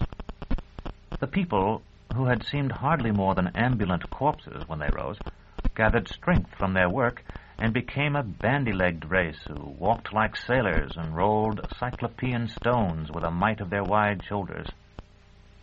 Then the town was complete, and we waited to see what would happen next. Drums broke the stillness of the night. By their tone, I knew that when they had last beat, a forest had stood about the town, for they reverberated as sounds only reverberate among the boles of great trees. A shaman with a shaven head paraded the street, naked and painted with pictographs in a script I had never seen, so expressive that the mere shapes of the words seemed to shout their meanings. Dancers followed him, 100 or more, capering in lockstep, single file, the hands of each on the head of the dancer before him. Their faces were upturned, making me wonder, as I wonder still, if they did not dance in imitation of the 100-eyed serpent we called the Chimean. Slowly they coiled and twined up and down the street, around the shaman and back again, until at last they reached the entrance to the house from which we watched them. With a crash like thunder, the stone slab of the door fell. There was an odor as of myrrh and roses. A man came forth to greet the dancers. If he had possessed 100 arms, or had worn his head beneath his hands, I could not have been more astonished, for his was a face I had known since childhood, the face of a funeral bronze in the mausoleum where I played as a boy. There were massive gold bracelets on his arms, bracelets set with jacinths and opals, carnelians, and flashing emeralds. With measured strides, he advanced until he stood in the center of the procession, with the dancers swaying about him. Then he turned toward us and lifted his arms. He was looking at us, and I knew that he, alone of all the hundreds there, truly saw us. I had been so entranced by the spectacle below me that I had not noticed when Hildegren left the roof. Now he darted, if so large a man can be said to dart, into the crowd and laid hold of Apu Punchao. What followed I hardly know how to describe. In a way, it was like the little drama in the House of Yellow Wood in the Botanic Gardens. Yet it was far stranger, if only because I had known then that the woman and her brother and the savage were chant caught. And now it seemed almost that it was Hildegren, Dorcas, and I who were wrapped in magic. The dancers, I am sure, could not see Hildegren, but they were somehow aware of him, and cried out against him, and slashed the air with stone-toothed cudgels. Apu Punchao, I felt certain, did see him, just as he had seen us on the rooftop, and as Isangama had seen Aja and me. Yet I do not believe he saw Hildegren as I saw him, and it may be that what he saw seemed as strange to him as the Cumean had to me. Hildegren held him, but he could not subdue him. Apu Punchao struggled, but he could not break free. Hildegren looked up to me and shouted for help. I do not know why I responded.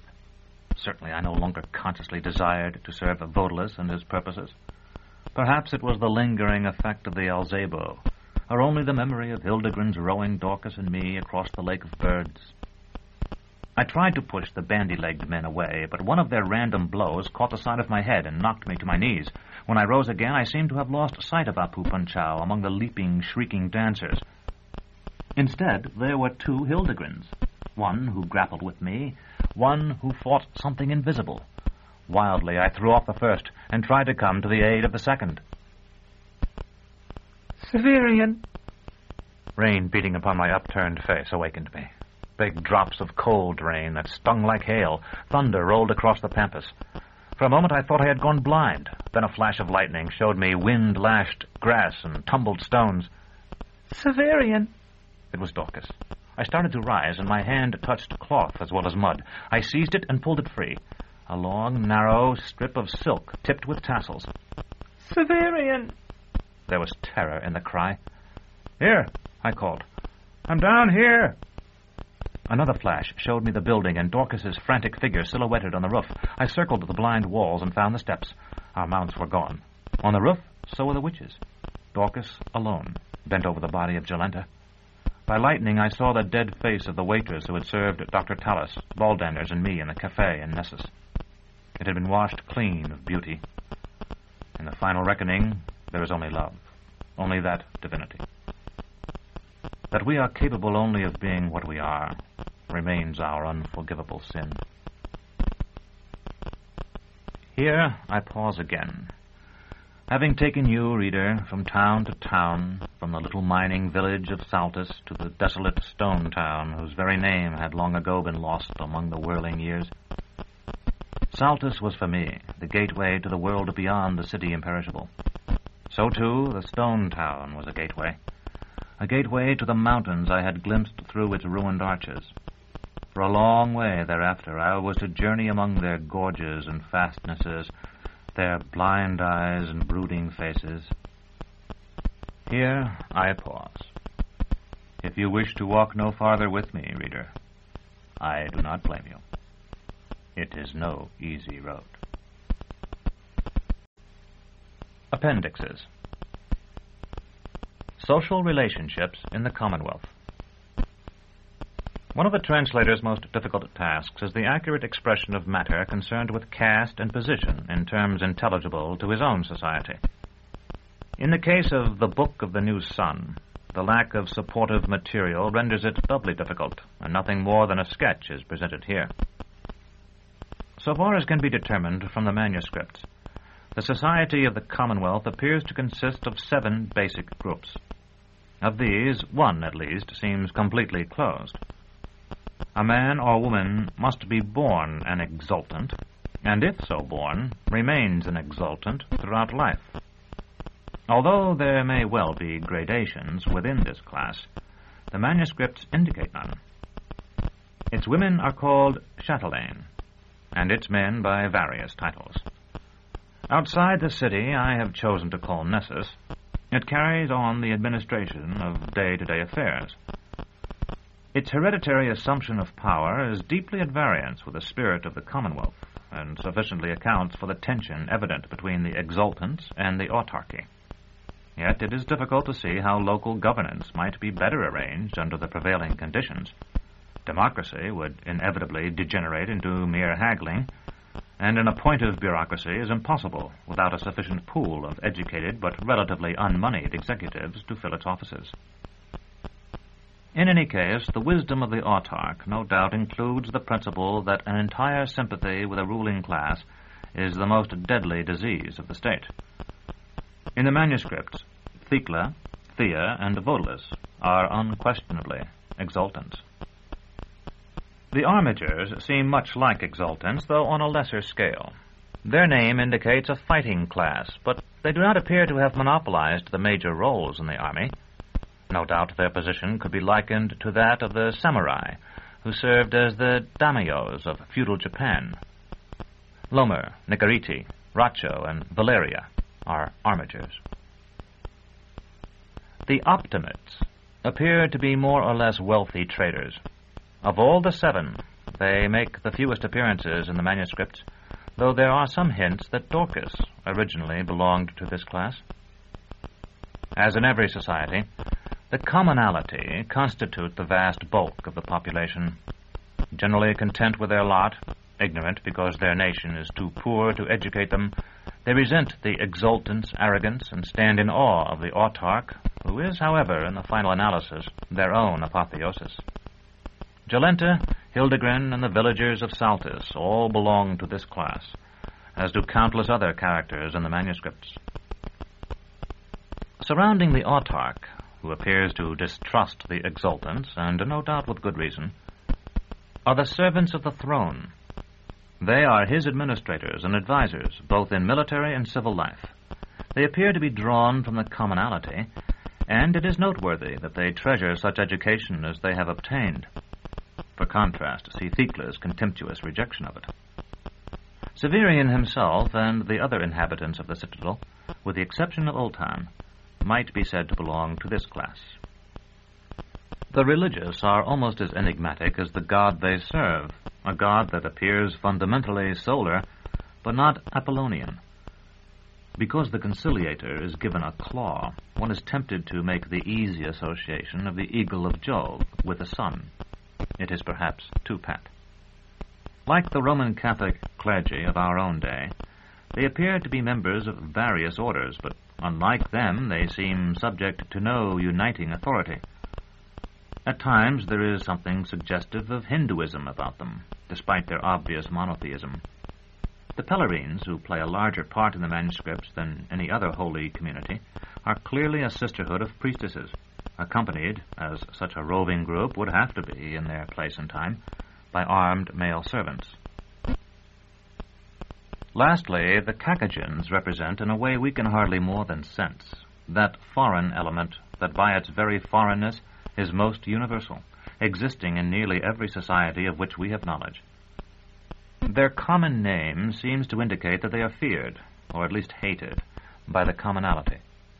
Their presence at the autarch's festival would seem to show that they are accepted, though perhaps under duress, at court. Although the populace of Severian's time appears to consider them a homogeneous group, it appears likely that they are in fact diverse. In the manuscripts, the Cumean and Father Eniri represent this element. The honorific I have translated as Sieur would seem to belong only to the highest classes, but to be widely misapplied at the lower levels of society. Goodman properly indicates a householder. Money, measures, and time. I have found it impossible to derive precise estimates of the values of the coins mentioned in the original of the Book of the New Sun.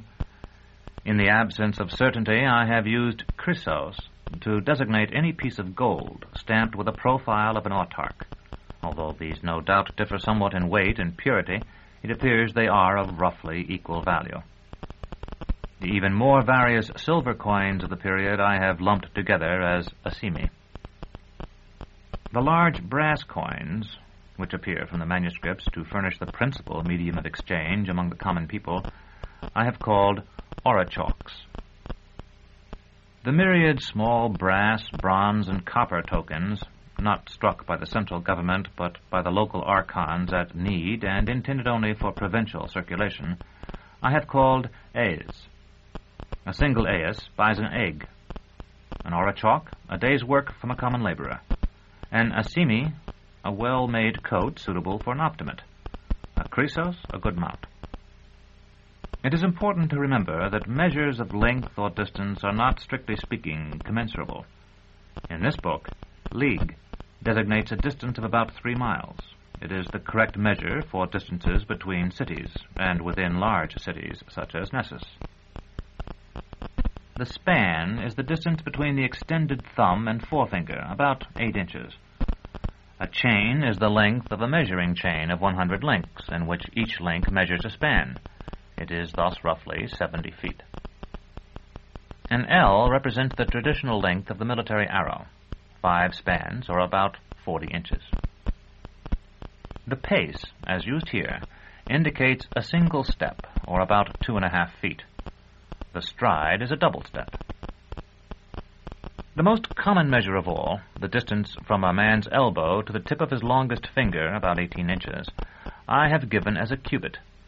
It will be observed that throughout my translation I have preferred modern words that will be understandable to every reader in attempting to reproduce, in the Roman alphabet, the original terms. Words indicative of duration seldom occur in the manuscripts. One sometimes intuits that the writer's sense of the passage of time and that of the society to which he belongs has been dulled by dealings with intelligences who have been subjected to or have surmounted the Einsteinian time paradox. Where they occur, a chiliad designates a period of 1,000 years. An age is the interval between the exhaustion of some mineral or other resource in its naturally occurring form, for example, sulfur, and the next. The month is the then lunar one of 28 days, and the week is thus precisely equal to our own week, a quarter of the lunar month, or 7 days. A watch is the duty period of a century, 1/10 of the night, or approximately 1 hour and 15 minutes. G.W. End of The Claw of the Conciliator, Volume 2 of The Book of the New Sun, by Gene Wolfe. Narrated by Roy Avers in the studios of the American Printing House for the Blind, Louisville, Kentucky, for the Library of Congress, October 1982.